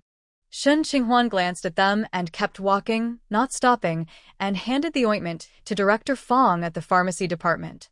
Director Feng carefully examined the quality. Although it was handmade and appeared a bit rough, the smell was slightly different from what he usually made. He asked Shen Qinghuan if she had changed the recipe. Shen Qinghuan replied, "I didn't change it. I used the same ingredients and followed the same steps and measurements as we do here." "Then, why do I smell the scent of bloodroot? Isn't this medicine supposed to be very mild?" Director Feng inquired. Shen Qinghuan responded, "I might have needed it more," which brought out that smell. Director Feng asked her some more details, and Shen Qinghuan answered each question. Based on Grandma Li's recipe, she made some slight adjustments, but the ingredients remained the same. Only the method had changed a bit. In the end, Director Feng remarked, "Comrade Shen, you are a natural at making medicine." Shen Qinghuan humbly acknowledged the compliment and then went to her class. The afternoon class was mainly practice. After finishing her homework, Shen Qinghuan planned to visit Dr. Kong. When she was about to leave, Gong Yan, who had been watching her, asked, "Are you leaving so soon, Shen?" Shen Qinghuan nodded. "I have something to take care of." When she arrived at Dr. Sun's office, she hadn't even entered when she heard a familiar voice inside. "Dr. Kong, do you think the child vomited because he ate cookies? I'm worried about him getting a shot. Can you prescribe some medicine?" Wasn't that the middle-aged woman who had just followed Su Jiangwen? That meant Su Jiangwen was also inside. Shen Qinghuan suddenly felt hesitant to go in. But before she could turn around, Dr. Kong's voice called out, "Xiao Shen, come in when you're here." After Dr. Kong spoke, he remembered something and added, "Please go to the hallway and tidy up the tools." Shen Qinghuan agreed. There were hallways on both sides of the clinic, so she could go around without entering the main room. In the hallway, Shen Qinghuan organized the drying medicine boxes and glanced into the clinic. Dr. Kong was checking the child's pulse, examining his tongue and eyes. The child was the same one Su Jiangwen had been holding earlier, and both Su Jiangwen and the middle-aged woman were inside. Dr. Sun asked them, "Besides cookies, what else did the child eat?" The middle-aged woman replied, "We just arrived here today. He had egg noodles for breakfast, rice, and meat slices for lunch. He didn't eat much meat, just a couple of bites, and then he had a cookie." Dr. Sun asked the child, "Can you tell the doctor if you ate anything else besides what your grandmother mentioned? Only by sharing can we help you feel better." The child looked pale, tears welling in his eyes, constantly trying to snuggle into the middle-aged woman's arms, looking like he wanted to cry but couldn't. Xiao Su, be good and tell the doctor, Su Jiangwen said. Wu, I don't want to. I don't want a shot, the child replied, his voice trembling. Dr. Kong said, I won't give you a shot here. With the doctor's assurance, the child finally spoke up, I also ate rice cakes. Su's mother asked, where did the rice cakes come from? Su Jiangwen replied, maybe Xiao brought them from Anqing. Su's mother's face darkened immediately. What is going on with Xin Xiao? You've been here for days, and she let the child eat rice cakes that have been out for so long. What is she thinking? Su Jiangwen reminded her, Mom, the doctor is here. We can talk about this later. Su's mother had to keep quiet, but her expression was very angry. Xin Qinghuan didn't watch continuously, but she heard everything inside. The middle-aged woman was Su Jiangwen's mother and Xin Xiaoxiao's mother-in-law, but she didn't know how the child was related to Su Jiangwen. It was clear that both were very concerned about the child. Inside, the child seemed uncomfortable and was making noises. Su's mother's voice rang out, Xiao Su, how about letting Daddy hold you? Xin Qinghuan raised an eyebrow. The child actually called Su Jiangwen Daddy. But during lunch, Xin Xiaoxiao said they had just gotten married 5 days ago. So, this child wasn't Xin Xiaoxiao's child, but was born to Su Jiangwen's first wife? Was Su Jiangwen in a second marriage? Su Jiangwen took the child out, leaving only Dr. Kong and Su's mother in the examination room. Dr. Kong quickly prepared medicine for the child and called Xin Qinghuan in to see the prescription. You heard the child's symptoms, right? He ate spoiled rice cakes and has acute gastroenteritis. He needs an anti-inflammatory shot, along with our stomach-nourishing medicine. Before Dr. Kong could finish, Su's mother interrupted, frowning at Xin Qinghuan, her tone surprised. Xin Qinghuan, what are you doing here? Then she seemed to realize something, her expression suddenly stern. Jiang Wen is already married to Xiaoxiao. Don't come here and bother him. Xin Qinghuan noticed that Su's mother and Xin Xiaoxiao were quite similar in some ways. They both had the same way of thinking. My child is already 1 year old. What am I bothering him about? You need to provide evidence for your claims. Su's mother huffed. It's best to keep it that way. If I find out you're still... Xin Qinghuan coldly interrupted her. If you keep talking nonsense, I will report your son's conduct to his superiors. You. What's wrong with you? Xiao Shun is already married. Don't ruin her family, Dr. Kong said to Xin Qinghuan. Mrs. Su snapped back to reality and stopped staring at Xin Qinghuan, allowing Dr. Kong to continue prescribing her medication. After the prescription, Mrs. Su didn't know where to get the medicine, so Dr. Kong asked Xin Qinghuan to take her. Xin Qinghuan didn't want to go, but it was her duty, so she took Mrs. Su out of the consultation room. Xin Qinghuan knew Mrs. Su wouldn't stay quiet. Sure enough, as soon as they were outside, she began to speak. Xin Qinghuan, you were originally a farmer's daughter, but you were swapped and lived as the director's daughter for 20 years. Now that it's been discovered, you married Feng Ji. You should cherish your current life and not always wish for more. Jiang Wen and Xiaoxiao are married. They are very much in love. Don't disturb them. Mrs. Su's voice carried a warning, and her expression was very stern. She looked at the woman before her, having watched Xin Qinghuan grow up. She frowned at the trouble Xin Qinghuan caused as a child. Such a woman could never marry into the Su family. Now that she knew Xin Qinghuan had been swapped, being just a farmer's daughter made it even less likely for her to marry into the Su family. As a mother, she had to think of her son. Xin Qinghuan looked at her coldly. Mrs. Su, have you lost your mind? Why would I bother your son? He is married with children, and I have my own husband and children. Can your son compare to my husband? Mrs. Su should have felt relieved by her words, but her attitude made her very displeased. You are truly ungrateful. After what your man did, you still... What do you mean? Xin Qinghuan stared at her intently. Mrs. Su turned her face away. Just remember what you just said. Explain to me what's wrong with my husband. At that moment, Su Jiangwen came over with a child and was surprised to see Xin Qinghuan. Qinghuan, what are you doing here? Mom, what did you talk about? Mrs. Su looked at him sternly. Nothing. Let's go get the medicine. Then she said to Xin Qinghuan, You don't need to follow us.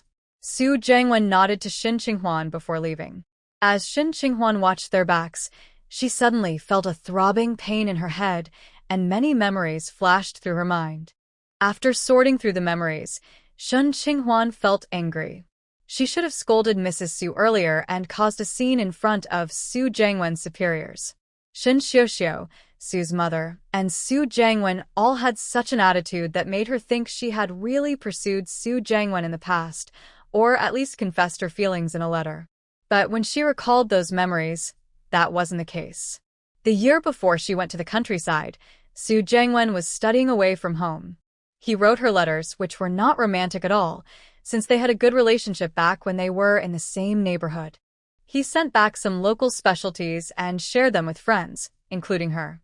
Later, he wrote to ask if she received the gifts and casually mentioned how he was doing at school. Since she received his gifts and he wrote to her, she naturally replied to let him know she got them and sent back some of his favorite snacks. At that time, she did have a little crush on him and wondered if he liked her too. She wrote him 2 letters in total, sharing her recent news and funny stories about their friends, along with some book recommendations, without any hint of romance. After that, she never received another letter from Su Jiangwen and didn't write again either. Then she went to the countryside.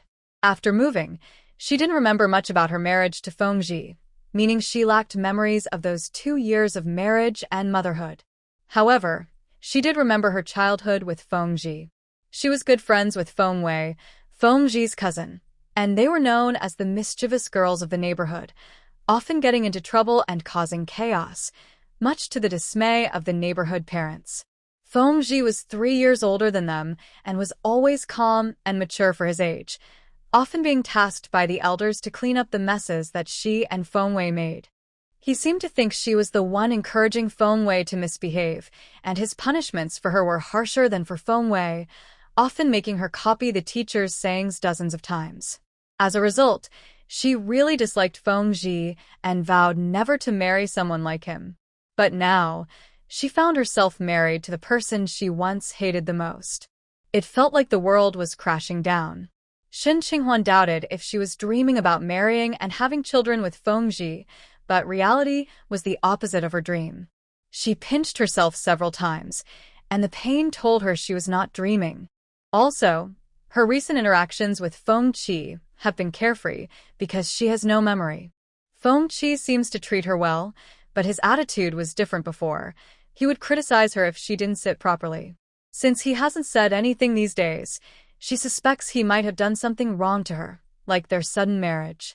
When she went to the countryside, she really struggled, earning very little. But marrying Feng wasn't necessary. She could have found someone else to escape that situation. In the afternoon, Shin Qinghuan returned home early. She went to the call room and dialed Feng's family.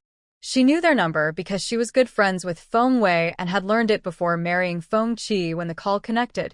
It was the family's nanny who answered. She asked who was calling, and Shin Qinghuan replied, "It's Shin Qinghuan." Then the call was transferred to Grandma Feng. Grandma Feng had always been kind to her when she was young, often giving her and Feng Wei treats. "Qinghuan, is something wrong?" Grandma Feng's voice was warm, and Shin Qinghuan felt a bit emotional, missing her own grandmother. "Nothing much. I just haven't called you in a while.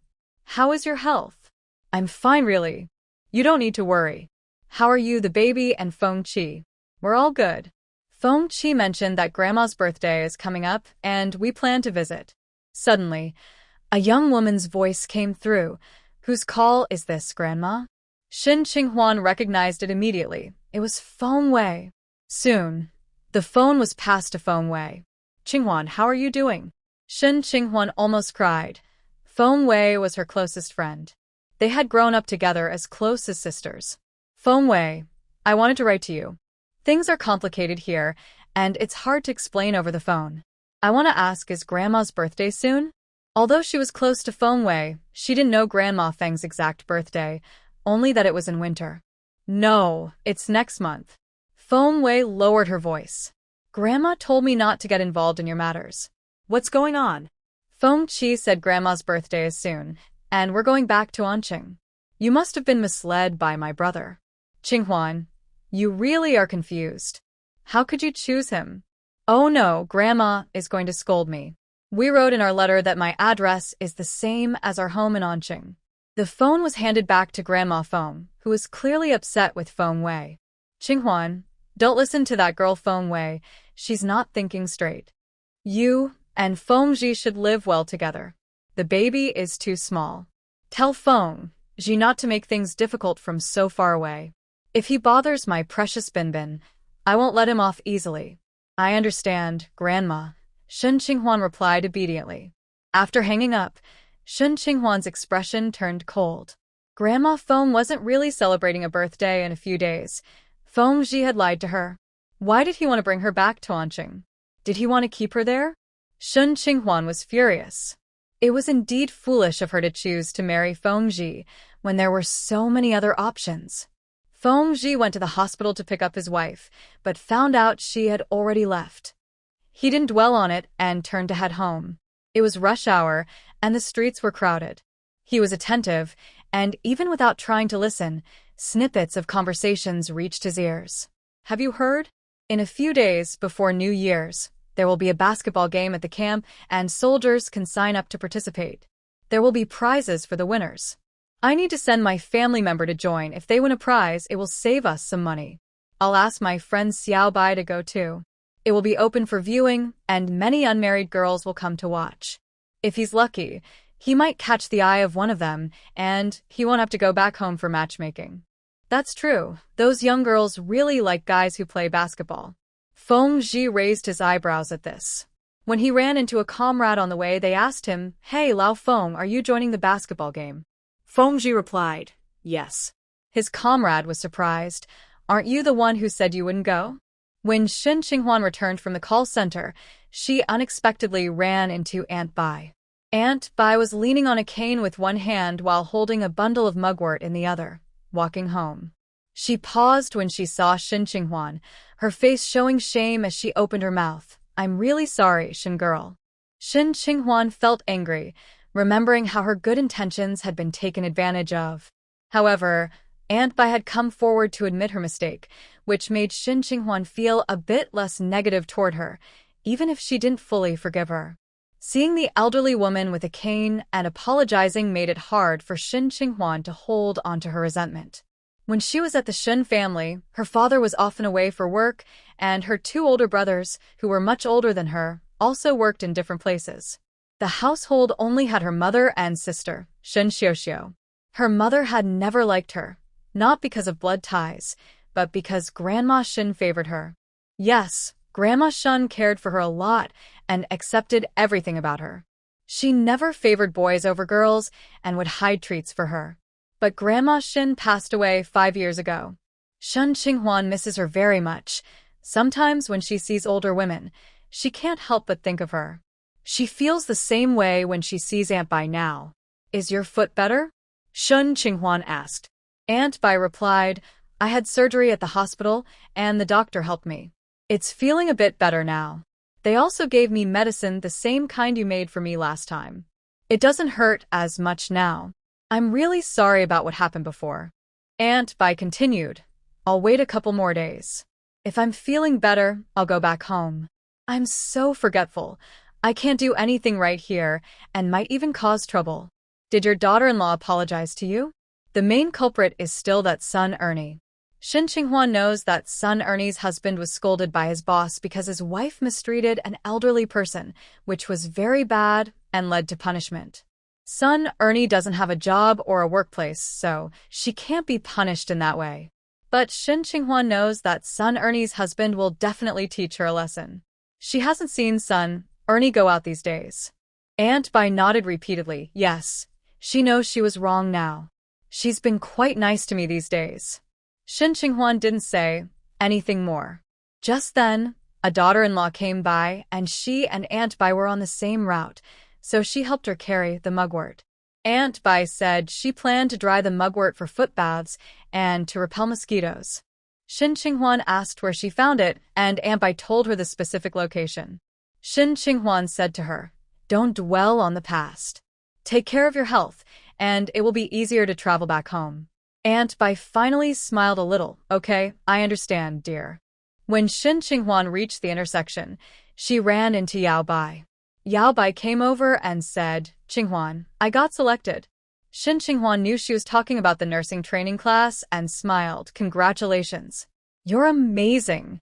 Yao Qin shook her head. I owe it to your reminder. Come over to my house for a meal sometime. I'll cook you some of my best dishes. Shin Qinghuan politely declined, saying that these days everyone has similar lives, and hosting guests requires preparing meat dishes, which is quite a hassle. I heard the camp is holding a basketball game, and both soldiers and people from the research institute can participate, including wives. Yao Bai shared the news with Shin Qinghuan. Shin Qinghuan wasn't very interested. She could play table tennis, badminton, and kick the shuttlecock, but she wasn't good at basketball. So, she decided not to join. Yao Qin, are you going to participate? I want to join, but I don't know how many people have signed up. If there aren't many, we won't be able to form a team. You're already impressive for being able to play basketball.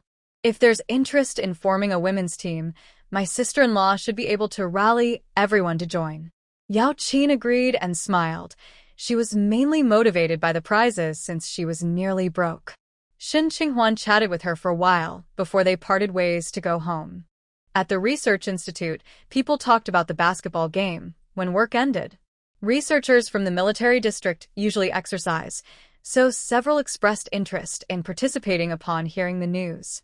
Someone even said, I heard some people in the camp say that no one from our institute would sign up, claiming we are all bookworms who only deal with data and have zero physical ability. We need to show them that training every day doesn't mean we can't play basketball well. That's right. We're just as good as they are. Jiangwen, do you want to join? Su Jiangwen was lost in thought about his family and snapped back to reality after being called a couple of times. I'll join.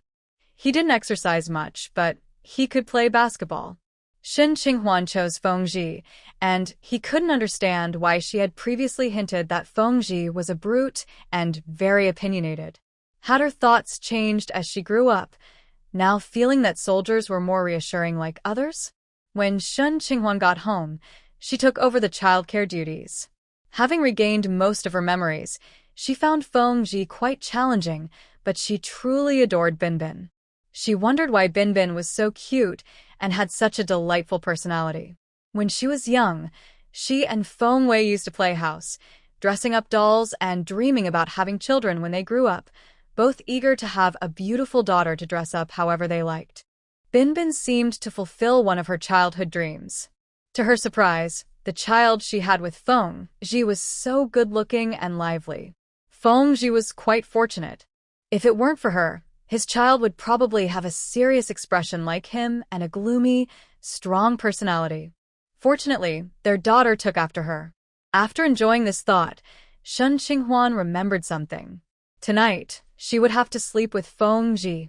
Also, she had already slept with him before regaining her memories. They had even shared a married life. Feng Ji's bedding was as domineering as his personality, only focused on his own enjoyment. Before she regained her memory, she felt guilty about the public opinion regarding Feng Ji and lacked a sense of security. This led her to rely on him, and when she couldn't break free, she just went along with it. It's really frustrating. Xiao Feng hadn't left yet, so Shin Qinghuan called her to help tidy up the guest room and move Binbin's small bed over. Xiao Feng was a bit surprised. Sister Qinghuan, does Binbin sleep alone? Shin Qinghuan didn't say much and let her go after she finished helping. Later, she heated up her lunch and ate it, while Binbin had the fresh meal Xiao Feng prepared in the afternoon. After the mother and daughter took a bath, they went to sleep in the guest room. Feng Qi was called away by the leader on the way home and arrived quite late.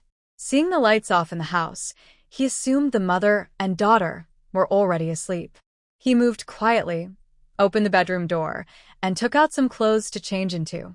The room was also dark, but he immediately noticed that the bed was empty and Binbin's small bed was gone.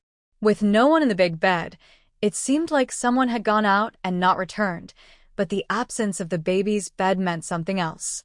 Feng Qi turned and left the room, walking to the door of another room, which was tightly shut and clearly locked from the inside. He pushed on it, but it wouldn't budge. He knocked on the door. Qinghuan. Shin Qinghuan was actually still awake. She quickly turned off the light when she heard the front door open. She had disliked Feng Qi when she was younger, but she was also intimidated by him. She had been under his control before, which left her with some trauma. Hearing him call from outside made her heart race with anxiety.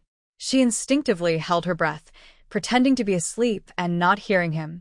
But Feng Qi didn't give up after one call. He added, "Qinghuan, I know you're still awake." Shin Qinghuan had no choice but to get up, fearing he would wake her daughter. She opened the door and stepped out, keeping her head down but feeling Feng Qi's intense gaze on her. "What's going on?" Feng Qi asked. Shin Qinghuan looked up. "How did we get married?"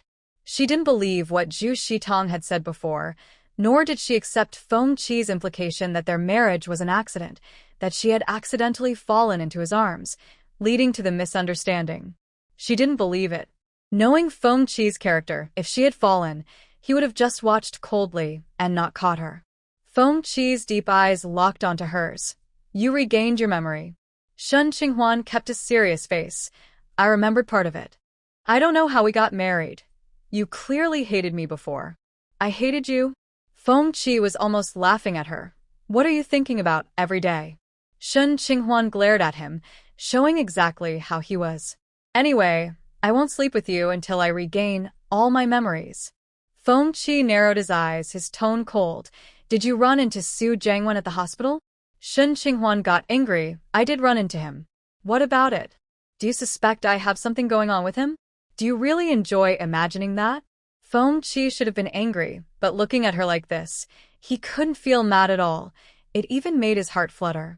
He often said Shin Qinghuan was different from others, and now he felt he was too. Other men liked gentle and kind women, but he didn't. He was drawn to someone like Shin Qinghuan, who was lively and playful. Looking at her like a feisty cat, Feng Qi softened his expression. "You don't want to sleep with me, but remember, it was you who wanted to marry me. I'll only give you half a month to regain your memories. If you don't, you need to move back in with me." This person really doesn't make any sense. Half a month? That's impossible. Even if you get a pimple, it won't heal in that time.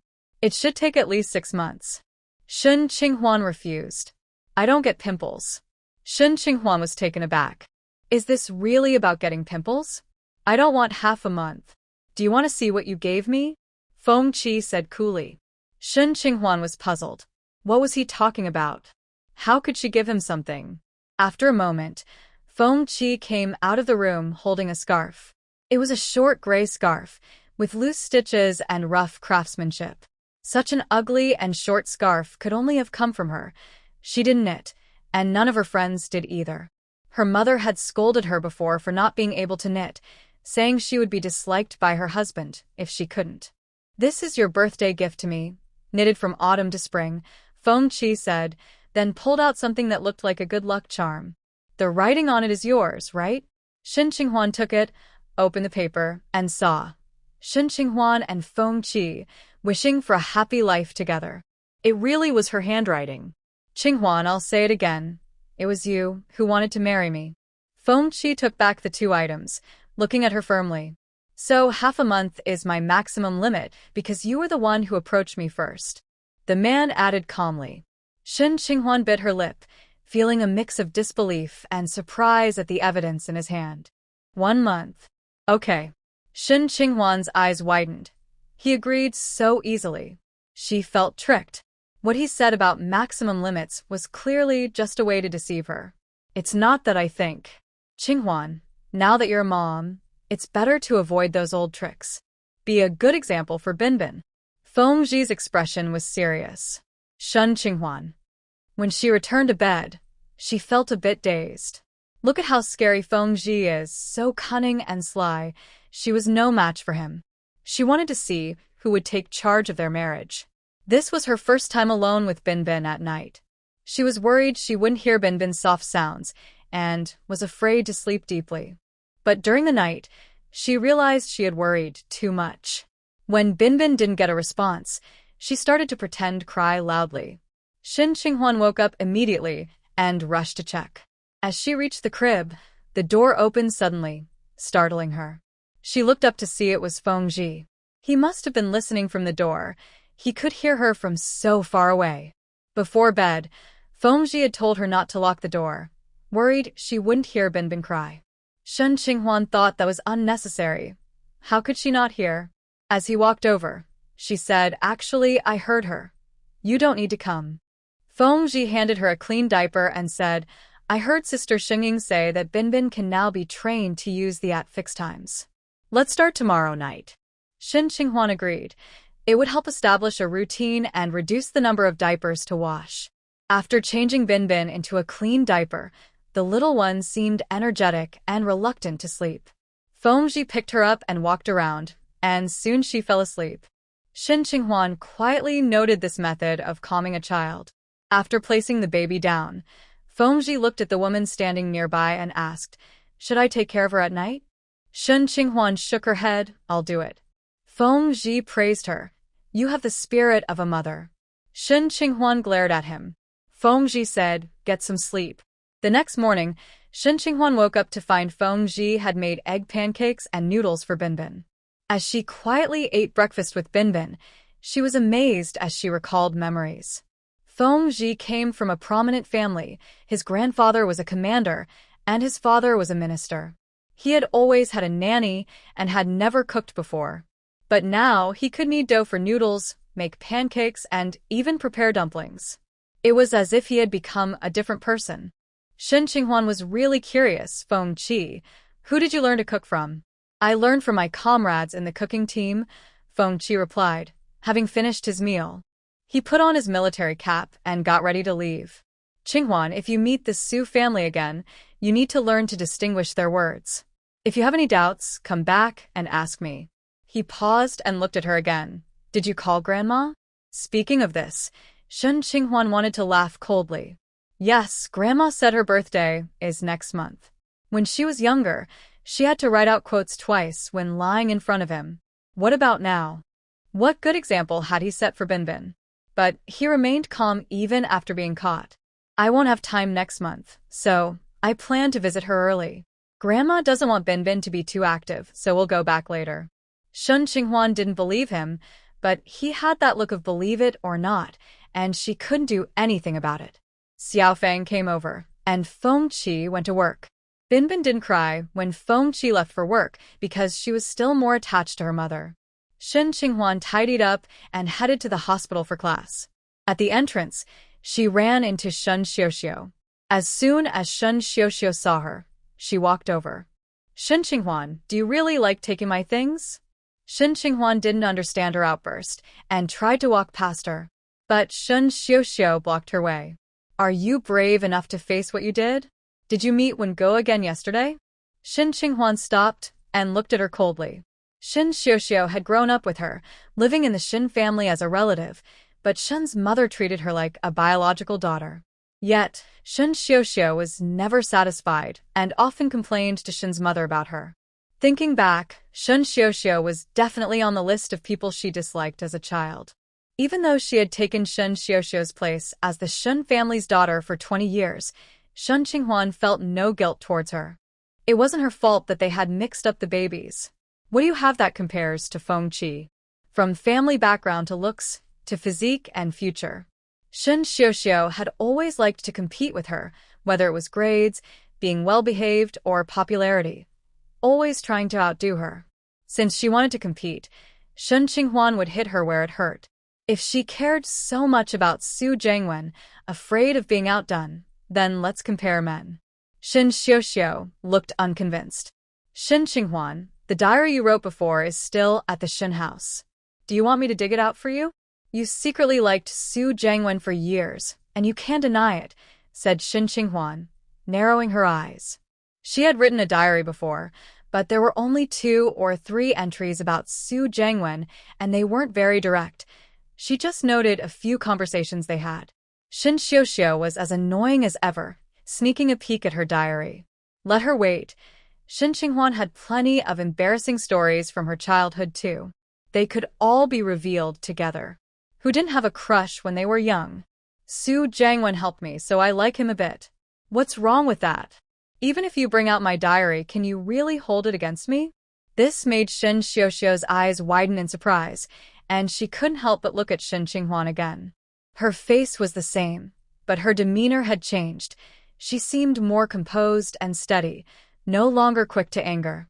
It seemed that her time in the countryside had really helped her grow. With all the moving, Su Jiangwen's hospitalization, and Su Dongxiu's medical issues, she hadn't had time to find out about Shen Qinghuan's marriage to Feng. Talking so lightly, but I bet you cried your eyes out last night, Shen Xiuxiu said, lifting her chin in a victorious manner. Shen Qinghuan found it amusing and replied nonchalantly, if thinking that way makes you feel better, then go ahead. But you do have a point. You're like a one-way mirror, only reflecting others and not yourself. With that smug look, anyone would think you have a perfect marriage. But who would have thought you'd end up as a stepmother? Even if I weren't married, even if I liked Su Jiangwen, I would never be a stepmother. Shen Xiuxiu, being a stepmother isn't easy. Instead of coming here to cause trouble, you should spend time building a good relationship with your stepson. You care about your reputation, so don't accidentally earn a name for being a wicked stepmother. After Shen Qinghuan said this, she watched as Shen Xiuxiu's face turned red and then pale, clearly furious. Shen Qinghuan clicked her tongue and walked past her into the hospital. Shen Xiuxiu shouted from behind, "You think you're so great? Feng Zhi hated you when he was a kid." Shen Qinghuan turned back and said, "If that makes you feel better, then think that way." Dr. Shen called out Tian Guixiang, who had been in so much pain in the hospital that she felt like jumping out the window. At first, Shen Qinghuan didn't realize she was being called, but when Tian Guixiang caught up, she couldn't help but laugh. "Sister-in-law, I'm not a doctor. This was bound to happen. I still haven't properly thanked you for what you did last time. It's okay, just a small favor. Are you feeling better now?" "I'm fine.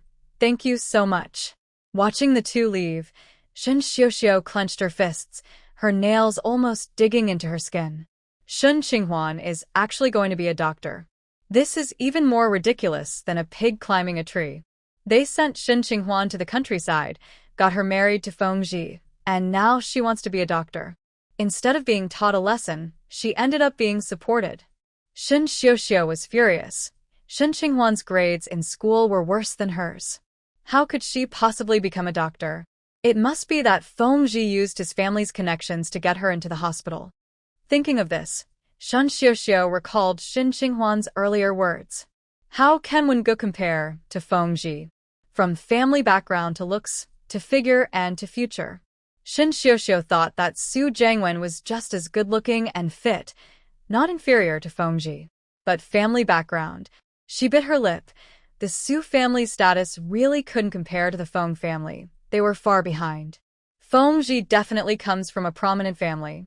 Why did Shen Qinghuan have to marry him? How could Feng Zhi agree to marry Shen Qinghuan? Shen Qinghuan returned to the classroom. A classmate asked her if she was now working as an assistant for Dr. Kong. When this classmate asked, their voice was normal, but suddenly the whole class turned to look at her. Shen Qinghuan didn't expect the news to spread so quickly, considering the classroom was a bit far from the clinic. However, it wasn't surprising since some classmates had relatives working at the hospital. Shen Qinghuan replied, "Yes, I go help Dr. Kong organize the medication list when I have time." In this training class, the main focus was Western medicine. One classmate said, "Shen, are you switching to traditional Chinese medicine?" Qianze spoke up, "Since that's the case, Shen, you might as well go work as Dr. Kong's assistant. You'll get to practice with patients every day, which is much better than just sitting in class with us." Shen Qinghuan could sense that Qianze viewed her as a significant competitor. As he just said, he wished she would leave the training class quickly to avoid competing with him. Of course, he wasn't the only one thinking this. Many others felt the same way. Just as he finished speaking, another classmate chimed in like Gong Yan, "Yes, Shen Qinghuan, you should go learn directly from Dr. Kong. With his guidance, you'll be a doctor in no time." Two other classmates agreed with her as well. Shen Qinghuan disappointed them. She was interested not only in traditional Chinese medicine, but also in Western medicine. "Thank you for your concern, but I'm fine as I am." Gong Yan was still not convinced. Shen Qinghuan, Don't miss the big opportunity for a small one. If you finish your classes here, when will you have time to learn from Dr. Kong? Exactly. Others would love to have this chance, and you're wasting your time. Shin Qinghuan reminded them. Class is starting. Shin Xiuxiu went to the pediatric clinic. Today, Su Dongxiu was there for a follow-up. His acute gastroenteritis wasn't fully healed yet, and he needed an anti-inflammatory injection. She had only given him a piece of rice cake that had been sitting for 3 or 4 days.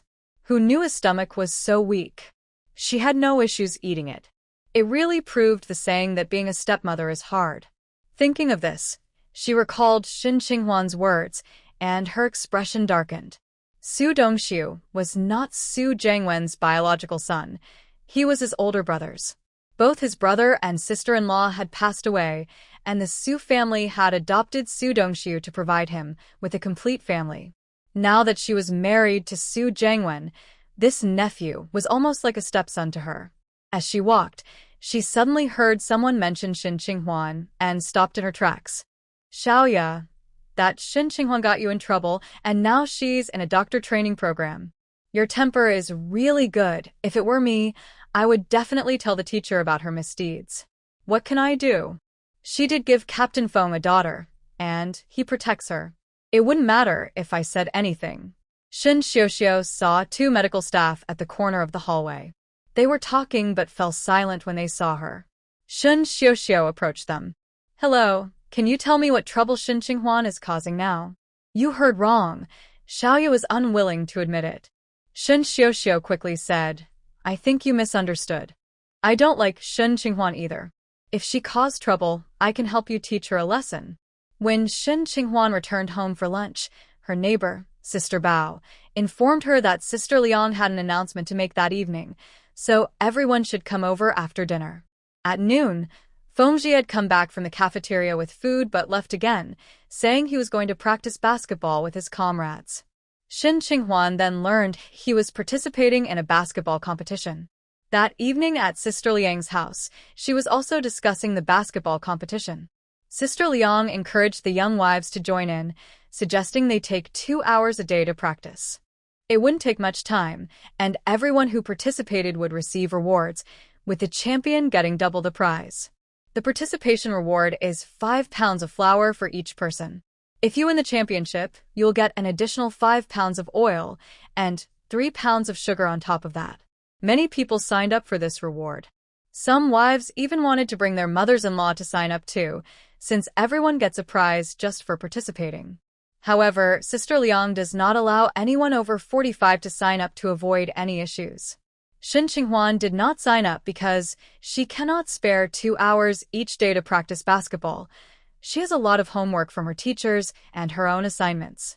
Sister Liang asked those who signed up to line up and register their names. When she saw Shin Qinghuan standing aside without moving, she asked, Sister-in-law, you're so young. You would definitely be a key player in the team. Why aren't you signing up? Shin Qinghuan explained her time constraints.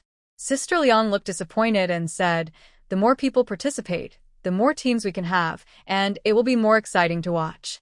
Then someone nearby commented, Sister-in-law Shin doesn't even do household chores. How could she play basketball? Although Sister Liang had previously asked everyone to stop spreading rumors about Shin Qinghuan running away with someone, many still disapproved of her.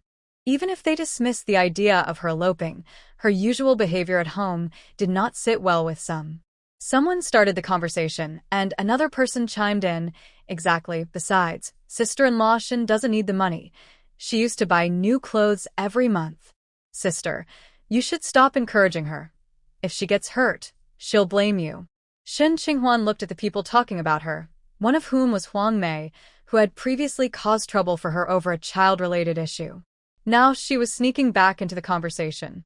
Huang Mei, and you too, why are you both so bitter? Have you been eating sour cucumbers every day? Shin Qinghuan was not going to let them get away with it. Why do you say she doesn't do any work? She's not even from the city, a voice suddenly interrupted. Everyone turned to see a stylishly dressed woman pushing her way to the front. She looked at Shin Qinghuan and said, Shin Qinghuan, why don't you clarify for everyone that you're from the countryside? You've just taken the place of someone else's daughter and pretended to be a city girl for a few years. This was Shun Xiuxiu. She had learned about the situation in the family compound from Xiaoya, especially regarding Shin Qinghuan, and rushed over when she heard about the women's basketball event. She wanted to quickly get familiar with the other women to undermine Shin Qinghuan. Her words surprised everyone around her. Even Shin Qinghuan frowned. This made Shin Xiuxiu quite pleased, as it felt like returning to the government compound where everyone thought she was sensible and obedient, while Shin Qinghuan was seen as rebellious and difficult. Shin Qinghuan was also familiar with this story. Shin Xiuxiu truly did not want to live a peaceful life. She was restless, afraid others wouldn't notice her glory. Shin Qinghuan looked at Shin Xiuxiu with amusement. Shin Xiuxiu, don't you have anything else to show? City folks are talking about it too. You want to tell everyone that we were switched at birth, and I was supposed to be a country girl for 20 years, but because of the switch, I became a city girl. You're upset about that, right? Shin Xiuxiu couldn't stand Shin Qinghuan's calmness and lack of guilt. She had taken someone else's identity and enjoyed it for 20 years without any consequences, and now she was so arrogant. After returning to the family housing arranged by the Research Institute, Shin Xiuxiu couldn't sleep all night, her heart burning with frustration. Over 2 years ago, after their identities were corrected, Shin Qinghuan was supposed to go to the countryside for education, return to her rural family, work in the fields, do laundry, eat simple food, and marry a farmer, living a life of hardship. That was supposed to be her fate. But she married Feng Ji. Shin Xiuxiu couldn't understand how Feng Ji could possibly like her. There were so many beautiful and talented women in the compound. How could any of them not be better than Shin Qinghuan? Seeing Shin Qinghuan like this made Shin Xiuxiu furious. How could she be so shameless? However, the people around them were no longer surprised. They were shocked. Wait, you were switched at birth? Is that true? I've never seen your wife. Who is your family? How could something so strange happen? How did you get switched? Shin Xiuxiu's eyes turned red, feeling wronged. It's true. I am the researcher's family member, and my name is Shin Xiuxiu. Our families are relatives, one in the city and one in the countryside. My mother was visiting when she met Shin Qinghuan's mother, and they gave birth together. A jealous relative switched us. Shin Qinghuan. She even said such things to me. Oh my, that's so sad. So you grew up in the countryside? That must have been tough. Exactly. If it were someone else who gained such an advantage, they would have felt uneasy long ago. What's wrong with this Shin sister-in-law? Why does she speak to others like that?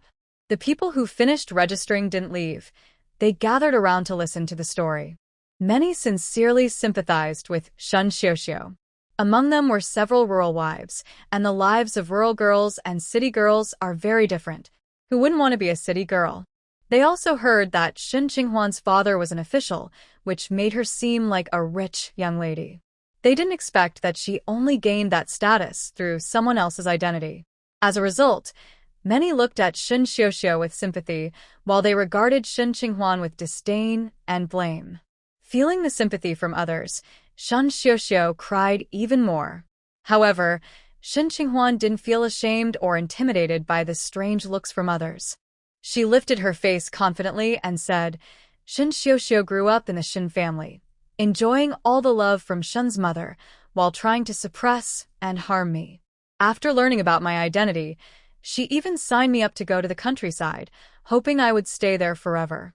Shin Xiuxiu, don't pretend to be innocent here. It wasn't me who made the switch. If you're upset, go find that relative. Seeing that everyone was reluctant to leave and even showing emotions, Sister Liang stepped forward and said, All right, it's getting late. Let's head back after finishing the registration. Someone asked Shin Xiuxiu, Are you signing up? Shin Xiuxiu had come specifically to find Shin Qinghuan. She wasn't participating because playing basketball was tiring and dirty. I can't play, so I'm not signing up. But Shin Qinghuan used to play really well. I wonder why she isn't signing up. A wife who disliked Shin Qinghuan whispered, What can you expect? She thinks she's a rich young lady and looks down on doing such rough work. Let me tell you, she's known for being lazy in this community. All the housework is done by her husband. What? Shun Xiuxiu doubted her ears. Sister, did I hear you wrong? Captain Feng's family is quite well off. He has never done housework. How could he do that? She had heard that Shun Qinghuan used tricks to marry Feng Ji, and Feng Ji had to marry her for his reputation. In that case, how could Feng Ji treat Shun Qinghuan well? She didn't believe it, but that wife insisted. It's true. All the wives in our community know. I've passed by their house several times and saw Captain Feng carrying the child and cooking, while Shun Qinghuan did nothing but lay in the house watching TV. Shun Xiuxiu struggled to maintain her smile. That can't be true, sister. Captain Feng has a bad temper. How could he tolerate Shun Qinghuan doing that? When they were young, Shun Qinghuan often got into trouble and was frequently scolded by Captain Feng. He must be so annoyed with her. Feng Ji is not worse looking than Jianwen, but why do most girls in the neighborhood prefer Jianwen? It's because Feng Ji has a very cold personality. When the girls see his cold face, they shy away. Also, when they were kids, she saw Feng Ji scolding Shun Qinghuan, and his presence was even stronger than her father's. Life under Feng Ji must not be easy for Shun Qinghuan. Would she dare to avoid doing housework or taking care of the kids? She has nothing, no family background, no support, and no good personality, just a pretty face. But would someone like Feng Ji only care about looks? This wife must be very frustrating. She still insists on her opinion. If you don't believe me, you can ask others. This is what we've seen. Shun Xiuxiu forced a smile and said, maybe it's just for show. It could be different behind closed doors. We outsiders wouldn't know. After leaving Sister Liang's house, Shun Qinghuan didn't go home right away. She waited at the door until Shun Xiuxiu arrived and called her over. Shun Xiuxiu looked at her warily. What do you want, Shun Qinghuan? I want to discuss something with you. What is it? Shun Xiuxiu didn't dare to get too close. She was afraid Shun Qinghuan might go crazy and hit her, something she had done before as a child. If you don't want to listen, forget it. Shun Qinghuan turned to leave.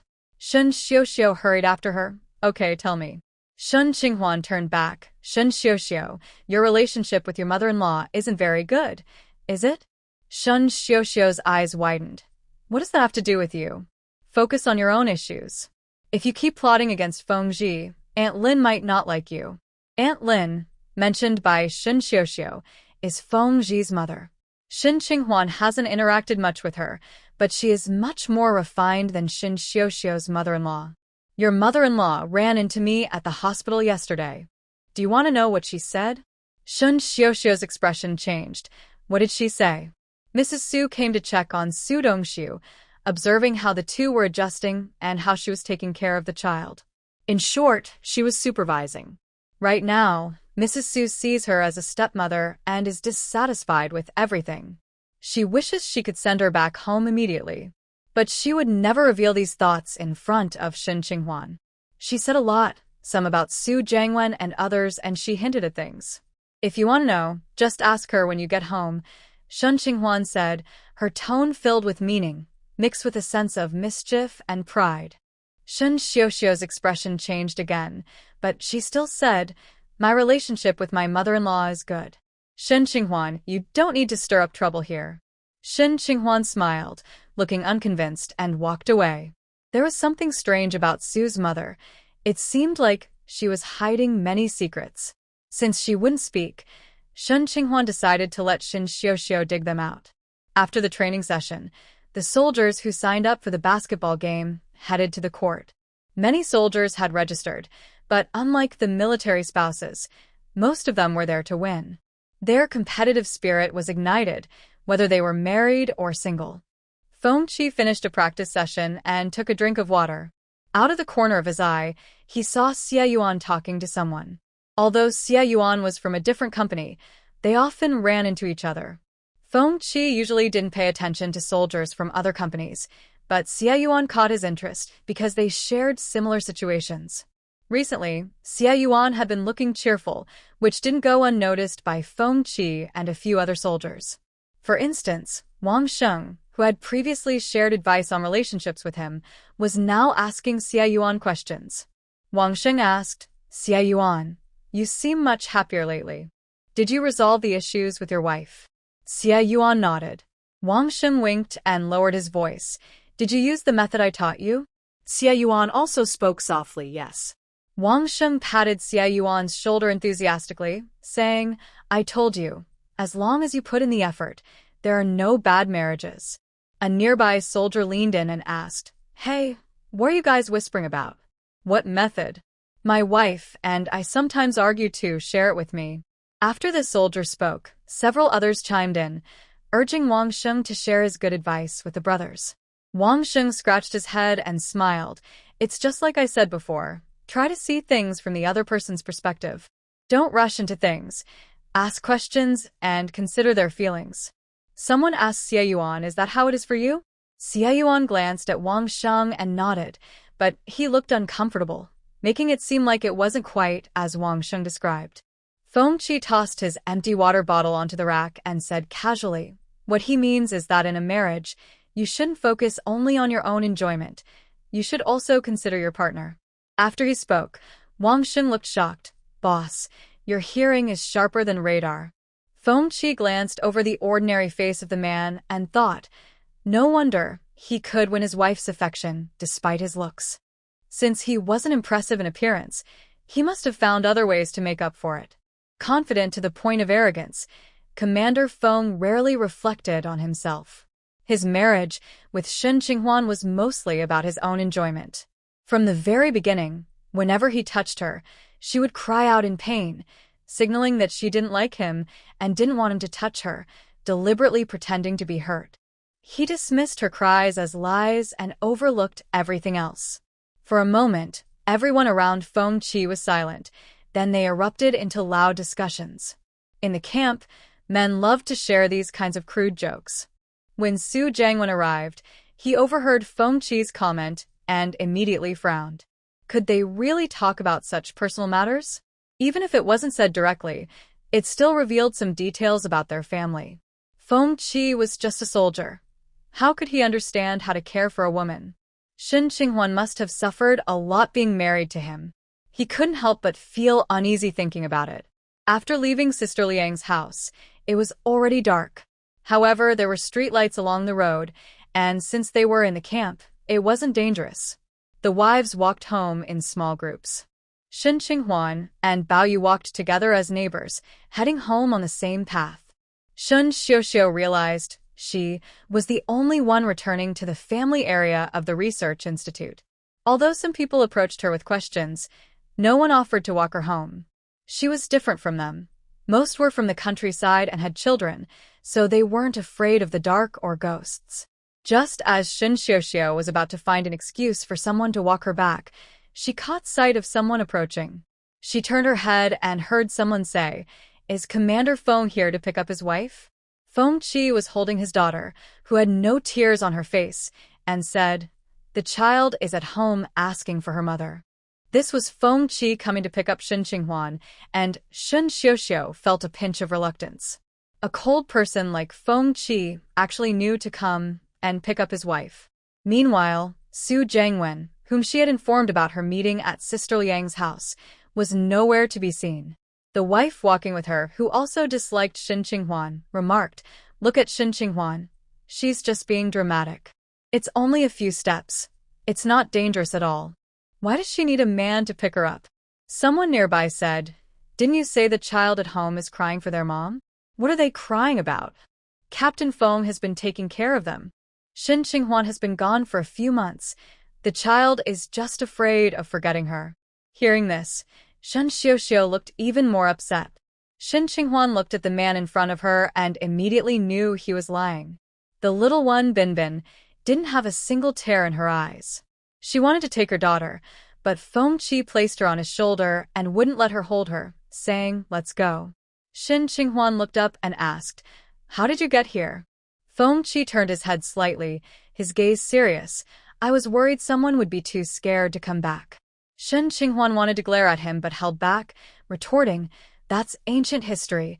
I can't believe you still remember." When they were kids, there was an old lady in the courtyard who loved to tell ghost stories to them. She was both scared and fascinated. Once, she returned late from school, and it was almost completely dark. As she passed a locust tree in the courtyard, the leaves rustled in the wind. Images from the ghost stories flashed in her mind, and just then, a figure walked by quickly and silently. She screamed, thinking it was a ghost. But that ghost was Feng Qi, who had just walked past. Later, Feng teased her about it, and at that time, Feng Qi had looked at her with disdain. Now he was bringing it up again. If he hadn't walked so quietly, would she have thought he was a ghost? In the end, it was all his fault. I'm a mom now. How could I still believe in ghosts?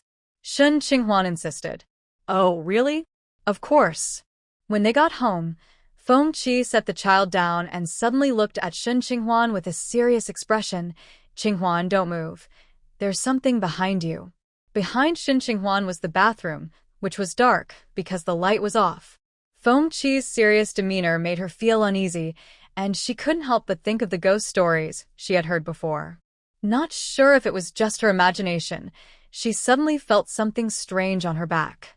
Without thinking, she ran towards Feng Qi, almost tripping in her haste. Feng Qi caught her, and she ended up in his arms. She clutched his arm tightly. What is it, Feng Qi? I must have seen wrong. There's nothing there. Shen Qinghuan looked up and caught a glimpse of a smile in Feng Qi's eyes. She suddenly realized he was teasing her. He just wanted to test her claim of not being afraid of ghosts. How annoying! Shen Qinghuan was furious. With a punch, she aimed for his chest. Feng Qi seemed to dodge her punch, leaning back as if he couldn't stand, and fell onto the sofa. She ended up landing on top of him. Now, she was pressing him down on the sofa in a very cozy position. Even though they were separated by thick clothing, she could still feel his warmth and heartbeat.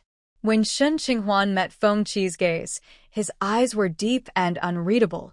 She couldn't figure out what he was thinking or feeling. But now, his gaze changed, becoming intense and almost tangible, resting on her face and lips. Qinghuan, he said, his voice slightly hoarse and tempting. If you want something, you can just say it. What did she want? He was the one who pulled her down. He was even more annoying than when they were kids.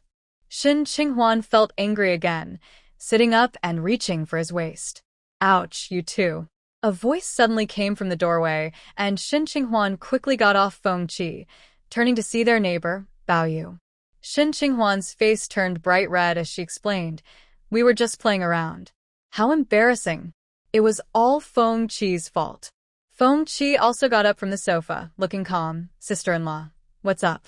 Bao Yu felt a bit awkward and quickly stated her purpose. "My roof is leaking, and old Lu is fixing it, but something feels off. He asked me to call you over to help take a look." Feng Qi agreed, then turned to Shen Qinghuan, saying, "There's hot water in the pot. Binbin has already taken a bath. Can you watch Binbin while I go help?" Shen Qinghuan huffed, not wanting to respond to him. Feng Qi went over to the neighbor's house. Bao Yu still hadn't left and asked, "I can take the child to my place. You should go take a bath." Shen Qinghuan replied, "No need, sister-in-law, you go ahead." Bao Yu still lingered, winking, "Next time, make sure to close the door. If someone else saw, it could cause quite a stir." Shen Qinghuan's face flushed again. "Sister-in-law, it's really nothing. He was just teasing me and I got upset." "It's fine, you're both young. It's normal to have some fun," Bao Yu said with an understanding look. Shen Qinghuan felt a lump in her throat. What did she mean by having fun? "Little sister-in-law, tomorrow is the market day at the forest and it's the weekend. Do you want to go? I want to see if there's any yarn. If you go, I'll come find you tomorrow." On Sunday, many places were closed and she didn't have class, so Shen Qinghuan nodded, "Sure." Bao Yu went back, worried that Feng Qi wouldn't find the tools. Shen Qinghuan closed the door and took Binbin to the room to find some clean clothes. She didn't have any clothes in the room she was sleeping in, so she had to go to Feng Qi's room to look for them. Now that she wasn't sleeping here, it was really tidy. The quilt was neatly folded, and the sheets were smooth without a wrinkle. Feng Qi was very organized. Besides his personality, many other things about him were quite good. Ugh, what was she thinking? He had just teased her. After Shen Xiuxiu separated from some of the other wives, she went home alone. Su Mu and Su Dongxi were already asleep, while Su Jiangwen was still in the living room writing something. When he saw her come back, his expression didn't change much. "You're back. There's hot water in the pot," he said. Shen Xiuxiu walked over. "Are you working?" Su Jiangwen nodded without looking at her. Shen Xiuxiu stood still. There were many husbands coming to pick up their wives after the meeting. Su Jiangwen's brother had passed away 3 months ago, leaving behind his only son, Su Dongxiu. Su Dongxiu's mother had died during childbirth. After discussing it, Su's parents decided to adopt their grandson to Su Jiangwen because they were worried that as they grew older, they wouldn't be able to care for him, and they feared he might be bullied without parents. Su Jiangwen had a good relationship with his brother and agreed to his parents' suggestion. But this made things a bit difficult for Su Jiangwen's marriage prospects. Families of average status were not interested, but those of equal standing were concerned about Su Dongxiu, as marrying into the family meant becoming a stepmother to the child. However, due to Su Jiangwen's excellent personal qualities, there were still a few women interested in him. Shen Xiuxiu also liked Su Jiangwen, and she thought that since Shen Qinghuan liked him too, marrying Su Jiangwen would not only fulfill her long-held wish, but also provoke Shen Qinghuan. It was the perfect plan. So, she used some tactics and successfully married Su Jiangwen. But being married to him was not as sweet and wonderful as she had imagined. They still hadn't consummated their marriage. Their conversations rarely exceeded 3 sentences. Fortunately, Su Jiangwen was gentle and kind to her, feeling sorry for her because he had a child to take care of. Su Jiangwen paused, put down his pen, and apologized. "Sorry, Xiuxiu. I didn't think of that. I'll pick you up next time." Shen Xiuxiu's earlier feelings of grievance vanished instantly. She smiled sweetly. "It's okay, it's not far. You keep writing, I'll go take a shower first." Su Jiangwen nodded and turned back to continue writing. Shen Xiuxiu walked back to her room quickly to find some clothes, but when she entered and saw Su Dongxiu on the bed, the earlier sweetness vanished completely. She turned around and went out to ask Su Jiangwen, "Brother Jiangwen, is Xiao Su going to sleep with us?" Su Jiangwen looked at her and said, "Xiuxiu, Xiao Su will sleep with us for a few nights. My brother the child doesn't feel safe right now. If he sleeps with us, he can get used to us more quickly." What could Shen Xiuxiu say? Even though she felt wronged inside, she smiled and said, "I understand." Feng and old Lu fixed the roof together, and when they returned home, it was already half an hour later. The door was closed, and the lights inside were off. But he knew Shen Qinghuan was still awake. She must have run to her room to avoid him. He entered the room to grab some clean clothes and immediately noticed something on the bed. He turned on the light and saw a lump under the blanket, with something black on the pillow. He walked over and, without hesitation, lifted the blanket to find a toy wrapped in clothes. The black lump on the pillow was made from Shen Qinghuan's black dress, shaped like a human head. Feng picked it up and thought for a moment. He didn't really need to think hard to know it was his wife's way of getting back at him. He scared her, and now she was scaring him back. The person being scared didn't feel any unusual heartbeat. In fact, her childish behavior made him feel quite happy. Shen Qinghuan woke up early the next day. Last night, she didn't need Feng Zhi's help to change the diaper. She managed it herself. Overall, she was in a good mood today. When she came out, she saw Feng Zhi making breakfast. Feeling bold, she walked over and asked, "What time did you come back last night?"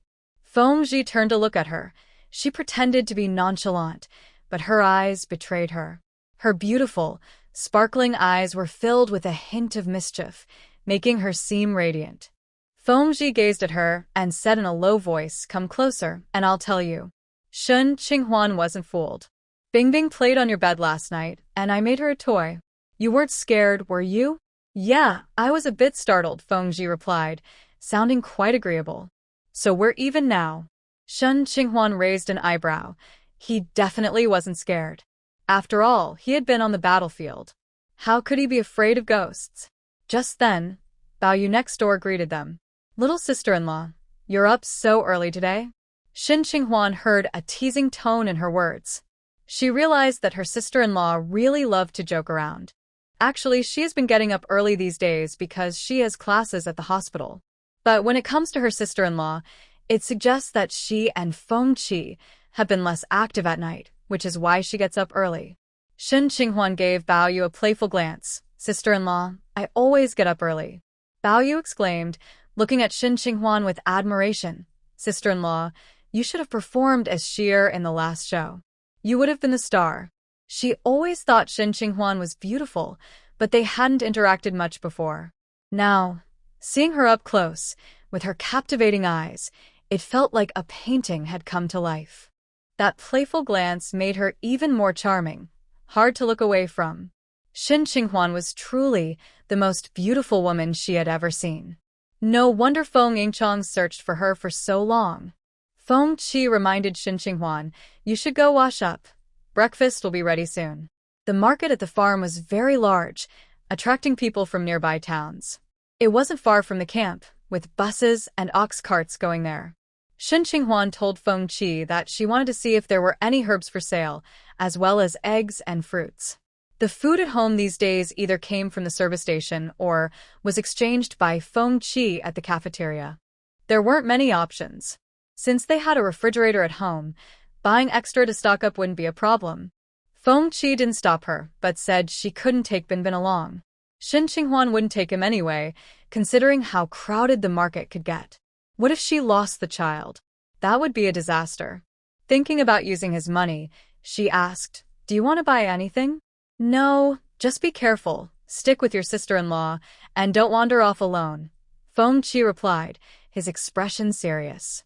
There are all kinds of people at the market, and there have been cases of women being abducted in recent years. Shen Qinghuan felt a chill and replied, I understand. She looked away, her heart racing for some reason. Has Feng Qi changed? He wasn't like this when he was younger. There were many wives going to the market. Shen Qinghuan saw several carrying baskets. Bao Yu also reminded her to take one to make it easier to carry things. Shen Qinghuan asked her to wait a moment and turned back home to grab a basket. Bin Bin was being looked after by Xiao Feng at home. Before she left, she asked Xiao Feng if there was anything she wanted to eat, so she could bring it back. Xiao Feng shook her head, saying she didn't want anything. Shen Qinghuan knew she was just being shy. She should pay attention to her purchases when the time comes. The bus takes a long time to wait, so everyone chooses to take the ox cart. Yes, on market days, villagers from nearby come to the camp with ox carts to attract customers, knowing that there will be wives going to the market. The ride on the ox cart costs 20 cents per person, including the return trip. It takes about 20 minutes to get there. When she got on the cart, Shen Qinghuan saw Zhu Shitong, whom she hadn't seen for a few days. Zhu Shitong, who was visibly pregnant, squeezed onto the cart. She turned her head and saw Shen Qinghuan, casually greeting her. Qinghuan, are you going to the market too? Shen Qinghuan looked away, pretending not to hear.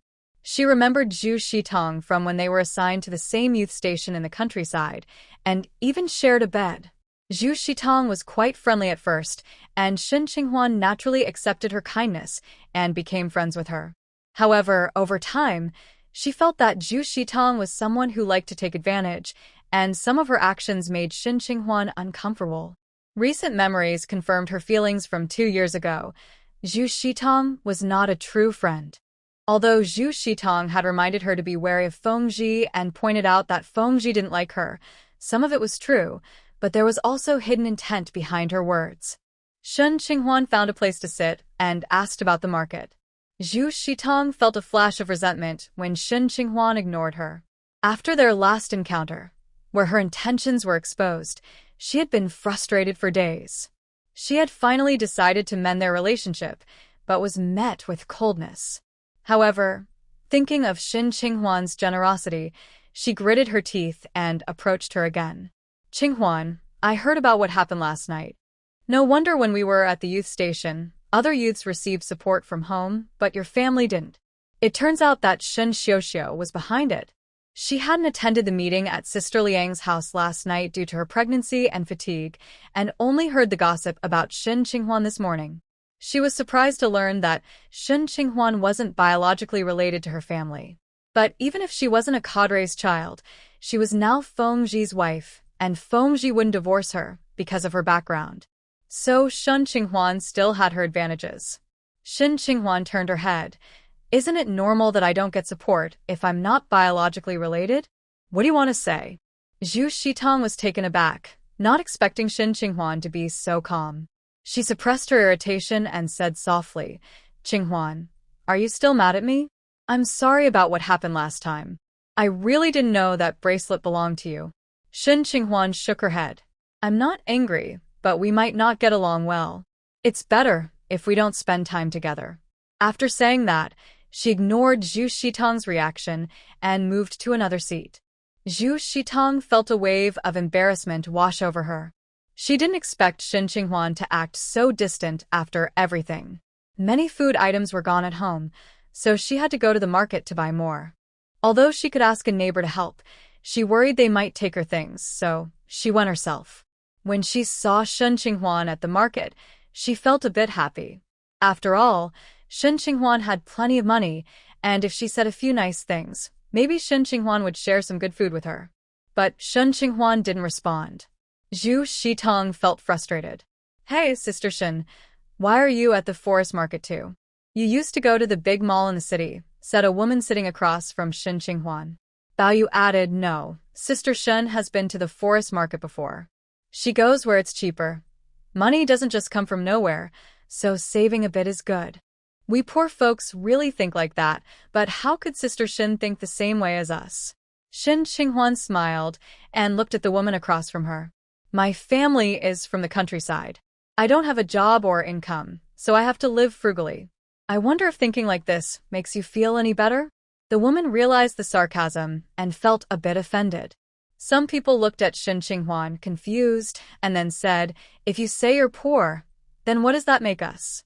Others were speechless. Shen Qinghuan was wearing a maroon cotton coat, dark blue corduroy pants, and sports shoes from a mall.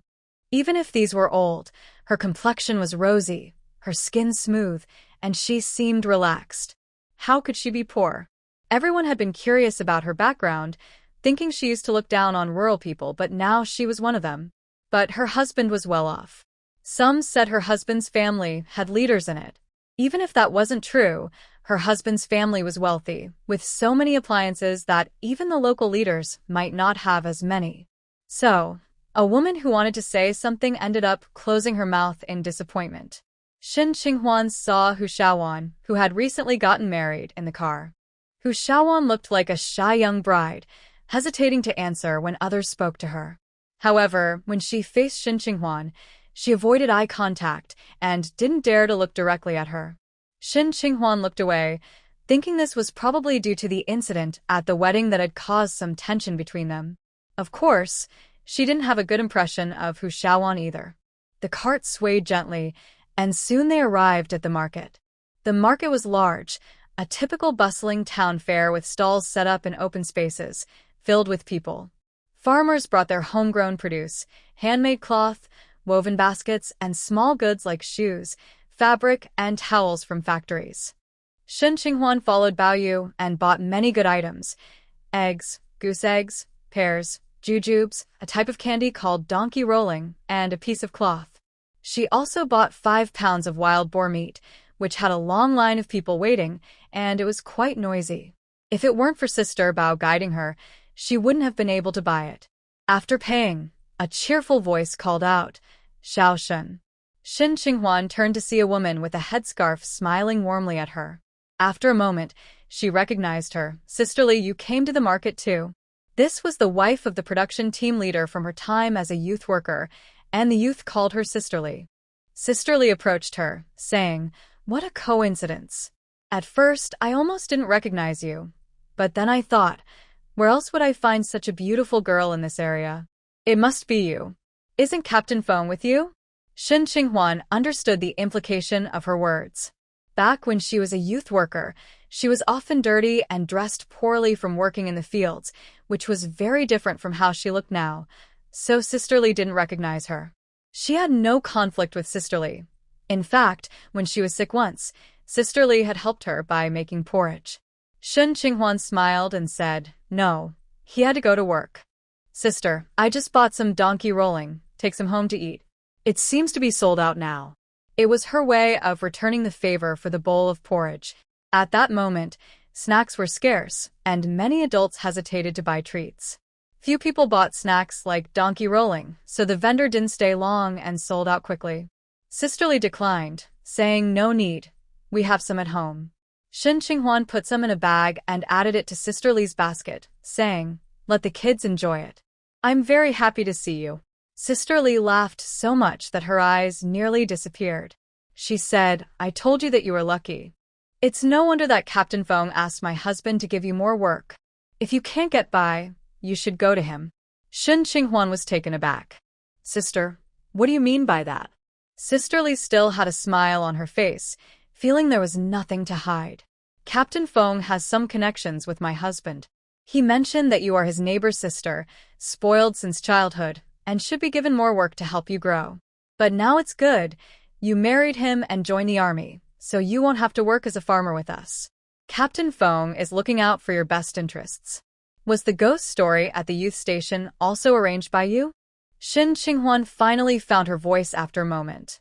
When she first arrived at the youth station, she hadn't heard any ghost stories. The older youth who had been there longer hadn't mentioned anything either. Plus, with the campaign against the four olds, they weren't allowed to engage in superstitions. It was after that incident that she started thinking about escaping. Yes, escaping, but not to find Feng Chi. Sisterly noticed her change in expression and realized she had said too much. She quickly added, no, don't think too much, Xiaoshen. Captain Feng didn't say anything bad. He just asked my husband to keep an eye on you and help you if you face any big difficulties. He really cares about you. Sisterly didn't say more and quickly excused herself, saying someone was calling her, and hurriedly said goodbye to Shin Qinghuan. Shin Qinghuan wanted to ask a few more questions, but Sisterly had already left, and she couldn't call her back. Bao Yu, who was nearby looking at sweet potatoes, quickly called her over. Sister-in-law, come here. There are purple sweet potatoes. They make a delicious sweet soup. Shin Qinghuan had no choice but to walk over. She didn't know how to cook, what ingredients were good, or how to prepare them, but she was eager to learn and ask questions. After all, she was a mother now. It didn't matter for her, but she wanted to make something tasty for Bin. As Bao Yu was teaching her how to pick sweet potatoes, they heard Zhu Shitong's voice nearby. Xiao Wan, I'm really sorry. I'll go back and get peanuts to trade with you. Then Hu Xiaozhuan's generous voice replied, no need, sister. You've helped me so much. A few donkey rolls don't matter. Zhu Shitong's tone became warmer. Xiao Wan, you are so kind. If someone didn't know better, they'd think you were a worker from a big organization.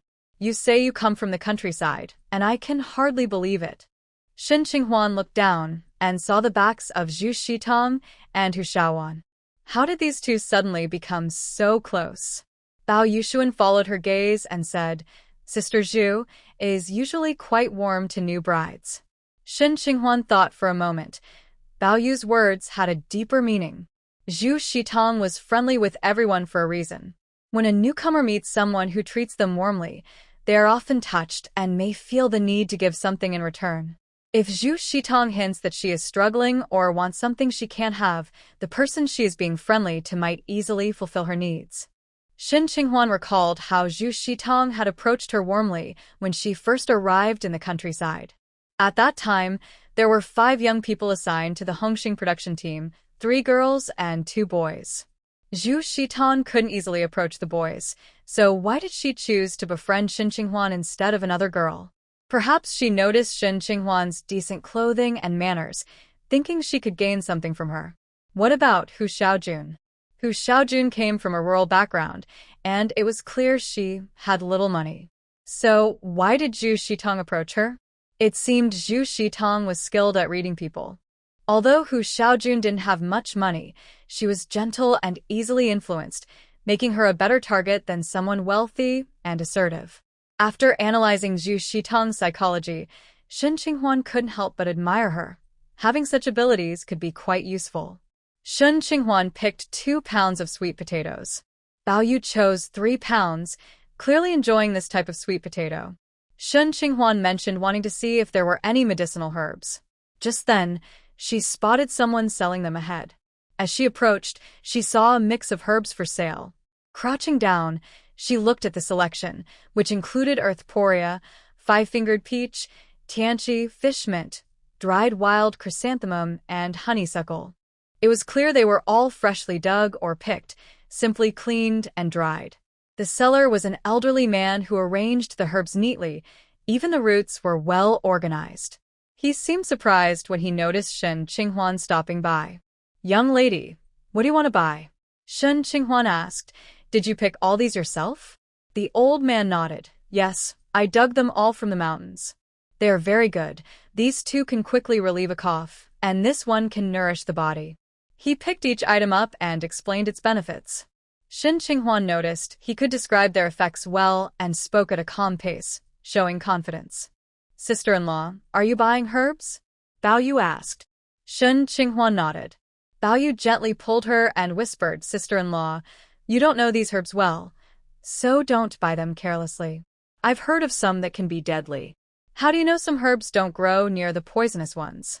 Shen Qinghuan understood her good intentions and replied softly, "Don't worry, sister-in-law. I know these herbs.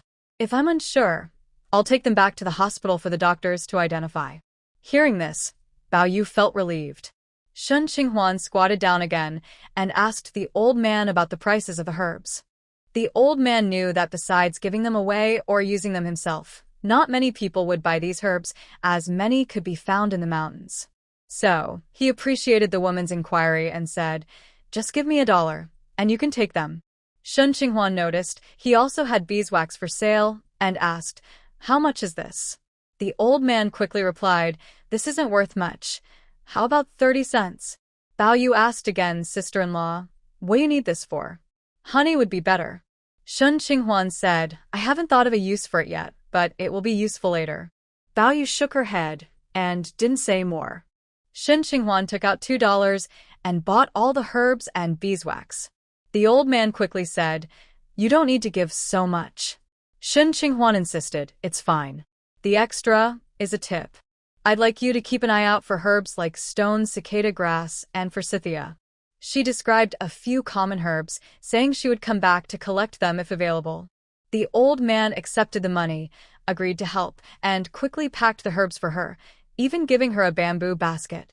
Shen Qinghuan slung the basket over her shoulder, reminding her of the time in Tea Fragrance Village when she went to collect herbs with Granny Li.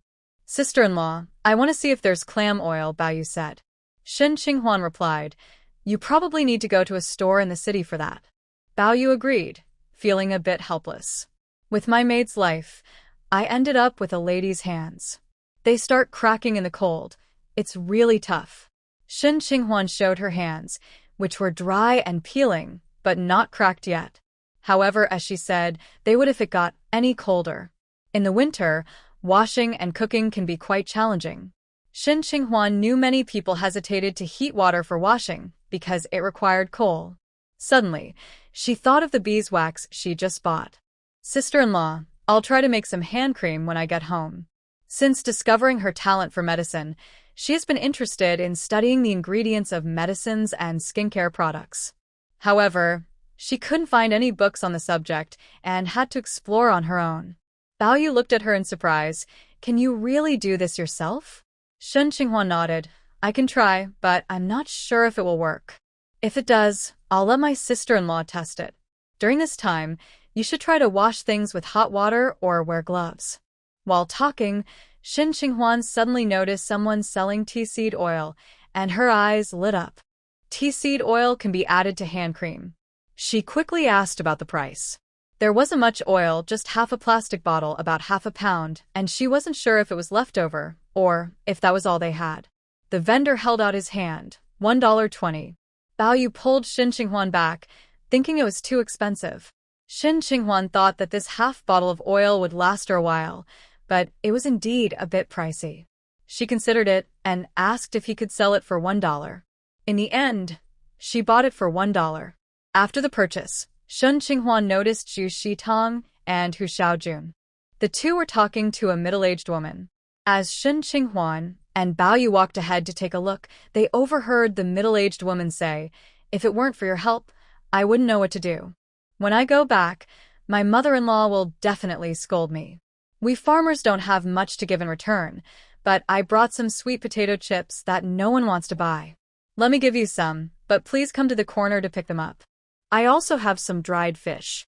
Zhu Shitong replied with joy. Oh, that's too kind. The middle-aged woman looked sincere. It's all for my home. It's not worth much. If you don't take it, I would feel really bad. My family will surely say something to me later. Zhu Shitong, unable to refuse, said, Oh, I really appreciate it. The middle-aged woman added, Sister, since you are pregnant, and it's not convenient, let this sister go with me to get it. Shen Qinghuan paused her steps and looked at the place the middle-aged woman pointed to. The corner was about 600 or 700 meters from the market, where a cart was parked. At this moment, Zhu Shitong said to Hu Xiaojun, Xiaojun, you go with this sister. I've been walking for a while, and my back is starting to hurt. Hu Xiaojun asked, Sister, are you okay? I'm fine, really. You go ahead. Hu Xiaojun nodded and was about to follow the middle-aged woman. Shen Qinghuan called out to stop them. Wait, which village are you from, sister? A middle-aged woman saw her and her eyes lit up for a moment. Then she hesitated. I'm from a nearby village. Selling some vegetables I grew myself. Young lady, I have fresh vegetables and fruits. Would you like some? Mine are cheaper than others. Shen Qinghuan asked, Where is it? The woman smiled and pointed in the direction of the corner. Over there. We were planning to deliver some to my aunt's house, but we have plenty, so I can share some with you. Zhu Shitong, feeling annoyed with Shen Qinghuan, said, Qinghuan, if you don't want what the lady has, don't stop her from working. Xiaowan, you should go. It's getting late, and we need to head back soon. The middle-aged woman tried to persuade Shen Qinghuan again. Bao Yu asked, Doesn't she sound like she's from a different place? The woman's eyes flickered again. My family isn't from around here. Shen Qinghuan continued, But you said your aunt is nearby. Did your aunt move here with you? The woman's expression stiffened as she explained, Yes, my aunt by marriage. Shen Qinghuan pressed on, How many do you have? I can bring a few friends to check it out. We all like fruits. The woman quickly replied, Not many. I only mentioned it because I thought you seemed nice. If there were more, it wouldn't be enough. Forget it. Since you don't seem interested, come with me, young lady. The last part was directed at Hu Xiaowan. Hu Xiaowan agreed and started to follow. Shen Qinghuan warned her, Xiaowan, you don't know the way and you don't know this person. Be careful. Hu Xiaowan paused. The middle-aged woman was also taken aback, then got angry. What are you saying? I just wanted to help this young lady with some food. How did I become a bad person? Zhu Shitong was momentarily stunned, then glanced at Shen Qinghuan with a guilty look. Shen Qinghuan, not noticing Zhu Shitong's expression, raised an eyebrow at the suddenly defensive woman. Why are you so upset? Could it be true? Hu Xiaowan immediately hesitated to go. The middle-aged woman looked very angry. I was just trying to help someone, and now I'm being accused of something terrible. Forget it. I won't offer anything. You all look well off, but you just want to slander me. After saying that, she turned to leave, but Zhu Shitong, still wanting the sweet potato and fish snacks, quickly called out to her, Please don't be upset. She's just talking nonsense. Her family spoiled her. She doesn't know how to speak. Xiaowan, you go get it. There can't be so many human traffickers around. This lady looks like she comes from a farming family. Why would a trafficker come here to sell things? The middle-aged woman's expression softened. Hu Xiaowan hesitated a bit. Zhu Shitang tugged at her and whispered something in her ear. Wu Xiaohuan nari. Bao Yu glanced at Shen Qinghuan and quietly asked, Sister-in-law, do you really think she's a trafficker? Shen Qinghuan nodded. I find her very strange. Bao Yu thought for a moment and agreed. She said to Hu Xiaowan, Xiaowan, I'll go with you. It's better to be cautious, whether or not she is a trafficker. Besides, Hu Xiaowan just arrived with the army and isn't familiar with the area. Bao Yu was worried she might get lost. However, the middle-aged woman was unwilling. What's wrong? Do you still think I'm a trafficker? Don't trust me? If that's the case, forget it.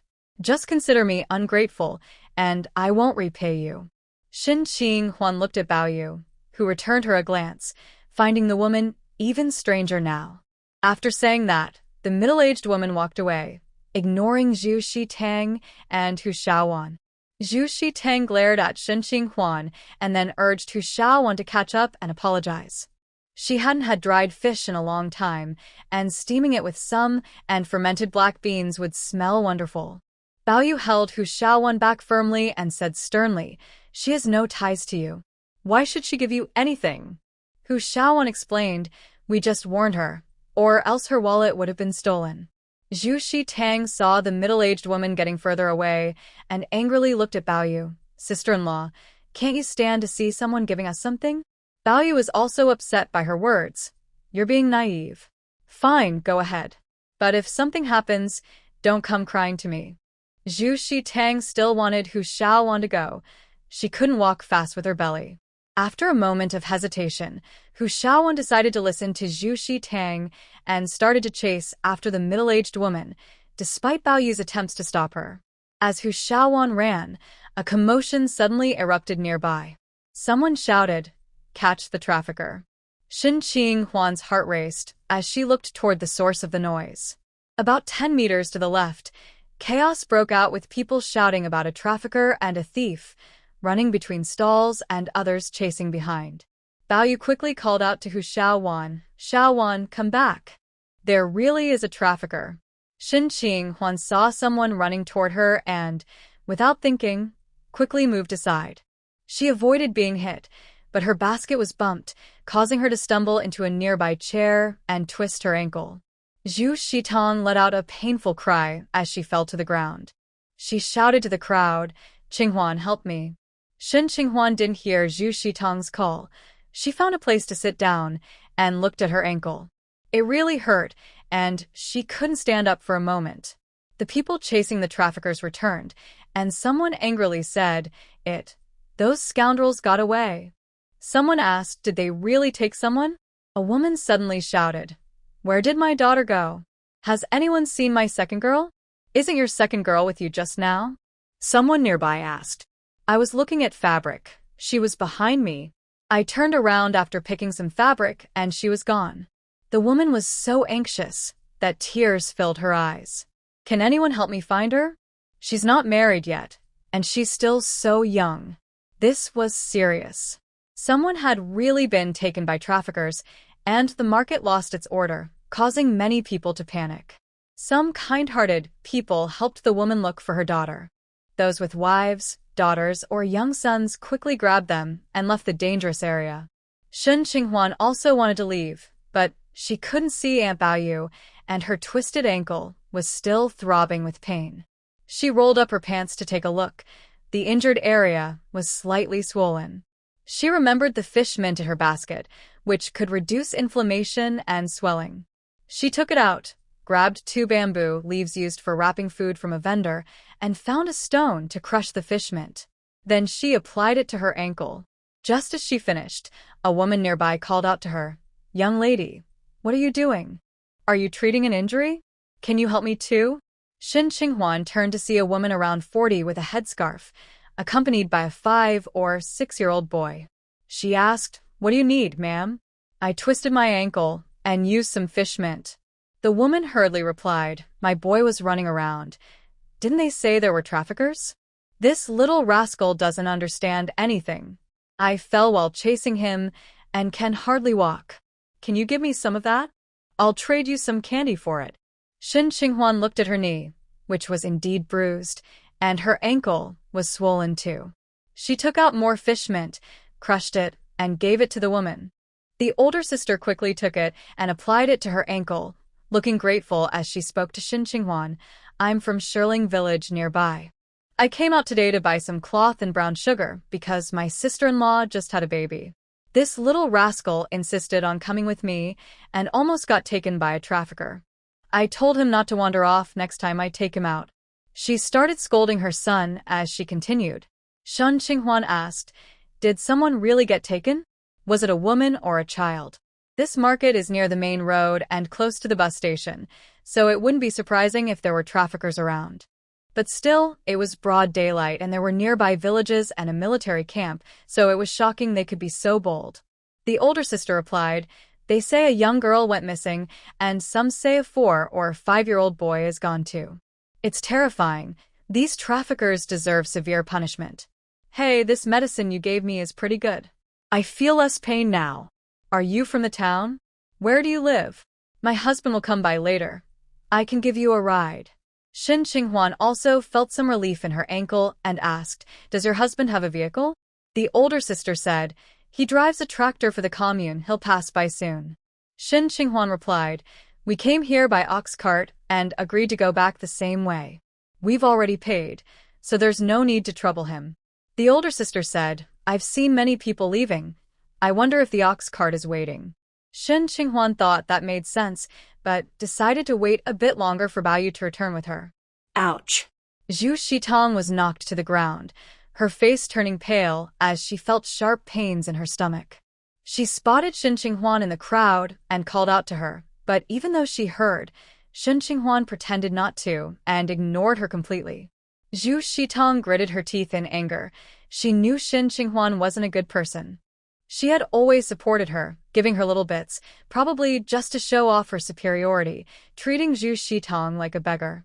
Shin Qinghuan was frivolous, running off to elope and returning without face to confront Feng Qi, pretending to have amnesia. She clearly craved Feng Qi's wealth and didn't want to leave, but instead, she set up schemes to play with Zhu Shitong. The more Zhu Shitong thought about it, the angrier she became. Ouch, it's you, Zhu girl. Why are you sitting on the ground? Zhu Shitong looked up to see the middle-aged woman, Sister Chen, who had offered her sweet potato chips and dried fish earlier. Sister Chen, why are you back? Sister Chen helped her up and guided her to sit on a nearby rock. How are you feeling now? I just thought about it. It's not you who said those things about human traffickers, so why should I blame you? I do my own thing, and don't care what others say. Zhu Shitong's expression brightened, and she said, You're right, Chen Jia. That woman is not worth our attention. By the way, I noticed you have a cart. Could you give me a ride? I'm not feeling well after that fall. Chen Jia glanced around and asked no problem. But where's that girl who is just with you? The one who talks too much? Zhu Shitong didn't care about others. It was all chaotic earlier, and I don't know where they went. Chen Jia replied, Call that girl over. I'll take you both. Zhu Shitong was surprised. You mean the girl who talks too much, Shin Qinghuan? Why should we take her? She said those things about you. Chen Jia's eyes flickered. My husband told me that we can't let her spread those rumors. We need to clear things up, or next time we come to the market, people might think we're traffickers. Zhu Shitong didn't want Shin Qinghuan to benefit from this. She probably went home. We don't need to worry about her. Chen Jia looked around and suddenly brightened. Oh, there she is. Sister, go talk to her. Zhu Shitong was reluctant. Sister, you have such a good heart. Why bother with someone like her? She has a bad reputation in our neighborhood, and no one wants to deal with her. It's pointless to talk to her. But Chen Jia insisted on bringing Shin Qinghuan along, even saying, Just think of it as helping me out. I have some dried fish in the cart, and I'll give it all to you if you help persuade that girl to join us. Zhu Shitong paused for a moment and then discreetly sized up Chen Jia. Although she claimed to be from a nearby farming family, her face didn't quite match that description. Having been a young worker and interacted with rural women, she could tell the difference between those who worked in the fields and those who didn't just by looking at their faces. Chen Jia, there was another woman who also said you were a trafficker. Should we call her too? No need. She doesn't insist on it like that young girl does. Zhu Shitong's heart raced with suspicion. This person's target was very clear. It was Shin Qinghuan. Now there were two possibilities. Either Chen Jia was a trafficker who wanted to take Shin Qinghuan because she was young and pretty. The second possibility is that Sister Chen holds a grudge against Shin Qinghuan, thinking she is a human trafficker and wants to take her away to teach her a lesson. No matter which possibility it is, it spells trouble for Shin Qinghuan. Okay. Shin Qinghuan and the older sister with a surname Ma took a moment to ease their sore feet, then decided to get up and find Bao Yu before heading back. The place was still chaotic, with people searching for children. Just as they were about to stand up, they saw Zhu Shitong coming over, holding her belly. She said, Qinghuan, Bao's sisters have gone back. There's no ox cart now, but this older sister is heading to Hongtian village and can give us a ride. Shin Qinghuan looked at the middle-aged woman in surprise. Why was she back? Didn't anyone catch the person they were looking for? She turned her attention back to Zhu Shitong. Why did you call for me? Weren't you with Hu Xiaowan? They had fallen out. How could she benefit from this? Zhu Shitong looked calm and placed her hand on her belly. I couldn't find anyone else, and being pregnant, I'm worried about being alone. We've been friends, so I thought it would be good to have you with me for support. Shin Qinghuan pointed to the older sister beside her. Coincidentally, this sister said her husband will be coming by with a tractor. If there's really no ox cart, we can take her tractor back. Sister Ma seemed much more reliable than the middle-aged woman next to Zhu Shitong. She had children, spoke with a local accent, and her husband owned a tractor. She looked like a farmer, both in appearance and demeanor. After Shin Qinghuan finished speaking, Sister Ma agreed, yes, my husband is bringing fertilizer to the commune and will pass by here. If you don't have an ox cart, you can ride with us. Zhu Shitong didn't expect Shin Qinghuan to find another ride, and her expression changed as she glanced at Sister Chen. Sister Chen said, It's fine. We can ride with whoever. But it's quite far from the road, so let's head over there first to avoid missing the ride. Zhu Shitong quickly agreed. Right, let's wait by the cart. Sister Ma waved her hand. That's fine. Can't you hear the tractor coming? However, her son was eager to go wait by the road. He couldn't wait to ride the tractor. Shin Qinghuan still wanted to wait for Bao Yu. She didn't believe Bao Yu would go back alone without telling her. Just as she was about to speak, she spotted Bao Yu's figure across the road. Although she was a bit far away, Shin Qinghuan recognized the clothes she was wearing. It seemed that Hu Xiaowan was also over there. She twisted her ankle and didn't have anything to buy, so it makes sense to head back early. Zhu Shitong followed her gaze and saw Sister Bao, then smiled and said, Sister Bao is over there, let's go over. After that, he glanced at Sister Chen, only to find her frowning. Is it too crowded to manage? When Feng was reporting to Captain Gao, the local police station called. Recently, a gang involved in child trafficking has been active, with suspected sightings in nearby towns, and they hoped the camp could help keep an eye out. After hanging up, Captain Gao looked at Feng and said, Feng, I know you've been investigating trafficking. How about you take care of this? Feng saluted, understood. Then he added, the morning training is done. I'll take a few people to the market now. Captain Gao nodded. You can arrange it yourself. Suddenly, he remembered something and called him back. Is today the market day? Feng paused. Yes. Captain Gao asked, did your wife go to the market? Feng replied, yes. Captain Gao waved his hand. Never mind. It's not easy to find a wife. Go ahead. He knew his subordinate was excellent at work, but lacked a bit in handling family matters. It was probably because of his cold nature that his wife couldn't take it and left home. Now that he had brought her back, he understood the need for change and cared for her. That's a good thing. Feng took his team to the market, and as soon as they got out of the car, they heard someone cursing at a trafficker. That heartless trafficker. How can parents bear this? They raised their daughter with so much effort. Exactly, it's outrageous. I heard that girl is very pretty, even more beautiful than that dancer. Who knows where she has been sold? Feng stepped forward, his expression serious. Excuse me, ma'am, are you talking about something that happened today? The woman became excited upon seeing the military uniform. Comrade, you should have come earlier. Just now, a trafficker was trying to take someone. Oh, poor thing. Old Zhang-san is missing, and so is a girl, a teenager. Xiaowang interrupted her. Where is the trafficker now? Is anyone chasing them? The woman shook her head. I don't know. They called for help to catch the trafficker, but it seems they didn't catch him. This trafficker must have a car. How can we catch up with a vehicle?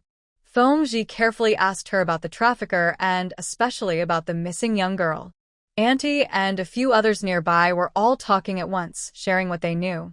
Several people had slightly different stories, but they all agreed on one thing.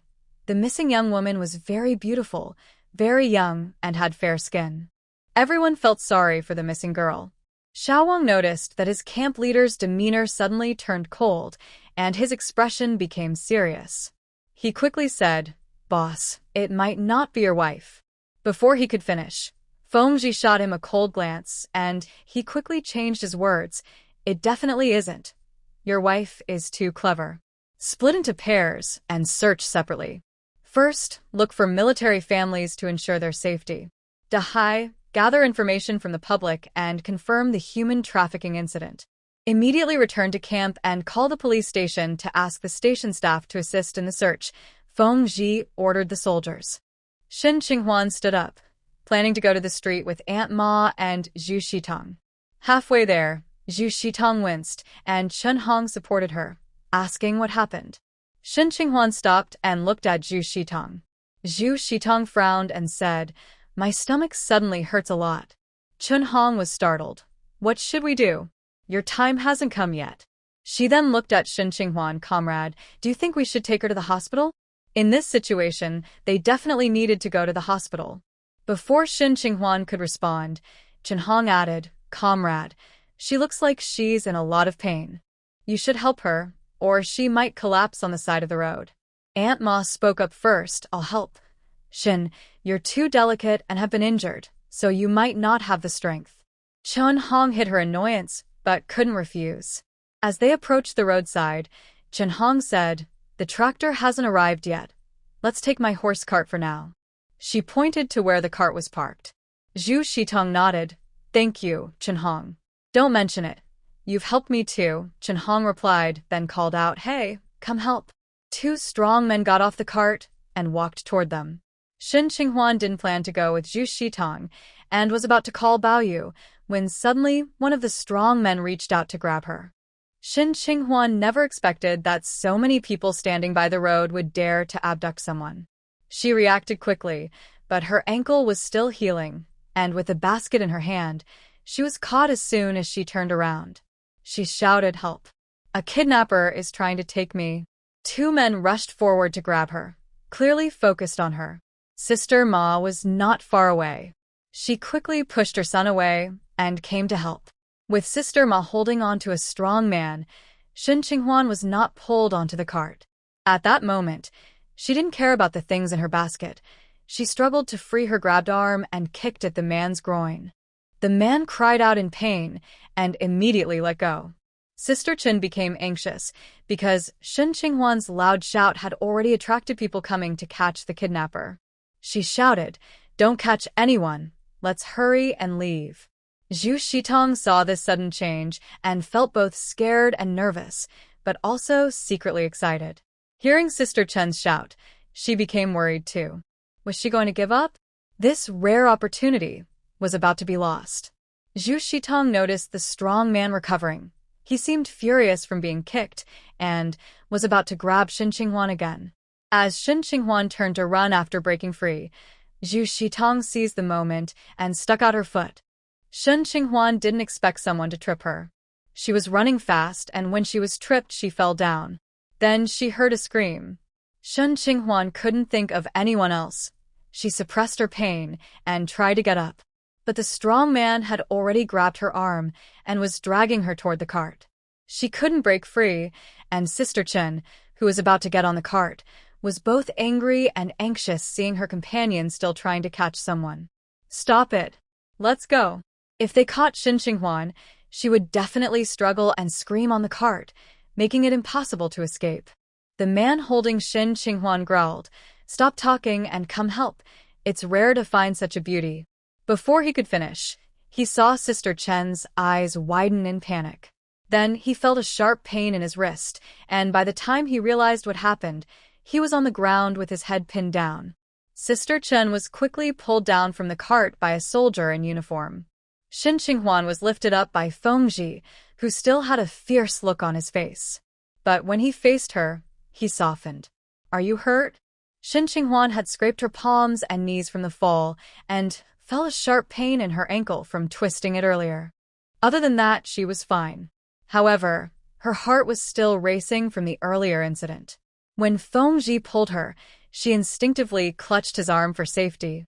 Feng held her trembling hand and pulled her into his embrace, his lips brushing against her hair. "It's okay now. I'll get revenge for you." He said the last part in a low voice, but it was cold and powerful. Shin Qinghuan listened to his strong heartbeat, and her own heartbeat gradually calmed down. Although Feng had many ways to handle things at that moment, he stood in front of her, protecting her from danger. She nodded, trusting him.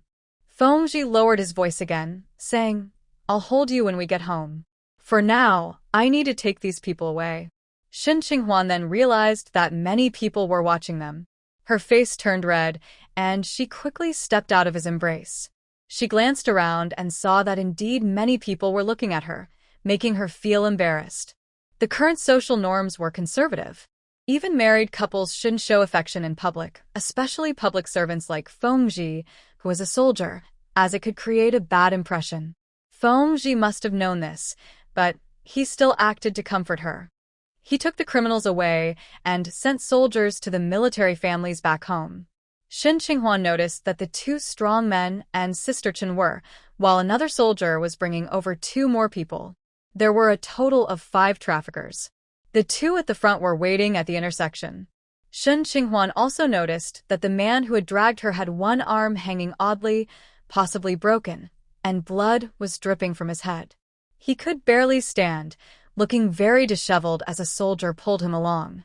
When Feng came to rescue her, he had dealt with this man quite harshly.